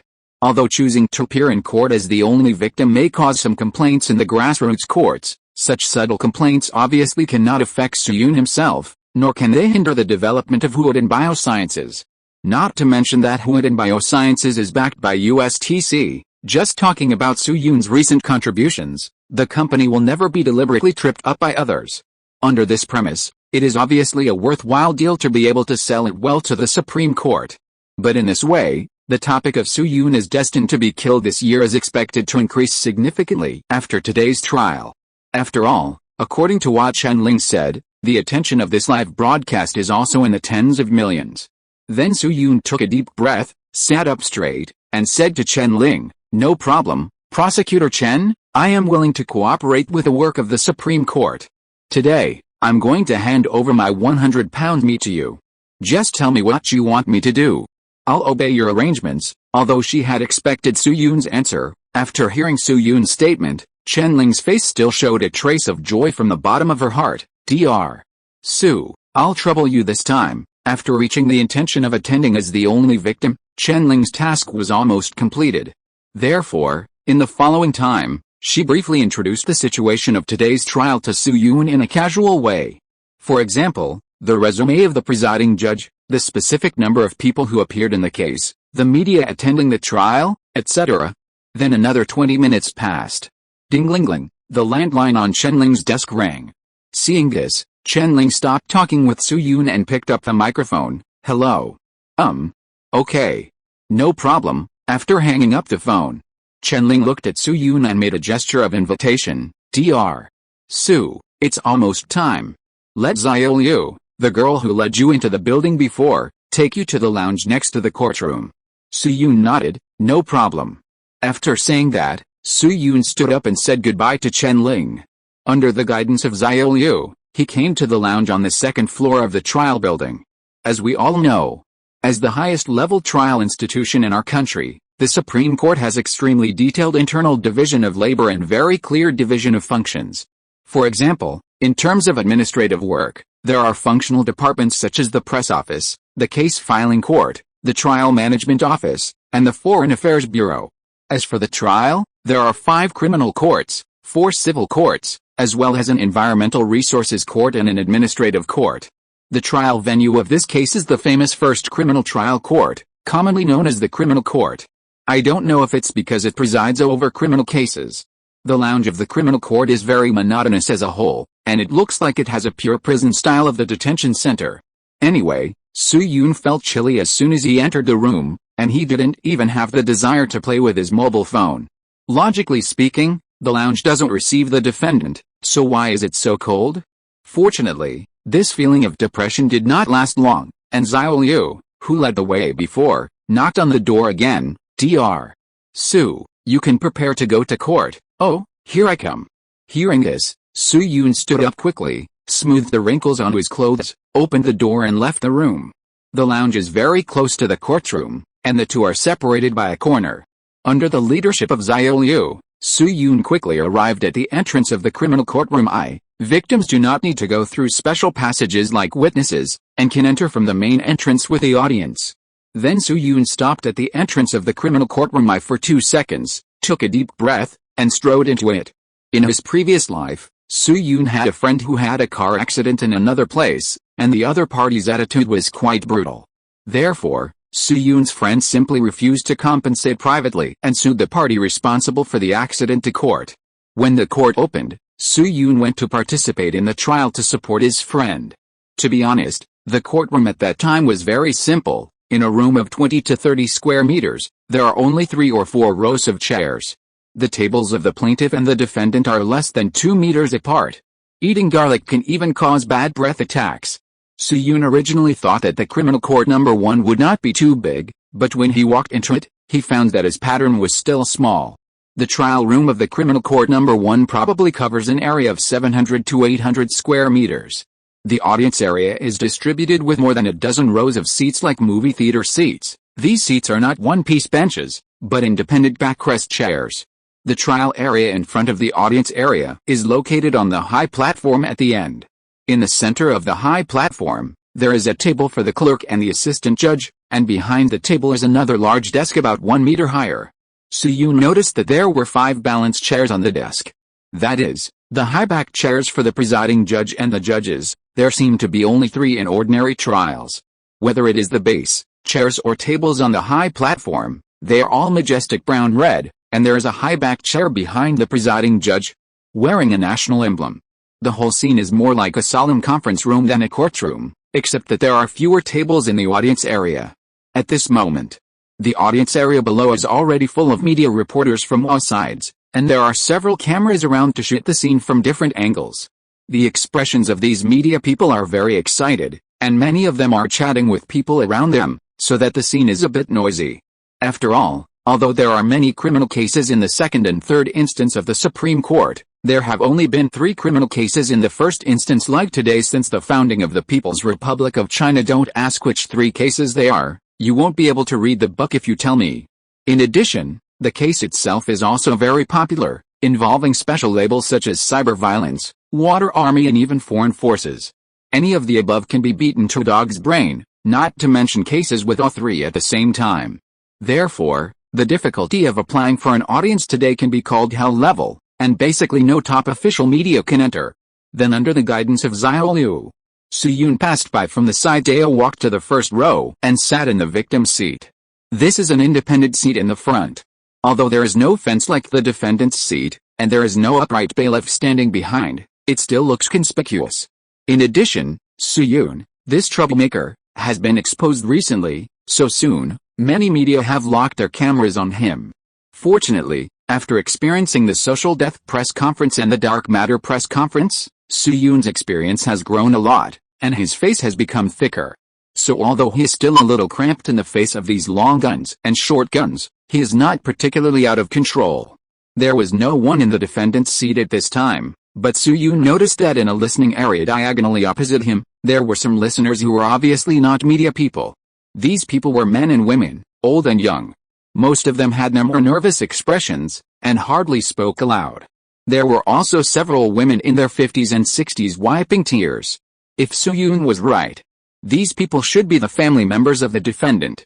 As for the positions of the other victims who were in opposition to him, or the families of the witnesses in this trial, Su Yun could not find them.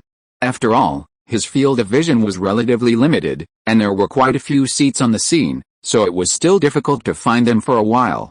However, logically speaking, the area for the families of witnesses should be far away from the area for the families of the defendant.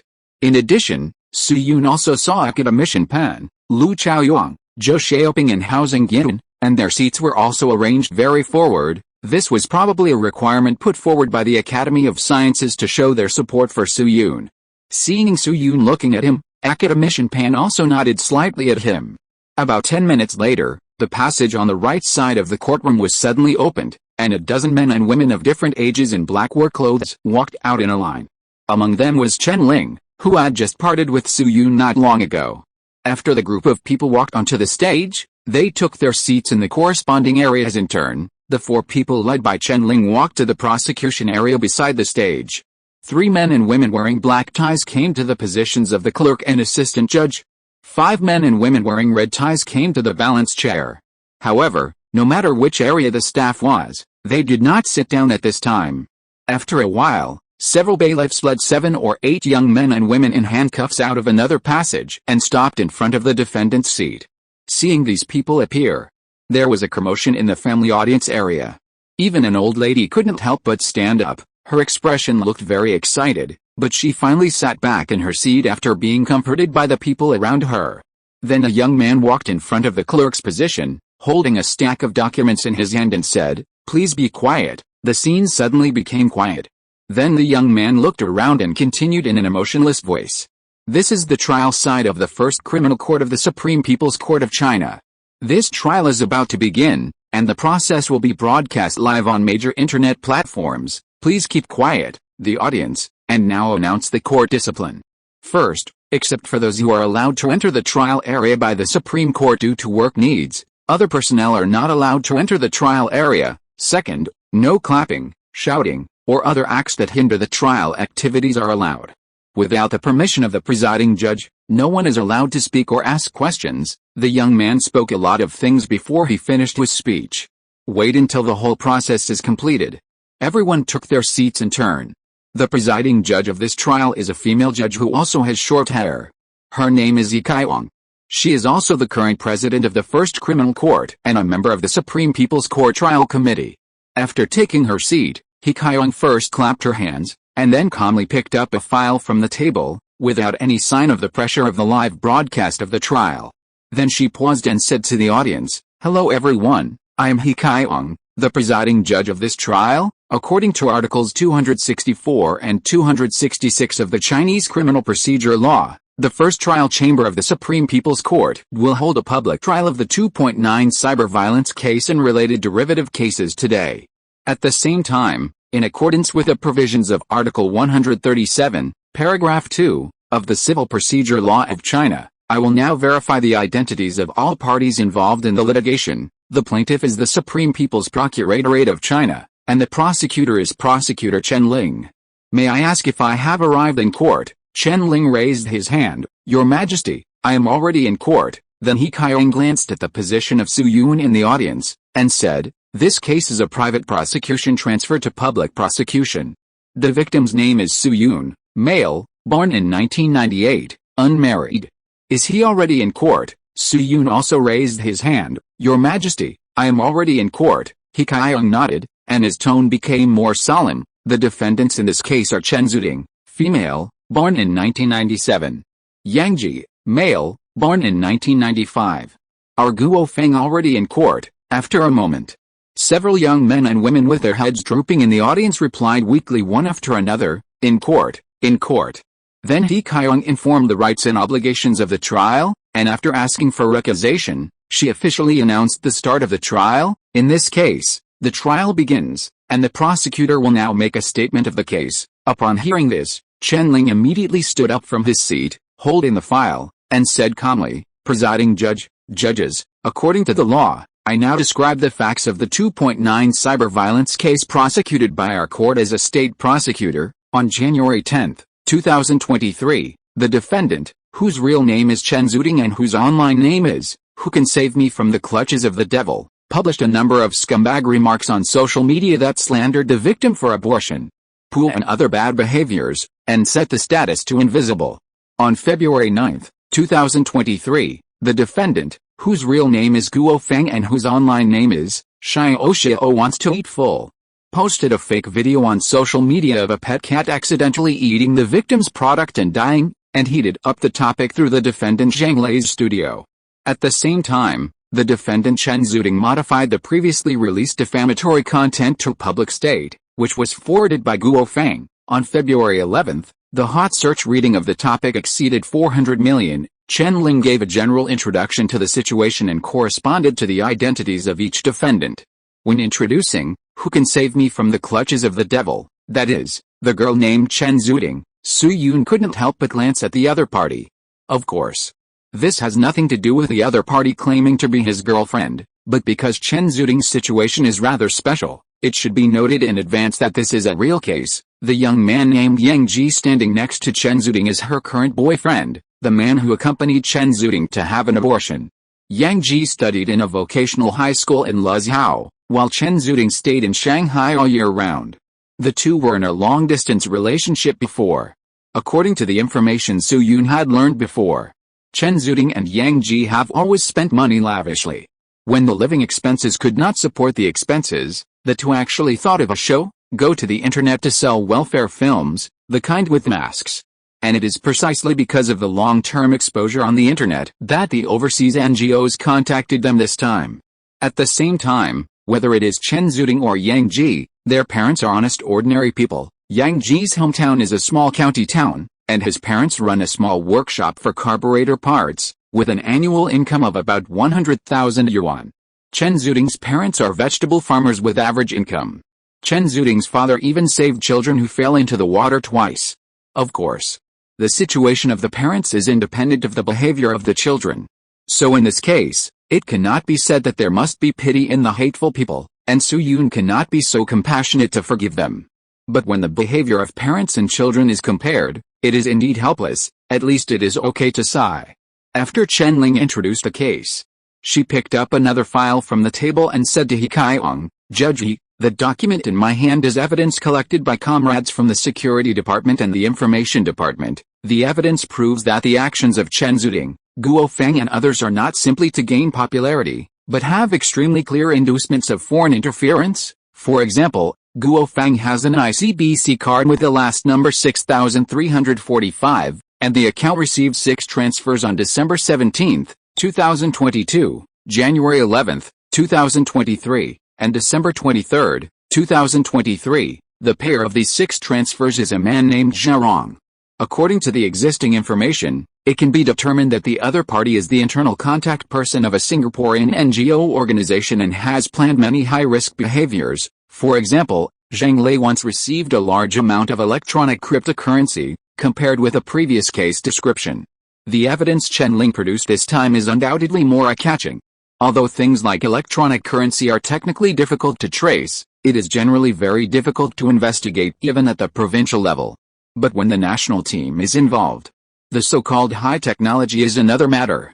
After all, as long as you have exchanged legal currency, your account can basically be locked.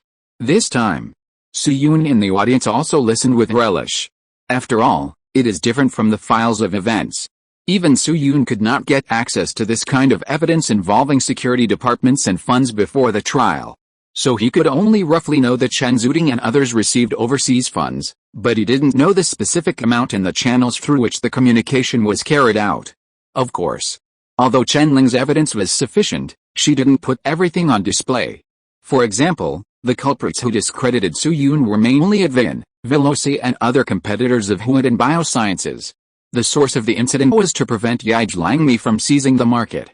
But after the Chinese Academy of Sciences cut a piece of meat from these companies, the names of these institutions were uniformly changed to overseas NGOs. Su Yun didn't care about it. After all, he also had a share of the compensation at the beginning. For example, the access procedures that Bayer promised at the beginning should be passed by the end of this month, and then Yi Zhangmi will be able to kill its home in Europe. The focus returned to reality. After Chen Ling finished speaking, He Kaiong looked at Su Yun in the audience and asked him, "Does the victim have any objection to the situation described by the prosecutor?" Su Yun shook his head. "No objection. Are there any links to add?" "No, actually." Chiu Sheng had mentioned to Su Yun before that he wanted to get a certificate of jade disease, but Su Yun chose to give up after thinking about it. Although he was under a lot of pressure during the days when he was exposed online, if he did a test, he would probably be able to get a true diagnosis. But the term jade disease is really not a good thing these days. Just like a certain upmaster is called the only beneficiary of 5 grams, there are also quite a few beneficiaries of jade disease, just a few people. Soo-yoon didn't think about transforming and playing the Don't Laugh challenge, so there was no need to take out this thing.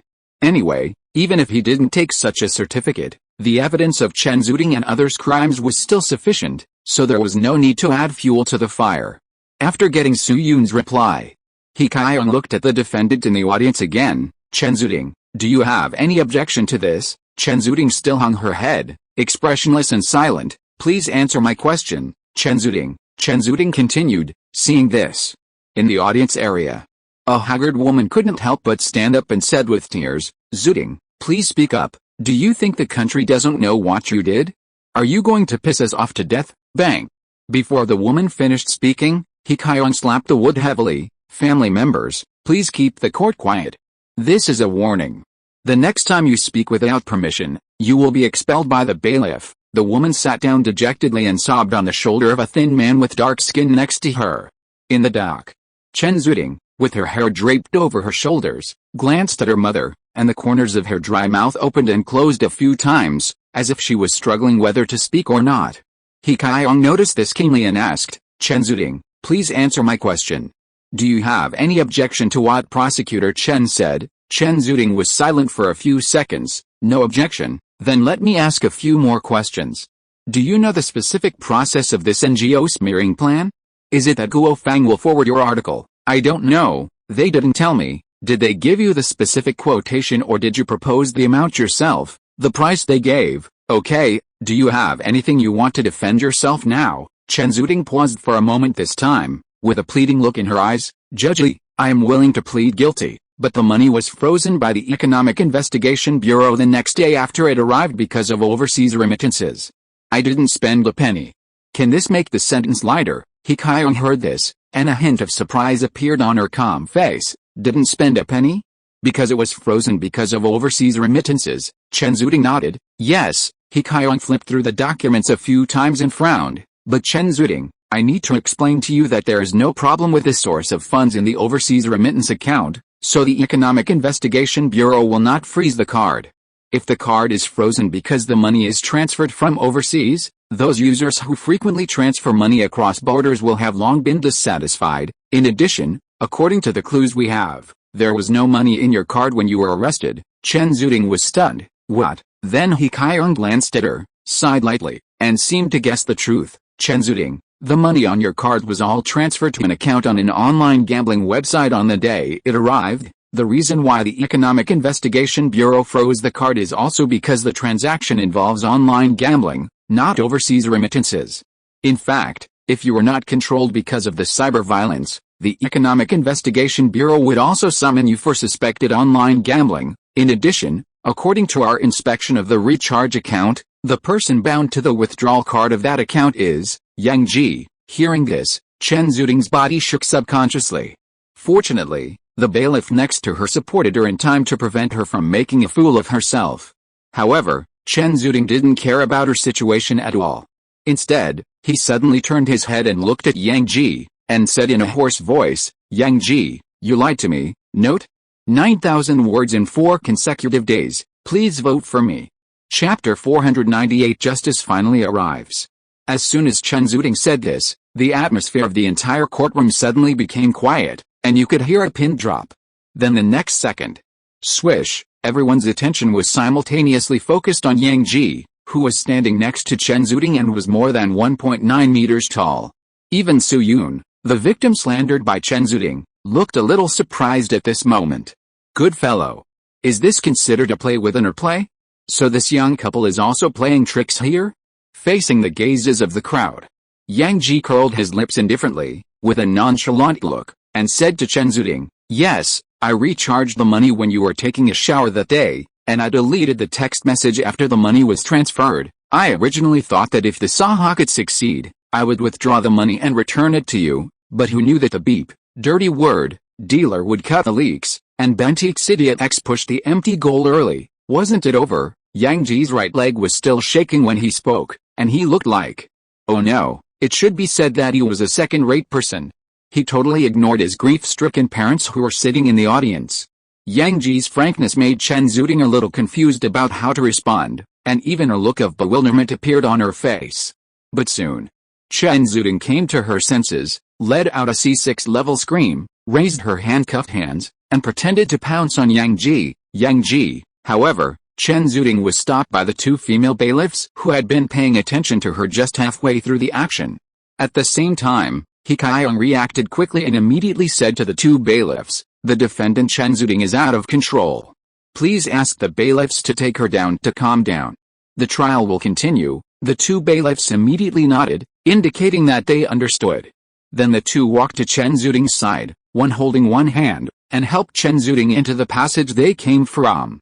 After Chen Zuding left the court, He Kaiyong looked at Yang Ji again and asked, "Defendant Yang Ji, your behavior is not simply to conceal the whereabouts of the other party's funds. You used Chen Zuding's card to recharge gambling funds. In fact, you wanted to throw the suspicion of gambling onto her and reduce your own risks. If the police come to your door, you will say that she is the fund supplier and the actual gambler, and your bank card was only used by her to withdraw the stolen money, right?" Unlike Chen Zuding's previous silence, Yang Ji seemed to have some broken jars and plans to break the jar.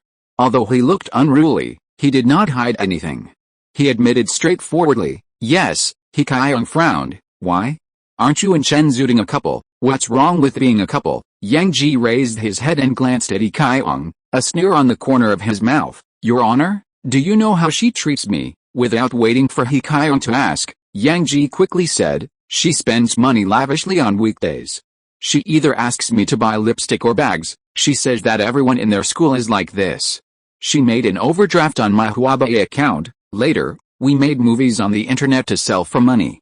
In order to make the filming look exciting, she asked me to take medicine beforehand every time.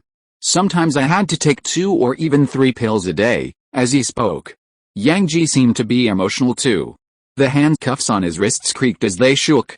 He said loudly, "Every time I said that eating this was bad for my health, she threatened me that if I couldn't do it, she would find other men to take pictures. I didn't have any money on me. What can I do? What can I do?" This time she took orders from a group of people abroad, NGOs. She was afraid of risks and opened a new bank card to receive payments. She didn't download the client on her phone to avoid suspicion. I felt that the opportunity had come. Later, when she was taking a shower, I downloaded a client, replaced face recognition login with a verification code and password, and asked for a deposit account on the website. Then after the money was recharged, I deleted the client and the SMS messages about the balance change, pretending that nothing had happened. 2 days later, the Economic Investigation Department froze the card, and I lied to her that it was a risk control for overseas transfers. She was timid and believed it, as Yang Ji explained. The court scene fell into silence again. However, Su Yun's mouth raised a hint of sarcasm. The well-known tentacle monster on Kidian.com and the novice fisherman who updates 30,000 articles a day once said, "It is an inherent instinct of human beings to beautify their image in bad things." Yang Ji's words are obviously evasive, as if everything is Chen Zuding's fault and he is just helpless. At first glance, it is easy to mislead the views of some bystanders. But does Yang Ji really think that his little tricks can deceive He Kaiyong's eyes?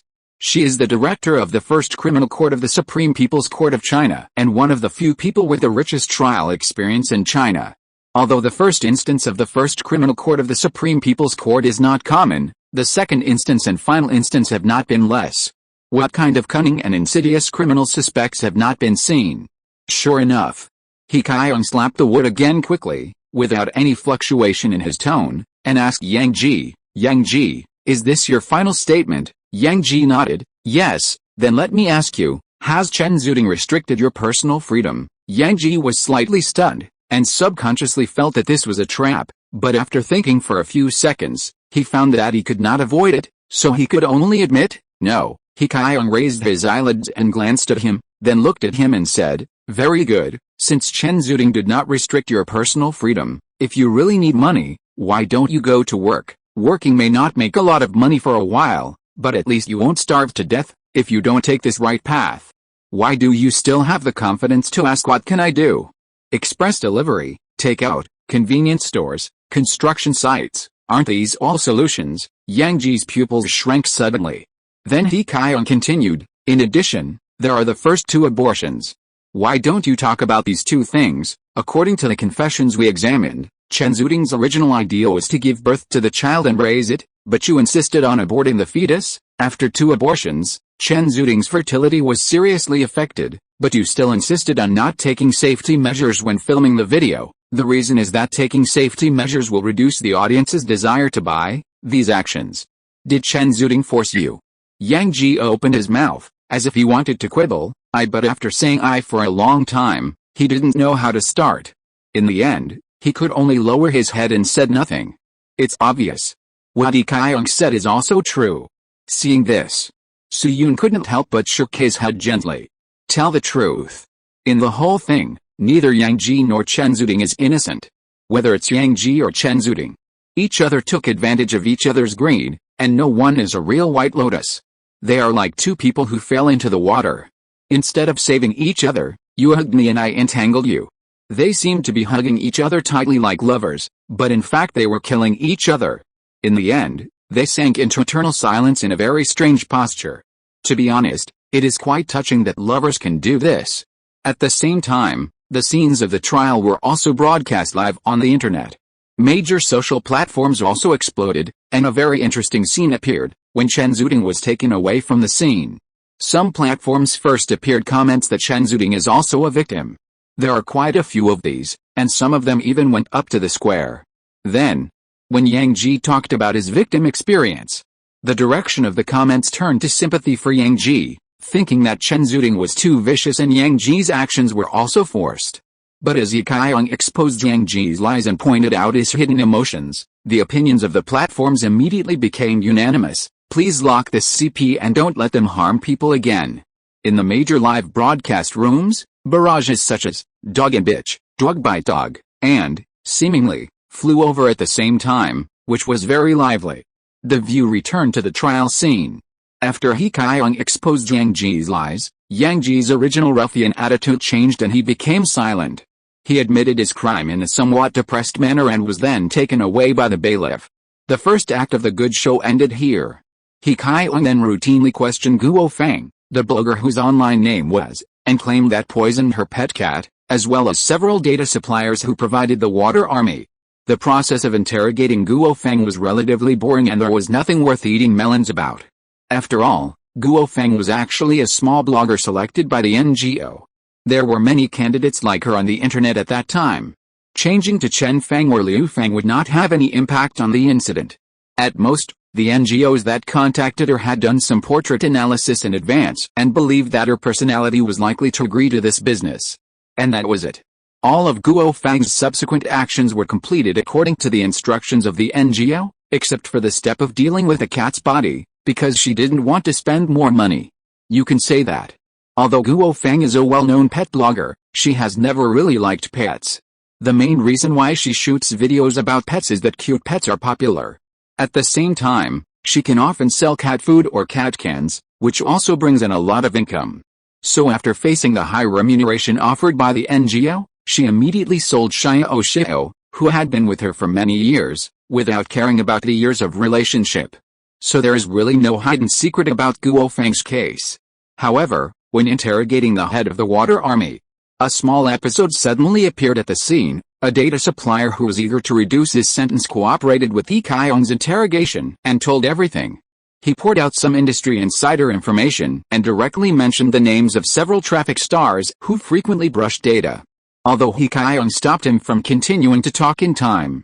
But the names of those young people were still broadcast live to the entire network simultaneously. It is estimated that after the trial, there will be a fight in the entertainment industry. Although there are a lot of traffic in the entertainment industry, brushing data is a standard black spot. It can be said that in addition to the bed photos of my brother, the evidence of data manipulation is the best weapon for fans to fight. Wait until this group of people are finished. Li Feiyu patted the wood again and said, please be quiet at the scene. At present, the 7 defendants involved in the case all believe that the charges are true, have no objection to the criminal behavior, plead guilty and repent, and give up the right to defend themselves. So now I announce that the trial of the 2.9 internet violence case is over, and now the trial of related derivative cases will be carried out. After saying that, Li Feiyu paused, looked around, picked up another file, and said, There are a total of 11 related derivative cases this time, all of which are defamation and internet violence cases with a large impact on the domestic internet, and the nature is also a private prosecution transferred to public prosecution. A total of 68 people have been brought to the case in the relevant cases, and the first incidental derivative case, the 4.23xx University Internet violence case, is now being tried. Please ask the bailiff to bring the defendant to the court and summon the case witnesses Meng Liang and Wang Yuji to the court, just as He Kaiyong was speaking.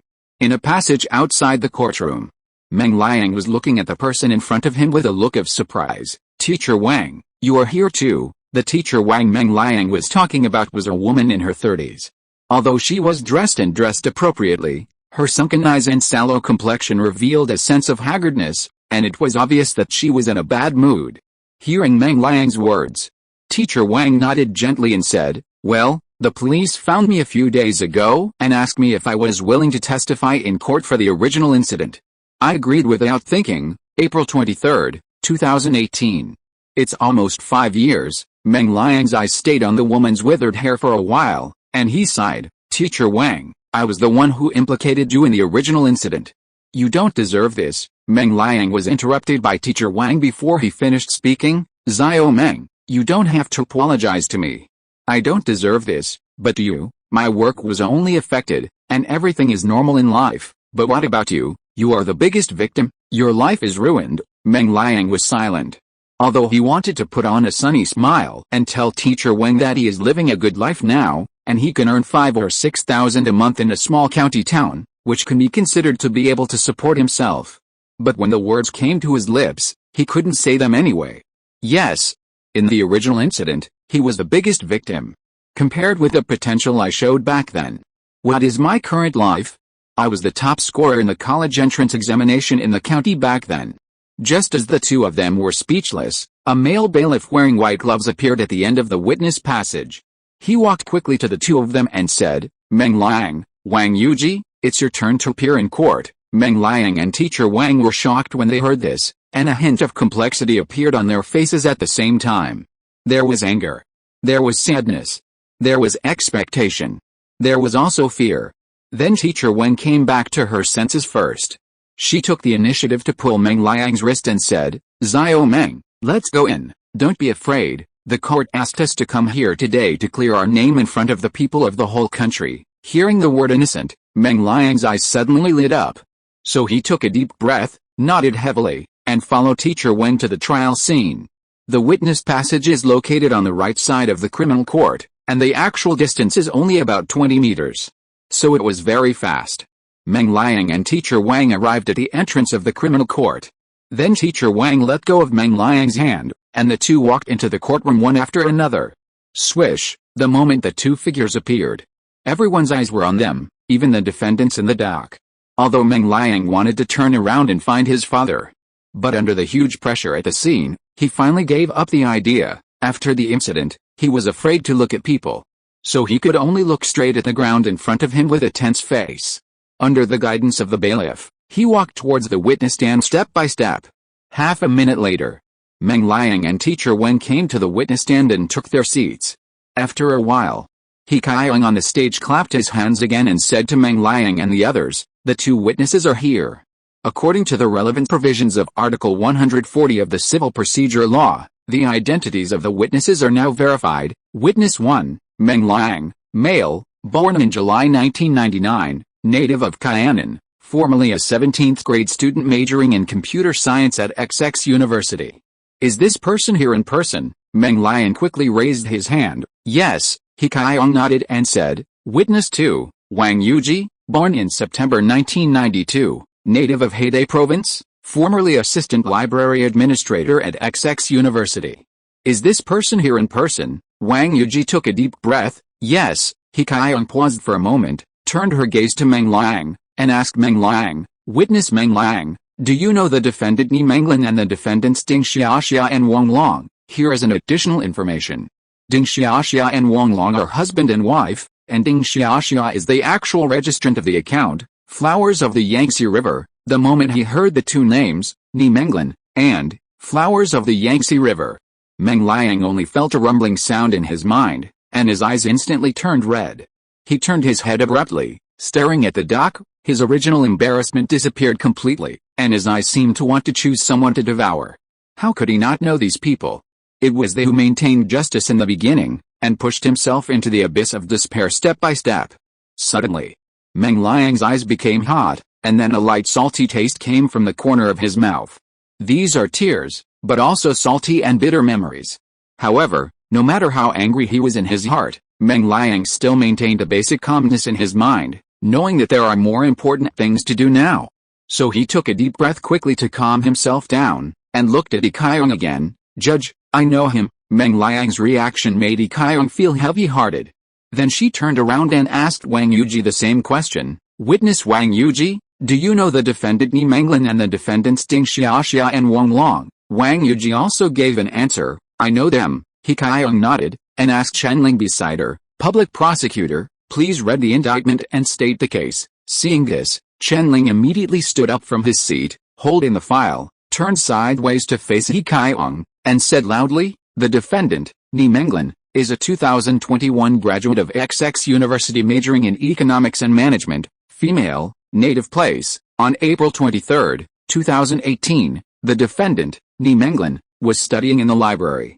She believed that the witness, Meng Liang, had taken photos secretly with his mobile phone, so she complained to Wang Yuji, who was on duty at the library at the time. Wang Yuji checked Meng Liang's mobile phone on the spot and found no photos related to the defendant, Ni Menglin, in the album. In addition, the software usage report on Meng Liang's mobile phone also showed that the camera was not activated on that day, so Wang Yuji Meng Liang was released from the scene. Defendant Ni Menglin held a grudge against the two, and after returning to the dormitory, she contacted defendant Ling Xiaxia, the Big V, Flowers of the Yangtze River, through a private message on Weibo. She then fabricated a sneak shot plot, slandered Wang Yuji for shielding Meng Liang, and handed over the relevant information of the two to Ling Xiaxia. At 16:57 that afternoon, defendant Ling Xiaxia posted her first Weibo post, disclosing the personal information of Meng Liang and Wang Yuji, and bought a large number of internet users, which triggered the famous 4.23 internet explosion incident. Due to excessive pressure from public opinion, a certain leader of XXX University made the decision to expel Meng Liang, cancel Wang Yuji's qualification to become a regular student, and transfer her to teach at the main campus. At this moment, the huge courtroom was silent. Only Chenling's voice was slowly echoing. The reporters who participated in the trial were basically first-line media people in China, so they remembered the April 23 incident that year. The peak popularity of the April 23 incident was so high that it once caused the Weibo platform to be paralyzed, and a large number of insults flooded the news comment area. At that time, some people even fabricated the statement that Meng Liang was a second-generation official, and pulled the rumor to an official surnamed Meng who had nothing to do with it.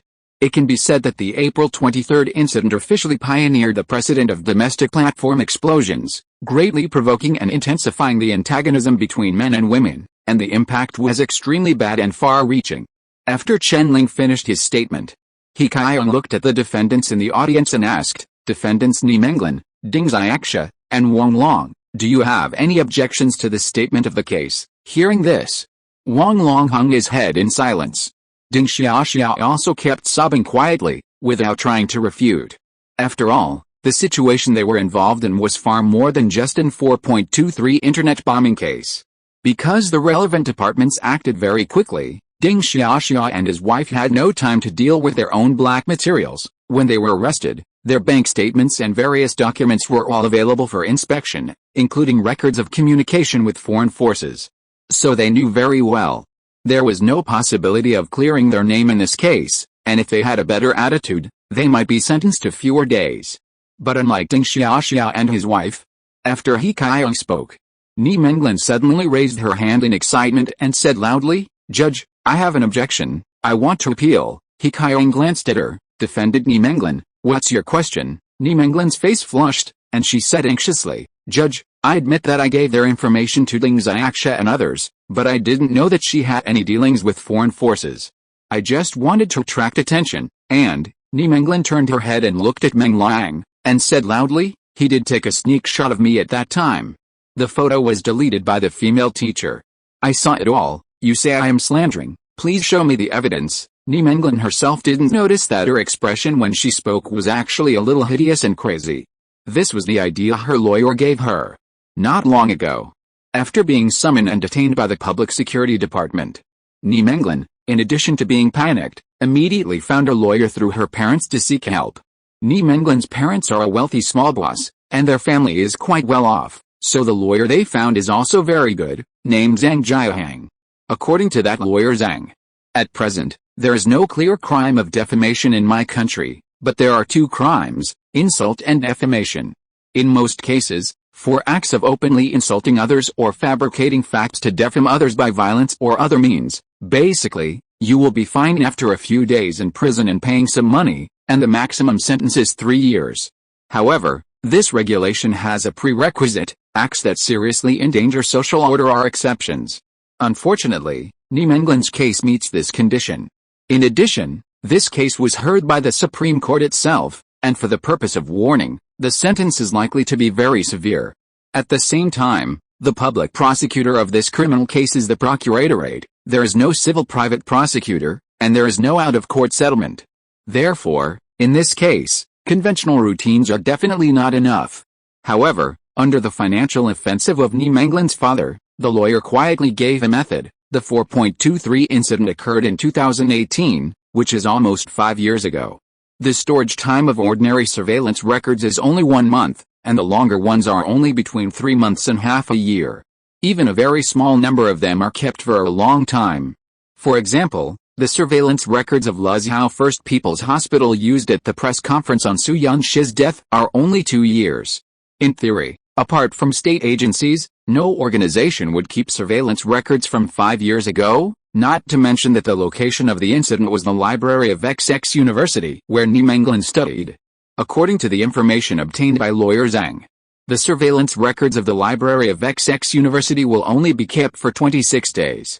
Therefore, lawyer Zhang believes Ni Menglin can only admit the crime of guiding online violence, but refuse to admit defamation and slander. Chinese law requires that whoever advocates must provide evidence. Since the procuratorate claims that Ni Menglin has defamed, then the evidence must be produced. Of course, the saying that whoever advocates must provide evidence can also be applied to Meng Liang. That is, Meng Liang can also tell Ni Menglin that since you claim that I took a secret photo, then you should put out the evidence, otherwise you are slandering me. But this is a civil matter between Meng Liang and Ni Menglin and has nothing to do with criminal matters. No matter how much Meng Liang objects, he must wait until the trial to file a civil lawsuit against Ni Menglin for defamation. Although the charges at that time were both defamation, they were completely different in nature from the current situation. At that time, Ni Menglin would at most stay in the court for a while, not to mention that there would be a chance for an out-of-court settlement, which is very feasible. At today's trial, as long as Ni Menglin's acting is good enough, there will always be some people who empathize with her. There are a lot of people who have whitewashed Liu Xin and Lao Rongzi these days. Looking at Ni Menglin with a determined expression, He Kaiong turned his head and looked at Meng Liang in the audience and asked, "Witness Meng Liang, do you have evidence to prove that you did not secretly take pictures?" Meng Liang was still shocked by Ni Menglin's shamelessness at this time. He was stunned when he heard it, and subconsciously answered, "No, when I was in the library, I thought the matter was over, so I didn't keep the evidence." When he said this, Meng Liang suddenly had a bad premonition in his heart. There are only two best evidences to prove his innocence, which are his software usage records on that day and library surveillance records.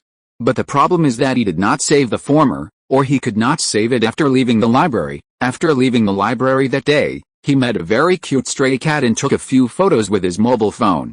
So if he keeps evidence after the public opinion explodes, it will show that the camera has a record of use. As for the latter, it was a joke. He had been expelled from school at that time, so where did he get that thing? And now this lack of evidence, wouldn't it really give Ni Menglin an opportunity to take advantage of it? Just when Meng Liang's pessimism was getting stronger and stronger, He Kaiong looked at Wang Yuji again. "Witness Wang Yuji, do you have evidence to prove that Meng Liang did not secretly take pictures?" Wang Yuji looked back at He Kaiong calmly. I do. These two simple words, at this moment, were like to ears, hitting everyone's heart hard. Meng Liang's head, which was originally lowered, suddenly raised up, staring at Wang Yuji beside him with wide eyes. The determined look on Ni Menglin's face also disappeared instantly, replaced by full of disbelief. How is it possible? Wang Yuji actually has evidence in his hand. Wang Yuji took out a USB flash drive from her body and handed it to the bailiff next to her.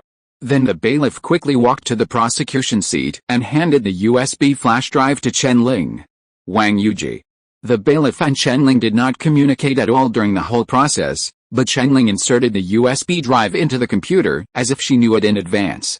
After a while, an image appeared on the large screens on both sides. The image content was a corner of the library, with two students sitting at the upper left and lower right corners of a long table studying. The one in the upper left corner was a girl. She had headphones in her ears, and her face vaguely showed that she was Ni Menglin, who was a few years younger. The one sitting in the lower right corner was a boy. He was dressed simply, and a mobile phone was placed in his left hand. Because the boy was facing away from the camera, his face could not be seen in the camera. But the moment he saw this picture, Meng Liang's eyes turned red again. That familiar crew cut, cocky clothes in the surrounding scenes. Isn't this himself when he was in school? At the same time, a timestamp was clearly displayed in the upper left corner of the video, April 23, 2018, 9:19 a.m. Then, Chen Ling adjusted the computer a few times, and the video began to play at an accelerated speed. However, no matter how fast a magnification is, everyone can clearly see one thing: the boy has never touched the phone on the table. After a while, when the time came to 10:28, the girl in the picture suddenly left her seat and disappeared from the camera. But soon, she reappeared with a female teacher in white clothes, and did not return to the original place, but came to Meng Liang. Then the female teacher asked Meng Liang something, and Meng Liang stood up from his position. Because of the change of position, the facial expression captured by the video looked very excited. Meng Liang was seen spreading his hands and glaring at the girl from time to time. After a while, he tapped his phone with his index finger. Then Meng Liang unlocked the phone and handed it to the female teacher, looking like he was asking her to check the gallery. The female teacher looked at the screen for a while and shook her head at the girl. However, the girl was still pointing at Meng Liang, and it seemed that she would not give up. Then I don't know whose idea it was. Meng Liang opened the usage record of the mobile phone software and handed the phone to the female professor again. After a few seconds, when the phone screen was facing the camera, Chen Ling pressed the end button. Then she zoomed in and locked onto Meng Liang's mobile phone screen. Although the zoomed-in picture was blurry due to the magnification problem, the text could not be seen clearly, let alone the usage time. But the usage record of Huawei mobile phones has a feature, that is, it will not display the time of unused software. And through the screenshot, it can be vaguely seen that there are only 3 icons displayed on Meng Liang's screen. They are the blue label of Tim, the red label of Kadian Novels, and the pink label of Berlivali. Of course, the specific application of the above 3 icons may not be accurate. Just like the blue one may be Zunlei, the pink one may be Madao, etc. But what can be clearly confirmed is that these must not be the gray labels of the camera. There is absolutely no possibility of misjudgment in color. In other words, whether it is the video record of the entire self-study process or the screenshot of the usage statistics in the picture, they all prove one thing: Meng Liang did not take pictures. Seeing this, He Kaiong slapped the wood again. The president of the criminal court number 1 had a rare look of contempt in his eyes and said to Ni Menglin, defended Ni Menglin, "What else do you have to say?" In the audience, Ni Menglin's face turned pale the moment she saw the timestamp. Now, hearing what Li Feiyu said, her body suddenly shook a few times, and she fell heavily into the seat. In fact, according to the rules of the trial, the bailiff on the side should stop this behavior. However, the female bailiff next to Ni Menglin seemed to have seen nothing, and her body was straight and her eyes were looking forward. This made Ni Menglin a real lonely person. Note, the hospital is open for gastroscopy on Monday. Don't urge me to go to the hospital. The doctor has to go to work for the examination. The 5th day of 10,000 word update, please vote for the monthly ticket. Thanks to the Buck Friends 33,021,211,001,677 for rewarding the leader. Let's talk about it here. Before, the leader added 3 chapters of 6,000 words. But now sometimes it is a big chapter of 10,000 words, and I will add more chapters directly according to the number of words. The leader will add 20,000 words uniformly. In addition, thank Bu Ziangayu for the reward of 25,000 points, and Chang Yicheng Wang for the reward of 10,000 points. There are also 20,000 points of rewards from Gulkar residents and 10,000 points of rewards from Nairith. Chapter 499. The trial ends. Looking at Ni Menglin, who was sitting in her seat with a pale face and empty eyes, Meng Liang couldn't help but feel an ecstasy that made him want to dance. If he hadn't kept the most basic rationality in his heart, he would even want to be a stick on the spot and yell at Ni Menglin, the culprit who had put him in an irretrievable situation. You have come to this day too?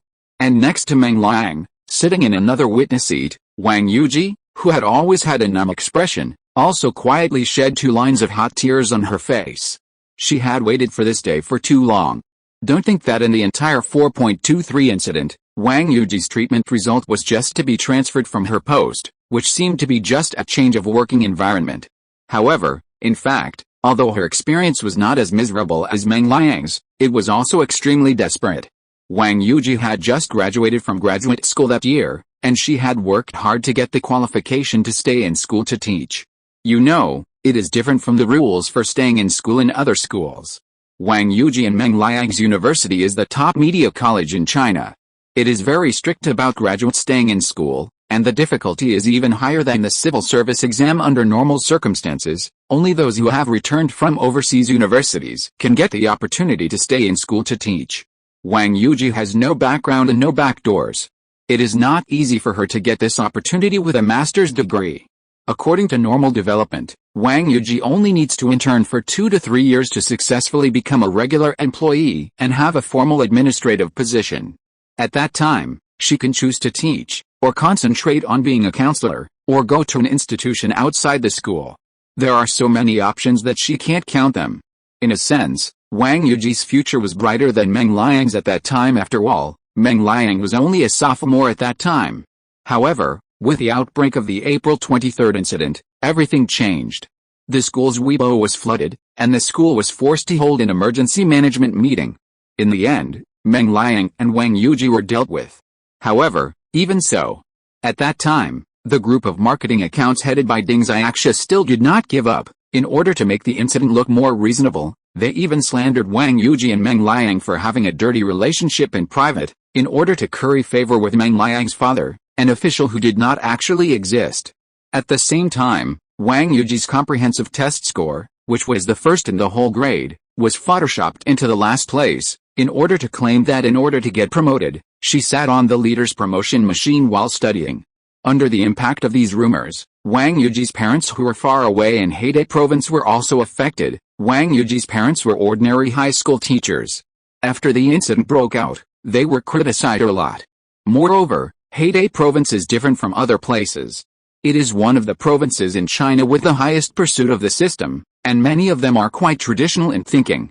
Under the pointing of colleagues, Wang Yuji's parents were finally forced to apply for internal retirement because they could not stand the cold eyes. Now nearly 5 years have passed. Wang Yuji, who was once considered the most beautiful girl in a major like media, had become physically and mentally exhausted under the pressure. Her complexion was as sallow as a vegetable farmer who had been working in the fields for a long time, and her long, straight black hair had become dry and messy, which made her look completely different from the past. But fortunately, she finally waited for the day when justice appeared, although justice was delayed for a long time.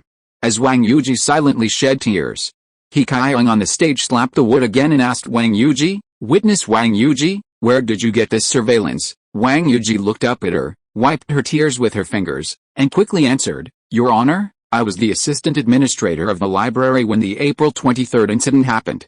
The school's handling opinion came down one day.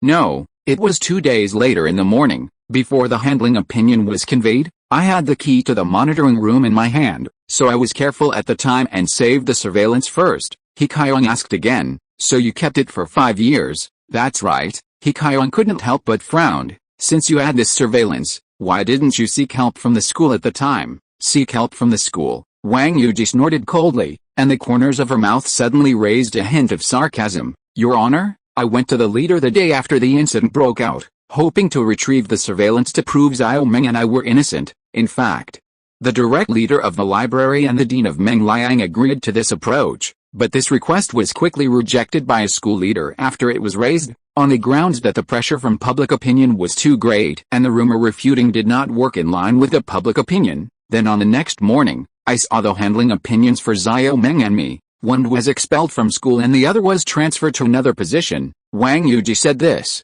For the first time, low voices of discussion appeared at the scene. Please be quiet in the audience area. He Kaiyong slapped the wood in time, and after taking control of the situation, she said to Wang Yuji, then why didn't you seek help from the media or refute the rumor yourself afterwards? Wang Yuji glanced at her and said concisely, I tried, but failed. He Kaiyong was silent for a few seconds. Very good, thank you for your statement. What Wang Yuji wanted to say was actually very straightforward. The school was out, and no one dared to take her order. After all, after the school officially announced its handling opinions, the final tone of the whole incident had been set. Sacrifice Wang Yuji and Meng Liangping to reduce public anger, and then control comments to reduce the heat. This year, an ordinary vocational high school can control comments on sudden events, not to mention the 211 university in the capital that Wang Yuji and Meng Liang studied. No one would be willing to speak up for two dead people at that time unless it was the head media. Unfortunately, a certain media that was willing to criticize netizens for being too beautiful did not choose to speak up for Wang Yuji and Meng Liang at the time. Maybe it was too busy to see it. Well, it must be. Of course. These are all unspoken rules that can only be understood but not expressed in words. If Wang Yuji continued to talk about it at this time, it would probably involve something beyond the April 23rd incident.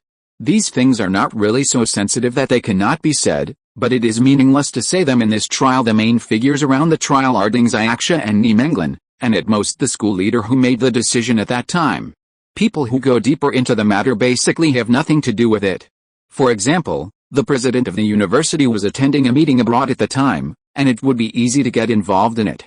This principle also applies to China, or all universities at home and abroad. For example, a very representative example is the Abakura Haruko incident at Kyoto University. The suicide of Yashiki Sasei is still controversial. By the way, although the Japanese official media did not dare to say much about the Abakura Haruko incident, it was later made into a short movie. The leading actor is still Sho Nishino, which is the movie fake beauty researcher that Su Yun's good friend Golden Jasmine likes very much. Ahem, let's get back to the point. It is precisely because of the above reasons. Although Wang Yuji was extremely angry, she still maintained basic rationality and objectivity. Therefore, in terms of specific reasons, she chose to pass it over. After all, several college leaders actually agreed to refute the rumors at the beginning, but it was a pity that most of them were leaders of the School of Science and Technology, and Science and Engineering did not account for a large proportion in Meng Liang's school. In addition, the leader who had the final say eventually chose another plan, pushing Wang Yuji and Meng Liang into the abyss at the same time. In short. Anyway, as long as the surveillance evidence is not forged, the reason why Wang Yuji has kept it until now is just a small problem of character. At the same time, at this point, Ni Menglin has no chance of turning the tables. Actually, what Ni Menglin said before was correct. She did not have any intersection with foreign forces in the whole incident. So although her sentence is likely to exceed 3 years, she will inevitably be sentenced severely. But severe sentencing is not random sentencing after all, and laws and regulations must be followed. If nothing unexpected happens, her situation is basically a combination of multiple crimes, and a sentence of 4 to 5 years will be enough. As a result, Ni Menglin and her family were unwilling to pay even this price, and wanted to play tricks with the Supreme Court, and finally made such a joke. Now it's good. Ni Menglin's sentence is calculated as usual, and she has made such a big fool of herself in front of the national audience. The blow to her personal image is even heavier than the sentence. I can only say that he deserved it. After that, Ni Menglin, whose mentality suffered a serious blow, began to remain silent and wanted to play dead. But after all, she was just a young girl who had just graduated for a year, and her social experience and psychological endurance were not strong. After hearing several hints like you may get a lighter sentence if you plead guilty, she finally admitted her crime. At the same time as Ni Menglin pleaded guilty. In the audience, Meng Dongguo couldn't help but take out his mobile phone. Regardless of the risk of violating the requirements of the trial, he took a photo of the front court and posted it to his circle of friends. After 1,167 days, he finally cleared his innocence. Did you see it? The country said my son is innocent. Innocent, after the dynamic was posted. Meng Dongguo wanted to return to the mobile phone desktop, but the return key did not respond no matter how he pressed it. Then he found that while he was typing, the mobile phone screen was already dripping with tears. After the trial of the 4.23 case, Ni Menglan, Ding Xiaxia, Wang Long and other criminal suspects were taken away from the scene. Witnesses Meng Liang and Wang Yuji followed the court rules and stayed at the scene to listen to the trial. Soon after, another group of defendants and witnesses were brought into the courtroom. However, unlike Meng Liang and Wang Yuji, the witness this time was an octogenarian who walked tremblingly and held a photo frame in front of his chest. The photo frame showed a girl who looked to be in her early 20s. She was not very pretty, but had a bright smile. However, in sharp contrast to this youthful atmosphere was the dull black and white tones in the photo frame. That's right. This is a posthumous photo. After the old man was seated, Chen-Ling stood up again and began to state the case. This time, her fingers holding the file were slightly tightened. On July 22, 2022, the victim Zhang Ping went to visit her grandfather in front of the hospital bed after being admitted to graduate school. She took a photo in front of the bed and posted it on the Weibo platform. On July 26, 2022, a Douyin marketing account named Stella Senior Sister stole Zhang Ping's picture and disguised herself as Zhang Ping to promote unrelated courses. On July 29, Zhang Ping sought her lawyer to protect her rights, but because her hair was dyed pink, she encountered a large number of online violence initiated by netizens led by Small Lobster and Hangzhou Breaking News King. In January 2023, Zhang Ping's depression relapsed because she could not bear the tens of thousands of online explosive content every day, and she chose to go to extremes, listening to Chen-Ling's narration of the case. In the audience, although this case has nothing to do with him, Su Yun's face is still unusually heavy at this moment. The third or second derivative case heard today. It is also a well-known online explosion case. The victim of this case is called Zhang Ping. Her mother died when she was 6 months old. She grew up in a single-parent family and depended on her father and grandfather. Although there were some setbacks in her growth, she was optimistic and lively and studied very hard. She successfully passed the Zhejiang Normal University and wanted to become a music teacher. Before graduation, Zhang Ping decided to dye her hair pink, so that she would look more lively and beautiful in a dark bachelor's gown for graduation photos. This was her idea. She posted on WeChat Moments. Then in 2021, Zhang Ping passed the teaching qualification exam and worked as an intern teacher in elementary school for a period of time, and successfully maintained her postgraduate study in 2022. At that time, her grandfather was hospitalized for a long time due to cerebral infarction, myocardial infarction and mid to late stage colorectal cancer, so Zhang Ping went to see the old man before school started. The two took a photo in front of the bed, and Zhang Ping also posted a dynamic to share the joy. The result was unexpected. It was such a touching blog post, but it attracted a large group of flies. At first, the photos of her and her grandfather were used by a large group of marketing accounts selling online courses. Those people even pretended to be her to cheat people's money. After learning that someone was deceived, Zhang Ping immediately chose to defend her rights. But the fermentation of this incident made her receive more abuse and insults. Some people looked at the pictures and talked about her relationship with her grandfather everywhere, and wrote articles to spread rumors about her relationship with her grandfather, saying that she was kept by her hairstyle.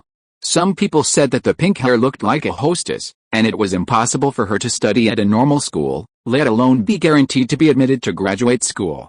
Others started to make him up canon, saying that she was just a normal school student studying music, not a serious major, and said that Zhang Ping's efforts in love were worthless.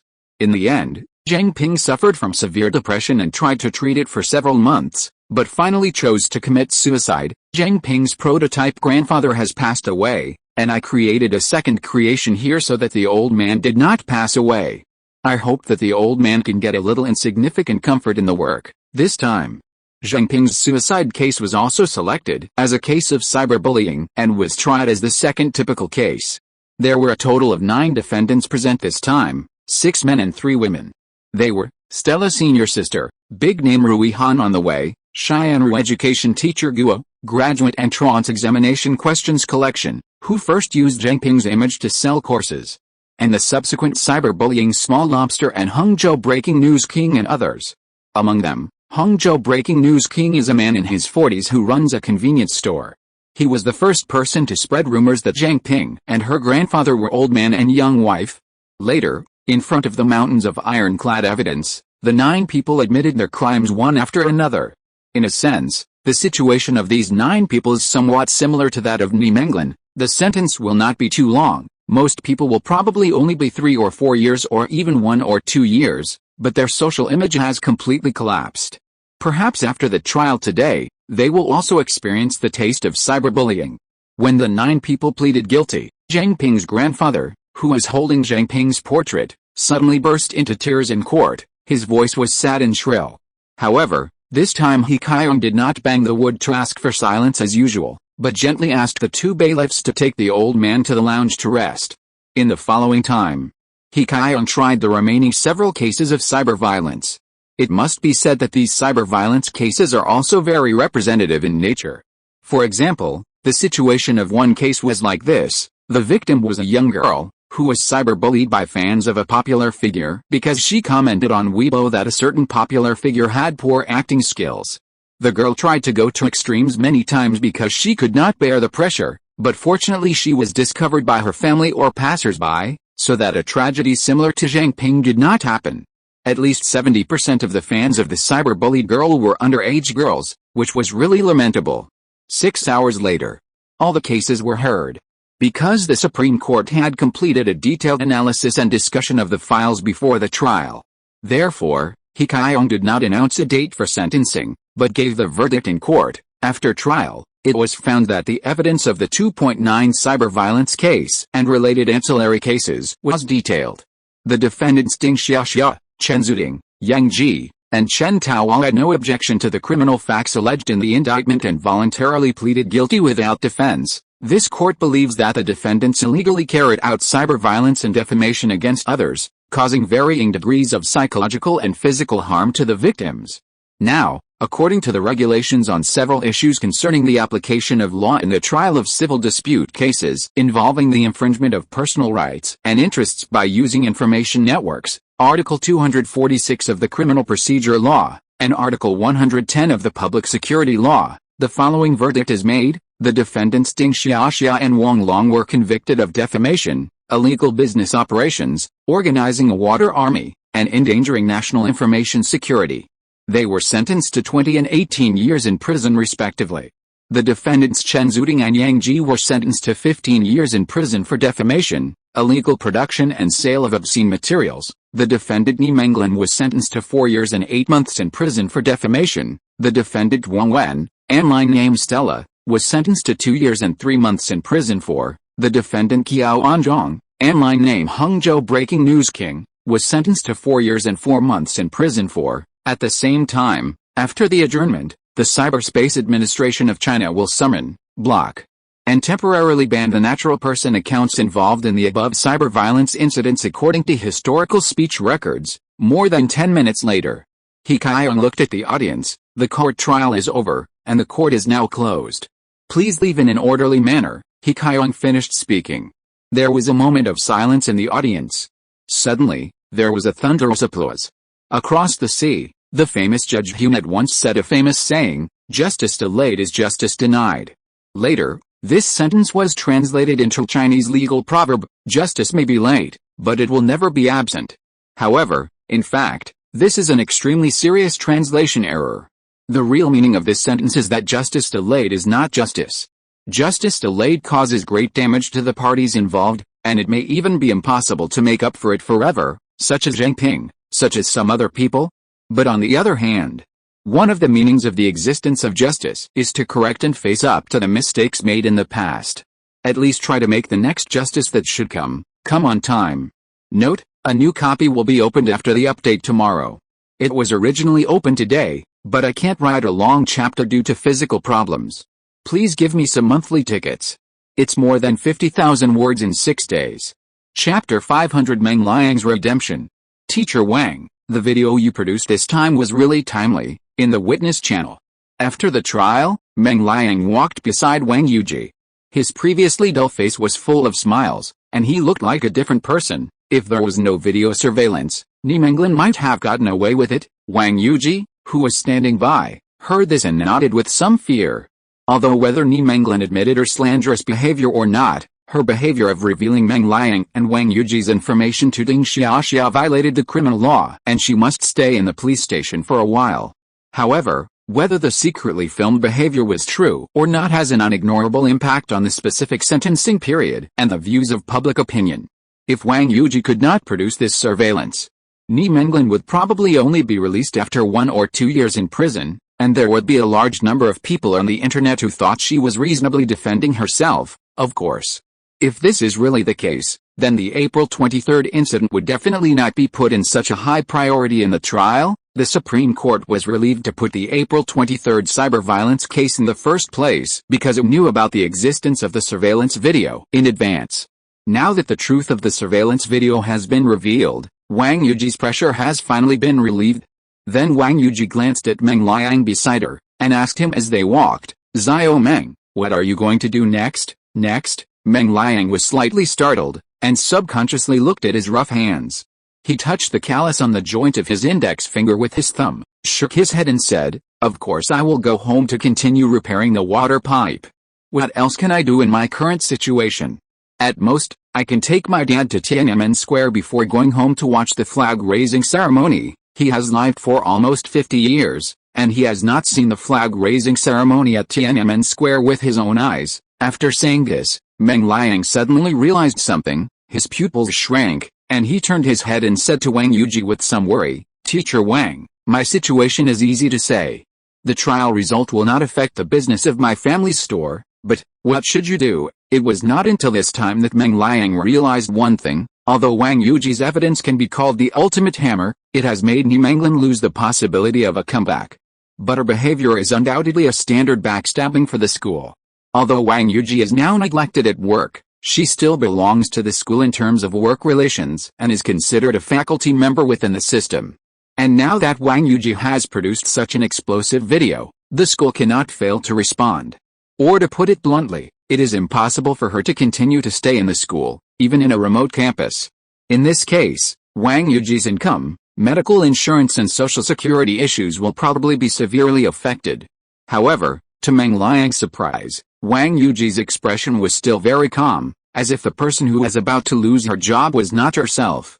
She gently put a strand of hair behind her ear and said with a faint smile, "Xiao Meng, to be honest, I had already submitted my resignation report before today's trial, although I haven't saved much money in these years.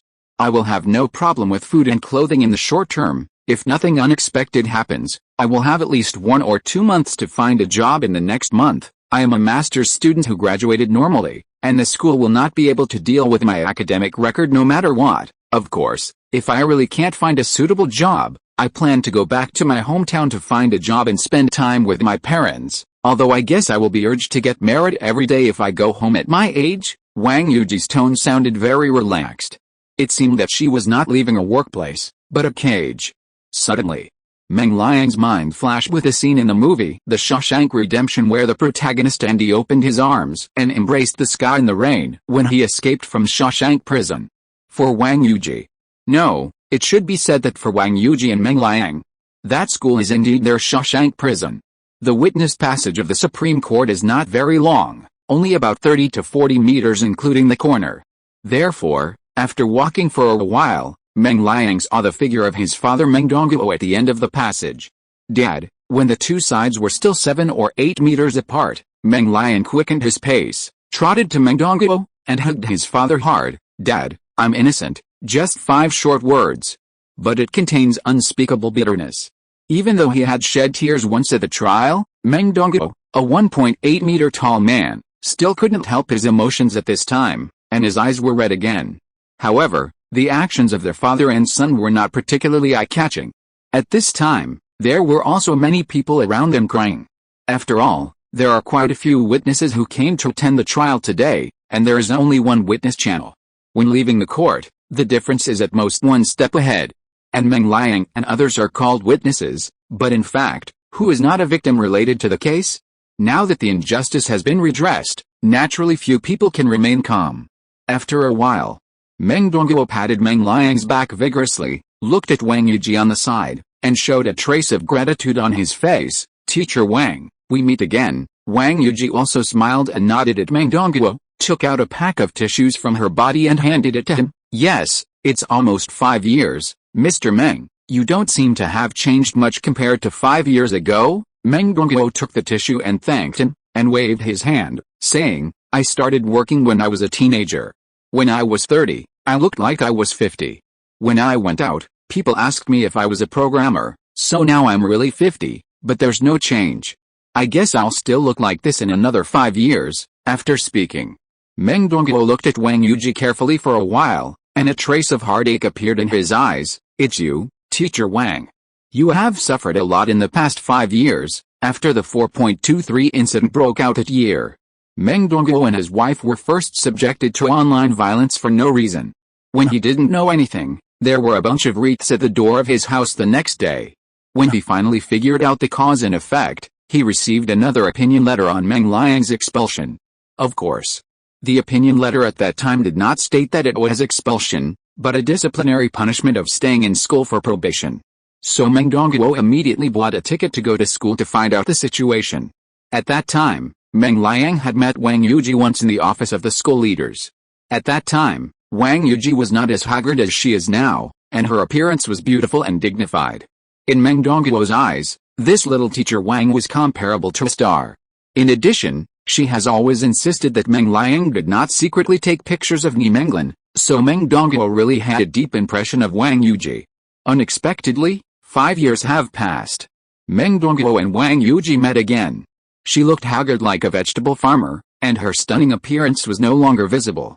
If Wang Yuji's facial features were not really good, Meng Dongguo almost didn't recognize her. However, Wang Yuji had long been accustomed to this. When she returned to the main campus to submit her resignation report a few days ago, she met many of her former colleagues, and almost everyone had lamented her changes. Therefore, facing Meng Dongguo's sigh, Wang Yuji was very calm. Then Meng Dongguo looked around and found that there was no one else around Wang Yuji, so he asked Wang Yuji, Teacher Wang, are you here alone today? Wang Yuji picked up the phone and shook it at him. Well, my dad broke his ankle last month, and my mom is taking care of him at home, so I didn't let them come. Anyway, today's trial is broadcast live to the public, and they can also see the live scene in Heide Province. Meng Dongguo noticed it. On Wang Yuji's mobile phone screen, a WeChat dialog box with a note dad was displayed. So that's how it is. Meng Dongguo nodded thoughtfully, then patted Meng Liang on the shoulder and invited Wang Yuji. In that case, Teacher Wang, let's find a small restaurant to have a meal together. First, it's a chance for me and Xiao Meng to thank you for your help. Second, you and Xiao Meng have been vindicated. It's reasonable to celebrate. What do you think? Wang Yuji thought for a moment and said to Meng Dongguo, Mr. Meng, don't say thank you. I didn't help anyone in this matter. I just proved myself, but your second point makes sense. If you don't mind, I'll arrange a place. Meng Dongguo nodded heavily when he saw this. Okay. After reaching an agreement, the three quietly left the witness passage, followed the sign to the first floor, and prepared to leave from the side door of the trial building. As a result, as soon as they walked out of the revolving door on the side, Meng Liang and the other two heard a noisy voice. Meng Liang looked over. At this moment, 20 to 30 reporters gathered at the steps not far away, divided into several groups and surrounded several men and women. Meng Liang had a vague impression of these men and women, and they seemed to be witnesses who had appeared in court. Obviously, the media was looking for materials. Of course, most of these media were first-line institutions, so they did not crowd and ask questions like reporters from entertainment magazines, but formed a circle in an orderly manner. Judging from the expressions of the witnesses being interviewed, most of them were interviewed voluntarily. However, Meng Dongguo was not very interested in this kind of exposure, so he pulled his son's clothes and wanted to leave here as soon as possible. Unfortunately, Meng Dongguo had never experienced this after all, and he was stunned for a long time. So before he made a move, several reporters noticed him first, and their eyes lit up. Although several cases in this trial were very popular, if they were arranged by representativeness, the 4.23 cyber violence case was obviously at the top. Then soon, a male reporter with long legs walked quickly to Meng Liang and the other two, first showing them his press card, and then said to Meng Liang, Hello, are you classmate Meng Liang? Let me introduce myself, I am He Wei, a reporter from CCTV.com. And this is my cameraman partner, Meng Liang. Can I take a few minutes of your time to do a simple interview? Meng Dongguo originally wanted to take his son and Wang Yuji away from the scene directly, but after hearing the name of Huai's unit, his movements suddenly froze. CCTV. For people of his age, this organization is undoubtedly very influential, and the image in their minds is also extremely tall. So he couldn't help but loosen his fingers holding the corner of Meng Liang's clothes, and gently poked his son's arm. The meaning was very clear: since CCTV is interviewing, why not just give a few simple answers? If CCTV can broadcast the footage, then the propaganda effect of refuting rumors will undoubtedly be much higher. After all, many people don't watch the live broadcast.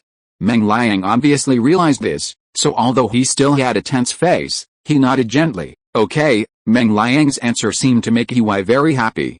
He first smiled at Meng Liang kindly, and then asked, Meng Liang, are you satisfied with the result of this trial? Meng Liang nodded vigorously. Satisfied, very satisfied. Then how do you feel now? Very excited. Thank the country and the Supreme Court for giving me a chance to prove my innocence. Huai first asked a few more formal questions, and after Meng Liang finished answering, he asked again, then Meng Liang, what do you want to say about the notice published by your XX University 3 hours ago? Meng Liang was stunned when he heard this. Notice. Looking at the confused Meng Liang, Huai was also a little surprised. Why, Meng Liang, don't you know? Then he thought about it, pointed at Meng Liang's mobile phone and said, Meng Liang, you can log into the official Weibo of your former school.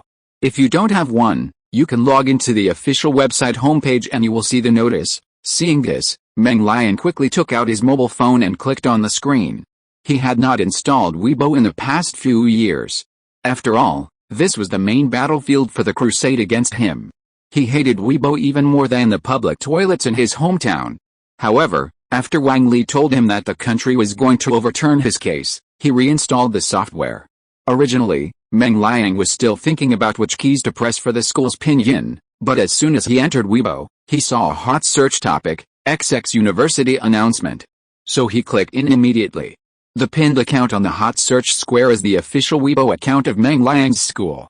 The dynamic content is a notice with a white stamp. After investigation and verification, our school's executive vice president Zhang Zhongjing committed serious dereliction of duty, distortion, and dishonesty in the 4.23 cyber violence incident posted on April 23, 2018.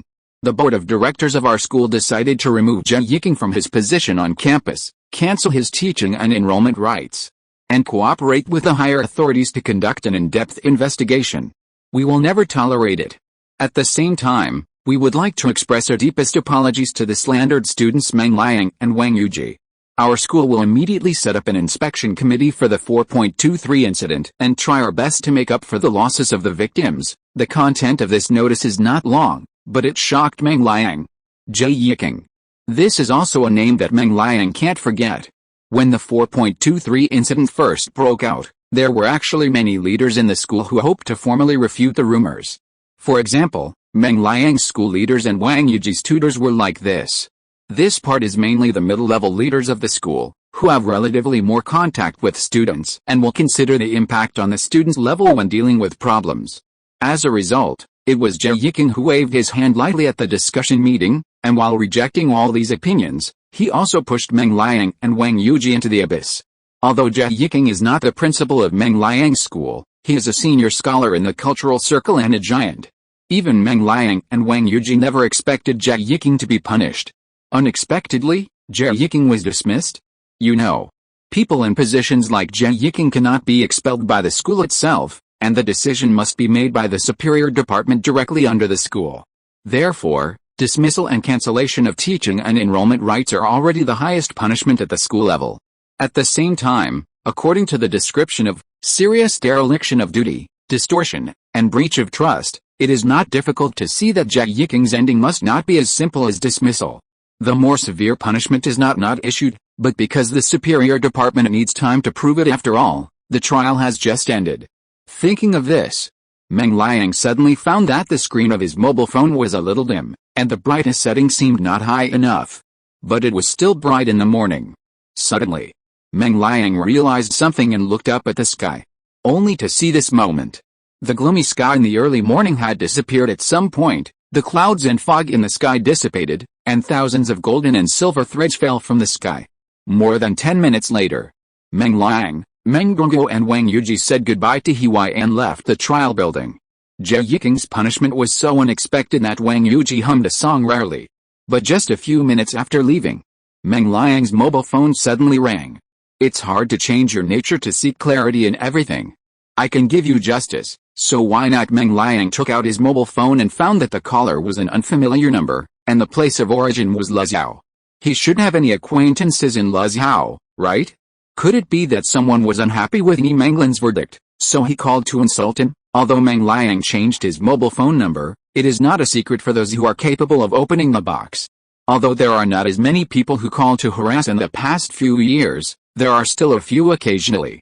If it was before today, Meng Liang would definitely hang up the phone immediately. But today, to be precise, after the trial, Meng Liang took a deep breath and pressed the call button. Hello, who is this? After saying that, Meng Liang was ready to be greeted by his family, and was ready to tell the other party that the country had cleared his name. However, to his surprise, there was no Zhuan language coming from the other side of the microphone. A young male voice spoke. Hello, is this classmate Meng Liang? I don't know why. When he heard this voice, Meng Liang felt a sense of familiarity in his heart, as if he had heard the other party speak somewhere. So he stopped and asked, Yes, it's me. May I ask who you are? It seems I didn't call the wrong person. A chuckle came from the other end of the phone, and then the other end said, Meng Liang, let me introduce myself. My name is Su Yun, from the University of Science and Technology of China, and I am known for updating 30,000 words a day. That is the person who sat next to you in the victim's seat during the previous trial. As for your number, Prosecutor Chen Ling gave it to me. Su Yun. Meng Liang was subconsciously stunned, and after a few seconds, his breathing suddenly became a little faster. Ah. You are Dr. Su. Su Yun on the other end of the phone smiled again. It's okay for you to call me that. Meng Liang, are you still in the trial building now? Although he knew that Su Yun couldn't see his movements, Meng Liang still shook his head. My father, Teacher Wang and I have left the courtroom. Dr. Su, do you have anything to do with me? If necessary, I can rush back now. Meng Liang's tone was a little excited, and he was full of goodwill towards Su Yun. Although Su Yun did not directly help him prove his innocence. But Wang Li from the Information Security Department had briefly told him that Su Yun was the most critical person in the whole incident. If Su Yun hadn't caught a lot of fish, it would have been difficult to obtain a lot of evidence, even if the state took the initiative to investigate. Seeing Meng Liang wanted to rush back to the court building, Su Yun quickly refused. No need to come back, classmate Meng Liang, I want to talk to you about something. Meng Liang quickly pretended to listen attentively. You go ahead. Su Yun paused and said, Well, classmate Meng Liang, have you ever thought about going back to school to continue your studies? Although you have been away from school for 5 years, you may have forgotten a lot of knowledge, but I think some things may be worth a try. Of course, the school I'm talking about is not your original university, but the University of Science and Technology of China. Note, I forgot to ask, what do you think of this new cover? I'll explain again. The author's words are free, no matter how long it is. I didn't make an appointment for a gastroscopy yesterday. One reason is that there were too many people doing gastroscopy, and the other is that if I go through the hospitalization procedures and then do a gastroscopy, I can get reimbursed, which is several hundred yuan short. So I plan to go through the hospitalization on Wednesday and do it again. This kind of hospitalization does not require staying in the hospital, so I can write normally. In addition, many students think that the copy should be opened after the Yongle encyclopedia is finished. I discussed it with the editor and the editor also thinks it should be so. So we decided to open the copy after the Yongle encyclopedia is finished, so that everyone will not be stuck. This should not be considered as breaking one's word. After all, the update volume is still sufficient. End of this chapter. Thank you very much for reaching the end. Don't forget to like. Looking for more exclusive content and immediate access? Subscribe to our Patreon. Remember, every like, subscription, or donation encourages us to continue. Thanks to everyone. See you in the next video.